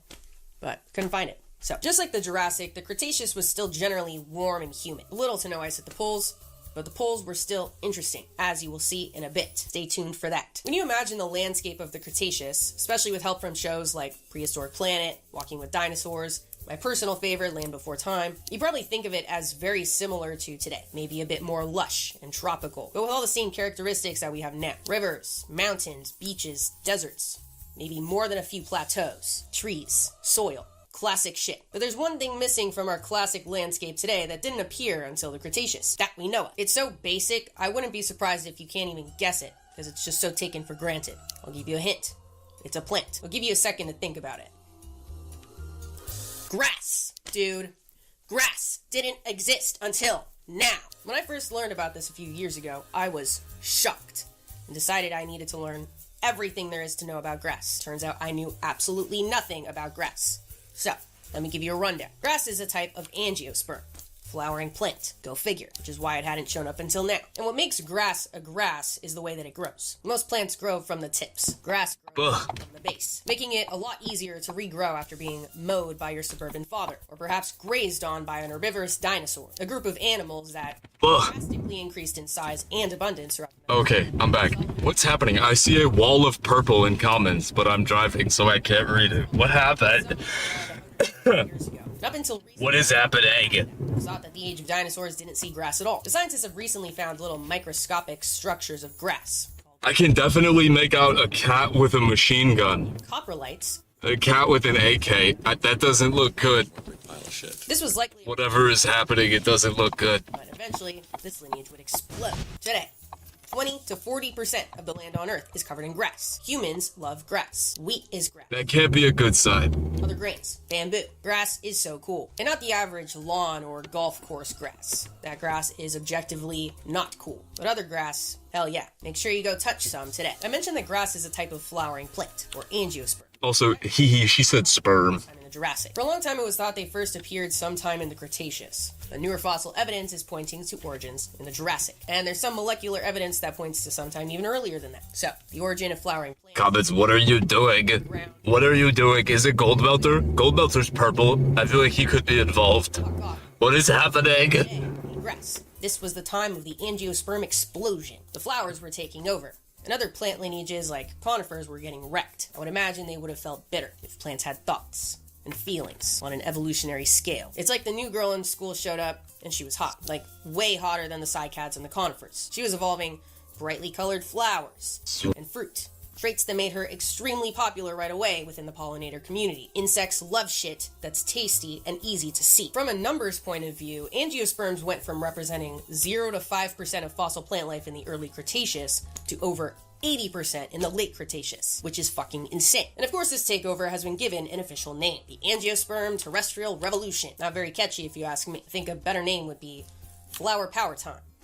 That's just me. Think of all the flowers you've ever seen in your entire life. It's probably not even close to all the different flowers that actually exist today. I bet if you were to go into a remote rainforest right now, you'd see flowers that make you feel like you're on a different planet. Actually, if you like to dabble in your own flower power time, or are just bored, look up weirdest flowers on Google. Flowers are nuts. And those are just what exists today. I can't even begin to imagine what some flowers must have looked like during the Cretaceous that we'll just never know about due to the oppressive nature of the fossil record. I'm starting to get off track. The flowers are just a small aspect of the development of angiosperms. Ultimately, they have taken over the world. Angiosperms make up 95% the power cable for the camera is wonky. Started during the Cretaceous. But why?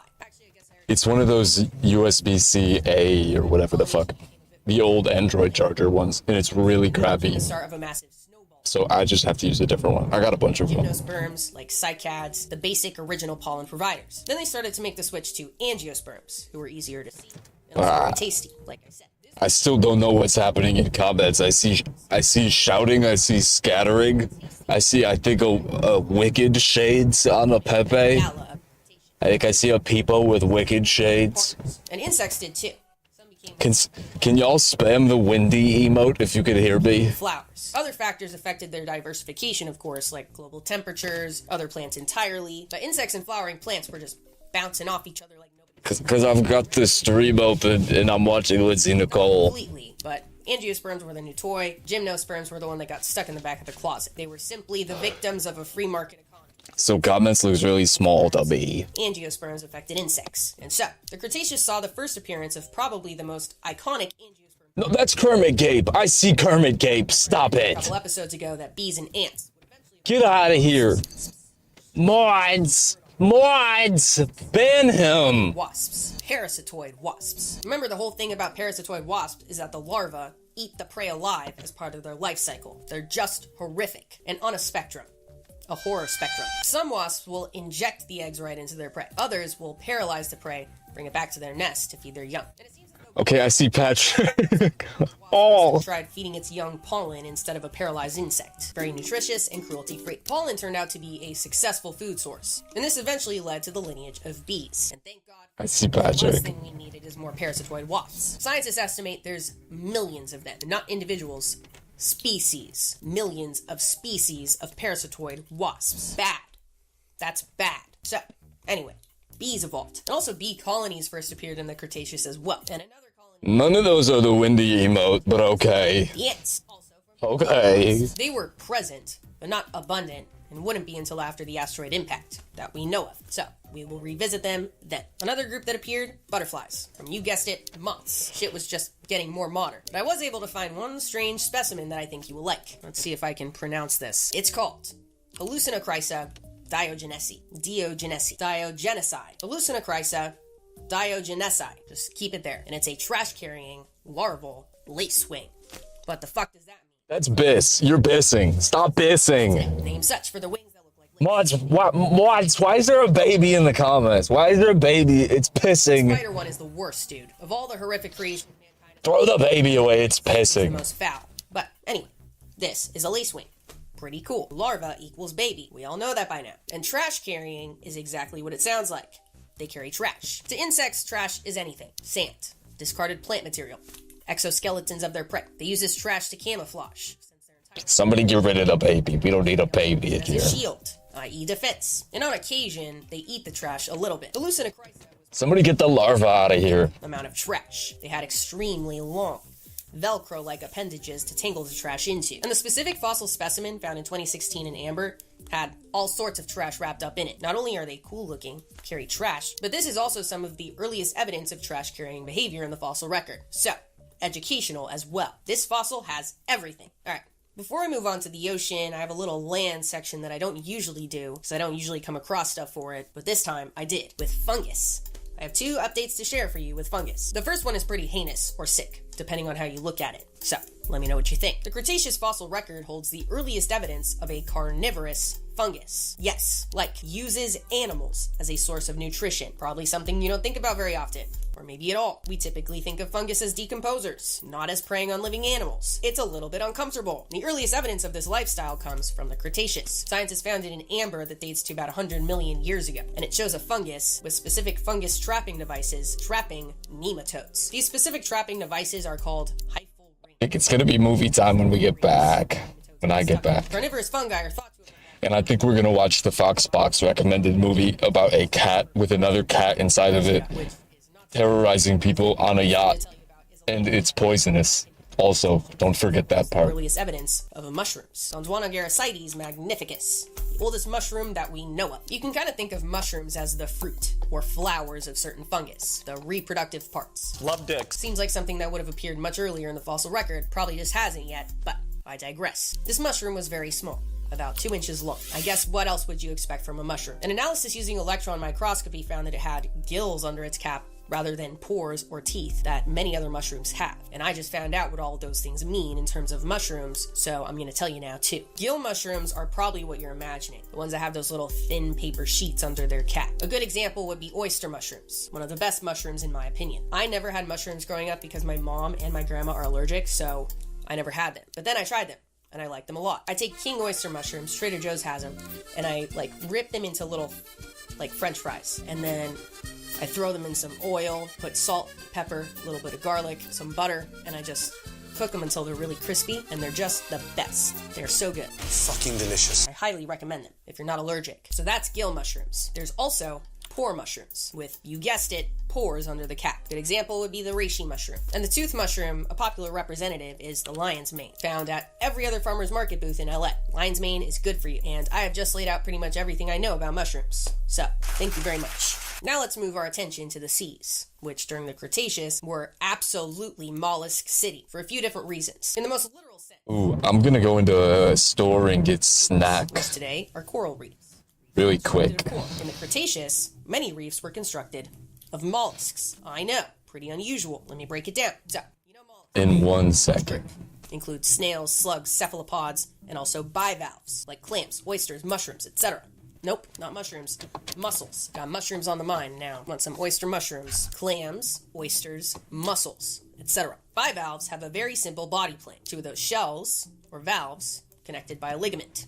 Bivalves. Usually symmetrical, folded up nice and neat. But a new bivalve was stepping on the scene, the rudest bivalves. Asymmetrical and very diverse. They generally had one valve attached to the ground, or substrate, and the other one up in the water. And they also had some pretty weird designs, like coils or cone-shaped valves. Some looked like bullhorns. And to properly brace this body form, they liked to cluster together for extra support. This created a chain reaction. They could cluster the fuck up, and soon, these formed massive rudist reefs. Knocked the corals out of dominance. Okay, I'm gonna put the mic in my pocket. Colosseums galore. This was the Roman Empire of the Cretaceous. Another point for Cretaceous mollusks were the soft-bodied cephalopods. What do you know? I left something out of the Jurassic. Octopuses seem to have evolved in the Jurassic. The earliest representative... Cluster up, fam. Muensterella scutularis, a type of vampiropod, a group that vampire squids belong to today. And then octopuses evolved from there. Okay, I'll be right back. Let me give you a little visual diagram. Let me get my whiteboard. I think this is going to come in handy in a second.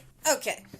So, we have the coleoids. This whole thing is the coleoids. Up at the top we have squids. On this side, the other side, we have the vampiropods. That includes vampire squids and octopuses today. It's important to know the, split between squids and then octopuses and vampire squids. Vampire squids sound like they would be squids, but they weren't. They're more closely related to octopuses, as you can see. And so, in the Cretaceous, we start to see some of these shellless cephalopods get massive, like Ankoteuthis. They were very big, but their size and general appearance over the years has been questionable. So, let me break it down. Obviously, soft-bodied cephalopods have soft bodies. The only thing that really fossilizes most of the time is their hard part, the pen, and that's on rare occasion. Today, vampire squids and squids have pens, and they look different, so if you have a fossil pen, you can kind of compare them between the two groups, see, where it fits best. Early on, Ankoteuthis pens were compared to that of giant squid, because they were massive, like the pens of giant squid. So it was thought that the prehistoric Ankoteuthis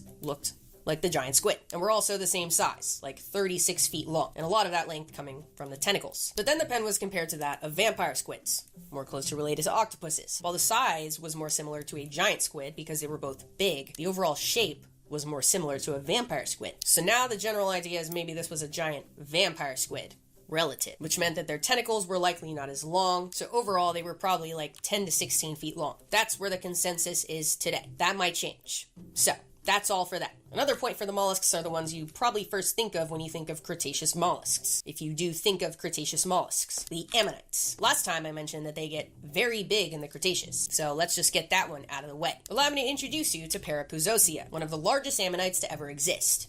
That we know of. One of the coolest things about these massive ammonites is that, unlike their soft-bodied brethren like Ankoteuthis, we are good on their size estimates. We've got that shit figured out. Their shells are solid. You cannot question the fossil evidence. This is a big-ass ammonite. And if anything, they can only get more heinous. Maybe we're somehow underestimating the size of their tentacles. Maybe their tentacles are 50 feet long. There's no way at this time to prove that they weren't. But based on the shape of other ammonites and their other similarly shaped living relatives, it's safe to say their shell tells the tale. And the shell is about 8.5 feet long. So, because their shells alone are so heavy, they're assumed to not only be the largest ammonites, but also the heaviest invertebrate to ever exist. That we know of. You probably won't be surprised to find out that these tanks are not my favorite ammonites of the time. No, that title usually goes to some unusual little guys. This time, called the heteromorph ammonites. Named such because their shells go shit fucking all over the place. They are chaotic, and there are so many of them. They look like the product of an acid trip in Treasure Planet. The best Disney movie, by the way. And also video games. And they seem like they don't make sense. Like, evolution could not have possibly allowed this. But it did. And scientists have started to figure out how. I read this paper focusing on one specific group called Nipponites, or Nipponites. I'm just gonna say Nipponites. Absolutely sick looking, all coiled up in different directions, and really just looks like a piece of thick knot. And sidebar, I don't understand why people use big words just to use big words. Why are you making it harder for everyone? There is no reason to ever use the word deleterious, in my opinion. Just say harmful or damaging, like the definition says. I read shit like that and I feel like a fucking caveman. So, that is all to say. I hope I'm understanding this paper properly. It seems as though this strange shape of Nipponites and other heteromorph ammonites comes from the body and the shell growing in different ways, like different rates, directions, etc. But they still technically grow symmetrically, just shit gets all mixed up at different stages of growth in their life. So if you look at figure 5, they start off growing pretty normal in one plane, and then get all folded up, grow on a different plane, folded up, grow on a different plane, etc., until they look like mush. But somehow, it worked for them. They likely lived low energy in the water column, slowly drifting around, facing upwards or horizontally, spinning around to feed on plankton. So, heteromorph ammonites are cool. I suggest looking more into them. Check out Diplomacerus. They were like a 5-foot-long paperclip. Check out other ones and tell me which one is your favorite. Let me know if you like them. The last major event to cover in the no-bone zone was the Cretaceous crab revolution. Yes, this is finally the time when the peak body form rose to dominance. The true crabs, in the group Brachyura, technically first appeared in the Jurassic, with the false crabs, the Anomurans, following their lead not far behind. Carcinization got going quick. I recommend watching my video on it to learn more. It is my most popular video. But for now, just know that crabs really spread their wings in the Cretaceous. And now, it is Crab City, along with Mollusk City. And it is also Heinous Fish City. I have lots of fish to show you today. So, let's get into it. Stratodus, a long, eel-like fish, up to 16 feet long. I am only getting started. Bananogmeus, a fish with a sick name, until it was renamed in 2001 to Pentanogmeus, which I like a lot less. Turns out Bananogmeus was Pentanogmeus the whole time. That we know of. Still pretty cool. Next, Protospirena, a big-ass swordfish-like fish. but not a true swordfish. They got to about 10 feet long and were built for predatory speed, and likely used their sword in a similar fashion as today's swordfishes, slashing at their prey, slicing it, stunning it, until it is suitable to be eaten. Next, another big-ass fish with a mouth like nobody's business. Rhynchthenichthyes. I'm not doing that joke. A few moments later. Rhynchthenichthyes nuts. I was so high when I wrote that. A parachute mouth fish that ate, you guessed it, plankton. They walked so the gulper eel could run. Next, and probably the most heinous and well-known Cretaceous fish of them all, Zephactinus, also known as the X-fish. They were up to 20 feet long and had massive needle-like teeth, seemingly perfect for piercing flesh. But oddly enough, some fossil specimens of Zephactinus show evidence of the opposite of piercing and ripping flesh. Yes, multiple fossil specimens of this fish have a fossil of a smaller, but still large fish that they have swallowed whole, which scientists interpret as the cause of their death. From the smaller fish, realistically, being too fucking big to swallow whole, slashing around in there and damaging shit. For example, Gillicus, one of these said swallowed fish. Why would you try to swallow this fish whole? And for this reason, Zephactinus, also known as the X-fish, is also known as the gluttonous fish. There's only one thing scarier than a heavily armed fish, and that is a heavily armed fish who doesn't give a fuck, and is also probably stupid. Alright, moving on to some sharks. The first one I like a lot, the eagle shark, discovered recently in 2021. I remember making a TikTok about them when they were first announced, because I thought they were so cool. They had bizarre, wing-like fins, making them kind of look like a weird shark brain mix. But they were in fact totally a shark. They were about 5.5 feet long, with a fin span of about 6 feet. And a lack of teeth on the fossils suggests they were slow-moving gliders that ate plankton. Very serene, very serendipitous. I don't understand why people use big words just to use big words. The next one is not that. Tychodus. You might like what they got going on, but I do not. I specifically hate their mouth. Actually, specifically their teeth. They were described by The Guardian as pavement-like teeth, which is just horrific. There's no need to make things worse. They're maybe more like smooth pebbles on a lake shore, which, yes, sounds nice, but to me has no place in a shark's mouth. Like many prehistoric sharks, for a long time the remains of Tychodus were just teeth. All teeth. Nothing else. Until just this year in 2024, when some exceptionally preserved fossils in Mexico were determined to belong to Tychodus. Teeth and body displayed as one. As you can see in this photo, if you zoom in a little closer, you will see something out of a nightmare. Once again, the mouth. Here, it looks like that fake toddler skull that gets reposted every 2 days. But this time, it's real, and it is profane. This mouth was, nonetheless, perfectly adapted to chewing on shelled creatures. And the new fossil suggests that, rather than going for bottom-dwelling bivalves and crustaceans, they were more fast-swimming. So probably went for creatures in the water column, like sea turtles and ammonites. Okay, now, moving on to amphibians. I'm gonna be honest with you. This section is gonna feel very short. Because it is. I only have one amphibian in this section to tell you about. But technically I have 2 amphibians total. Telling you about that one later in another bonus section that I haven't done before, that I thought would be cool, and I'm gonna keep it a surprise until then. So, let me tell you about this first amphibian, Beelzebufo, also known as the devil frog, or the frog from hell. Quite extreme, I know. It was initially thought to be about 20 inches long, twice the size of the largest frogs alive today, and making it the largest frog to ever exist. That we know. That turned out to be an overestimation. They're now thought to have been about 9 inches long, so about the same size as today's Goliath frog. Nothing crazy. But they seem to have been capable of eating baby crocodiles and dinosaurs, which is still pretty badass. A frog eating a dinosaur. That is objectively cool. The seemingly largest frog that we know of will be coming in the next episode, as long as nothing changes until then. So, that's amphibians for now. Now let's see what's going on with the underdogs of the period.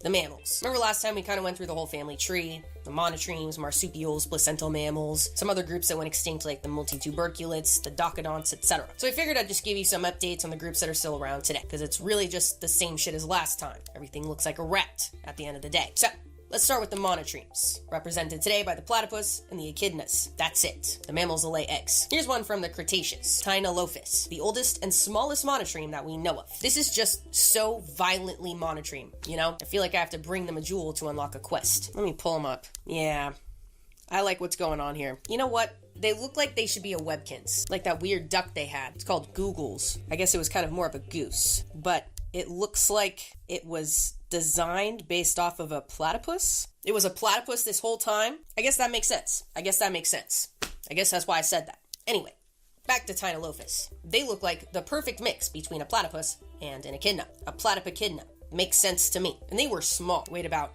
40 grams, or about 1.5 ounces. They also likely had an electrosensitive or a mechanosensitive beak to help locate and eat insects, and I think that's pretty cool. Next, the marsupials. One of the earliest marsupials that we know of is called Delta Theridium, which sounds like an experimental drug. They just look like another rat. So let's move on to a bigger one. Didelphinum looked more like an otter than a rat, and might have been semi-aquatic. They were the largest Cretaceous marsupial that we know of, and seem to have had the largest bite force relative to body size of any mammal ever, which is cool. This, along with other skull features, has led scientists to think they ate hard things, like maybe shelled creatures, or turtles, or crabs. Potentially bones. Totally and completely badass. Oh, bones. Alright, moving on to the placental mammals. Our own grandmothers, grandfathers. Once again, a lot of rats. You give a man a rat, you satisfy his rat desire. So I'm just going to show you some of the biggest. 125 million years ago, a cat-sized mammal was sinking its teeth into the ribs of a dog-sized dinosaur when the two suddenly became engulfed in a volcanic mudflow, cementing their position in rock for eternity. The mammal was Rapinomamus, arguably the most famous mammal from the Cretaceous. They were about 10 pounds and kind of looked like a small badger, and they were attacking Psittacosaurus, a dinosaur 3 times its size that we'll talk about in a bit. Rapinomamus is a clear example of the Cretaceous being more complex than you initially think it is. Yes, the mammals can generally be thought of as the underdogs, but nature never gives shit to you straight. Rapinomamus was badass. One fossil specimen in 2005 was found with its last meal preserved in its stomach, which was baby dinosaurs. They were a big mammal for the time, with a big appetite. For a long time, they were thought to be the largest Cretaceous mammals, until just this year, in 2024. A new largest mammal has been described from Argentina. So 1 point for Gian, called Patagomai, a bobcat-sized mammal that would have been around 30 pounds. Clearly this is brand new, so all I have written down for this section is that they existed. More research must be done. Okay, so that was the mammals. The synapsids. Now let's move on to the stars of the show, the sauropsids. Let's start off with the snakes. Last we left off, there were some skull modifications going on, happened from lizard to snake in the Jurassic, and the limbs were getting smaller. I mentioned when it came to losing limbs, the front limbs were first, then the hind limbs, rather than all at once. And that's exactly what we see in snakes throughout the Cretaceous. By about 130 million years ago, it seems as though snakes had lost their front legs, with evidence like Pachyrhacus, a marine snake alive during this time in what is now the West Bank. They had teeny tiny little hind limbs, and their name means thick spine, because they had thickened vertebrae and rib bones, adaptations that are associated with increased buoyancy in the water, which is what led scientists to believe that they spent their life in the water. And Najash, alive much later, about 95 million years ago, still just rocking the 2 hind limbs. They were first discovered in Argentina, once again, in 2006 with very fragmented remains. But in 2019, scientists hit the fucking jackpot and found 8 new skulls of Najash. But I'm back. Forgot to switch the laundry over again. Monka gasp. Monka gasp.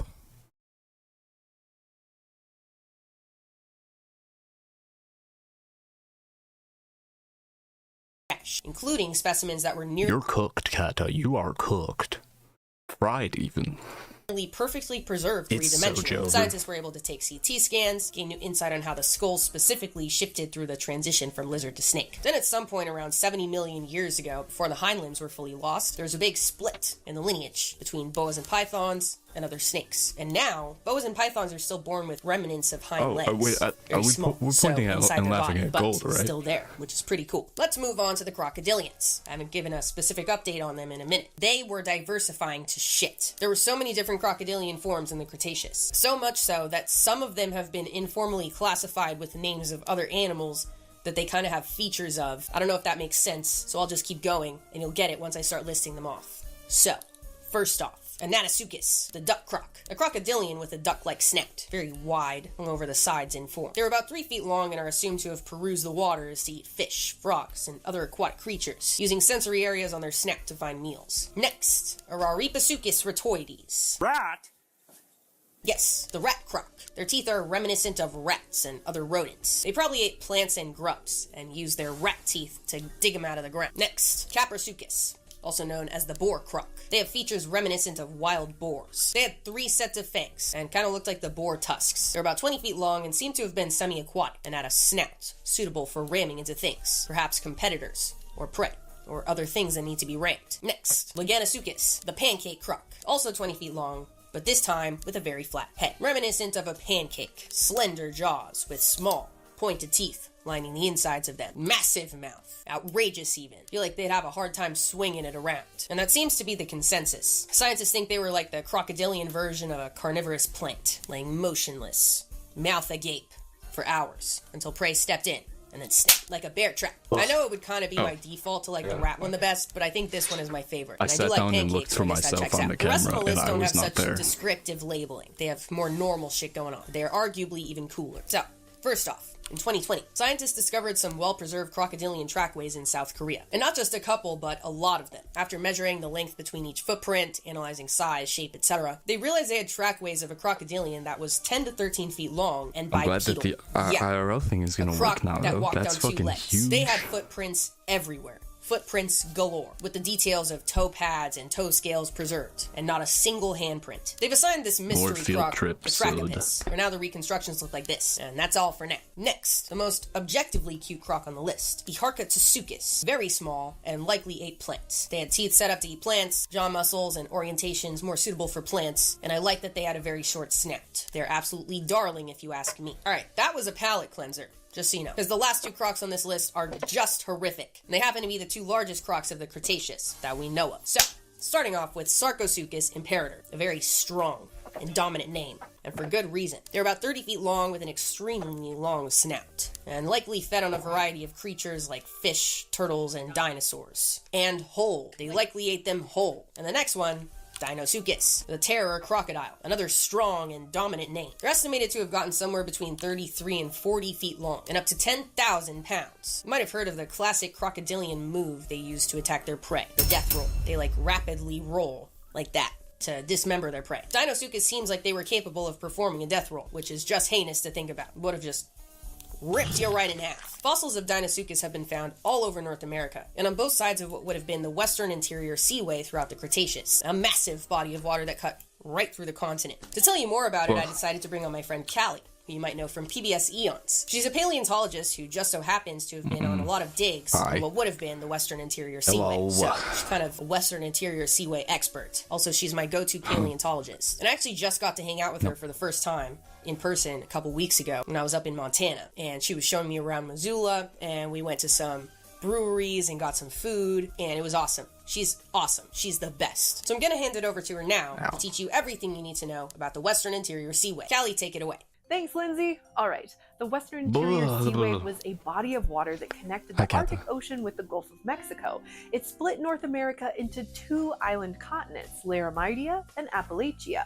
But how did this happen? To answer this, we gotta go back to 180-ish million years ago when the oceanic Farallon Plate began sliding under the western edge of the continental North American plate.